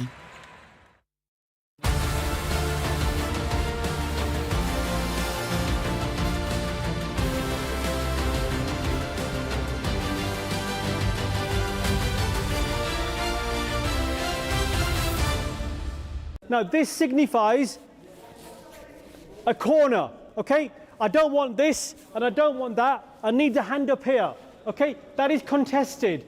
It's school on a Sunday, but nobody's complaining because the lesson is the laws of the game and the classroom is Villa Park. The FA wants to find 1,000 new black, Asian and mixed heritage referees from different communities around the country. It's part of the reflective and representative campaign. We want to increase the pool of referees from these communities at a grassroots level with the hope that in the future that these individuals can then go through the refereeing progression pathway and then eventually referee within the Women's Super League and in the Premier League. Historically, maybe the interest wasn't there, but actually we haven't probably done enough to actually showcase what refereeing is about. You're going to go there and blow the whistle and give a direct free kick. A lot of challenges that people talked about, the themes were, referee courses were too expensive, and that's why we've employed a bursary scheme as part of this campaign. You two go. Going into grassroots football and going into it as a referee, with all the other challenges that I have, the other added challenge will be the discrimination angle. You need to blow the whistle and put your hand like this. It's got to be like this on every single cone. The achievements of Sam Allison, Rebecca Welsh and Sunny Singill have highlighted the importance of role models and mentors within refereeing, with new refs coming through having people to aspire to. The organisation BAMREF was set up to increase levels of representation in refereeing, and we're in attendance on the day. Straight arm out. Well, I've never... This Sky News Sports Bulletin is brought to you by Vitality. Teddy, thanks very much. Let's get more now on the budget. Let's see what Labour are making of it. Let's speak to the Shadow Business Secretary, Jonathan Reynolds. Good evening. Thanks very much for being with us. It doesn't look like you're going to get your May election, does it? Well, you know, up until today, I was convinced it was May, but I think that budget was dire, to be honest. It was the culmination of 14 years of failure, living standards getting worse in a parliament, the tax burden going up still and being the highest on record, business investment still bottom of the G7. So, yes, I agree, that doesn't sound like an election prospectus, but you never know. And I think the country would prefer that election sooner rather than later. Right. Keir Starmer called it the last desperate act of a party that's failed, but the OBR is forecasting higher growth than expected over the next couple of years. 0.8% this year, 1.9% in 2025. That tells you everything. 0.8%.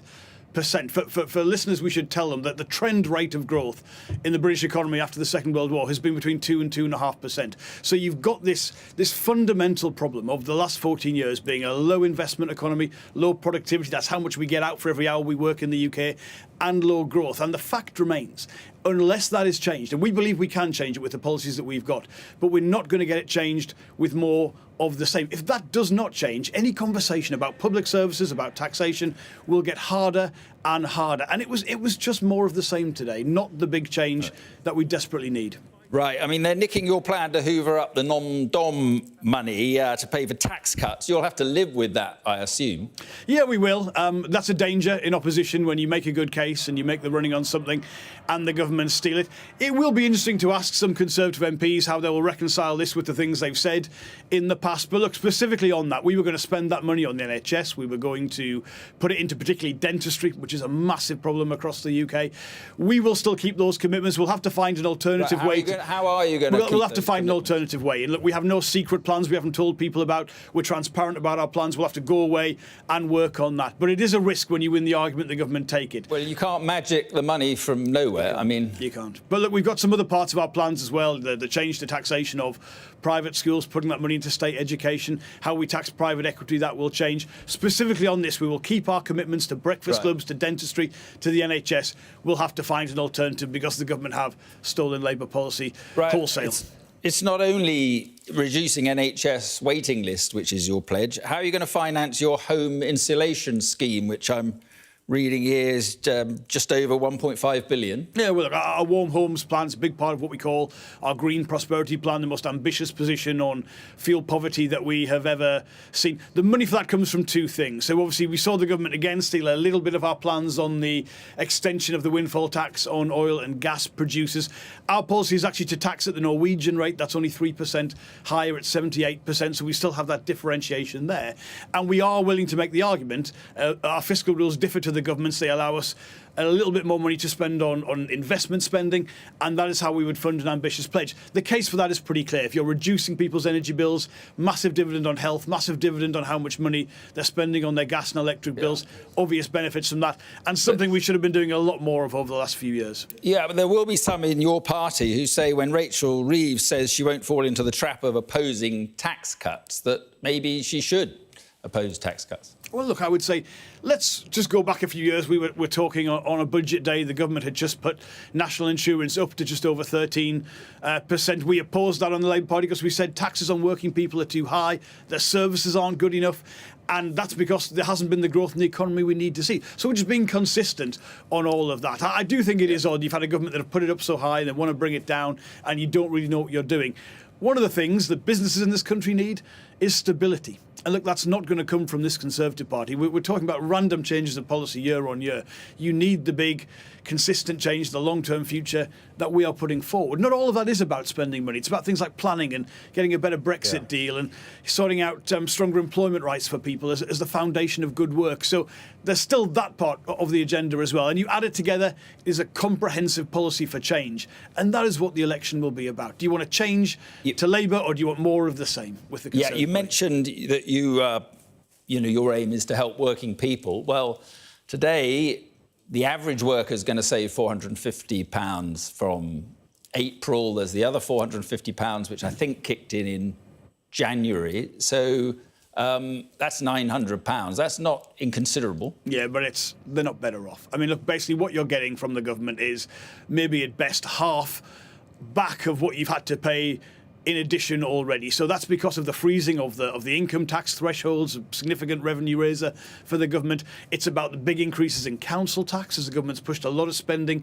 onto local councils. They've got to raise money for things like social care now through council tax.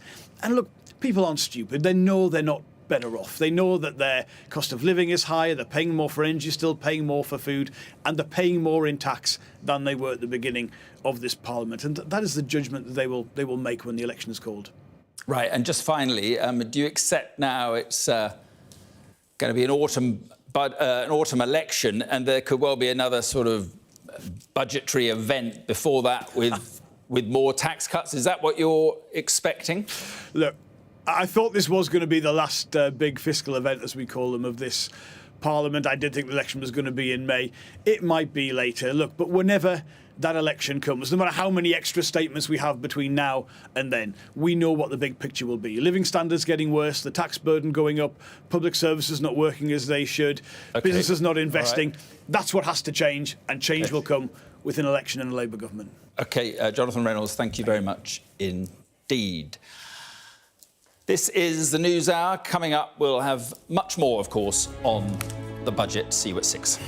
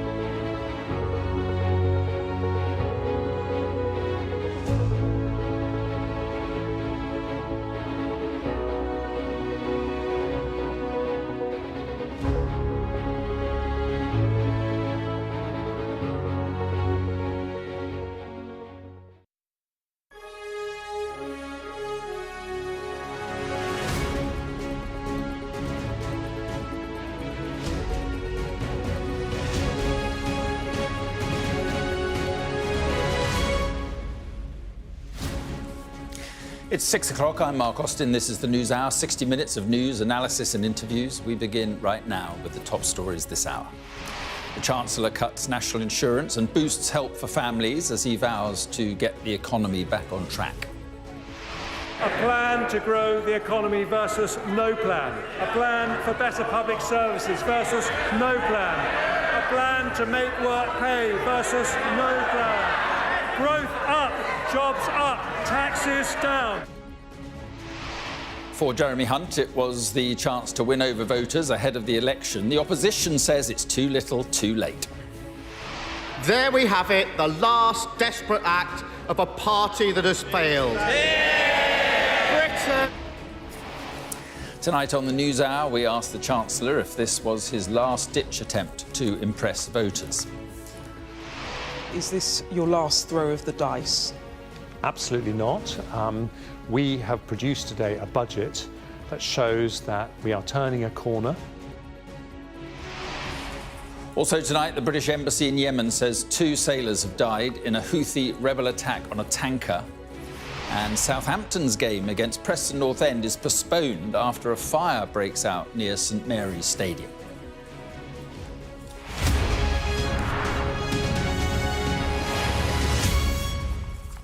Good evening. If you thought there was an early general election coming, you might have to think again. The Chancellor today delivered a low-key budget containing few surprises and certainly no unexpected giveaways to entice voters. Confirmed was the trailed 2p cut to national insurance, more help for working parents and the scrapping of tax breaks for non-DOMs. But there wasn't much to suggest that the Conservatives are planning to call an election by the end of this month. Let's just take a look at the key measures. National insurance will be cut from 2p from April. It will reduce to 8% for employees and 6% for those who are self-employed. The high-income child benefit charge threshold will be raised from £50,000 to £60,000, and the government will get rid of the current system for non-DOMs. The VAT registration threshold for businesses will increase by £5,000 to £90,000. The government will invest almost £6 billion in the NHS, including £3.4 billion in modernising its IT systems. The government will also launch a British ISA, allowing an investment of up to £5,000 more in UK equity per year. A new duty on vaping products will be introduced in 2026, and there will be a one-off increase in tobacco duty.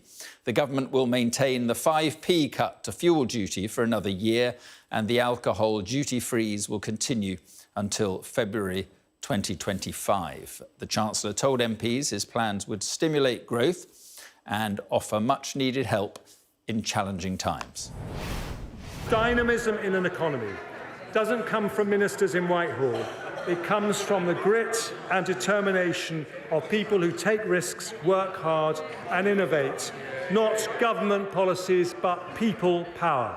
It is to unleash people power that we today put this country back on the path to lower taxes. A plan to grow the economy versus no plan. A plan for better public services versus no plan. A plan to make work pay versus no plan. Growth up, jobs up, taxes down. I commend this statement to the House.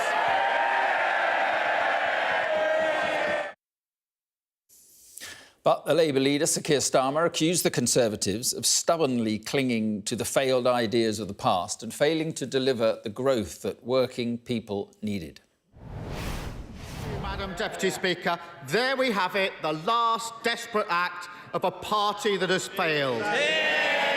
Britain in recession, the national credit card maxed out, and despite the measures today, the highest tax burden for 70 years.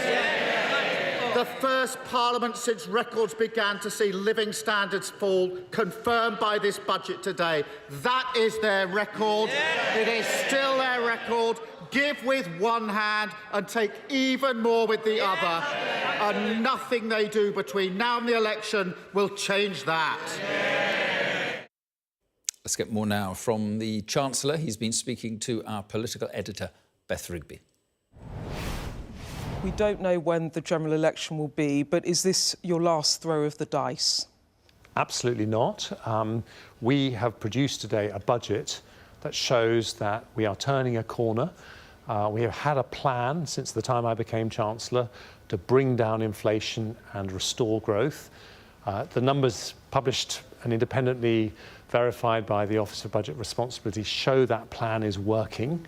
And what we are really saying when it comes to an election, whenever that is, and that's a decision for the Prime Minister, is that the fundamental choice is a Labour Party that thinks that you grow the economy by spending more, and a Conservative Party that thinks that the way to fire up the economy is actually to bring down the tax burden. And the changes that we've made today on national insurance, combined with what we did in the autumn, mean that we'll fill around 1 in 5 vacancies in the economy. I will come back to the tax burden because the OBR forecasts show that it's going to be going to the highest level in 70 years by the end of the forecast. But I've got a whole section on that. What I want to ask you now, though, is should we expect another fiscal event before a general election, or is this it? Well, that depends when the Prime Minister decides to call the election. But whenever that is, and that is the key point. You've just talked about the tax burden, so let me just address that point. Of course, taxes have gone up because we spent over £400 billion helping families through the pandemic and through a cost of living crisis. I think that was the right thing to do. But does that rise in taxation have to be permanent? No. And the big difference between Conservatives and Labour is that we believe the way we'll fire up the economy, create more jobs in the future, is by taking steps to bring down the tax burden, and that's what I did today. Chancellor, will the tax burden, the share of GDP paid in tax, be going up or down over the next 5 years? Simple, and up or down? Well, let me tell you, because of the decisions that I have taken as Chancellor, the tax burden will be over 0.5% of GDP less than it would have been. Are those taxes still higher than they were? Yes, they are. That's the answer to your question. The taxes are still higher because we spent a lot of money helping families with the furlough scheme, by the way, which saved 10 million jobs. That was the right thing to do. So I'm not pretending that taxes haven't had to go up. But what you see today, combined with the autumn statement a few months ago, is that we are making a decisive change in direction. Now the plan is working, inflation is coming down, growth is coming back. We're bringing down taxes on families because we know that's the way to create jobs in the economy, the way to make us a more prosperous country, the way to get more money for services Chancellor, like the NHS. It's true that the curve is slightly coming down, but at the end of the Parliament, just so the viewers are clear, you're calling it a tax-cutting budget. By the end of the Parliament, taxes will be at the highest level, the tax burden, since 1948 in the Second World War. That's the highest level in 70 years. It's not a tax-cutting budget. Taxes are still going up. No, Beth, because as we've just said, taxes were came up because of the pandemic and because of the cost of living crisis, and we thought it was right to support families. We've never pretended that taxes were doing anything other than going up to give that support. I think it was the right thing to do. We have very low unemployment because of that support. But now, because our plan is working, we're starting to bring taxes down. And that's what I did in the autumn statement. And that's what I've done this time. OK, and I just want to put on the record that 7 million people are being dragged into higher tax bans.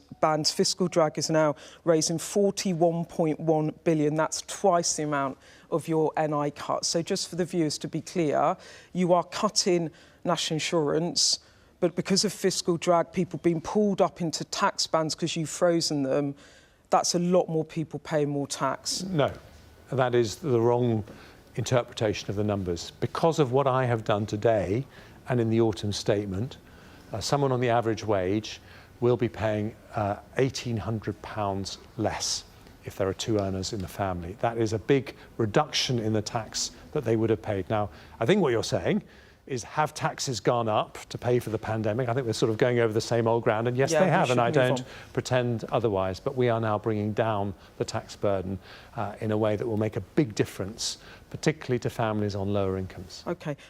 Chancellor, is it important that Chancellors keep their promises? Well, I think it's important that all politicians keep their promises. OK. I ask you because the Prime Minister who used to be Chancellor, Rishi Sunak, told MPs and voters in March 2022 that I can confirm before the end of this Parliament in 2024, for the first time in 16 years, the basic rate of income tax will be cut from 20 to 19 pence in the pound. Simple question, does that promise still hold, yes or no? Well, for someone who's working, he has cut the percentage of tax they pay, not by 1%, but by 4%. I'm asking you a specific question. I'm giving you a very tax. specific answer. For people who are working, he has cut the tax by 4%. That is and the reason we've chosen to do that, and not income tax, is because that is what's going to help to grow the economy. So that is the choice that we make. It is a very, very important choice. So just to be clear, you as Chancellor now are saying to the public, in 2022, a Conservative government said we would cut basic rate of income tax in 2024 by 1 pence. You're now saying you're not going to do that. Well, with respect, Beth, a lot of things have changed since 2022. I think the premise of what the Prime Minister was saying is if you stick to the plan, I will bring taxes down. And I think he has more than delivered that. But you're not going to do income tax, just to be clear. You've just heard the budget, Beth. We are taking 2 pence off national insurance. That follows a 2 pence cut off national insurance in the autumn. That is £900 back in the pockets of someone on the average salary. It's a very significant tax cut for those families. And for your colleagues today, I spoke to Priti Patel yesterday, Lord Frost was on the television yesterday, Suella Braverman will be on the television talking to Sky News later today. They have been clamouring for for income tax cuts. I'm hearing loud and clear that this is not the direction, not the priority for you and Mr Sunak. What's your message to them when they're going to feel perhaps fed up with this budget? What's your message to them? Well, I don't think they are going to feel fed up with this budget because it's the second fiscal event in a row where we have cut taxes decisively on ordinary families. The polls don't move. Well, hang on. I only delivered this an hour ago. It's the second one in a row where I have cut taxes decisively without increasing borrowing and protecting our public services. And that is, I think, what many of those people have been arguing for. And the reason is because we look around the world and we say that the economies that are really growing fast, that are making their people the most prosperous, are ones with lower taxes, because that makes it easier for businesses to expand. And that's what we're doing for the UK. Chancellor, this is a pre-election budget. Many economists will say it's economically sound. Many politicians might say it's politically wanting. You cut national insurance by 2 pence in January. The polls are getting worse for the Conservatives. You're repeating it again. You are so far behind in the polls. You can understand why colleagues are feeling really anxious that you're not giving them more to sell on the doorstep. Well, let me put it this way. I don't agree with that choice, the way you framed it, because I think the reason people vote Conservative is because they trust us with their family's money and they trust us with the economy. And yes, they want to see taxes come down, but they want it done in a responsible way. We've brought down taxes twice in a row now without increasing borrowing and protecting and investing in our public services like the NHS. That is a credible tax cut. It's a tax cut that's for real and forever. And that is because it's the right thing to do for the country. Are you frustrated that the polls aren't moving then? Well, I think in the end, the polls that happen in a very difficult period for the country, when inflation at points has been over 11%, when we've had a pandemic and a war in Ukraine, those polls are very different to what happens in an election. In an election, people say, when you faced all those difficulties, did this government do the right thing for the long-term future of the country? And this was a long-term budget for growth. As Chancellor, your time could be running out in number 11. It seems to me you're planning for an autumn election now. The Prime Minister's indicated it. You presumably are looking at energy bills falling, interest rates falling potentially over the summer, and even maybe another fiscal event. Is that the plan? That's the working assumption, but in the end, it's a choice the Prime Minister makes. And just finally, I was down in your constituency this week. You've put £100,000 of your own money into your constituency. Why is that? Is that because people aren't investing in your local or giving money to the Conservatives? Or is it that you're so worried about losing your seat to the Lib Dems that you're having to bankroll your own association and therefore campaign? I put that money in mainly because during the pandemic, it was not possible to do fundraising in the normal way. I've got a brilliant team in my constituency, and we do some fantastic local campaigning, and I wanted that to continue despite the fact that we couldn't fundraise. But have I got a tough fight against the Lib Dems? Absolutely, and I've never taken that for granted. And what do you say to people that would say it's unfair that just because you're a wealthy individual that you can kind of bankroll your own association when others can't afford to do that? Well, look, this shows that I am committed to the local area. It's a free country. All these donations are disclosed. You're asking that to me now. And, you know, that is because I want to carry on serving the people of Godalming and Ash. Thank you so much. Beth Rigby with the Chancellor there. Let's go to our Deputy Political Editor, Sam Coates. And Sam, it was all quite low-key for a government gearing up for an election. That's right. 4 months, Mark, they've been raising expectations about today, but I'm not sure while it met expectations, it exceeded or put the government on the launch pad towards an imminent imminent election. I think if you can conclude anything, it's that there isn't going to be an election this May from the way the Chancellor delivered a largely as expected budget. Good piece of intelligence there in the interview with Jeremy Hunt by my colleague Beth Rigby. She said that she got him to reveal that there's going to be another budget-type event. It's called a fiscal event, possibly an autumn statement before an election. So we'll be back here doing it all over again. At that point, they'll be looking to wow people maybe more than they managed today. How will they do that? Well, there's been a clue from the Chancellor, confirmed in an interview with my colleague Sophy Ridge, that actually this government wants to entirely get rid of national insurance, not just reduce it by 2p and 2p and 2p, but over time reduce that to zero. Listen to Bim Afalami talking to Sophy Ridge. We want to eliminate that double tax on work. And this isn't just some ideological thing. It means it can help grow our economy because we'll increase the number of people who are working in our economy, increase the number of hours that they work. And the OBR and the Bank of England and all the independent forecasters recognise that will increase the growth rate of our economy. And Sam, we've been hearing from your voters panel a lot recently. What did they make of the budget? This is a budget that's designed to focus on one group of the voters, one group of the electorate more than anyone else, the sort of swing voters, as Conservative headquarters sees it, which are the people who voted Tory in 2019, but many of whom have abandoned the party, decided they don't know how they're going to vote, and haven't quite made up their mind or switched to another party. And we've been running a Sky News YouGov voters panel, the sort of community of this key group at the election, to ask them what they think. Now, their views are mixed, to put it politely. While some of them are neutral, while 2 of them are in favour, the balance actually is that by a margin of 3-2, the voters in this group seem less likely to vote for the Tories rather than more likely. Let's hear some of their responses.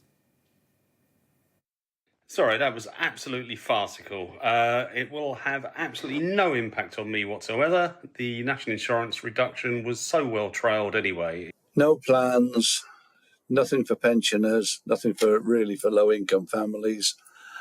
A great vote loser, I'm afraid. I cannot see this doing anything to persuade people to vote Conservative at a future election. This budget does not change my view towards the current Conservative government because it's just not bold enough. It tries to do something, but it's just too prudent.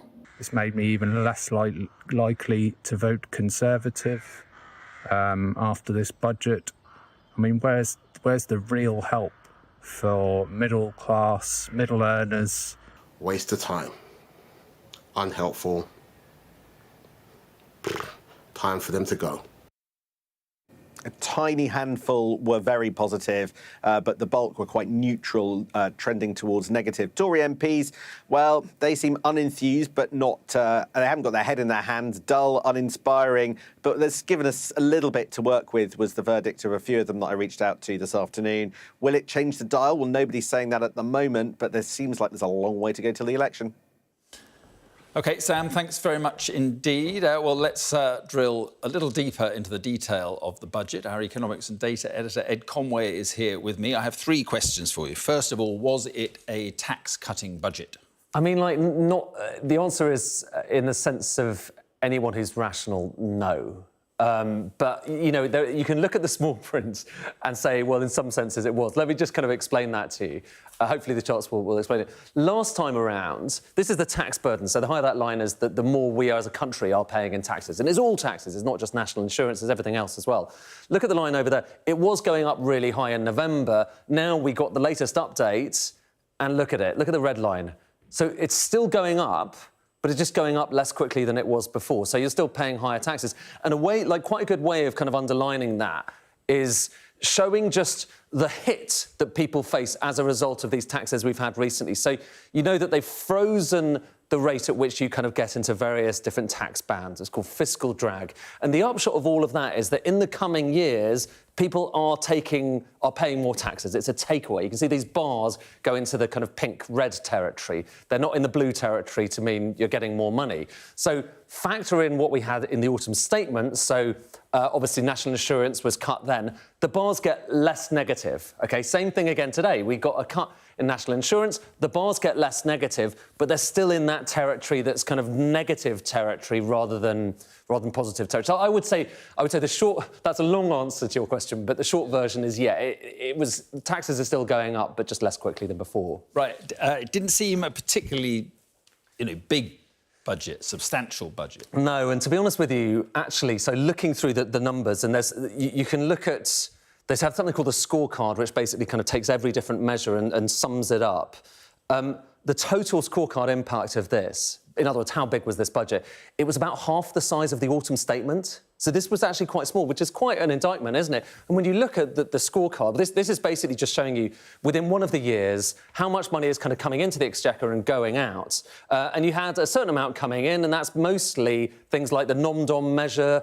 You've got that energy levy, so the windfall tax has been extended for another year. So quite a bit of money. And then money out, it's mostly... That's the money kind of going out of the exchequer into people's pockets. It's mostly that national insurance thing. Last time around, like I say, that was a lot bigger, basically. So you had a lot more kind of ambition last time around. Right, and this is all about the issue that you've been describing very cleverly over the last couple of days, which I didn't understand, not sure many people do, this idea of headroom.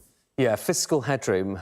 I find it really frustrating, to be honest with you, Mark. It's essentially... That we don't understand it? Well, no, not that you don't understand it. No, I know you absolutely do understand it. It's more just that all of our policies, so the decisions about the state of the economy, the decisions about tax, decisions about investment, kind of hinge on how close the government is to breaking its fiscal rules. It's not because there is more money to give away, it's because it's got some rules and we think that we're that close to breaking them. And at the moment, before this budget, they were that close to breaking it. So you've got these different fiscal rules. They had about £13 billion of extra kind of debt until they would break those rules. £13 billion.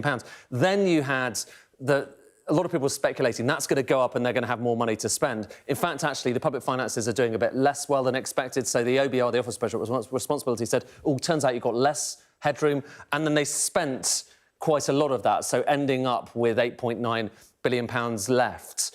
And that headroom... I get irritated by the phrase headroom, but it's what the government has decided it's kind of marking itself against. Right. The amount of room it's got left to spend, that bar over there, is really low compared with most previous chancellors. And the interesting thing about this chart, OK, the higher the bars are, the more kind of room you've got to spend if you're really taking these rules seriously, which that's a whole other kind of conversation. But what that kind of implies is, do they have much money left for a pre-election giveaway? If they're taking this stuff seriously, which they seem to be so far, then basically the answer is no. So that's it. So when Sam Coates said that the Chancellor is saying now that there's going to be another fiscal event, that's the room at the moment. But the whole problem, and the reason I get so frustrated with this, is that you know, every week that changes because the forecasts change every week. So it could well be that in a few months' time, the Office of Budget Responsibility says, oh, actually, it turns out the economy's doing a bit better than we expected, our forecasts are a bit better than expected, and so it turns out you've got £30 billion of headroom. So it's a bit academic, but, you know, people's livelihoods are being decided on the basis of these quite academic things. So anyway, not much room left at the moment, but you never know in the coming months. OK. Ed, thank you very much indeed. Thank you. This is the News Hour. Coming up, 2 sailors have died in what's thought to be the first fatal attack by Houthi rebels on ships off Yemen.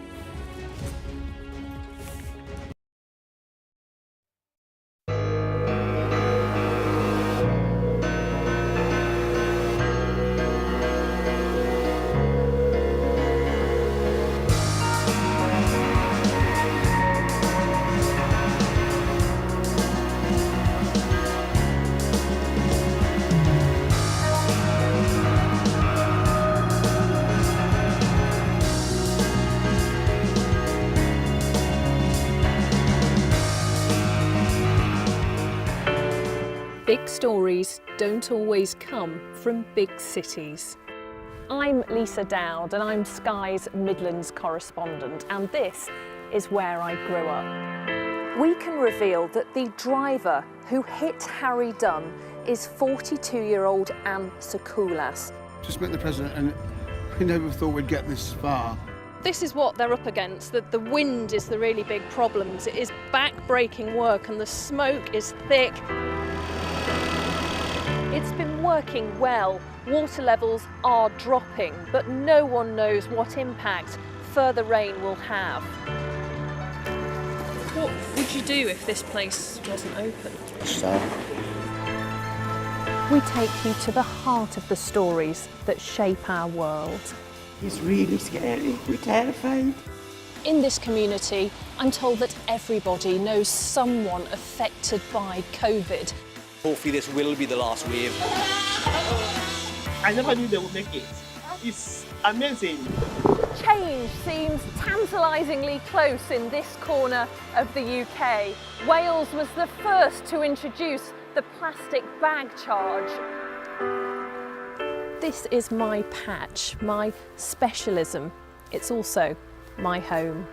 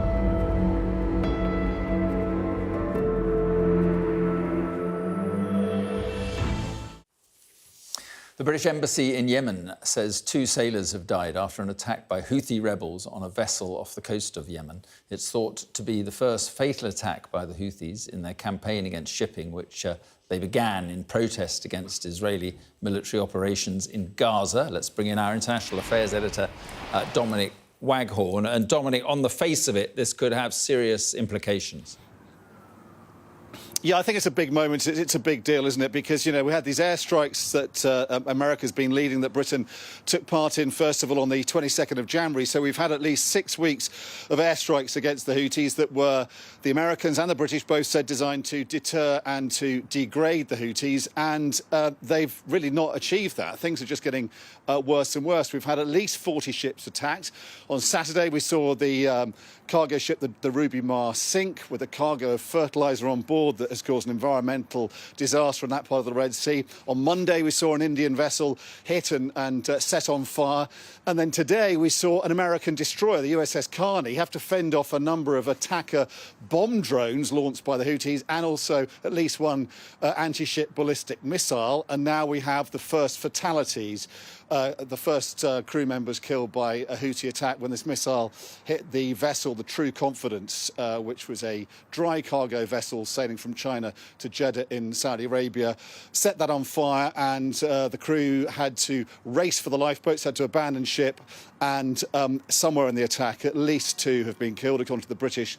The Americans, unnamed American officials, are saying that at least 3 have been killed and a number are wounded. And the US Navy is there at the scene trying to rescue the crew and also, I guess, stabilise the vessel. So I guess the question is, we've just heard from the US State Department in their briefing saying it's just a matter of time before lives were claimed in this. But I suppose the Americans also have to explain how they're going to deal with this threat. And it's a real, I think it just highlights again the risks, as long as the Gaza war goes on, the risks of a much bigger war spreading. Because, you know, if the USS Carney had been hit by a missile and sunk or badly damaged, or American naval sailors had been killed, we could be looking at an even more grave outcome tonight. So as long as that war continues, the more the risk is of a regional conflagration. And I guess what's happened, this tragedy on the high seas off Yemen, I guess just is testimony to that again tonight.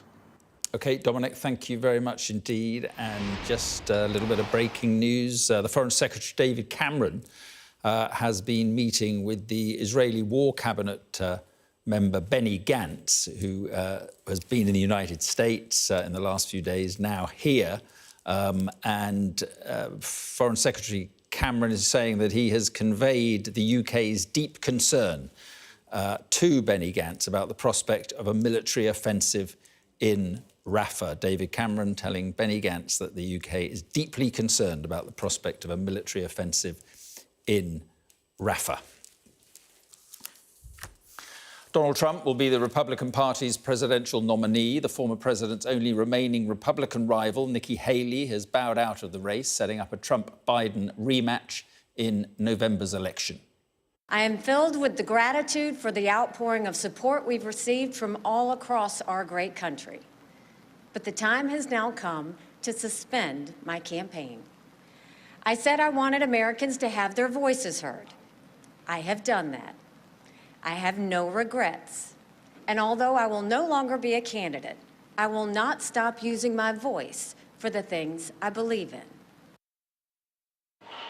5 serving SAS soldiers are being investigated for potential war crimes over the death of a suspected militant in Syria 2 years ago. It's alleged they used excessive force and should have arrested the man instead. The troops reportedly believed the suspected militant had intended to carry out a suicide attack. The Science Secretary, Michelle Donnellan, is facing calls to resign after £15,000 of taxpayers' money was used to pay damages to an academic she had accused of expressing sympathy for Hamas. Ms Donnellan has retracted the comments she made about Kate Sang after the professor launched a libel case. Labour is demanding that she repay the full amount. You're watching the News Hour. Coming up, 2 of the most experienced Westminster watchers will give us their verdict on this afternoon's budget.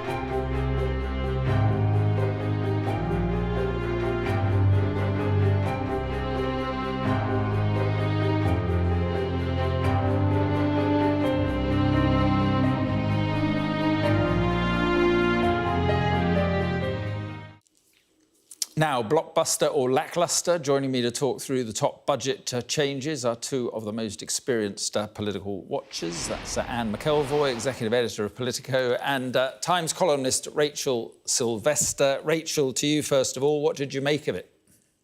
I think in a way, and although this was a deeply political budget, what matters is how people feel in their pockets. Do they feel richer or poorer when they go to the polls at the next general election? And I don't think this budget today will really make a huge difference on that. They won't feel richer despite this cut in national insurance, which was a headline grabber, although and now, you know, pretty much briefed out before. But I think the problem is that that's been counterbalanced by so many other tax rises and so many people being dragged into higher and higher rates of tax. So in terms of how people will actually feel, I don't think it will make a big difference in a positive direction. And what did you think? I mean, it had a very low-key feel to it. It had a low-key feel to it. And what I take away from it is the extent to which, with all of that speculation, and probably Rachel and I added to it, was he going to do this income tax cut? Was it going to be 1p that was just about affordable within his own definition of fiscal headroom to satisfy the external bodies that he himself as Chancellor and the government has said want to be the ultimate arbiters of that wriggle room, if you like? Would he go to 2p, please the Tory backbenchers? In the event he did neither. Now, some people will say that's a major disappointment, but to me it signals how much Rishi Sunak and Jeremy Hunt, who act together on this one, I think very much there's not a meaningful difference between them, believe that fiscal rectitude is the better calling card at the election than doing anything that would risk inflation going up again or any other negative consequences. Yeah, the problem, as Rachel says, is it's not very exciting. No, well, I mean, Rachel, you said that it was a political budget, but do you think it changes the political landscape, the political trajectory?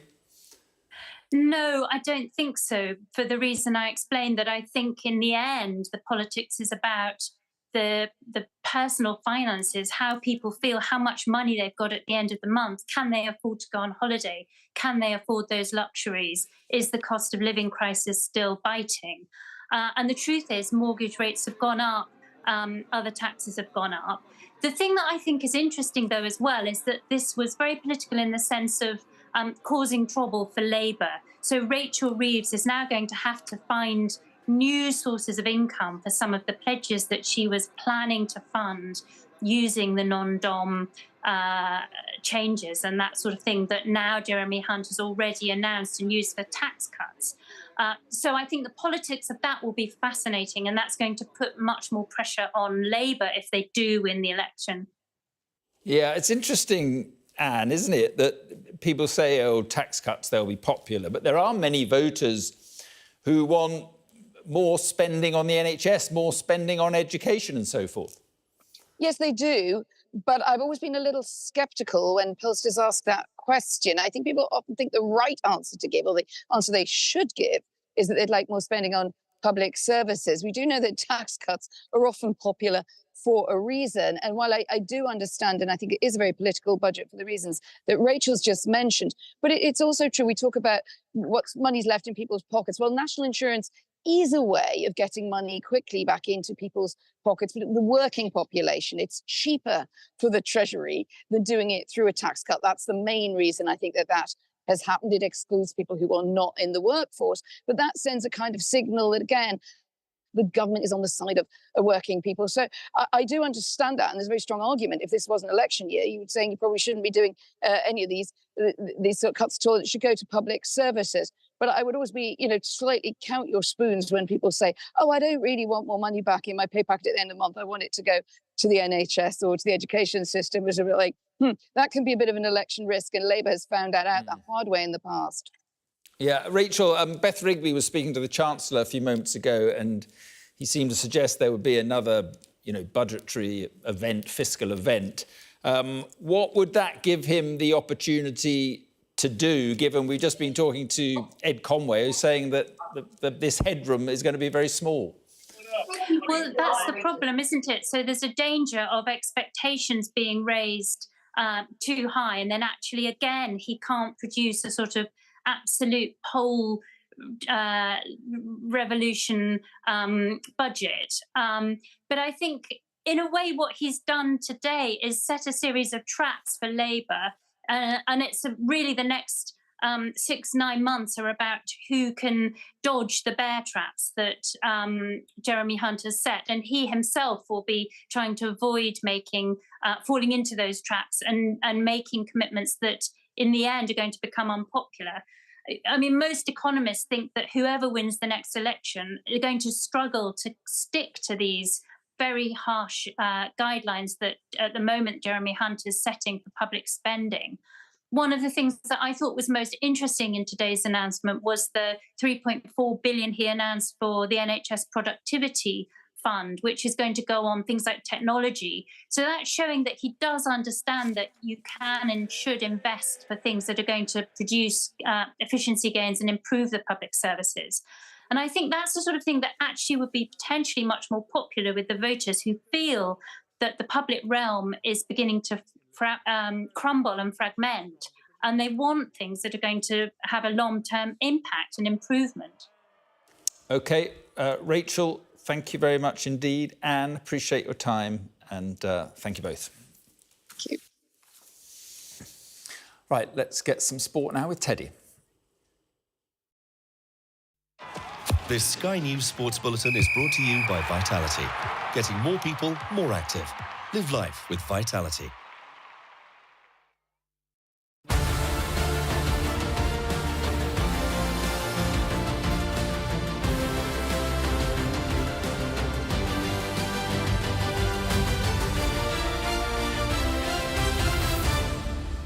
Now, this signifies a corner, OK? I don't want this and I don't want that. I need the hand up here, OK? That is contested. It's school on a Sunday, but nobody's complaining, because the lesson is the laws of the game and the classroom is Villa Park. The FA wants to find 1,000 new black, Asian and mixed heritage referees from different communities around the country. It's part of the reflective and representative campaign. We want to increase the pool of referees from these communities at a grassroots level, with the hope that in the future that these individuals can then go through the refereeing progression pathway and then eventually referee within the Women's Super League and in the Premier League. Historically, maybe the interest wasn't there, but actually we haven't probably done enough to actually showcase what refereeing is about. You're going to go there and blow the whistle and give a direct free kick. A lot of challenges that people talked about, the themes were, referee courses were too expensive, and that's why we've employed a bursary scheme as part of this campaign. You two go. Going into grassroots football and going into it as a referee, with all the other challenges that I have, the other added challenge will be the discrimination angle. You need to blow the whistle and put your hand like this. It's got to be like this on every single cone. The achievements of Sam Ellison, Rebecca Welsh and Sunny Singill have highlighted the importance of role models and mentors within refereeing, with new refs coming through having people to aspire to. The organisation BAMREF was set up to increase levels of representation in refereeing, and were in attendance on the day. Straight arm out. Well, I've never seen this before. It's absolutely amazing to be part of a room full of young black, Asian, mixed heritage young people ready to start their refereeing journey.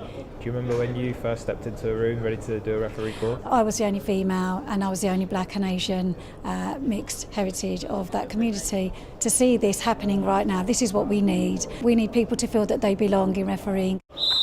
And we're going to stop, blow and give a penalty. Yeah, still got it there.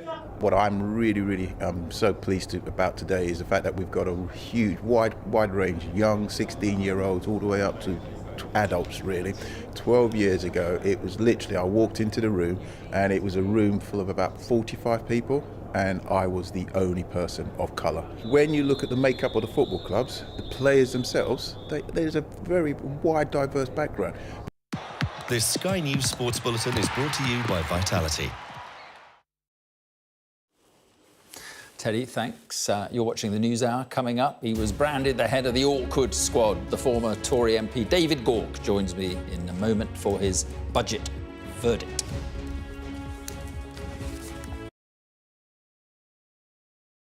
In this study, we're trying to model fetal development. We're trying to model how the babies develop in the late stage of pregnancy. So this started by looking at the amniotic fluid, which is a solution that surround and protect the baby during development. And we look at the cells, at the various cell types that are present in this resource.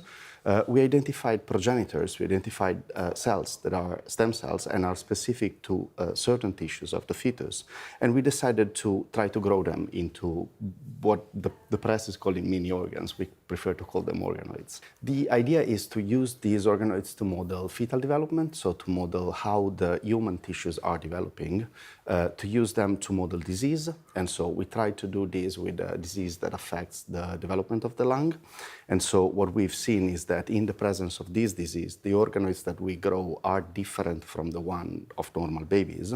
And based on this, we expect in the future to be able to use this technology to test drugs that are specific for these babies, so in a personalized medicine manner, and basically use these as a predictive model for how the pregnancy is going to unravel. This research is done both at UCL and Great Ormond Street Hospital, and in the lab, together with Professor Paolo De Copi, which is my mentor, we put these cells into three-dimensional culture. So it's organoids are something that is getting quite established in medical technology.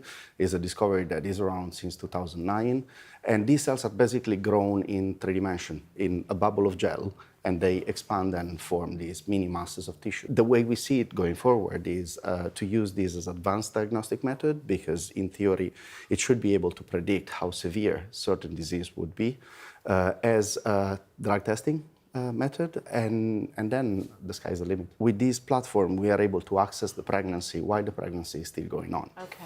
And this is very relevant because we can theoretically intervene while the baby is still developing in a personalized manner. We don't really manipulate anything here. We just take cells out, expand them in culture, and that's it. There's no, we don't bring them back, we don't make them into something that could develop in a fetus, an embryo, or whatever.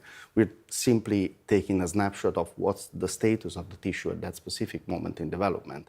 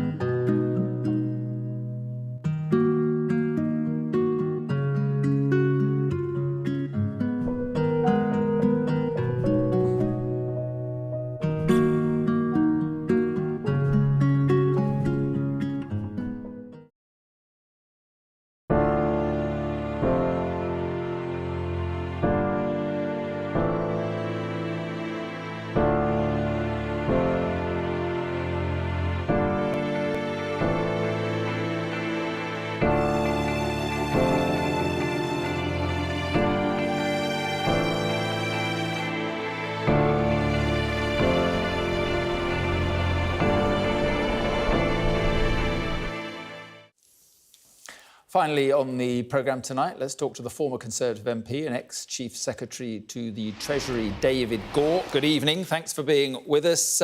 What did you make of it?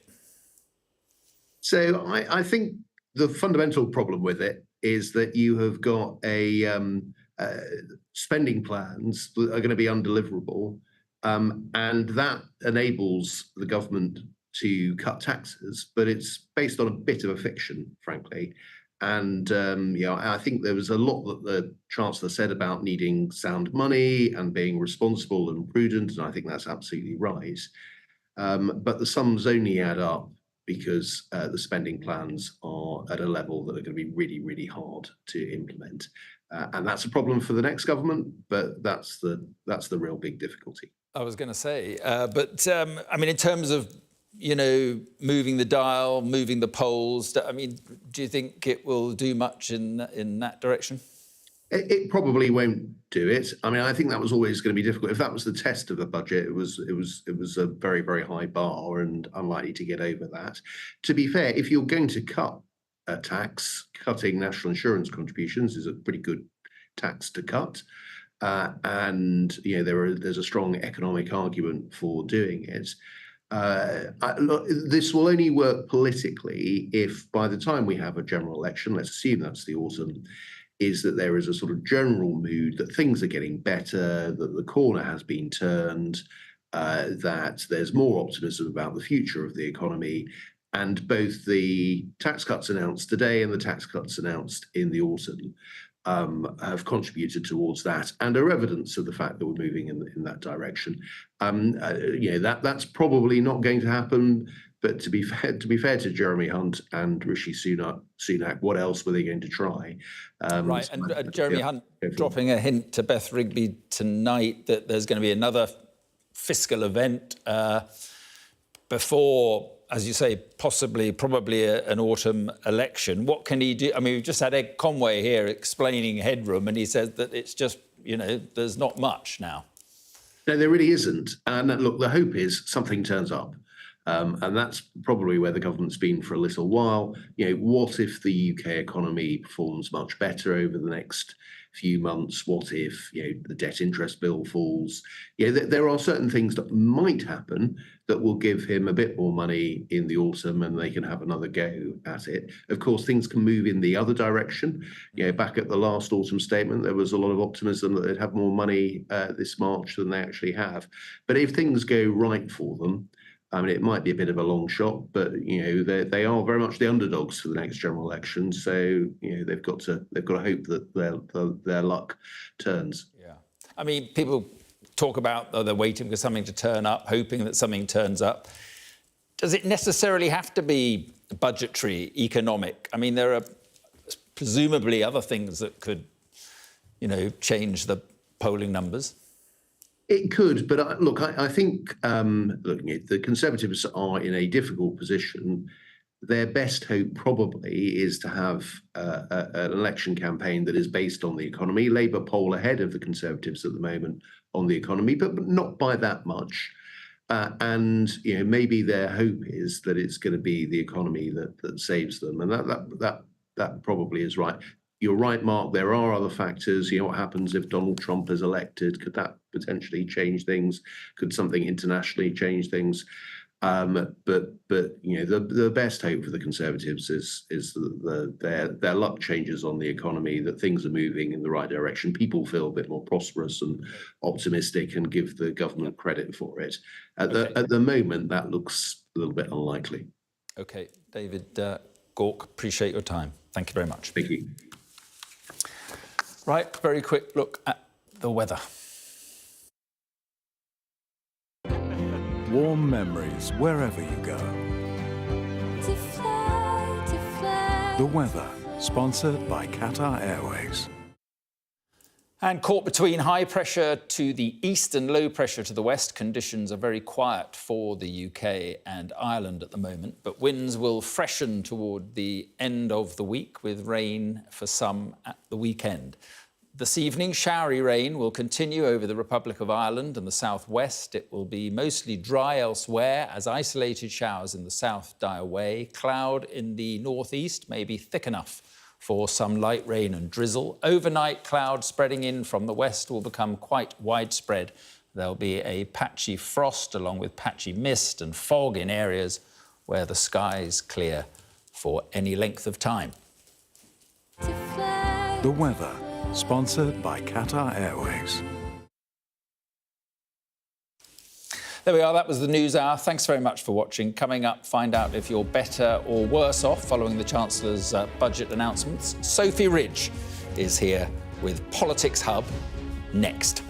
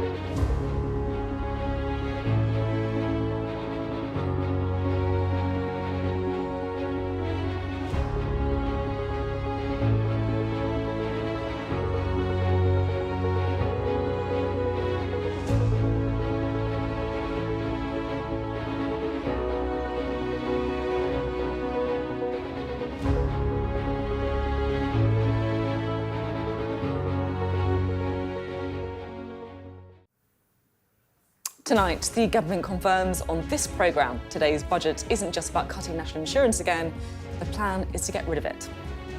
We're told Jeremy Hunt's 2p cut is just the start, but there's no time frame on when it will be phased out. The Chancellor also extends child benefits and takes the page out of Labour's book, axing the UK's non-dom rules.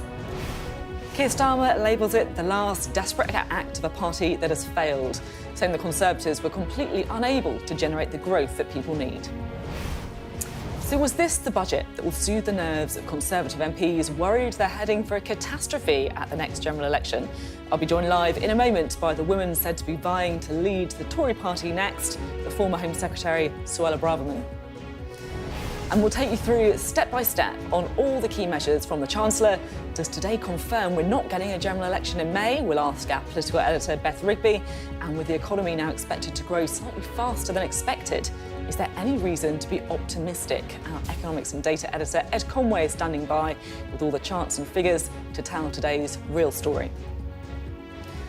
I'll be joined by the Treasury Minister, Bim Afalami, who's been insisting to me that the government do plan to get rid of national insurance. And we'll also hear Labour's plan on taxation and public services from their campaign coordinator, Pat McFadden. We'll get the view from outside the Westminster bubble as our voters' panel of Conservative voters give their instant verdict, and they've not been shy. Waste of time. Unhelpful. Time for them to go. It's Wednesday. I'm Sophy Ridge, live from Westminster, and this is a Politics Hub Budget Special.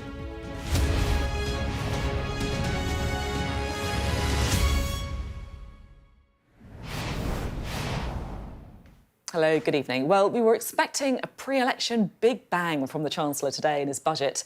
In the end, it was a much more modest affair, a much trailed cut in national insurance remaining the headline measure, despite all the frantic speculation about a more radical move on tax. Sensible was a word being thrown around by some Conservatives and economists. But was sensible the vibe that a government trailing by double-digit deficits in the polls should have been aiming for? We'll be getting reaction from the former Home Secretary, Suella Braverman, shortly. But first, let's take a look at some of the key measures announced today. Firstly, national insurance will be cut by 2p from April. It will reduce to 8% for employees and then 6% for those who are self-employed. The high-income child benefit charge threshold will be raised from £50,000 to £60,000, and the government will get rid of the current system for non-DOMs. The VAT registration threshold for businesses will increase by £5,000 to £90,000, and the government will invest almost £6 billion in the NHS. That includes £3.4 billion in modernising its IT systems. The government will also launch a British ISA, allowing an investment of up to £5,000 more in UK equity per year. A new duty on vaping products will be introduced in 2026, and there'll be a one-off increase in tobacco duty. The government will keep the 5p cut to fuel duty for another year, and the alcohol duty freeze will continue until February 2025. So that is all the nuts and bolts. Here's our political editor, Beth Rigby. A pre-election budget, this moment as much about the politics as the economics. This may be the last chance to shift the dial for a Conservative Party 20 points behind in the polls. A huge opportunity for this Chancellor, and one matched with big expectations from his party and the public. Because of the progress we've made, because we are delivering the Prime Minister's economic priorities, we can now help families. We can now help families not just with temporary cost of living support, but with permanent cuts in taxation. But the only big cut in this budget was 2 percentage points off national insurance. This a repeat of Mr Hunt's big giveaway last November that failed to move the polls. And his other more modest move, changes to child benefit to help higher earners. From this April, the high-income child benefit charge threshold will be raised from £50,000 to £60,000. We will raise the top of the taper, at which it's withdrawn, to £80,000. That means no one earning under £60,000 will pay the charge, taking 170,000 families out of paying it altogether. There were some new taxes too on vaping, business class plane tickets and holiday lets, and a new measure to abolish tax breaks for so-called non-doms who live in the UK with a permanent home overseas. It was a policy taken from the opposition benches and made the Chancellor's own. Provided we protect the UK's attractiveness to international investors, those with the broadest shoulders should pay their fair share. So the government will abolish the current tax system for non-doms, get rid of the outdated concept of domicile. The Prime Minister looking pleased with a budget he's understood to have been heavily involved in. Sir Keir Starmer. But Labour quick to point voters back to an unprecedented tax burden set by a Tory government. Britain in recession, the national credit card maxed out, and despite the measures today, the highest tax burden for 70 years. Give with one hand and take even more with the other, and nothing they do between now and the election will change that. Yeah, I saw that. Budget delivered the PM and his Chancellor straight out on a visit to a builder's merchant. The question is, have voters simply stopped listening? Did you catch any of Jeremy's budget? Yeah. No, you were working too hard.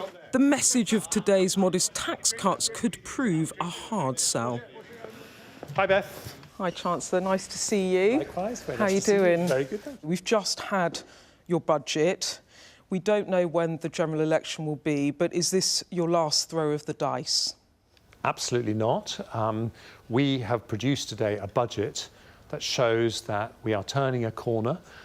We have had a plan since the time I became Chancellor to bring down inflation and restore growth. The numbers published and independently verified by the Office of Budget Responsibility show that plan is working. And the changes that we've made today on national insurance, combined with what we did in the autumn, mean that we'll fill around 1 in 5 vacancies in the economy. I will come back to the tax burden because the OBR forecasts show that it's going to be going to the highest level in 70 years by the end of the forecast, but I've got a whole section on that. What I want to ask you now, though, is should we expect another fiscal event before a general election, or is this it? Well, that depends when the Prime Minister decides to call the election. But whenever that is, and that is the key point. You've just talked about the tax burden, so let me just address that point. Of course, taxes have gone up because we spent over £400 billion helping families through the pandemic and through a cost of living crisis. I think that was the right thing to do. If you were looking for pre-election fireworks in this budget, well, look away now. Jeremy Hunt chose fiscal responsibility over political excitement. The long shadow of Liz Truss's mini-budget still looms large. What the Chancellor wants to show you is that the Tories can be trusted on the economy and they will cut your taxes. But here's the rub.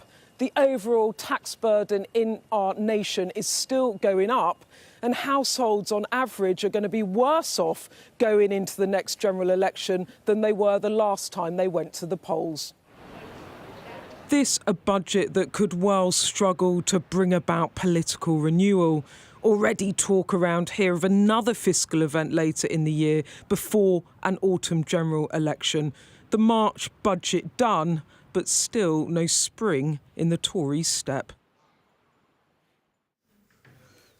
Well, we will be getting some analysis from our data and economics editor, Ed Conway. You can see him there standing by on a kind of virtual screen. But first, we can go to Beth, who's here in real life in front of me. Beth, yesterday we were sitting here saying, will it be a problem if we're still talking about the 2p cut in national insurance tomorrow? And here we are, and the headline measure is still the 2p cut in insurance. Is that a problem? Well, look, I think the way to frame it is if the Conservative Party and MPs were hoping that they were going to come out of today with a budget that might make people change their view of the party, it might be hard yards to get there, because does this shift the needle? You know, I've checked in with a lot of MPs and they say nothing much has changed, in that this is a more modest budget, actually, than the autumn statement last November, the 2 percentage point in national insurance. You know, I had so many calls overnight and this morning from people saying, surely that's not it. This is a big budget before a general election. Isn't this the moment that the Chancellor has to sell us to the public? There was talk about, is he going to do another 1 pence on income tax? Is he going to do another pence on national insurance? He chose not to do that. And the point I was making in that piece about fiscal responsibility is I do think that there's an overhang here of the Liz Truss regime. You know, one person saying, you know, Jeremy Hunt has had 3 quite conservative fiscal events. He's not had a brain transplant. You know, he's still the same guy. But I think there's another thing in this, another piece of it, which is when you're going into an election, you're trying to sell a story. Did the Chancellor and the government come out of this event today really setting a narrative about what they want for the country and where we're going? Because a lot of MPs I've spoken to think that that narrative hasn't been set. Now, if you talk to people within government, they will say, as I said to you yesterday, this is a proof point moment. This was never meant to be a poll game changer. And I think what it feeds into is the fundamentals of the economy, that this is a Conservative government that needs more time for the economy to improve so that people are beginning to feel a bit better off. And politically, they feel they need those building blocks to try and close the gap in the polls. So it all points towards an election later. And I think the big question is that, you know, after that budget, what can they do next? Because they're running out of these moments where they can really make a statement to the country. And I thought what was interesting when I talked to Jeremy Hunt was, you know, I said, is it the last roll of the die? And he said, absolutely not. I mean, the hints to me in that interview was that there could be another fiscal statement. He said the working assumption was still the autumn general election. And I think that, I don't know how many Tories are going to come out overtly and attack it. I'm sure Suella Braverman will have plenty to say to you, Sophie. But at the moment, I think that everyone, you know, they've got their heads down and they're digging in, but not much hope that this is going to improve their fortunes. Really interesting to hear from you, Beth. It certainly, as you say, didn't feel like an imminent election on the horizon. Beth Rigby with her analysis there. Well, let's cross now to economics and data editor Ed Conway for his take on what we heard today. Ed, lots of Conservative MPs and voters, Conservative voters too, thinking about taxes. And this was how this budget was billed, a big tax-cutting budget. But was it? Well, I mean, it's a simple question, but it's not really a particularly simple answer. But broadly, if I was going to kind of distill it down to kind of one small answer, it would be not really. So let me kind of show you what I mean there. This is showing you the tax burden. So this is basically the total amount of taxes in the UK as a percentage of GDP. And we're kind of going all the way back to 1948 here. Look at that line there, November. That's what was forecast back in November. This is what is now forecast. So you can see, this is the key thing, Sophie. It's still going up. It's going up less quickly than it was before. So, yeah, it was kind of cutting taxes. It's cutting the rate at which taxes are rising, but they're still rising. They're still going up. People are still going to be paying more taxes as a result of what this government has put in terms of policy. And another way of looking at that, OK, because the big policy we're talking about here, the one that's really affecting everyone very sharply indeed, is what's happening with what economists call it fiscal drag. Basically, it's those tax allowances, the rate, the level at which you start paying income tax and then get dragged into the higher rate of tax, those have been frozen. And obviously, as your wages, as your earnings go up, then you get pulled into them. So fiscal drag. And the net upshot of all of that, it's really quite big. This is showing you kind of billions figures over the next few years about how much that's going to be taking away from people. So you see, these bars are in negative territory. Money is coming out of people's pockets. Take into account what we've just heard about. So you've got the national insurance cut that we had in the autumn statement. That meant the bars weren't quite as negative as they were before. Then you've got the national insurance cut that we just heard about in this budget. Again, those bars aren't quite as much in negative territory, but they're still in negative territory. So it wasn't quite as, game-changing as perhaps you might have expected or might have thought from listening to the Chancellor. And indeed, when you look at what people call the scorecard. So basically, what's going on beneath the surface? You know, how much money is kind of going out of the Treasury, how much money is coming in. Again, you know, they're pretty big figures. You've got the non-DOMs policy there that they've stolen from the Labour Party, the energy levy as well. That's money that's kind of going into the exchequer. And then you've got the money coming out as well. And here, it's kind of, you know, it's not enormous figures. It's £9.9 billion of national insurance, adds up to about 13. But to be honest with you, Sophie, put all of that together and it's about half the size of the autumn statement. So it's quite small. And part of the reason it's small comes back to, I'm afraid, my least favourite topic of all, this idea of headroom. The idea that the government, it's got these fiscal rules, it has a certain amount of money to play with against the fiscal rules. I say to play with, but the fiscal rules aren't God-given. It's just these rules they've decided they've got. It had £13 billion last time around. Then the forecast changed. The OBR said you've got a bit less money to play with, £12.2 billion. They spent some of that, so that's essentially what's happened in this budget. And now they have about £8.9 billion remaining. And as I say, I'm not a big fan of this as a concept, but the Chancellor seems to have decided that he's sticking to his fiscal rules.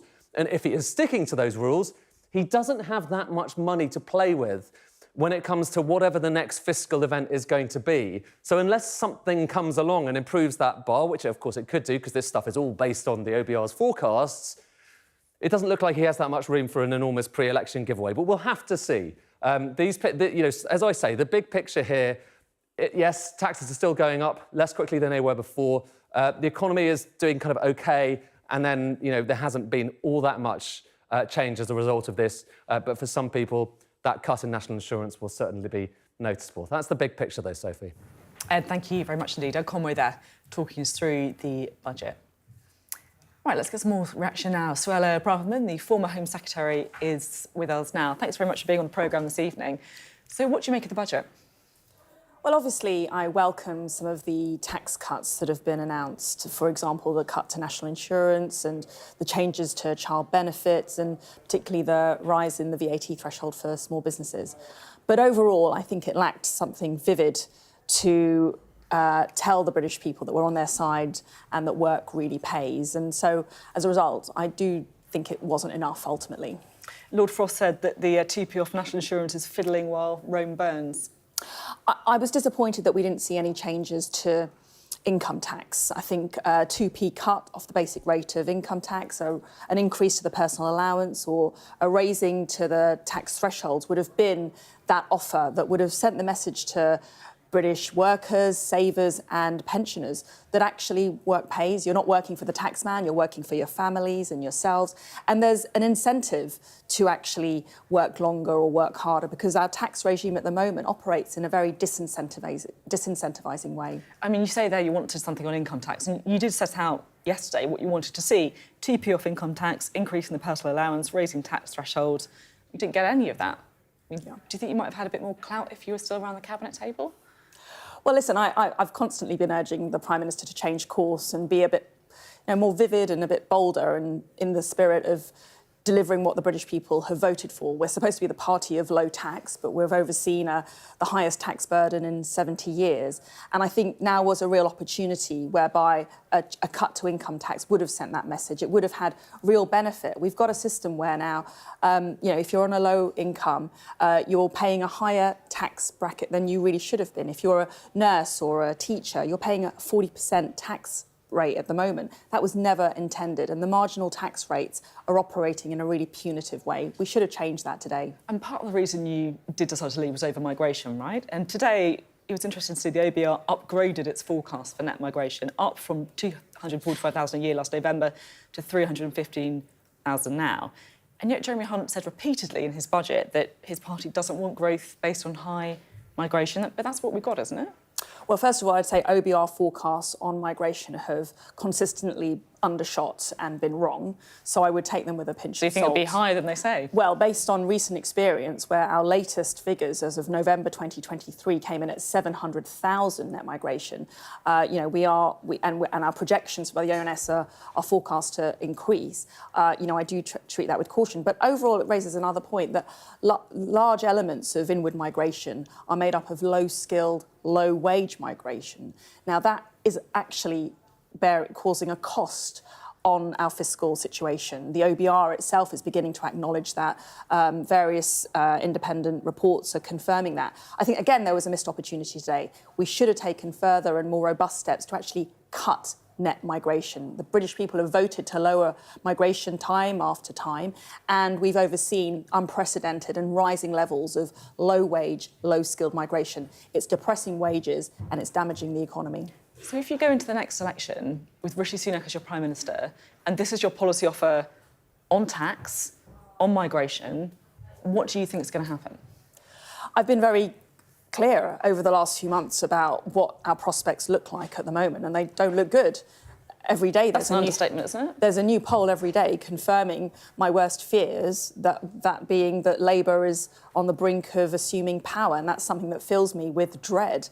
Labour would ruin the economy, they would raise taxes, they would undo Brexit, and they would open our borders. And I don't want that I mean, I think at all. Labour would, I don't want to get into a big debate about what the Labour policy is, but I think they would probably disagree with quite a lot of what you've said there. But, if you're saying that the polling fills you with dread, then what's your game plan? That's what I'm trying to work out. Are you going to be on the backbenches, basically kind of throwing rocks towards Rishi Sunak?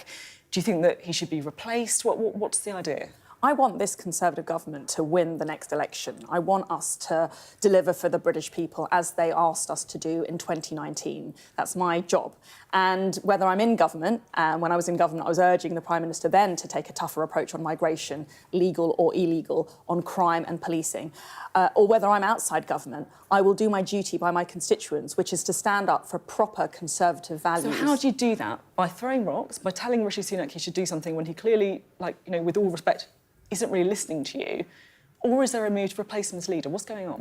Listen, I'm a politician. I'm elected to speak up for my constituents in an authentic and faithful way. That's what I'm doing. In the spirit of authenticity, is there a move to get rid of Rishi Sunak before the election? Or is he going to lead you into the election? What is it? Listen, I fully expect Rishi Sunak to be leading us into the general election. You submitted a letter of no confidence in him? What I want is for him to win this election, because ultimately, at the moment, it looks like we're in a dire position. It looks like some very good Tory MPs are going to lose their seats. It looks like the British people are going to end up with Keir Starmer in number 10. That will be a disaster economically, from a security and crime point of view, and for our place on the world stage. So I do not want that to happen. I will continue, as I did in government, and I will continue outside government, to urge the Prime Minister to change course, to cut taxes when he has the chance to do so, and to take a robust approach have you submitted a letter in terms of no confidence of protecting the British people. Have you submitted a letter of no confidence? I have not, no. OK. I'm just wondering, just listening to what you've been saying, can you really go into the next election as a Conservative candidate? I mean, how are you going to be on the doorstep trying to convince people that the economic policy is the right one when you're being very clear here, in the spirit of authenticity, that you don't think it's the right one? How's that going to work? Listen, I'm a Conservative through and through, and so I will always be fighting against a Labour administration. That's what I'm here for. Though, if you weren't an MP, if you weren't in Westminster, Suella Braverman would be voting for reform, wouldn't she? No, Suella Braverman would be voting for the Conservatives, because we're the party that delivered Brexit, and we're the party that the British people have the best chance of safeguarding Brexit. We are the people who have a plan on stopping the boats, and I hope very much that we succeed in doing that. I think the plan at the moment is not quite the right one and it needs to change and improve, but Labour have no plan and would be total failure on that issue. And ultimately, I believe in the spirit of Conservative values. I believe that's where the British mainstream opinion is. They want secure borders, they want low taxation, they want a smaller state, they want a government that stands up for personal responsibility, community, family and enterprise. That's the Conservative vision. Is it the Conservative vision? I mean, you've had 13 years of the Conservatives and you've got record levels of net migration, the tax burden's about to hit record highs. Well, as I said, I will keep standing up for what I believe in, whether it's in government or outside. And I'm being honest for the people who have put me in Parliament. That's what they expect and that's what I owe them. And even if it means disagreeing with the government, I will do that. As I said, I welcome some of the changes, but today's budget is not enough. You obviously want to be Conservative leader. You've run previously. Have you blown it? If you look at the YouGov approval ratings, you're -35. I mean, that's worse than the Prime Minister. I don't want to sound harsh, but, without the pulpit of the Home Office, do you think your star's a bit on the wane? listen, I'm not running for leader of the Conservative Party. We have a leader in the party, and we have to ensure that this Conservative Party, as it's set up, wins the next election. That's what I'm focused on. So ultimately, personalities are kind of irrelevant. This is about the British people. This is about how much tax they're paying. We've got pensioners whose income tax has gone up over the last few years. As I said, we've got people who are choosing to work fewer hours and to not take the promotion and not work harder or longer because the tax system that we are delivering doesn't serve them. I'm going to keep making those arguments for a low-tax Conservative Party, and ultimately that's what I care about. You say you're not running to be Conservative leader. You still quite fancy it, don't you? Oh, listen, I think there's no vacancy at the moment. There's no leadership contest at the moment. I'm focused on supporting the Conservative government as it is. There's no but I'm not going to speculate on what might happen in the future. You quite fancy in the future, if a ball was to come loose from the back of the scrum, as someone once said.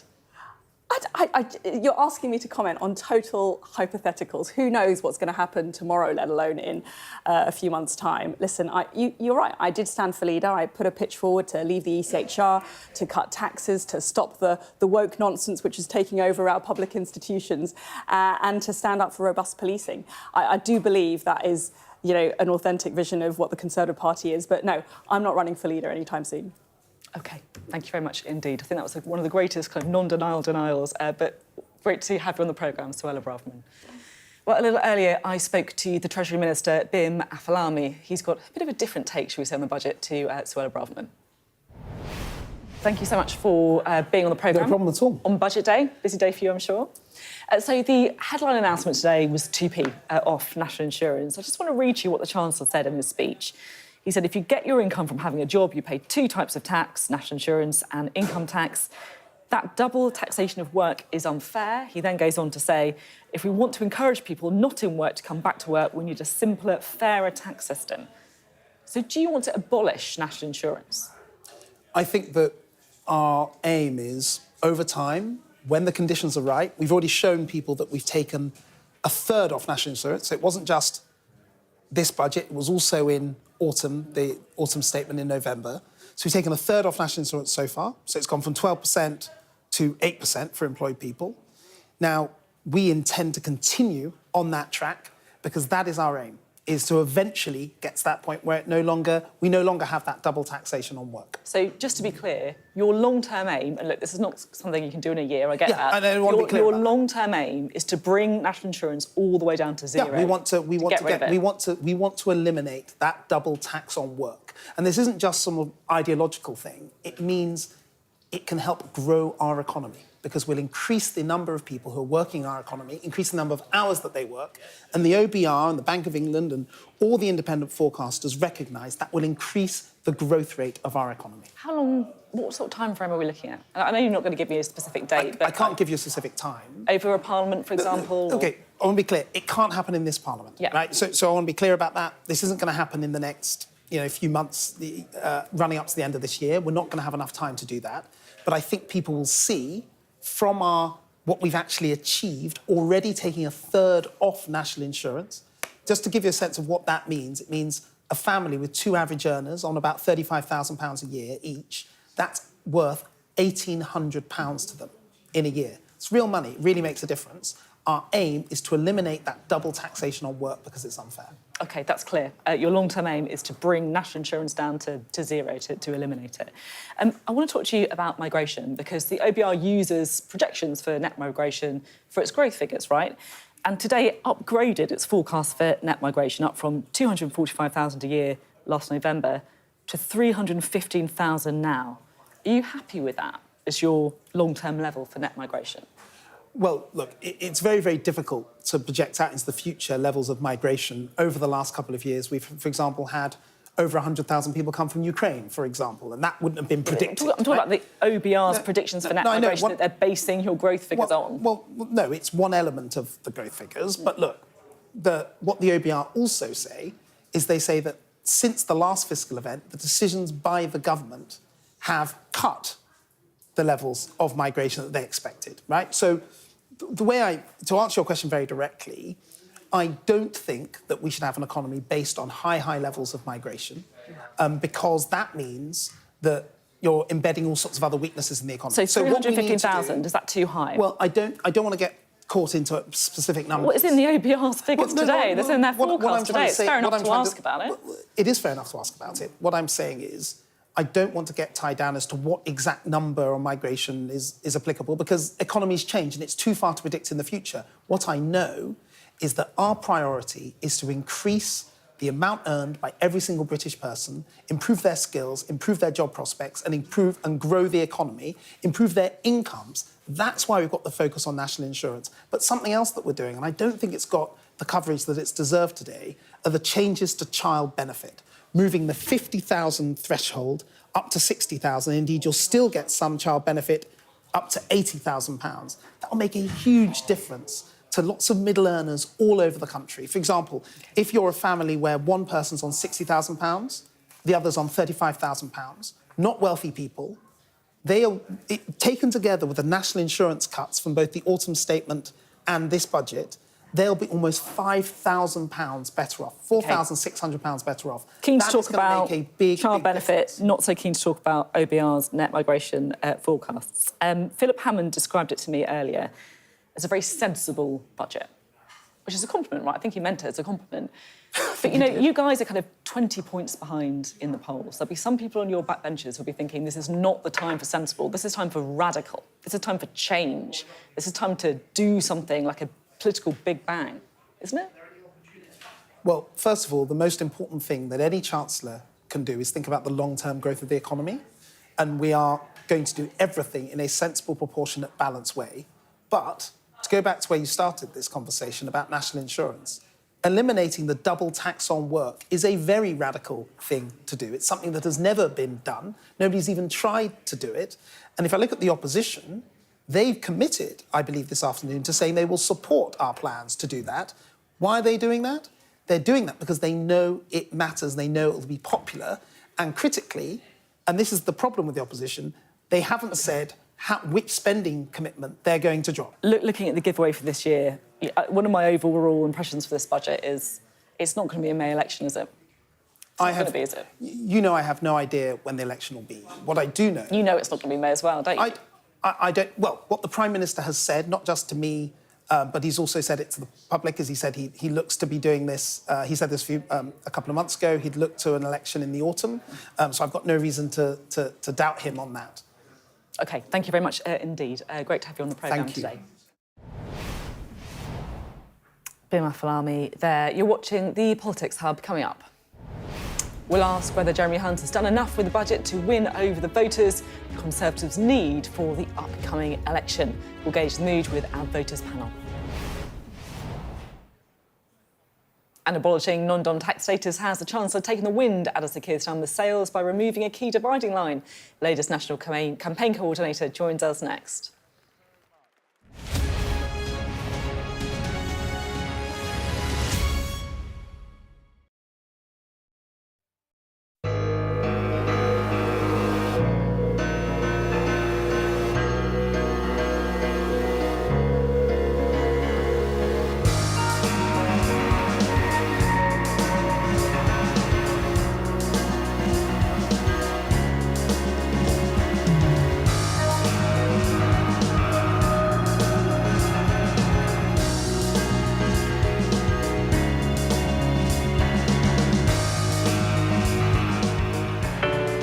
Big stories don't always come from big cities.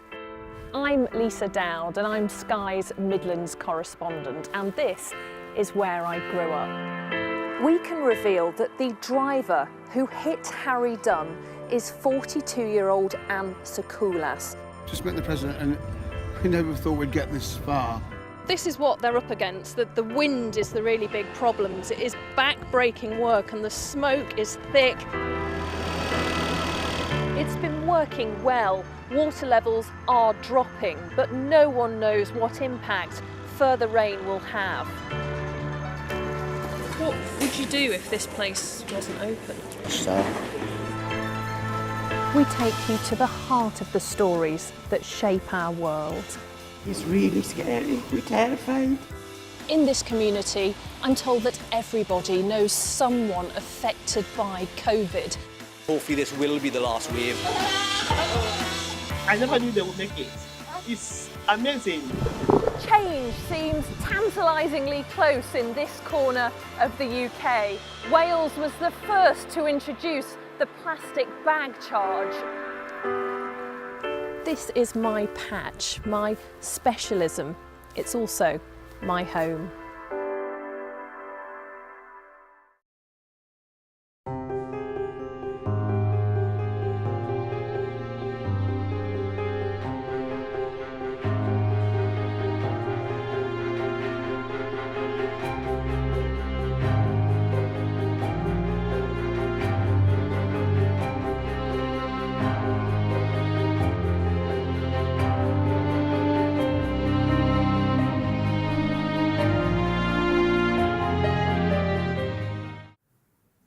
Hello, welcome back. Well, you would expect the last spring budget of an election year to be the most political of events, aimed at putting the Conservatives in the best position to take on Labour at the next general election. So let's get the thoughts of Pat McFadden, Labour's National Campaign Coordinator. Good to have you on the programme. So the Conservatives have nicked your nom-dom policy. Where are you going to find the money for schools, the NHS now? Two things I'd say about this. First of all, they spent 2 years attacking us for having this policy, saying it was a terrible policy and all the rest of it.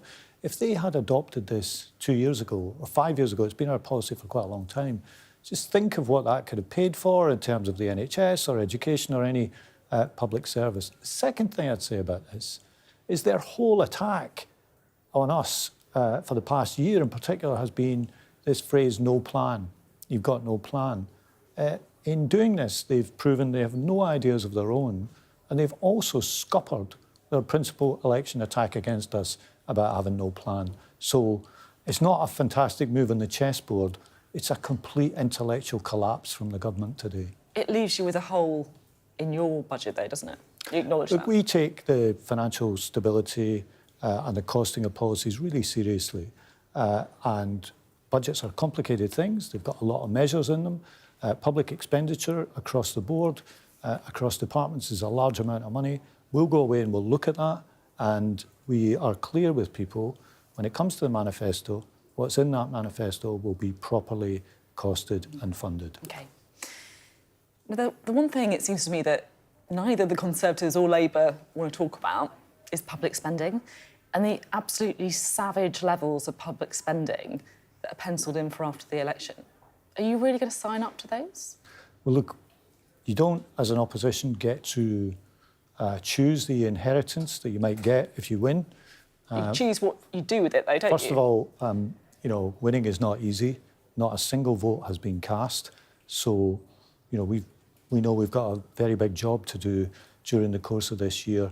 But if we won the trust of the British people to govern, you have to start from what you inherit. And that's why my colleague, the Shadow Chancellor, Rachel Reeves, said last week, and she was right, that if we win the next election, we will be inheriting a more difficult economic and public spending picture than any party's inherited for decades.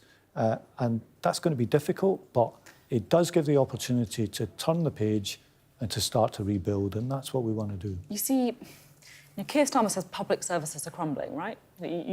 Labour politicians across the board are lamenting the state of public services. And actually, the polls show the public probably agree, right? YouGov saying they want public service investment over tax cuts by a ratio of 2 to 1.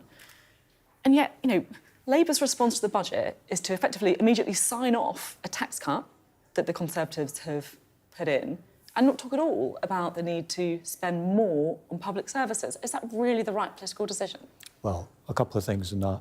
You say a tax cut, the tax burden is going up, and when you take into account not just the national insurance measure Look, I accept the announced taxes today, up, but if you look at the polling... This is important. The cost overall for a typical family is approaching £900 per year for a typical household when you take all the tax measures that have been announced in recent years. So we are conscious that the taxes for households are on an upward trajectory. That's the first thing.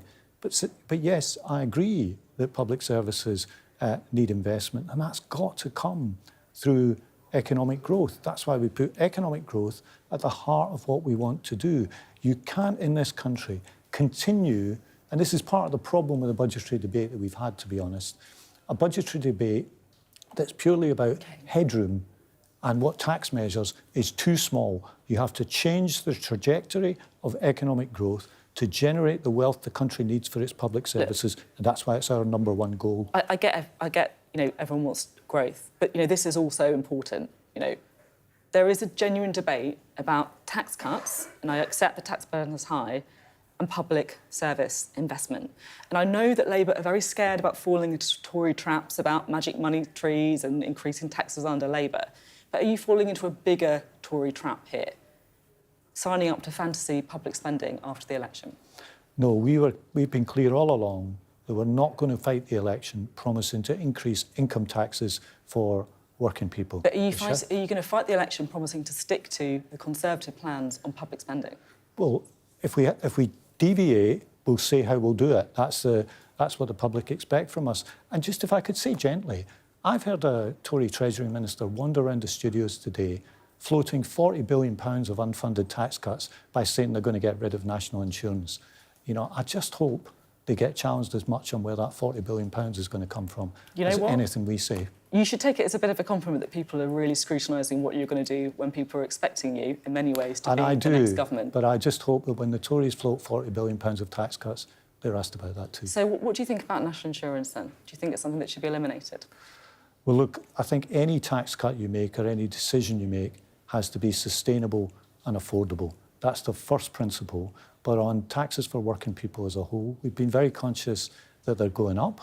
And that people are really feeling the pinch of this, especially when you ally it to the mortgage increases they've had to pay as a result of the Tories crashing the economy 2 years ago. So we're conscious of the real-world circumstances that people are living in right now, and that's a world away from the bromides we've had from the government about being a party of low tax and cutting debt, which are defied in reality by the figures on tax and debt at every turn. OK, thank you very much indeed. Thank you. Pat there from the Labour Party. Well, as Labour's National Campaign Coordinator, I'm sure Pat knows all about the new constituency seat of Great Grimsby and Cleethorpes. It was Labour from the end of the Second World War until it switched to the Conservatives at the 2019 general election. Well, this week on Sky News, we launched Target Towns to really hear from voters in parts of the country that are going to be critical at the next general election. Our national correspondent Tom Parmenter has been there to see how the budget's been going down. Every day, Mike gets into the sea at Cleethorpes to connect with people through videos and spread some positivity. Morning, morning. Community is everything, so it's more important than ever that we stick together. Budget day may be about the numbers, but it's so much more than that. For me, it comes down to one word: hope. Hope that, things are going to change and that they can get behind something and believe in it. And I think they need to be able to touch and feel it, and see how it's going to change their life. In neighbouring Grimsby, at a play session that's free for families, the Chancellor's outlook didn't tally with theirs. The national insurance cut will help Sally's partners take home pay, but not their spending power. It still quickly disappears because obviously the cost of living goes up. That doesn't really change anything. So many families here in the West Marsh area of town are just surviving each month. Don't think today the budget's helped anybody dramatically at all, and I think what it is, it's an election pitch. But they've taken so much away that in this point leading up to an election, I don't see how they can ever give money back that will really help, because anything they give is swallowed up just like that.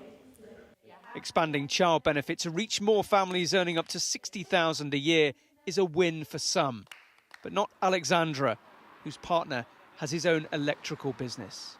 I think the child benefit is fair enough. It might not affect us, but I think the major thing for people is the childcare cost.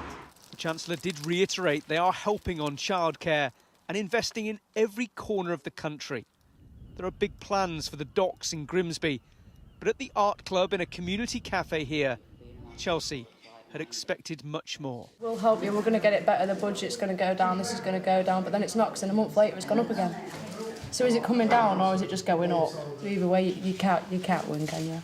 It's just... Feels like we're third world. Yeah, every day. we're not picking up as a country, we're going back. There were bits and pieces from this budget, but put together, it hasn't changed the mood here. The drag on the nation's finances runs deep. Tom Parmenter, Sky News, Grimsby. Coming up next on the Politics Hub.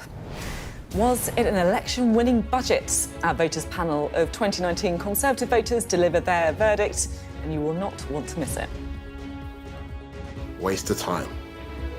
Unhelpful. Time for them to go.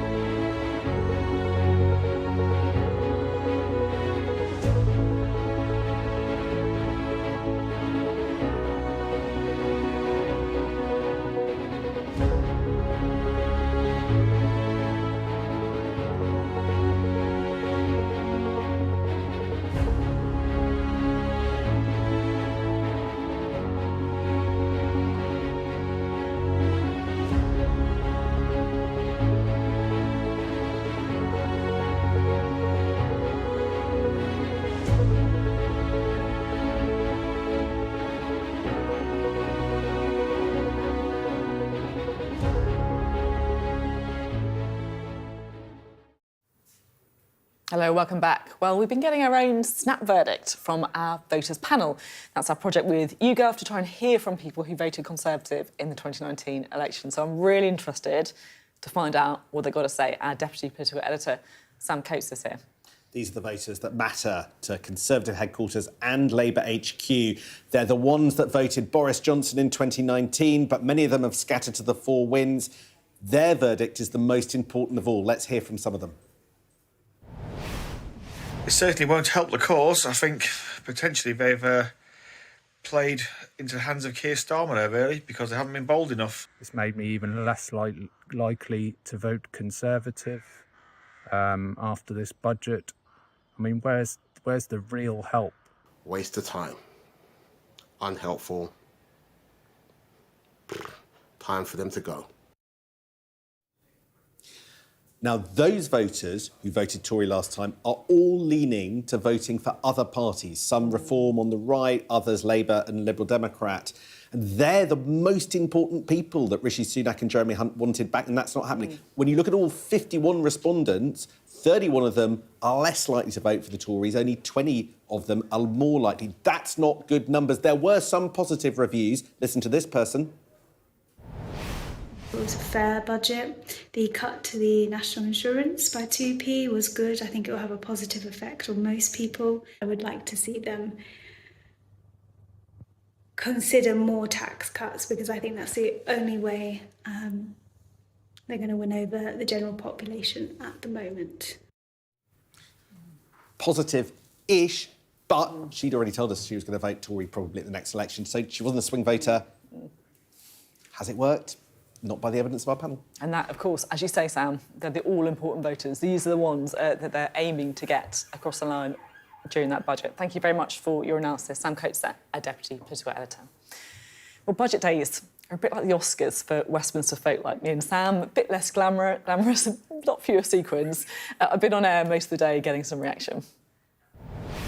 It is a crucial day for the Chancellor as he prepares to deliver the last full budget before a general election. Is this really a turning point?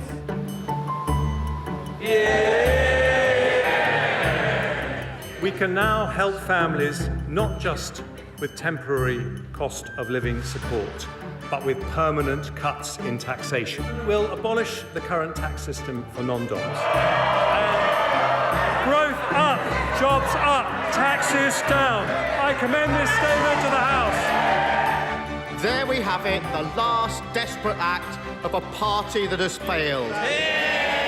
Britain in recession. What we thought might be a big statement of intent was more a muted stutter. It's a little bit lower than last time around, so certainly there is a change. I thought he used the space that he had sensibly. It's a grubby electioneering, basically. This is a sensible, positive budget. When you see how far the Conservatives are behind in the polls at a time when they need a defibrillator, it felt like with the budget today they got an aspirin.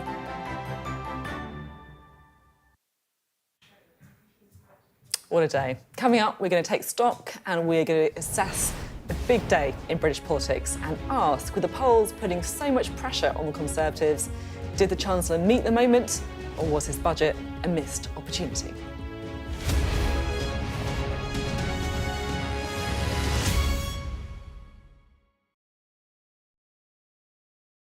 In this study, we're trying to model fetal development. We're trying to model how the babies develop in the late stage of pregnancy.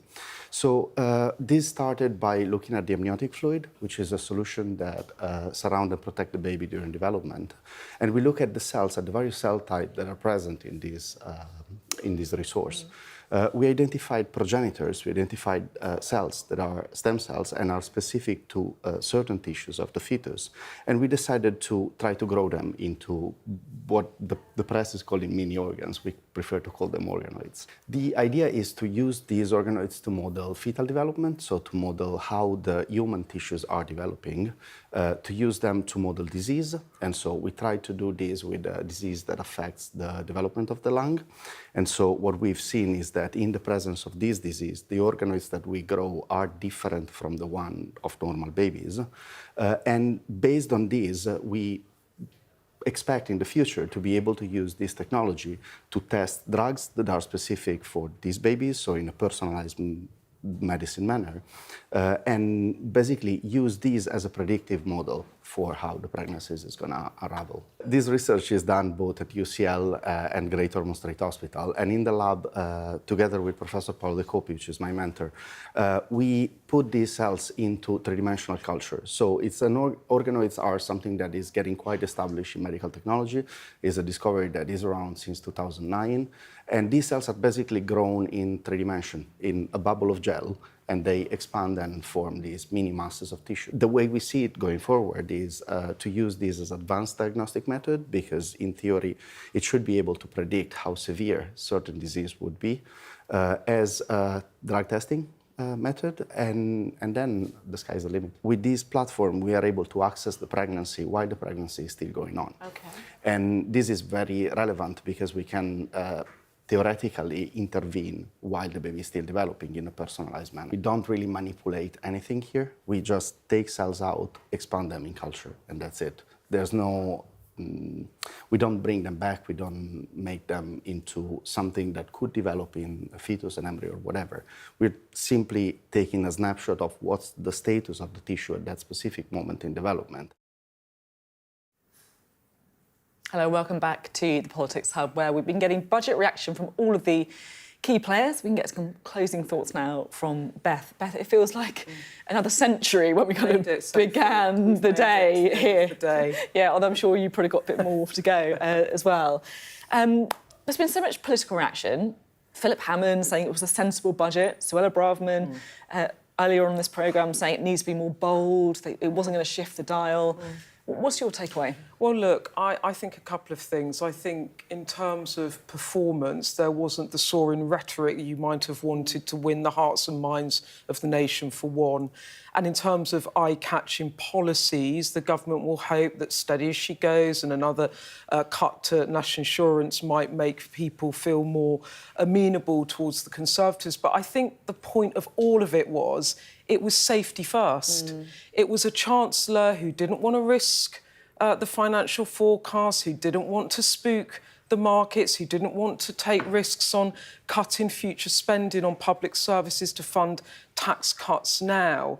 And as one person said to me, you know, we always talk about Keir Starmer going for safety first, but he's 20 points ahead in the polls, so taking risks means he's got a lot to lose. And my takeaway from it really politically is when you're 20 points behind in the polls, you've got nothing to lose and everything to gain. And I think that Tory MPs, I know Suella Braverman was quite outspoken tonight, but I think many Tory MPs might be sitting on their hands, but I also think privately they might have their head in their hands thinking we are facing electoral oblivion at the moment and the Chancellor hasn't given us anything to fight with, not even creating wedge issues, if you like, with Labour on future spending cuts to at least create a bit of a row or points of difference. So that's, I think, a safety-first budget, but it carries a lot of risk. Yeah, as you say, if it was a kind of fantasy football mini league, if you're that far behind the leader, you've got to start making some risky decisions, otherwise you're never going to catch them. It's a good analogy. Thank you very much, Beth. And as Beth was saying, it felt like a kind of a budget for the economists, but was it a political budget? Was it something that's going to move the dial enough ahead of that general election? That's it from us tonight.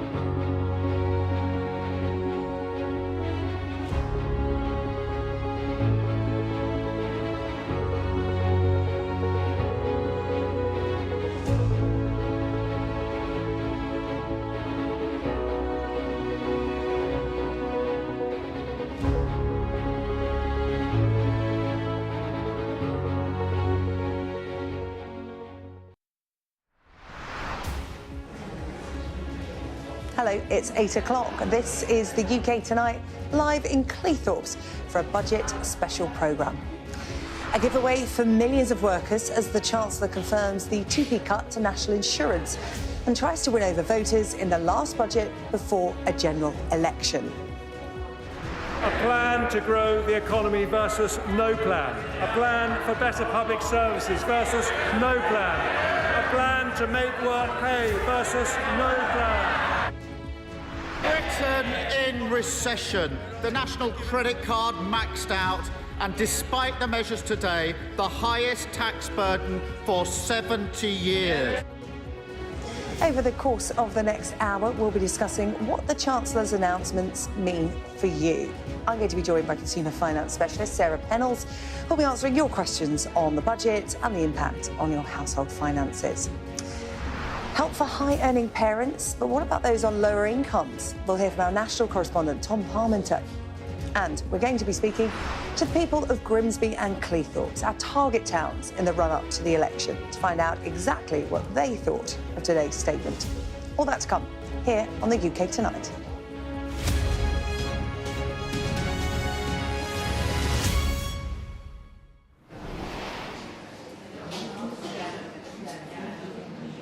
Hello, a very good evening to you from Cleethorpes for this special edition of the UK Tonight, looking at what today's budget means for you and your family. The Chancellor, Jeremy Hunt, confirmed that 2p cut to national insurance, a giveaway for some 27 million workers. And there was help on child benefit for high-earning parents. But there was no rabbit out of the hat. And as our political editor, Beth Rigby, reports, it didn't have the feel of a pre-election budget.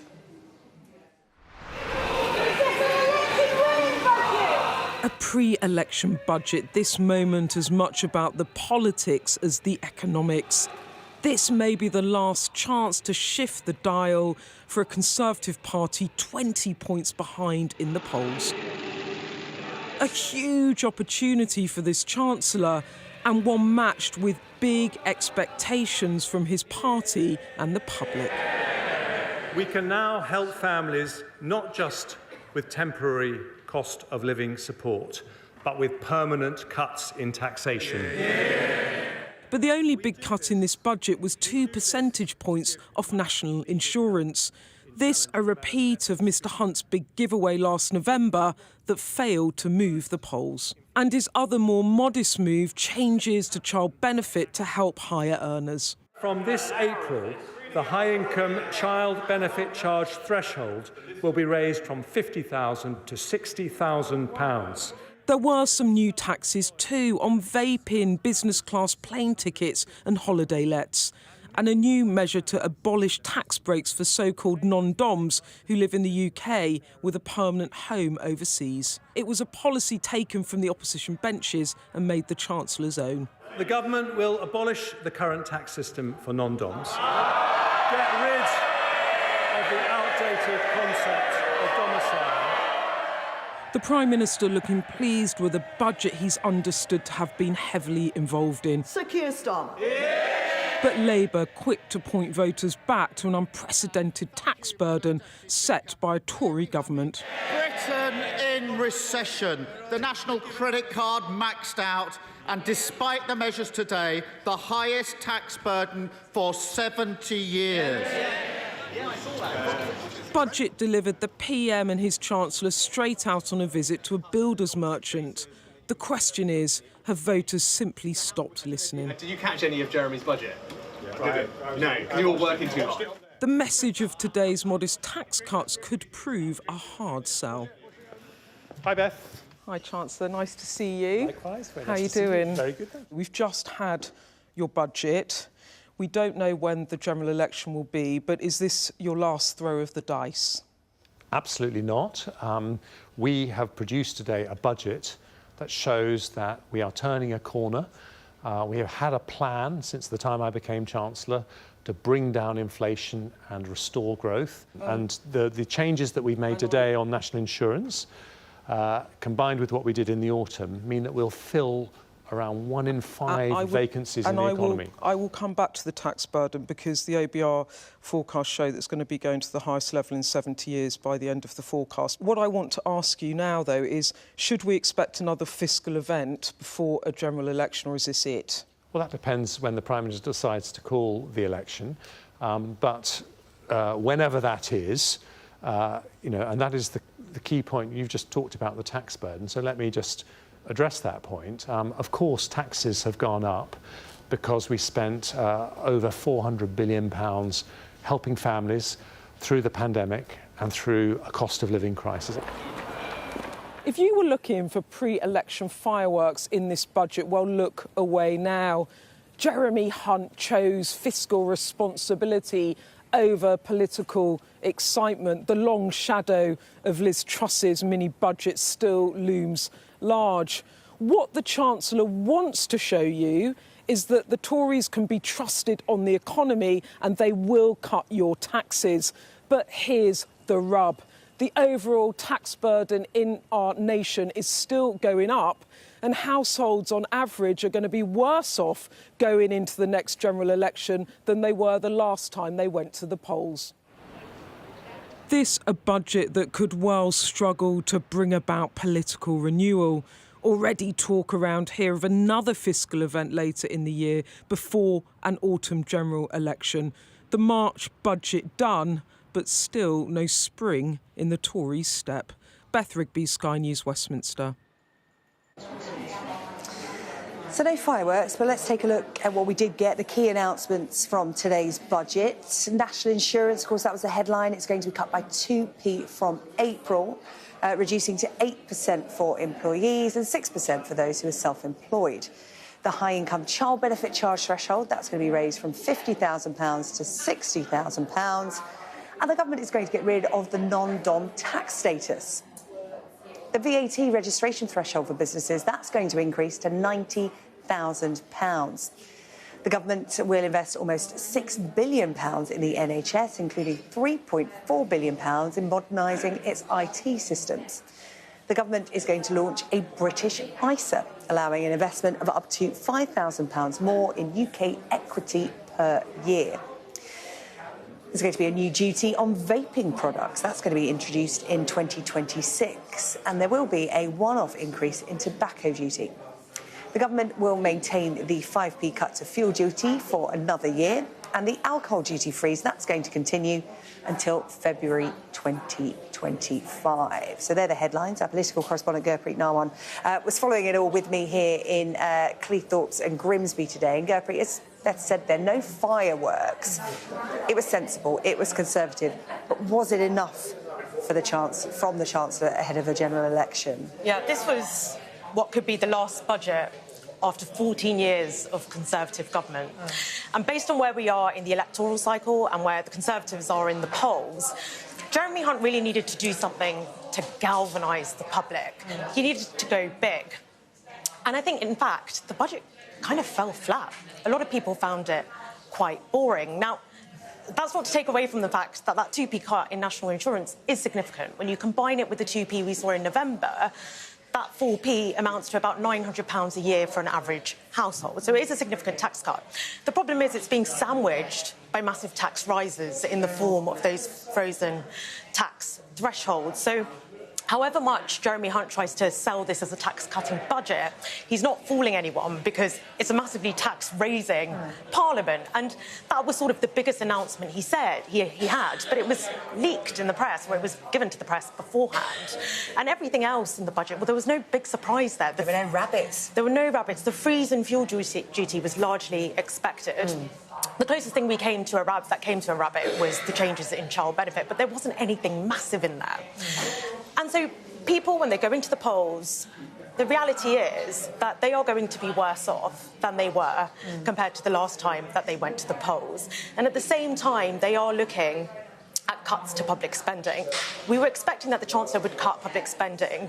He didn't. That doesn't take away from the fact that the current plans he has in place mean that unprotected budgets, things like courts and prisons and local authorities, are facing really massive cuts to public spending. And there is no appetite for that across the electorate, including in places like Grimsby and Cleethorpes, where the promises of levelling up really cut through, and the associated increases in public spending and public infrastructure. Can I just ask you about the comment the Chancellor made after he delivered the budget to our political editor, Beth Rigby there?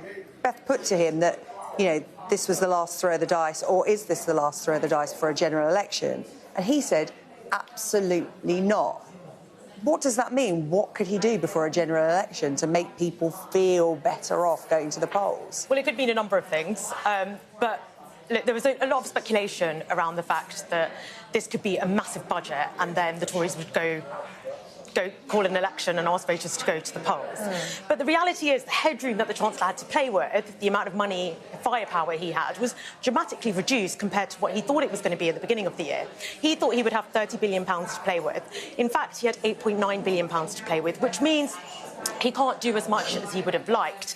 Now, what he could do is wait for perhaps the Bank of England to cut interest rates. We know that inflation is going to hit 2% by the middle of the year, which means he could wait for that cut.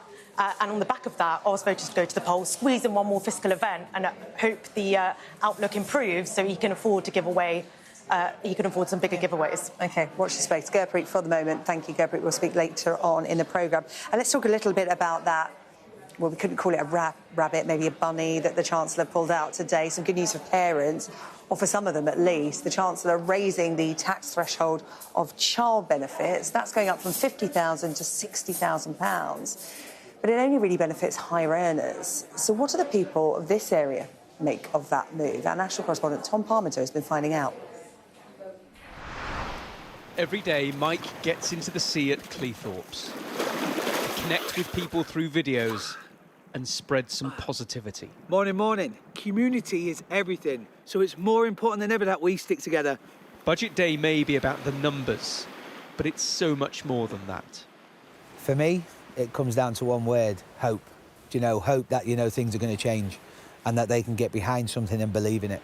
And I think they need to be able to touch and feel it, do you know, and see how it's going to change their life.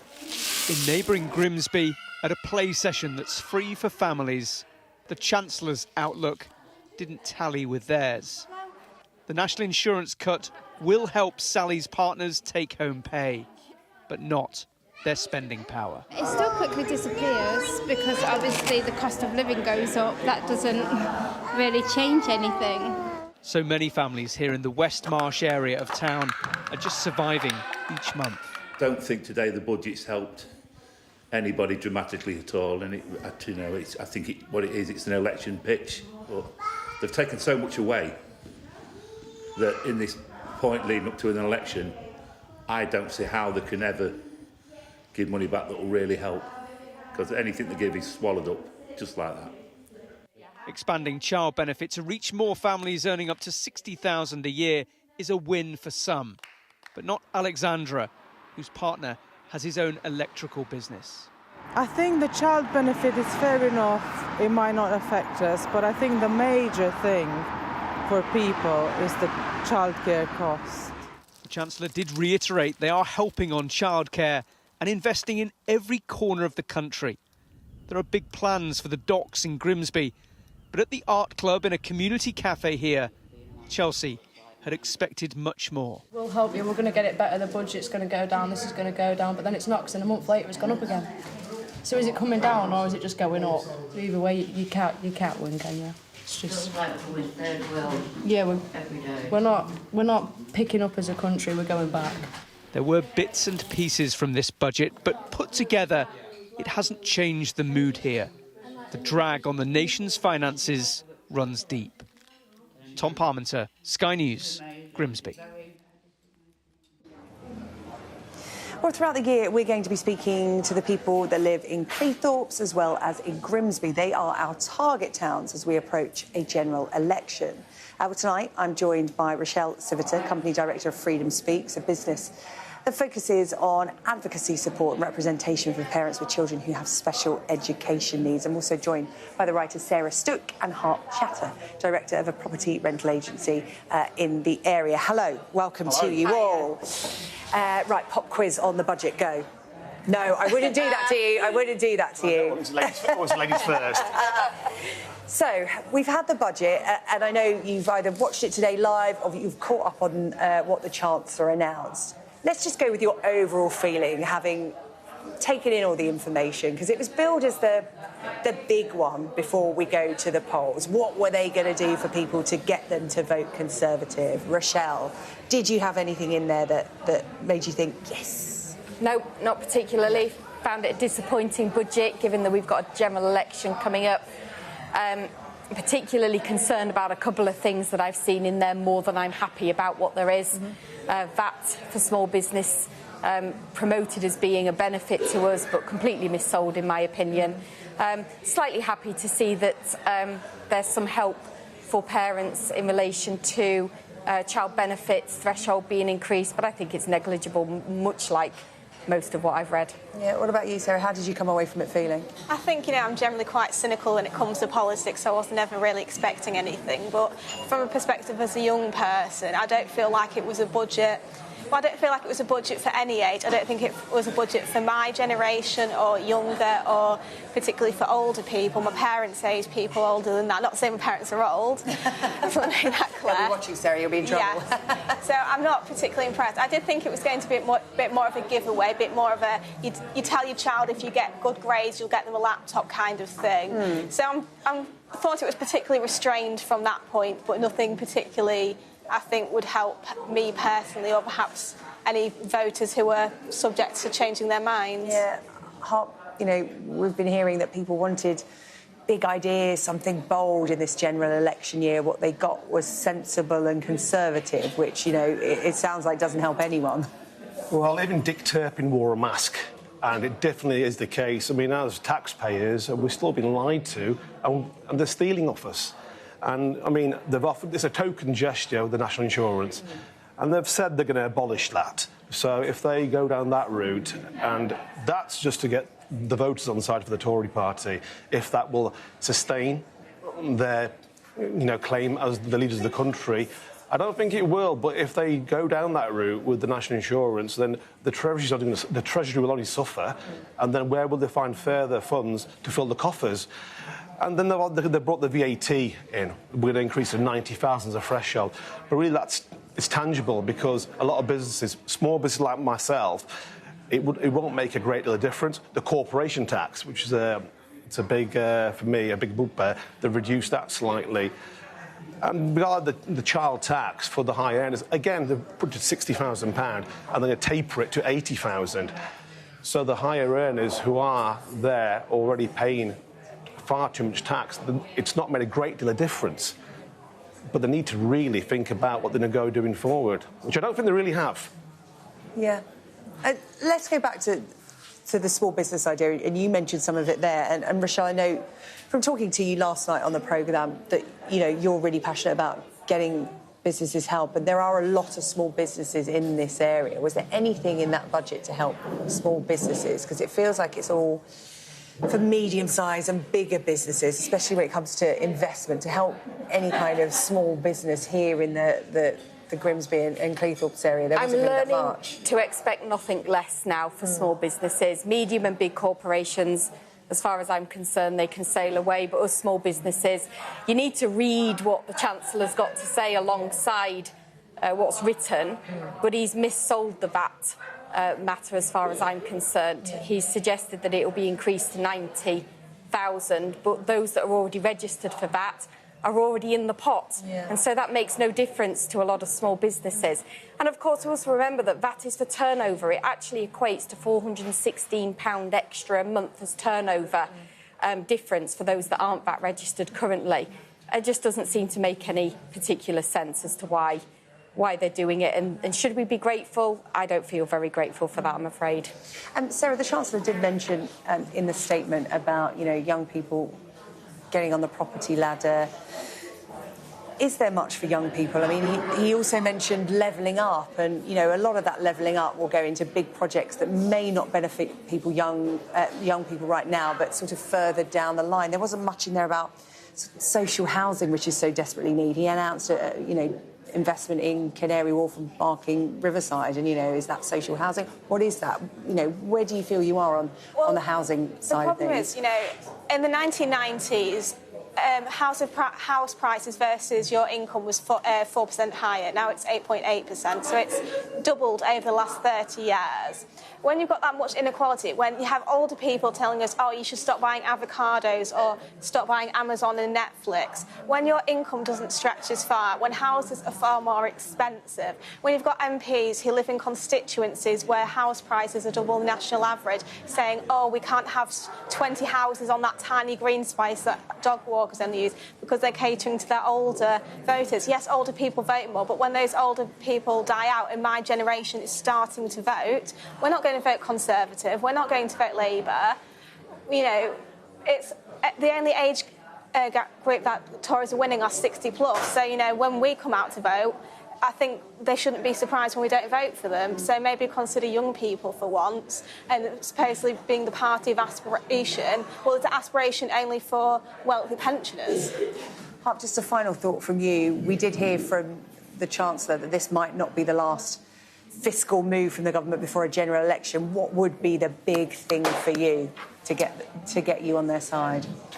It's immigration. It's you can maybe say it's not part of the budget, but I'm afraid it has a ripple effect from policing down to my sector, housing, and the NHS. The frontline staff who are there day in, day out, catering for our needs, and people end up at A&E, they can't be seen for whatever reason. Now, I'm not saying they should stop immigration, but the criteria and the standards of letting people into the country, they've got to set a mandate like a lot of other countries around the world do. And that's something I'm very passionate about, and I think it's something that if Labour want to get into power, and they were a stronghold here before the last election, they've got to come out and say, OK, this is something, and that will stabilise the country. And also, it's the first thing on people's lips that comes out of their mouth, whether you're in your local public house, you're in the library, you're at the gym, it is immigration. OK, Harp, Sarah and Rochelle, we're going to talk to you more over the course of the year as we build up to the general election. Plenty more to say, but for the moment, thank you. This is where we're going to ask for a bit of audience participation now. We want to find out whether people here tonight are better or worse off as a result of today's budget. Now, we have a calculator on our website. It's live on our app as well. If you scan the QR code on your screen, you can check your finances as well. We're going to get everybody here at the Cleethorpes Tap House and Kitchen to take part as well. We're going to give everyone a few minutes during the break to do that, and we'll find out what the results are when we come back.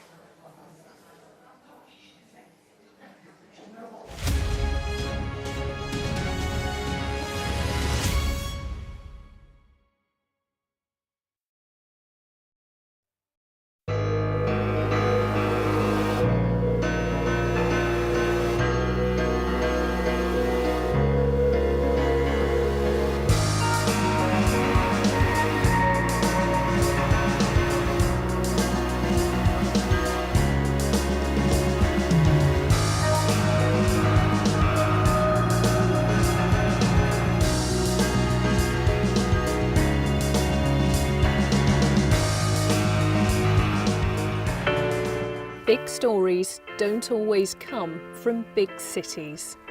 I'm Lisa Dowd and I'm Sky's Midlands correspondent, and this is where I grew up. We can reveal that the driver who hit Harry Dunn is 42-year-old Anne Sakoulas.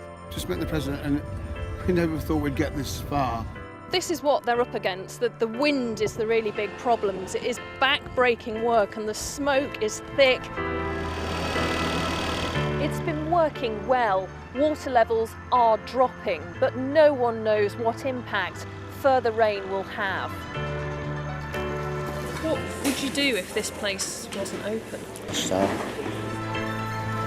We take you to the heart of the stories that shape our world.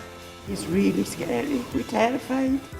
In this community, I'm told that everybody knows someone affected by COVID. Hopefully this will be the last wave. I never knew they would make it. It's amazing. Change seems tantalisingly close in this corner of the UK. Wales was the first to introduce the plastic bag charge. This is my patch, my specialism. It's also my home.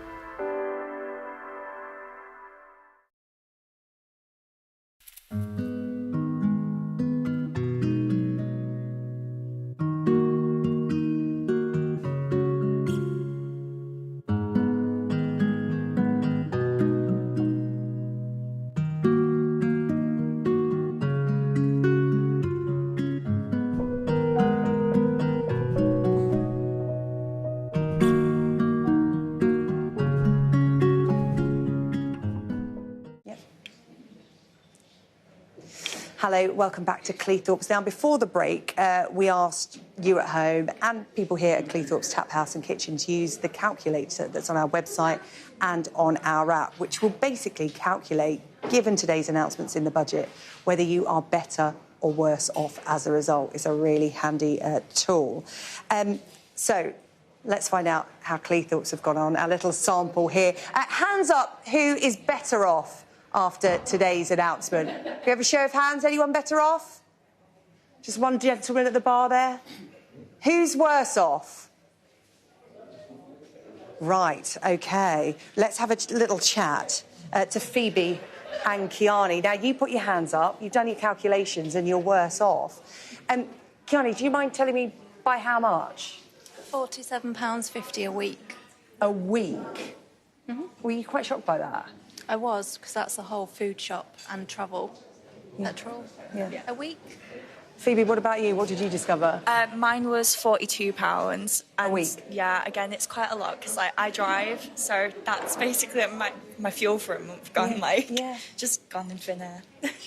Talk to me about what it's like, sort of, being young, working in this area and trying to make ends meet in a cost of living. I would imagine you're sort of squeezed and, you know, we were just hearing from Sarah on our panel, you know, a lot of young people, it's like, stop buying avocados, stop having your coffees. You've got a right to enjoy yourself as well as to live and work. But what are the concerns for you? I think that for how hard we work, we should be able to afford goat's butter if we'd like to buy it. But it is tight. Say, unless you want to go to the really cheap shops, you have to spend a lot of money with the food shopping. As I say, with this being taken from our wages on top, it just means you can get even less. Yeah. But as for being young, Phoebe's 10 years younger than me. Thanks, Kiani. It's not as hard because I live with my mum, so obviously I don't have to pay for like rent, and my mum pays the council tax, which I'm thankful for.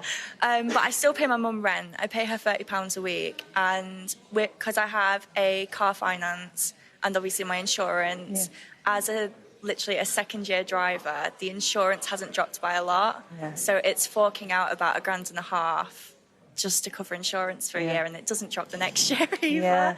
So it's quite hard in that perspective, but I think I do have it easier than most adults because obviously I have time to save while I'm at my mum's house, whereas most people can't. Yeah, thank goodness for Mum and Dad, eh? If you're in that situation. Phoebe and Kiani, thank you very much. Over £40 a week worse off after today's budget. Check out the calculator, it's on our website and app. And we're going to talk to Sarah Pennells now, consumer finance expert, about what happened in today's budget. And Sarah, we've got some questions from viewers for you. They've been submitting them online. And the first one is about this 2p reduction in national insurance. Seen as a good news headline, but from what we've discovered here just in this room and people are discovering at home, it's actually not making them any better off. Why is that? Yes, as you've been hearing, I mean, there is some good news in the budget, and certainly in terms of the kind of headline-grabbing measures, the 2 percentage point 2p reduction in the national insurance rate, both for people who are employed and self-employed, is the one that is going to generate the most headlines. But there are other measures that are leaving people worse off, and I think one of the ones that has been discussed quite a lot in the autumn statement and previous budgets is the freezing of the income tax thresholds. Now, they've been frozen since 2021. They're due now to be frozen until 28-29. And what that means is that when wages are rising, which they really have been over the last couple of years because inflation has been so much higher, more people start paying basic rate tax who previously were not taxpayers, and then more people who were basic rate taxpayers end up paying higher rate tax. Now, the Institute for Fiscal Studies, which does a lot of number crunching around this time, has worked out that people who earn between £26,000 and £60,000 a year will be better off as a result of both the announcement in the budget today on national insurance and the one in the autumn statement in November, even if you offset that with the freezing of the income tax thresholds. But if you fall outside those wage areas, then you won't be better off. And I think it's also worth putting that cost of living context into it. So we've been tracking the cost of living and how it's been affecting people for 2 years now. And towards the back end of last year, people were telling us the average household was paying almost £500 a month more in household bills and food costs. Now, that will have come down a bit because of the energy prices falling in January and again falling in April, and food costs, some are beginning to come down. But I think that puts into context the government's figure of £900 a year better off for somebody earning £35,000 if you look at the national insurance cut announced today and the one announced in the autumn statement. Sarah, another question for you. This came in from Howard. He said, what will the national insurance tax cut mean for inflation? Is there a risk that it will go up? Yeah, it's a really good question. Now, I have to say I'm not an economist, but inflation, the factors that drive inflation are quite complicated. So supply and demand, if people do, as a result of the national insurance cut, all start rushing out to the shops and spending like mad, then that means there's more money chasing that limited supply. So it could, in theory, have an effect on inflation, slowing the amount that the rate falls by, or indeed meaning that inflation increases. But inflation is more complicated, so it's things like fuel prices, energy prices, as we saw when the Ukraine war started a couple of years ago. Actually, the cost of delivering things, those all go into the inflation rate. So it could have an effect, but I think it's too early to say. What the Chancellor did announce in today's budget was that as things stand, the inflation rate is forecast to fall to the 2% target later on this spring, which is ahead of what was forecast in the autumn statement last November. So I think it's definitely one to watch. Yeah, it sounds good, doesn't it, the inflation headline coming down, but we've been speaking to so many people here in Grimsby and Cleethorpes who just aren't feeling the benefit of that yet. This has come in from Deb. She says, was there anything for pensioners in the budget? Anything you spotted, Sarah? Yeah, so this is an interesting one because the cut in the national insurance rate will not benefit pensioners because it applies to people who are working under state pension age. So even if you're somebody who, you could get your state pension, but you are either choosing to or you have to work, you don't benefit from that national insurance rate cut. So now I've been having a look through all the budget documents and I couldn't see anything else specific in it for pensioners, apart from the government has committed to the triple lock on pensions. Now, this was very widely flagged anyway, and the government hasn't said how long it's committed the triple lock for, but it does mean that the state pension will be going up by 8.5% from April. So that means to somebody who's entitled to the full new state pension, they'll be getting around £221 a week. That's about £11,500 a year. For somebody who's on the old pension who retired before 2016, they're going to get just under £170 a week. Now, I think, again, it's worth saying that our research shows that 1 in 5 people who are currently able to get the state pension live on that as their sole source of income. And that's not easy at the best of times, never mind during the cost of living crisis. So I think for those people, every penny will help, but still very tough times around the corner.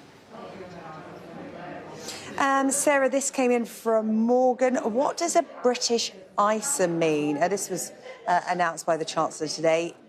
Morgan asked, can I save more tax-free? Yeah, so the Chancellor, there were 2 sort of savings announcements. One was, it's now been called the UK ISA, and that is going to be an extra £5,000 ISA allowance that you can make use of if you invest in UK-based assets. Now, we don't have the detail of this. The government has said it's going to consult on this, so we don't know exactly what this is going to look like. But the idea is to encourage more people to invest in companies that are listed on the London Stock Exchange, so in the UK.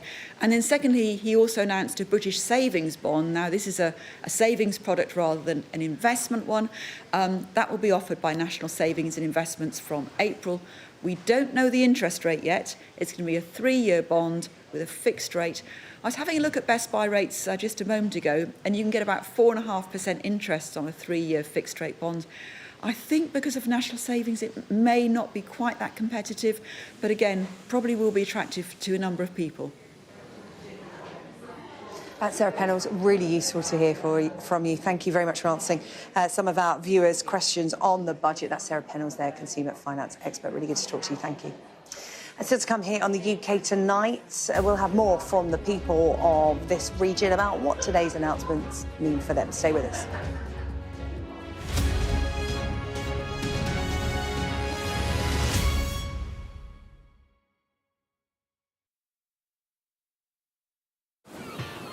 corner of North East Lincolnshire, far away from the politics of Westminster, once a booming fishing port now lays partly abandoned, where Labour stood proud for decades, until the town turned blue.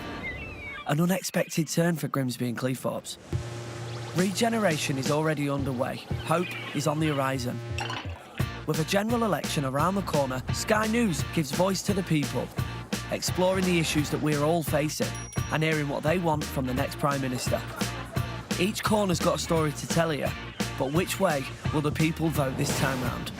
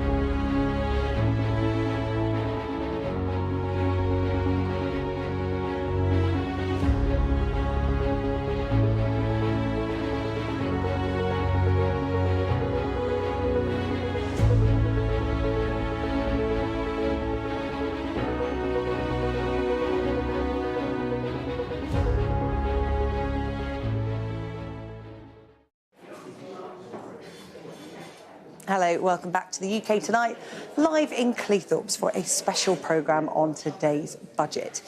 Now, in his statement in the Commons at lunchtime, the Chancellor confirmed the 2p cut to national insurance, a giveaway for some 27 million workers. But living standards remain squeezed, and according to the budget watchdog, the tax burden is approaching the highest level since the Second World War. Well, let's get some reaction to what happened this afternoon in Westminster from here in Cleethorpes. I'm joined by Shannon Donnelly, influencer and owner of a small business selling personal safety kits, and Mike Burton, he's the owner of a special educational needs schools, both locally and nationally. Hello to you both. Hi. Good evening. Right, I'll start with the same question I asked my earlier panel from the local area. Anything in there for Grimsby and Cleethorpes? I don't know. I think I do think nationally, you know, you look at the national insurance, you can look at the fuel, you can look at all those elements, but I think people locally here are more worried about what's happening tomorrow and how they're going to pay the bills tomorrow, how they're going to feed the family, how they're going to drive. I looked at the fuel aspect, and the one thing I thought to myself is, that's okay, but it's already high enough and it needs to be reduced because a lot of people need it to even get to work and actually to support the families. Yeah. And, you know, it's already a struggle. And if you're putting that, you're compounding it, on top of fuel, food and energy, a lot of people are worrying how they're going to do that. And the only people for me is I'm massive on community and massive on family. And you can just see that pressure on the families because it's coming from every angle. Yeah. There wasn't anything in there for social care. And Shannon, I know that was your background. You worked with children in children's services before you became an entrepreneur in lockdown and set up your own business. So I suppose you sort of had an eye on it in that respect, in sort of your old career and your new one. Yeah. Anything for that? Because, you know, that's two areas where a lot of help is needed, it's said, from those who work in those areas. It's an area that massively struggles, and from what I saw earlier, no help whatsoever, which is such a shame because it has a huge effect in Grimsby and Cleethorpes if, you know, more funding was available.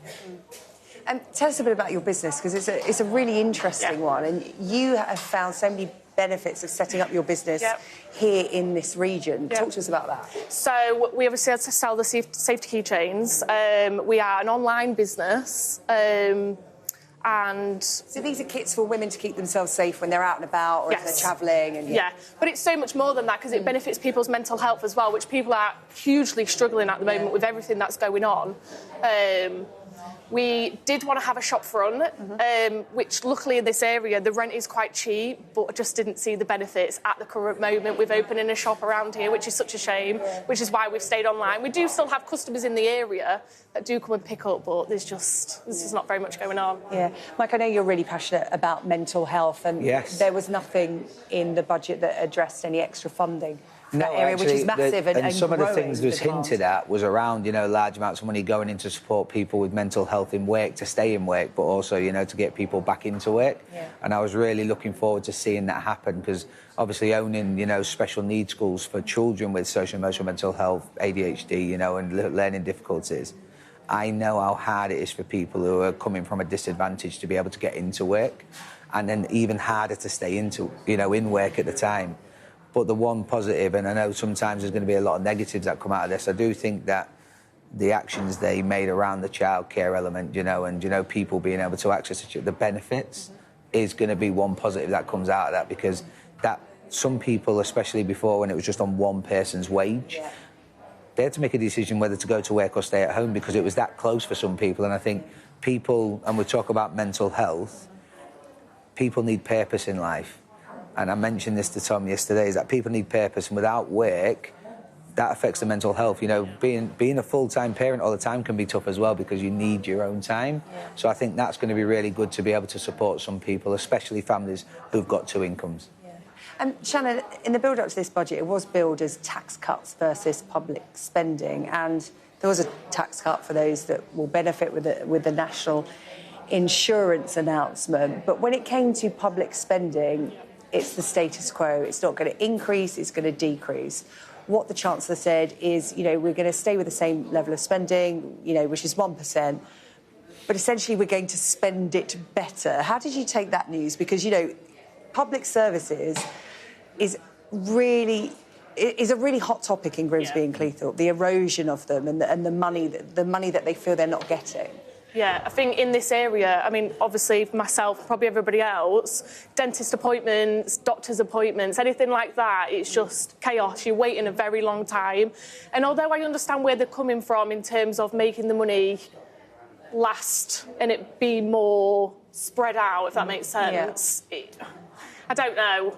Do we need more money? Is it how it's used? Yeah. There was obviously talk about AI, Yeah, essentially that's what the Chancellor was saying. It's like, the money is there, we just need to use it better, whether it's streamlining, you know, updating systems. What was your view on that? No, I think I've got a controversial view of that. I think, you know, all the things that's came out today, and I think we forget the average Joe. The average Joe won't be able to interpret the information that's come out. Do you know, even us talking about it this evening, and I think we've got to move with the modern times in that, you know, we're looking at, and I heard somebody on the previous panel that was on here talking around catering for the elderly generation and the modern generation, and I think if we break down the way that information, interpreted and then, displayed to the public, I think you'll get more buy-in. And I think people are looking at who to vote for. A lot of people are going to be undecided, and you could actually sway that by actually looking at the way that you communicate the information. Because I said this yesterday, a lot of people will get asked questions like you just asked me, and they'll be a bit undecided. What they need is clear hope. Yeah. And a lot of people can get behind some hope. And I think today a lot of people was left wondering because nothing was really big enough. Wasn't clear. And sometimes it's, and I know fortune favours the brave, Yeah. and I think it might have just been a bit too safe. Yeah, well, that has been said. It was conservative. It was sensible when what people really wanted was something going into this Bold. general election year to go, oh, right, that could be the deciding factor for me. And we didn't get that. So how are you feeling at the moment, Shannon? Because, we don't know when the general election is. It will be sometime this year, so there might be a bit of time to make your mind up if it's in the autumn. But what's going to swing it for you? What's going to be the deciding factors for you, do you think? It's just so difficult. And like we were saying earlier, I just feel as though I can't trust what anybody says. Over the last couple of years with what's happened, and I don't want to vote Conservative because of what's happened in the last couple of years, but then I don't feel like Labour offer very much either. And I feel like everybody's saying the same. We just don't know what to do. I've heard that a lot over the last We couple can't of days trust what anybody says. They'll say what you want to hear, but are they actually going to deliver on it? Yeah. I think for me, I'm a big believer that sometimes you have to take away the big national picture and look at what's happening right here. And nobody's asked me to say this, is that I think action speaks louder than words. I give inspirational talks locally every day, online, but then I also do things in the public. I went to give a talk at a loneliness event at Christmas, and there was a woman there, and she won't know I'm going to say this, and I didn't know her prior, was Melanie On, and she was there at this event with 150 people who was there lonely at Christmas, and she was dancing with at least 50 of them, and she was there, and she said to me, when she was there, and she said, I think that's really lovely what you're doing there, Melanie. She went, I said, what are you going to do when you're running again, and going forward? She went, I just want to put the community at the heart of everything.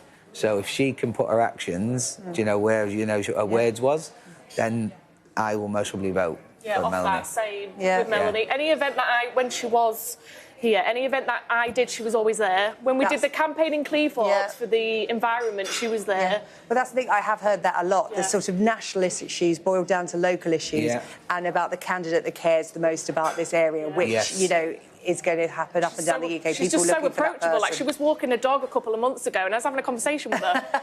She's just so approachable. There you go. You need your local MP to be accessible. And Shannon and Mike, thank you. Mike, we saw you swimming in Tom Parmenter's report earlier on. Glad you got your clothes on and you're dry. Promise me you'll get our national correspondent Tom Parmenter in the water next time you check it out. 100%, no problem. Lovely. Thank you so much. Right, we're going to take a quick break. When we come back, we're going to talk more about why we are here in Grimsby and Cleethorpes. They are our target towns in the build-up to a general election.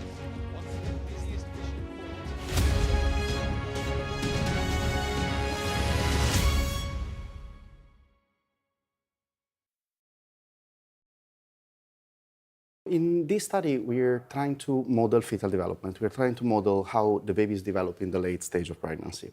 So this started by looking at the amniotic fluid, which is a solution that surround and protect the baby during development. And we look at the cells, at the various cell types that are present in this resource. We identified progenitors, we identified cells that are stem cells and are specific to certain tissues of the fetus. And we decided to try to grow them into what the press is calling mini organs. We prefer to call them organoids. The idea is to use these organoids to model fetal development, so to model how the human tissues are developing, to use them to model disease. And so we try to do this with a disease that affects the development of the lung. And so what we've seen is that in the presence of this disease, the organoids that we grow are different from the one of normal babies. And based on this, we expect in the future to be able to use this technology to test drugs that are specific for these babies, so in a personalized medicine manner, and basically use these as a predictive model for how the pregnancies is going to unravel. This research is done both at UCL and Great Ormond Street Hospital, and in the lab, together with Professor Paul De Copi, which is my mentor, we put these cells into three-dimensional culture. So it's organoids are something that is getting quite established in medical technology. It's a discovery that is around since 2009, and these cells are basically grown in three dimension, in a bubble of gel, and they expand and form these mini masses of tissue. The way we see it going forward is to use this as advanced diagnostic method, because in theory, it should be able to predict how severe certain disease would be as a drug testing method, and then the sky's the limit. With this platform, we are able to access the pregnancy while the pregnancy is still going on. Okay. And this is very relevant because we can theoretically intervene while the baby is still developing in a personalized manner. We don't really manipulate anything here. We just take cells out, expand them in culture, and that's it. There's no, we don't bring them back, we don't make them into something that could develop in a fetus, an embryo, or whatever. We're simply taking a snapshot of what's the status of the tissue at that specific moment in development. Well, as we've been saying throughout the day, Sky News is going to be spending more and more time in Grimsby and here in Cleethorpes in the weeks and months ahead. They are our target towns. And the new parliamentary constituency, Great Grimsby and Cleethorpes, is just the kind of place that Labour needs to win if it's to secure a majority at the next general election. So we want to know exactly what the people here think, what's important to them, and what any would-be government needs to do to win their vote. Before coming here tonight, I spent the day in Grimsby to get people's views on today's budget. Give me a snapshot of what it's like to run Gary's Meat at the moment in the current climate in Grimsby. Well, it takes a lot of hard work, a lot of hours, a lot of commitments, and at the moment it's paying off. It's, like I say, there's a lot of overheads that have gone up, and it's tough. But it's tough to make it all work. You know, you have to put a lot of hours in. Yeah. You're operating on fine margins, aren't you? Yes, yeah, very. Squeezed every which way. So you were talking to me earlier about, you know, the cost of the produce we see behind us, the energy bills, less money in people's pocket. Yeah, the energy bills, it went up £500 in a quarter, and I had to find that. I didn't put prices up, I found it, you know, so it takes a lot of work. We have good weeks and we have not so good weeks, whereas we always had good weeks prior to it all. My fuel costs have gone more than doubled, and it's a worry in the fact that I was earning a reasonably good living because I'm putting the effort in, the staff and the team are putting the effort in to make the business workable, doable, and it does. But now I'm just earning a living. The divide between those that have a lot and those that really don't have very much seems massive. And like you said, the budget doesn't really factor the divide is so big. What do you want to see from a general election in terms of what party can come in? What do they need to say to convince you that it's not just sticking plasters, they're really going to get a handle on this problem? Let's see some funding coming through to local people like ourselves, so where we can get on the ground and do the jobs that need to be done and provide to those people that really do need provision. And let's get some of those, you know, stop putting sticking plasters on, and let's get to the real issue and get to the real heart of it, and let's start to tackle it. If you looked at Jeremy Hunt's speech and you took out his electioneering and finger pointing and blaming Labour for, you know, everything, he could have delivered that speech probably in half the time. In terms of content, no rabbit out of the hat, no surprises. Anything in there that's going to affect your life? To me, it's not going to make a great deal of difference, and I don't think there's a lot in there that's going to get the people of Great Grimsby jumping up and down either. And there was also some talk about helping young people get onto the property ladder. Does any of that resonate with you? I mean, they talk about making affordable housing more affordable, but how can you make something that's already extortionate more affordable? You can't drop it. There is no way to be able to do that. And without that big amount of money that you can get from your parents to be able to afford a house, it's not going to help at all to get you on the property ladder. Well, Gurpreet is back with me. And Gurpreet, you know, just some of the people we spoke to today in Grimsby and talking about what the budget meant or didn't mean to them, because it's about what the people of Grimsby and Cleethorpes want and need, and there wasn't much in today's budget for them, was there? No, if we think about the thrust of this budget, well, the headline grabber was that 2p cut in national insurance. And let's not take away from it, it is a significant tax cut. When we combine that with what we saw in November, it's a 4p tax cut. It's worth about £900 to the average household. But the problem is, and we've heard this repeatedly on the programme, it's been sandwiched by massive tax rises in the form of those frozen thresholds. It means that some people are actually going to be worse off. So if you earn less than £19,000 a year, you're actually going to be worse off when you look at the net position. People on 50k are doing the best. The average salary in Grimsby is £28,000 a year. So there will be some people who benefit, but they are not the main beneficiaries of this policy. And when we think about some of the issues here in Grimsby, well, it's got higher than average levels of unemployment. There are a higher proportion of people here who aren't even looking for work because they're too sick for work, too sick to work. And it's had the biggest declines in years in good health of anywhere in the country. The gap between here and somewhere like Berkshire is 15 years. So as you can imagine, there's very little appetite for cuts to public spending.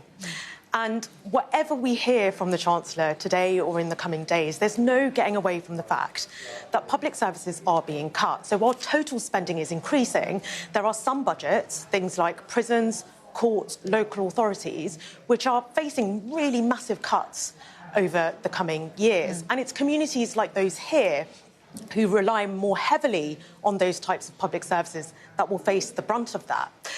And also, they're crying out for investment in public infrastructure here, things like new transport links. It's why the promises of levelling up back in 2019 really cut through, because people want to spend more money on public infrastructure here. But from the budget today, we actually saw more cuts to public investment. So I think all of that might help explain why you're getting quite a muted reaction here.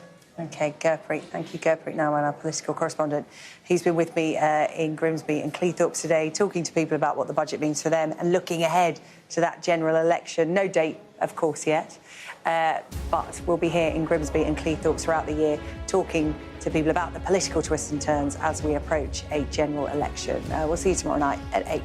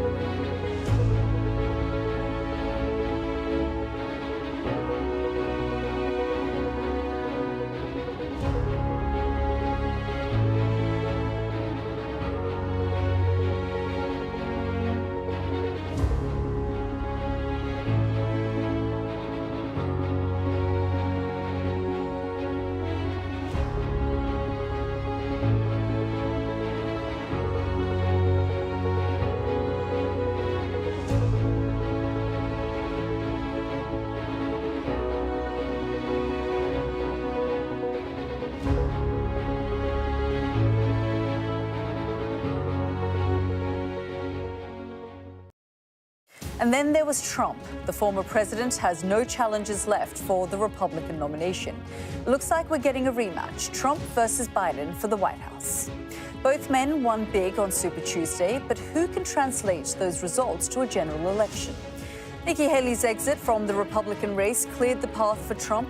She expressed no regrets and offered no endorsements. It is now up to Donald Trump to earn the votes of those in our party and beyond it who did not support him. This evening, I'll ask the UK's former ambassador to the United States, Lord Darrick, what a second Trump presidency would mean for us. And we're live in Paris to talk about an increasing terror threat, which has just forced Olympic officials to scale down plans for this summer's opening ceremony. Plus, how much of your money should be spent on foreign aid, an issue missing from today's budget, protecting British pounds or neglecting the world's poorest. That's all coming up on The World with me, Yalda Hakim.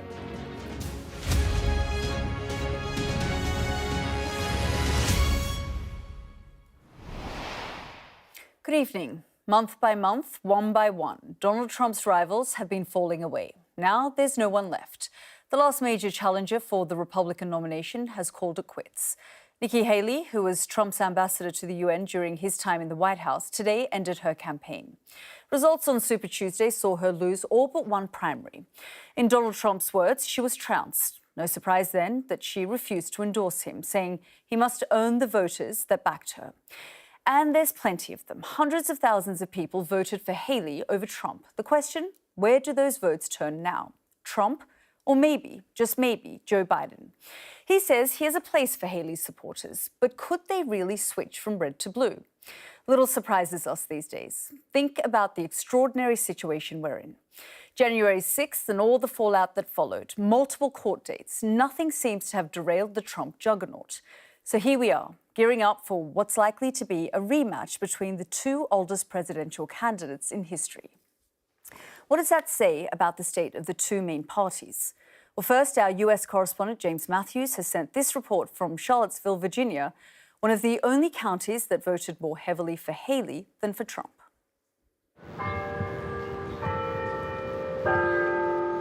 You might call this place Trump versus Biden ground zero. Charlottesville, Virginia is where a white nationalist rally sparked riots in 2017 with fatal consequences. Donald Trump said there were fine people on both sides. Joe Biden said those remarks inspired him to run for president in 2020. Cue the rerun in 2024. There was no Trump endorsement from Nikki Haley as she pulled out of the Republican race. I have always been a conservative Republican and always supported the Republican nominee. But on this question, as she did on so many others, Margaret Thatcher provided some good advice when she said, quote, "Never just follow the crowd. Always make up your own mind." The crowd that followed Haley is the crowd Trump will need. From that crowd, we found a couple downtown. I'm going to vote for Joe Biden. Although I'm a lifelong Republican, I wouldn't vote for Donald Trump if he was running for dog catcher. Why? How much time do you have? He's deranged. He's a threat to humankind, to the planet, to the world, to world peace. I will not vote for Trump. Why not? I don't trust that man. I wouldn't trust that man to be in my house, and I wouldn't in my personal house with my wife or my daughter, and I wouldn't trust him in the White House either. Super Tuesday was just another Tuesday in much of America. Donald Trump's advance a foregone conclusion. Close the borders, fix the economy, give us back some law and order, some respect. It doesn't represent what I would stand for.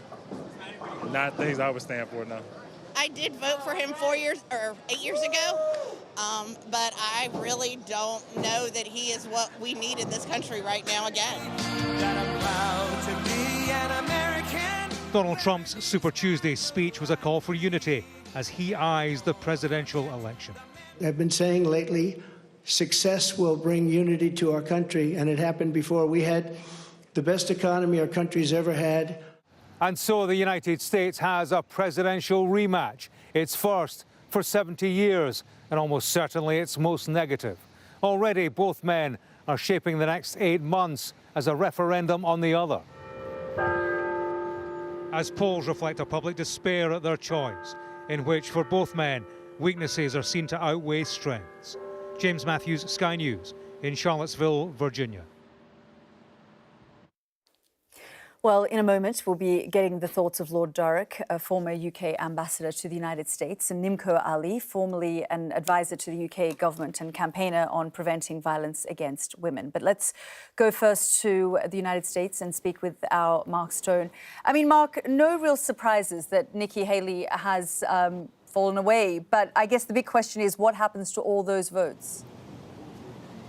Hi, Yelda. Yeah, I mean, that is one of a number of questions, a number of takeaways from today. But weren't those interviews in James's report absolutely fascinating? I think in those interviews you get a sense of where Donald Trump's problems still lie. Those people who are Republican but who can never vote for Donald Trump, the never-Trumpers, those are the people that will keep him up at night, I think. Look, broadly, the first takeaway clearly is that it was a great, great night for Donald Trump. Of course, the pundits here in America are trying to spin it one way or the other. The fact is it was an extraordinarily good night for a man that had been written off when he lost the last election, written off again during the midterms a few years ago, involved in so much controversy, so many court cases, but he is the only one still standing because a huge proportion of people across this country still think he is the man to lead the country. That is the first takeaway, but beyond that, there are others too. Neither Joe Biden nor Donald Trump should be complacent.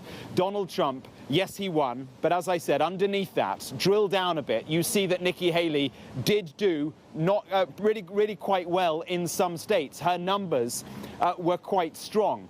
Those are the people who won't, among those are people who will never vote for Donald Trump. The question, as you posed, is what do they do? Will they vote for Biden? Some will, clearly, as you saw just now.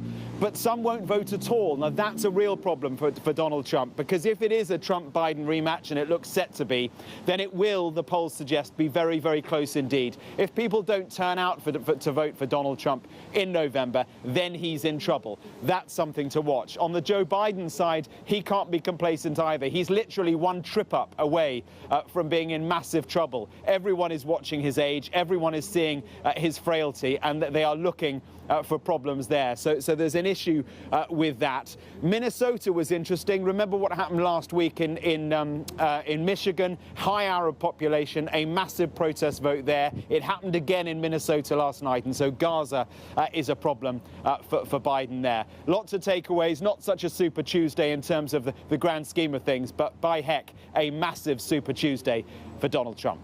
Yeah, in that sense, as you say, massive for Donald Trump, an anticlimax because we kind of knew how it was going to unfold. But I guess the other question is, this very much feels like Back to the Future, circa 2020. How did we get here?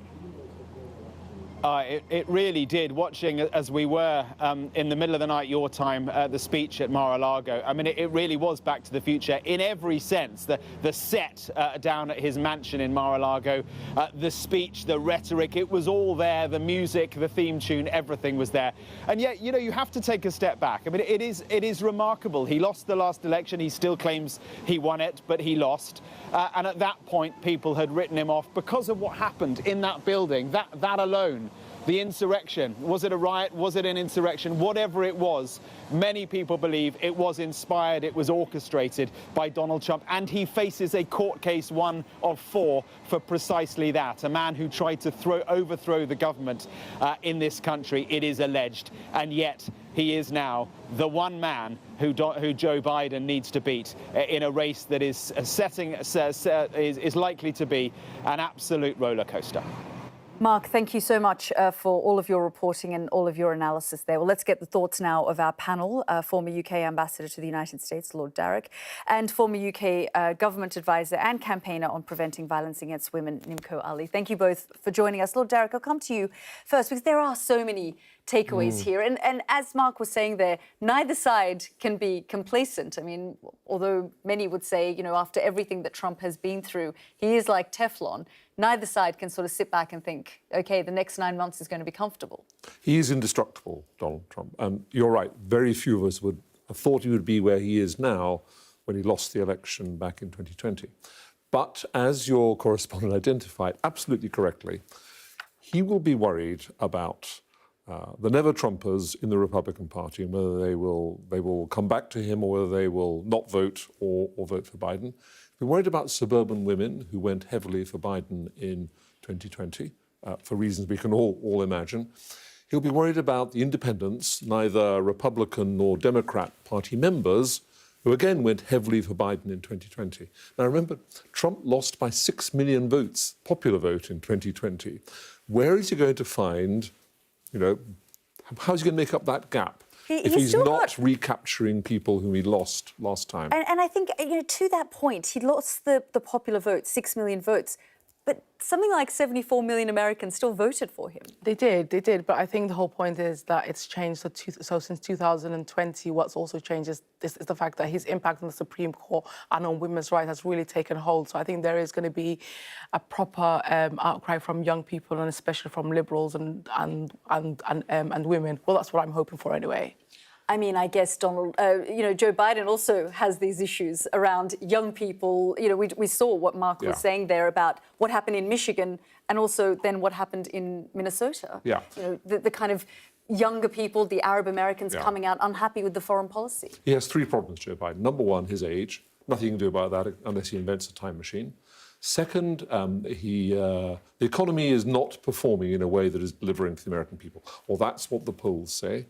And third, his Gaza policy is upsetting a lot of the young progressive Republicans, Democrats, particularly from the Arab American community. Now, he will hope that the Israeli ground offensive in Gaza is over by the time the election comes around, and that he has delivered a ceasefire and maybe an exchange of hostages and looks to have done a constructive role there. On the economy, the last quarter of the American economy grew by 3.3%. The chairman of the Fed has said 3 interest rate falls this year. It's not translating to approval ratings. Not yet. But he would keep his fingers crossed that it does start to. We're still, 7 months off the election, so there's time. We've just got some news that's come through. Donald Trump posting on social media site Truth Social, because, of course, he's no longer really on X. Donald Trump on Truth Social calling for debates with US President Joe Biden. That's according to Truth Social. So it's all getting underway now. It is all getting underway, and it's going to be 8 months of some kind of terrible show. But I think the whole point is that America needs to really understand that this is not just about their own future, it's about the future of the world. And in a situation where we have global democracy on its knees, I think we do need a US president and also a system that actually really understands global security and really puts things forward. So I think it's not just about America and who they vote for president, but who we have in the world as well. Because it does impact, the wider sort of foreign policy. On that note, I just want to show our viewers these images that have come through today from Odessa. We saw President Zelensky meeting there with the Greek Prime Minister, and they were nearly struck by a Russian missile.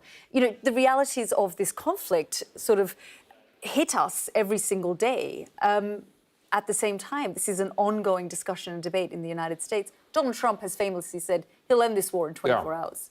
Which is obviously a profoundly ridiculous thing to say. Yeah. But what he has said how he's going to do it, which he's going to say to Zelensky, no more American weapons for you, and to tell Putin, we'll go into a deal with that guy Zelensky. And the only deal that is conceivable in those circumstances is one in which Zelensky surrenders the 15% of Ukrainian territory that Russia holds, if not more.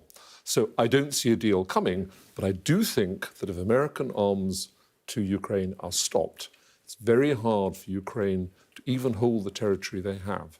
And be in no doubt, Putin's not going to settle for 15%. He wants to take Kyiv. He wants to instill a puppet government there. That's his ambition. And that's what he will try and do.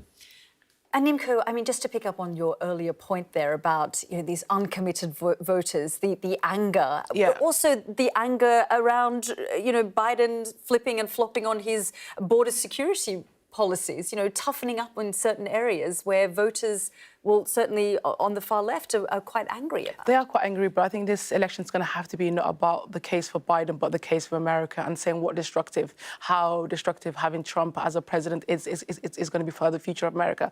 So I think a lot of people might have to hold their noses in order to be able to vote for Biden, but I think they're going to have to vote for Biden for the greater good. And I say that as a woman, as an African, as an activist, it is not just about the war in Ukraine, but there's the war in Sudan, there's the war in the DRC.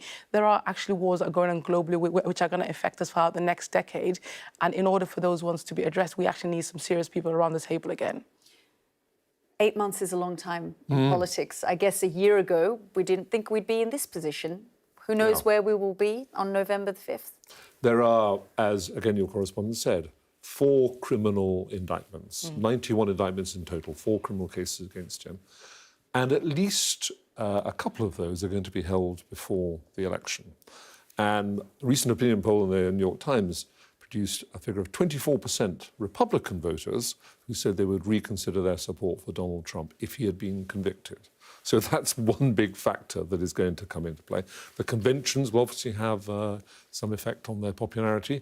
And the other thing that I have to say is going to count is how is Joe Biden going to do over the next 6 months when he gets into heavy campaigning with his history of physical stumbles and the odd mix-up of names and dates and things like that. Is he going to be okay? It'll be like walking on eggshells. Yeah, very much so. We'll keep you right here because we've got lots more to discuss on the programme. Stay with us. Coming up on The World, we'll be live in Paris as security fears over terror attacks lead France to ban members of the public from this summer's Olympic opening ceremony.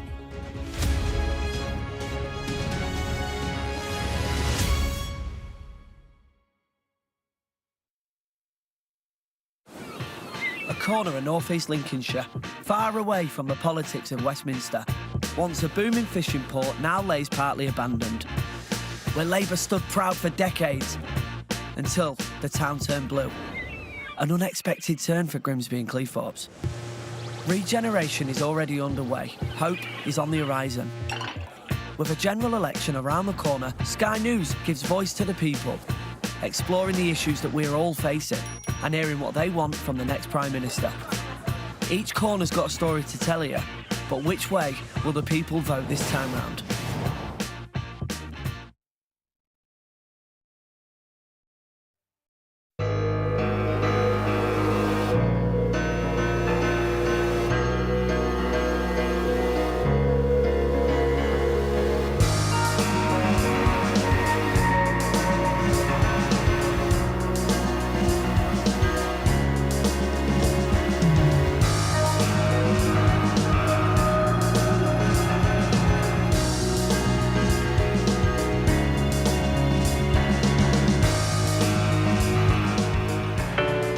Big stories don't always come from big cities.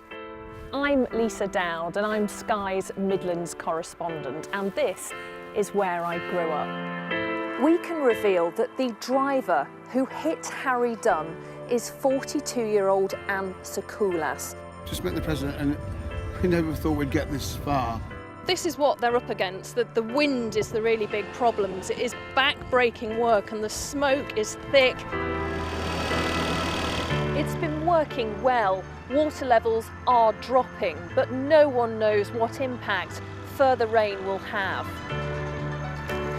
What would you do if this place wasn't open? We take you to the heart of the stories that shape our world. It's really scary. We're terrified. In this community, I'm told that everybody knows someone affected by COVID. Hopefully this will be the last wave. I never knew they would make it. It's amazing. Change seems tantalisingly close in this corner of the UK.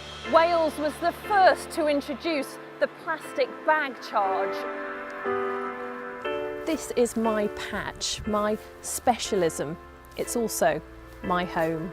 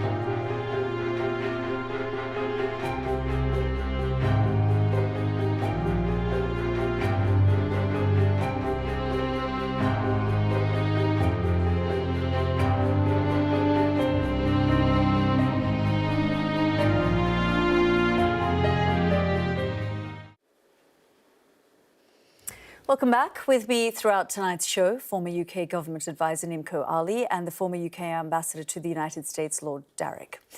Now, the opening ceremony of the Paris Olympics this summer will be closed to both tourists and ordinary Parisians. The French government said the potential terror threat means the event will be invitation only, with guests subject to security checks. Our sports correspondent Rob Harris reports from Paris. Paris is preparing to produce the world's biggest live show, a first Olympic opening ceremony through a city on water.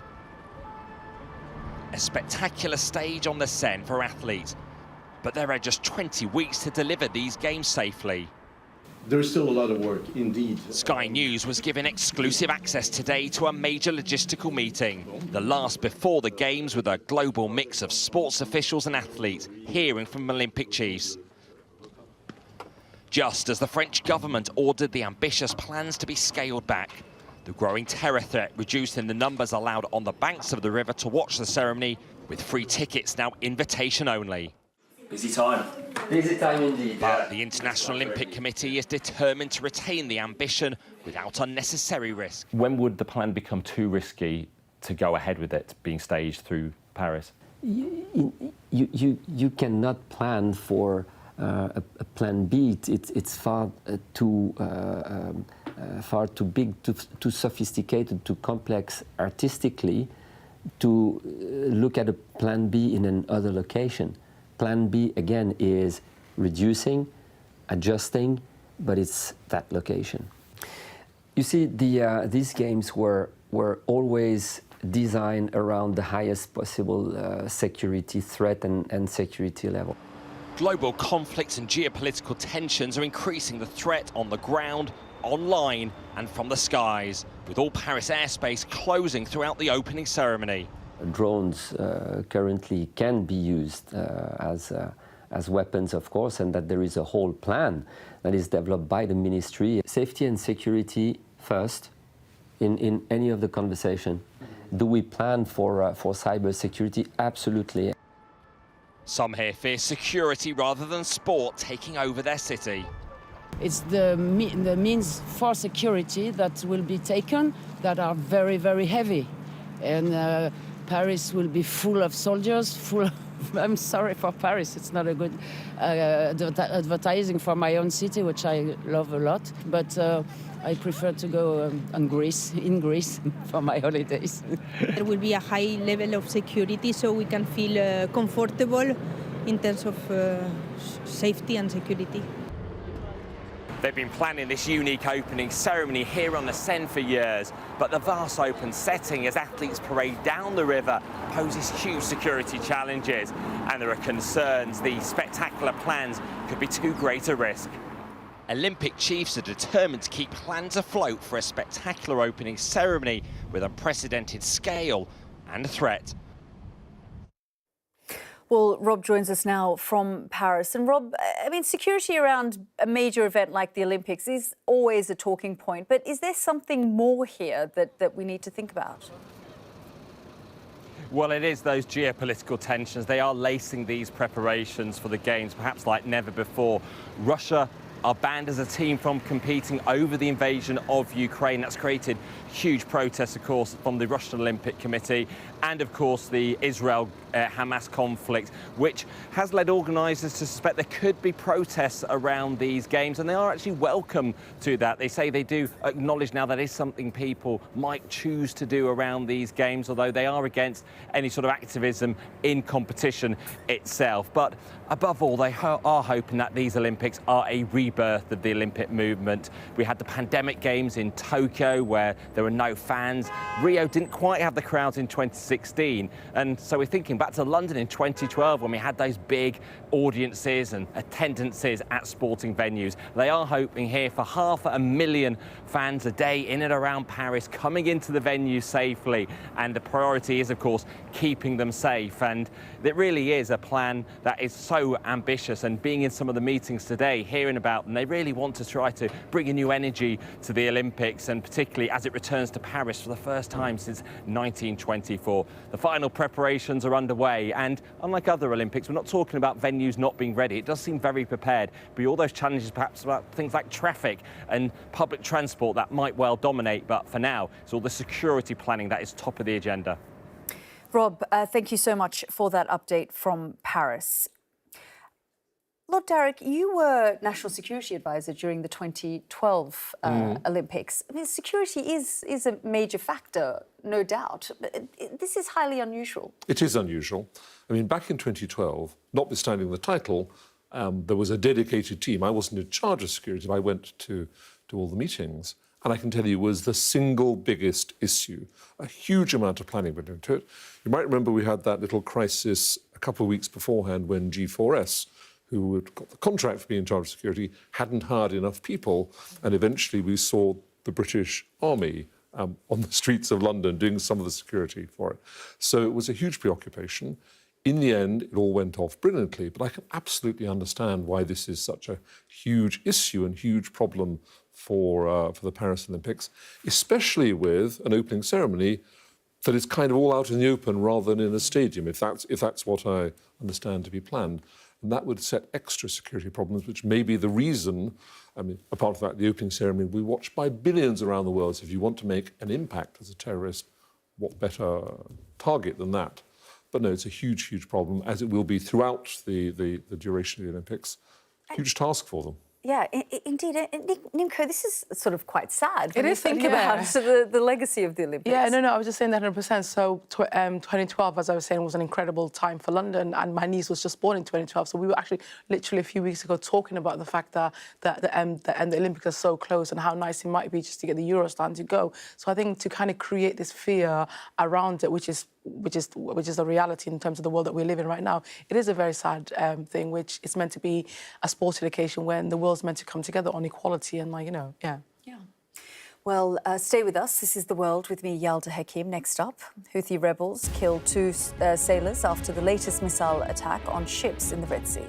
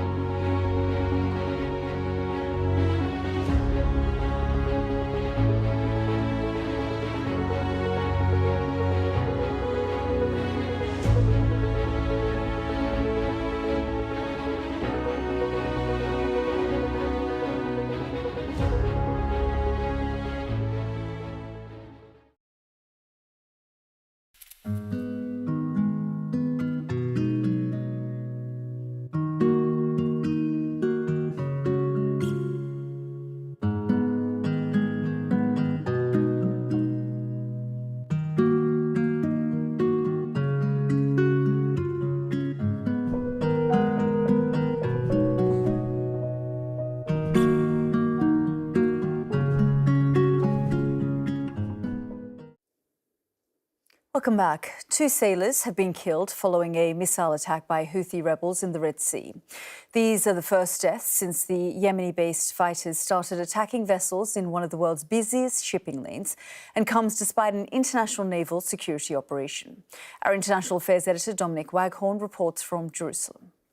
The latest victim of high seas Houthi hostile action in what was this time a fatal attack. The vessel, True Confidence in Better Times, struck on the same day as the Houthis took on the US Navy and attacked one of its destroyers, the USS Carney, with attacker bomb drones. With its Red Sea strategy clearly not succeeding, in Washington, the US government had this response to the lethal attack on the unarmed merchant vessel. Today, the Houthis have killed innocent civilians by continuing their reckless attacks against international commercial shipping, which impacts countries throughout the world. These reckless attacks by the Iran-backed Houthis have not only disrupted global trade and commerce, but also taken the lives of international seafarers simply doing their jobs. We offer our condolences, obviously, to the families of those who lost their lives, and again condemn the Houthis for these attacks. In a tweet, the British Embassy in Sana'a, Yemen, reported at least 2 innocent sailors have died, calling it sad but inevitable. Britain and America said airstrikes started 6 weeks ago would degrade and deter the Houthi attacks. In fact, they're getting worse. Since the attacks began, more than 40 ships have been hit or hijacked, but the last 7 days have been particularly disastrous. The first to sink going down over the weekend with toxic fertiliser on board. Then an Indian vessel set on fire on Monday, and now the first fatalities. The Houthis appear to be running rings around US-British efforts to stop them. One of the world's busiest shipping lanes, now its most dangerous, where vessels and now lives are in growing danger, with no end in sight to the Houthis' aggression. Well, let's bring in Dominic, who joins us live from Jerusalem. And Dom, I mean, we can see the volatility and things escalating. We've been talking about that for the last couple of months in the region. You've just covered it. But also, we had Benny Gantz, the Israeli minister here in the UK, and he had to listen to some quite tough words from Lord Cameron. He did, but first of all about what happened in the Red Sea today, because I think it's a pretty significant escalation, the fact that we've had fatalities now and what it says about the strategy that Britain and America have been pursuing in these airstrikes against the Houthis.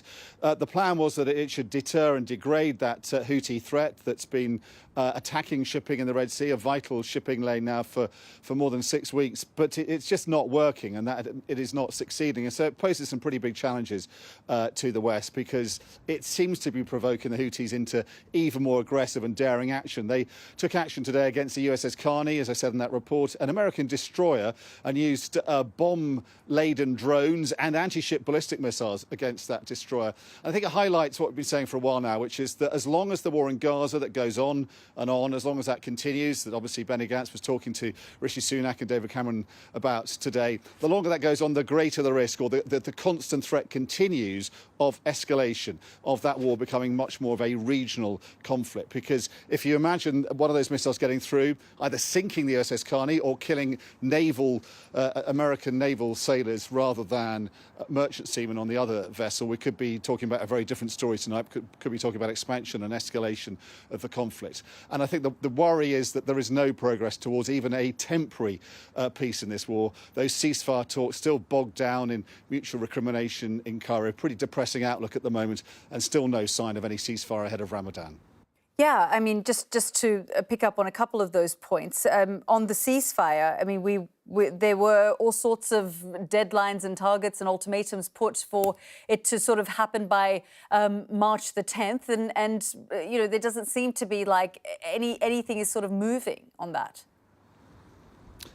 No, there was hope building over the weekend. There was a growing sense of optimism, and that's all sort of come unstuck over the last few days in Cairo. Israel didn't send a delegation to Cairo. Hamas has been there. Hamas says it's responded to this peace plan, this ceasefire plan that would involve the exchange of prisoners and hostages and a much longer truce this time round, and that would raise the possibility of maybe a permanent cessation of hostilities. But Israel wasn't there because they say Hamas has not come up with a list of hostages that they would release. And I think the bind for Israel is that Hamas has not really changed its negotiating position since negotiations began at the end of last year.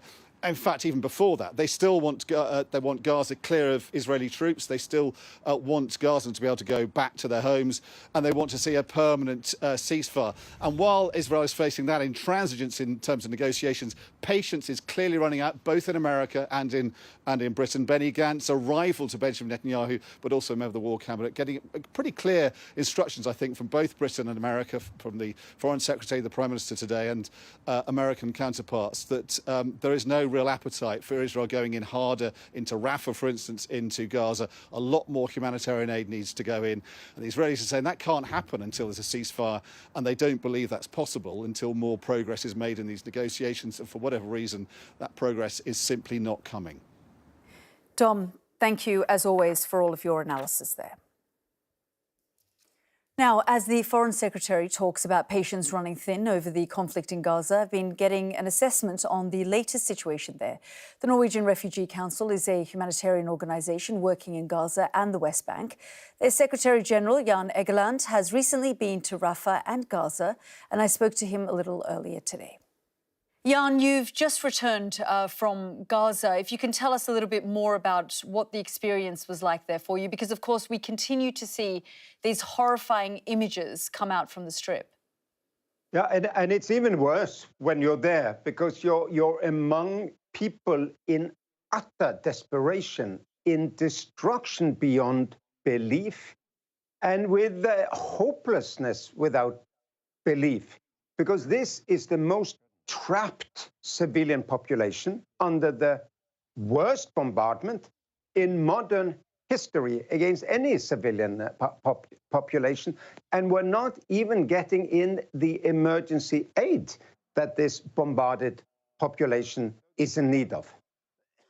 Jan, I just want you to just build on that a little bit. You said it's much worse than the images that we're seeing. Just exactly what were you seeing? Well, I was all over the Rafah area and at the very southern end of Gaza, which is the last escape, really. There was 250,000 people there. Now an additional 1.1 million people have fled here, which means that when you go to a school, there are 4,000 or 5,000 people crammed together, 50 people per classroom, 5,000 people sharing 18 overflowing latrines. So the smell, the stench, the seeing of these children completely malnourished, epidemic disease. We're giving as much aid as we can. We're trying to get in more aid, which is not easy. We cannot stop this bombardment. Only Israel and its allies can stop it. We saw the tragedy that unfolded just a few days ago, where over 100 people were killed as they were trying to get to the aid because of Israeli forces opening fire. And then we continue to hear about the trucks that can't get in. We continue to hear about, I mean, the United States doing that airdrop. It's all just one tragedy after another. 300,000 people are in famine. The name of the border crossing next door is called Karni. There is another one, Erez. I've been going through there many times in my life. Trucks could go there immediately. And then the US and others are forced to resort to the most primitive, the least precise, the most chaotic of aid anywhere, which is airdrops. It's not going to solve the situation. Then there's the issue around UNRWA, Israel accusing several UNRWA staff of being involved in the October 7 attack, which has further complicated the situation. We've spoken to UNRWA here on this program. They've said we've launched an investigation, we've taken swift action, we've, sacked those people involved, and we have an independent inquiry. But frankly, the largest aid provider to the Gaza Strip is now finding itself still waiting to see if anyone will restart the much needed sort of aid and money and supplies that they need. Indeed. I mean, there is one dominant, important aid organization in the Gaza Strip, and it's UNRWA. When that is defunded, none of the others of us, including we in NRC that have 68 workers, providing as much as we can under the circumstances. We cannot substitute UNRWA. Israel drops these allegations in the media.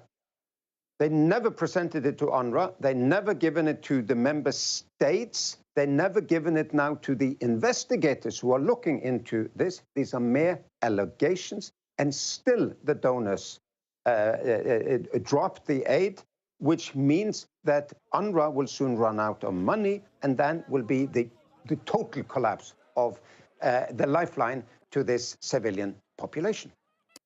Jan, it's always good to talk to you. Thank you so much for joining us here on the programme. Thank you. That was Jan Egeland speaking to me earlier on the situation in Gaza. Let's stay with the theme of aid, because there was no significant announcement on foreign aid spending in today's budget by the Chancellor. When he took office in November, the Foreign Secretary, Lord Cameron, said the UK had a moral mission to help the world's poorest.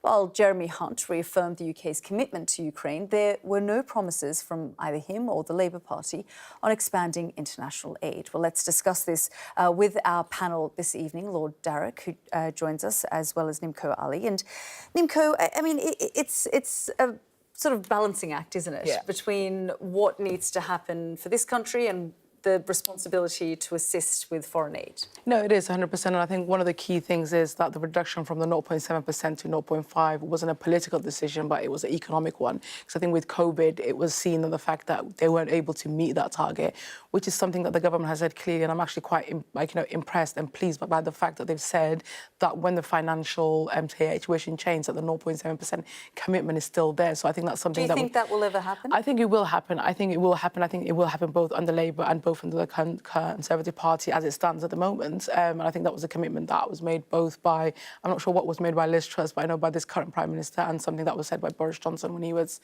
Prime Minister. I guess it's also a question of soft power, isn't it? You know, foreign aid is part of Britain's soft power. Yeah, it is part of it, absolutely. And the 0.7%, when it was in place, was, I can tell you, a really effective tool in diplomacy.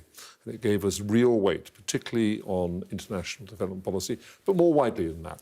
And look, post-Brexit, remember, has been all about global Britain. And of course, we'd all like to see and expect to see the UK playing a global role. But it's quite hard to say we're now global, it's global Britain, and then immediately withdraw, take your aid budget down quite as far as we did. The sooner they get it back to 0.7%, the better. But I think it's going to be a few years yet, because I just don't think the money's there. Yeah, and that is the big question, they say, when the money comes. Let's just have a look at this chart, which looks at sort of global aid spending in 2022 by the gross national income of each country. As we've been saying, the UK spends 0.5% of its GNI on humanitarian aid. And then you can see some of the other countries. Obviously, I've looked at other charts where, you know, the United States is really leaps and bounds ahead of anyone else. And the UK, as you can see, is quite far down when it comes to that chart. Yeah, but it's not really necessarily just about the percentage, but it's about the impact that it does. So one of the major problems I had as somebody that works in the international development space and somebody that works with African organisations is that the way we gave money was actually quite restrictive. So the way that the UK gave money was to either pre-existing organisations that they were funding, or they were funding So what do you think needs to happen? Because there were concerns that when that money was slashed, billions, it impacted hundreds of thousands. I don't think it directly did not impact millions of people. I think there's I've written on this on several occasions, the fact that NGOs and others are happy to use the pictures of black women and starving African children as their kind of end-year targets and so on. But Solomon, does actually money really get to those people? So in terms of the expenditure that we have, very little of that gets to the ground, and very little of that gets to women organisations. So ultimately, we could actually do better if we spent differently, and that's one of the key things that we're going to have a conversation with the current Foreign Secretary. So there's going to be dramatic stats that are coming out on Friday about the rise of FGM globally, and a lot of that is committed to the way that we've actually spent money. So ultimately, it is not about the numbers for me in terms of the percentage, but how we give the money. How the money is spent. Nimco Ali, Lord Darroch, thank you both for joining us on tonight's panel. This is The World with me, Yalda Hakim. Next up, I'm joined in the studio by the filmmaker using the everyday lives of Palestinian people to tell the story of the ongoing Middle East conflict.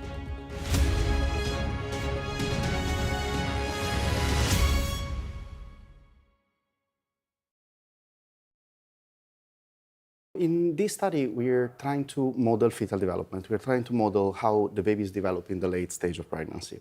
So this started by looking at the amniotic fluid, which is a solution that surround and protect the baby during development. And we look at the cells, at the various cell types that are present in this resource. We identified progenitors, we identified cells that are stem cells and are specific to certain tissues of the fetus. And we decided to try to grow them into what the press is calling mini organs. We prefer to call them organoids. The idea is to use these organoids to model fetal development, so to model how the human tissues are developing, to use them to model disease. And so we tried to do this with a disease that affects the development of the lung. And so what we've seen is that in the presence of this disease, the organoids that we grow are different from the one of normal babies. And based on this, we expect in the future to be able to use this technology to test drugs that are specific for these babies, so in a personalized medicine manner, and basically use these as a predictive model for how the pregnancies is going to unravel. This research is done both at UCL and Great Ormond Street Hospital, and in the lab, together with Professor Paolo De Copi, which is my mentor, we put these cells into three-dimensional culture. So it's organoids are something that is getting quite established in medical technology. It's a discovery that is around since 2009. And these cells are basically grown in 3 dimensions, in a bubble of gel, and they expand and form these mini masses of tissue. The way we see it going forward is to use this as advanced diagnostic method, because in theory, it should be able to predict how severe certain disease would be as a drug testing method, and then the sky's the limit. With this platform, we are able to access the pregnancy while the pregnancy is still going on. Okay. And this is very relevant because we can theoretically intervene while the baby is still developing in a personalized manner. We don't really manipulate anything here. We just take cells out, expand them in culture, and that's it. There's no, we don't bring them back, we don't make them into something that could develop in a fetus, an embryo, or whatever. We're simply taking a snapshot of what's the status of the tissue at that specific moment in development.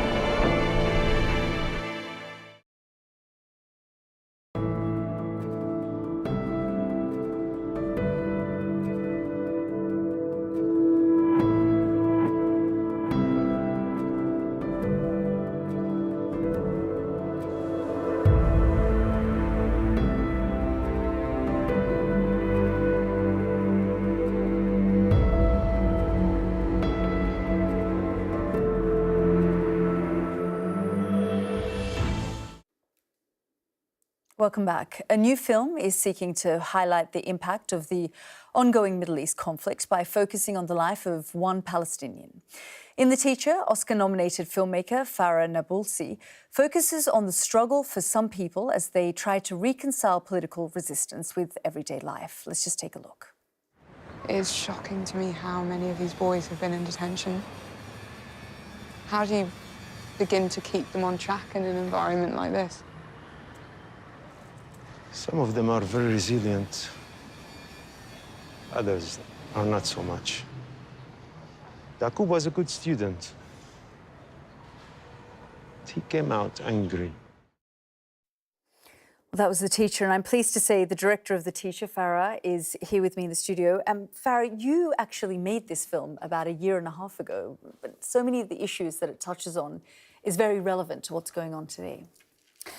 Yeah, this is a film that I wrote about 3 years ago. I shot it in militarily occupied, colonized Palestine in the West Bank about a year and a half ago.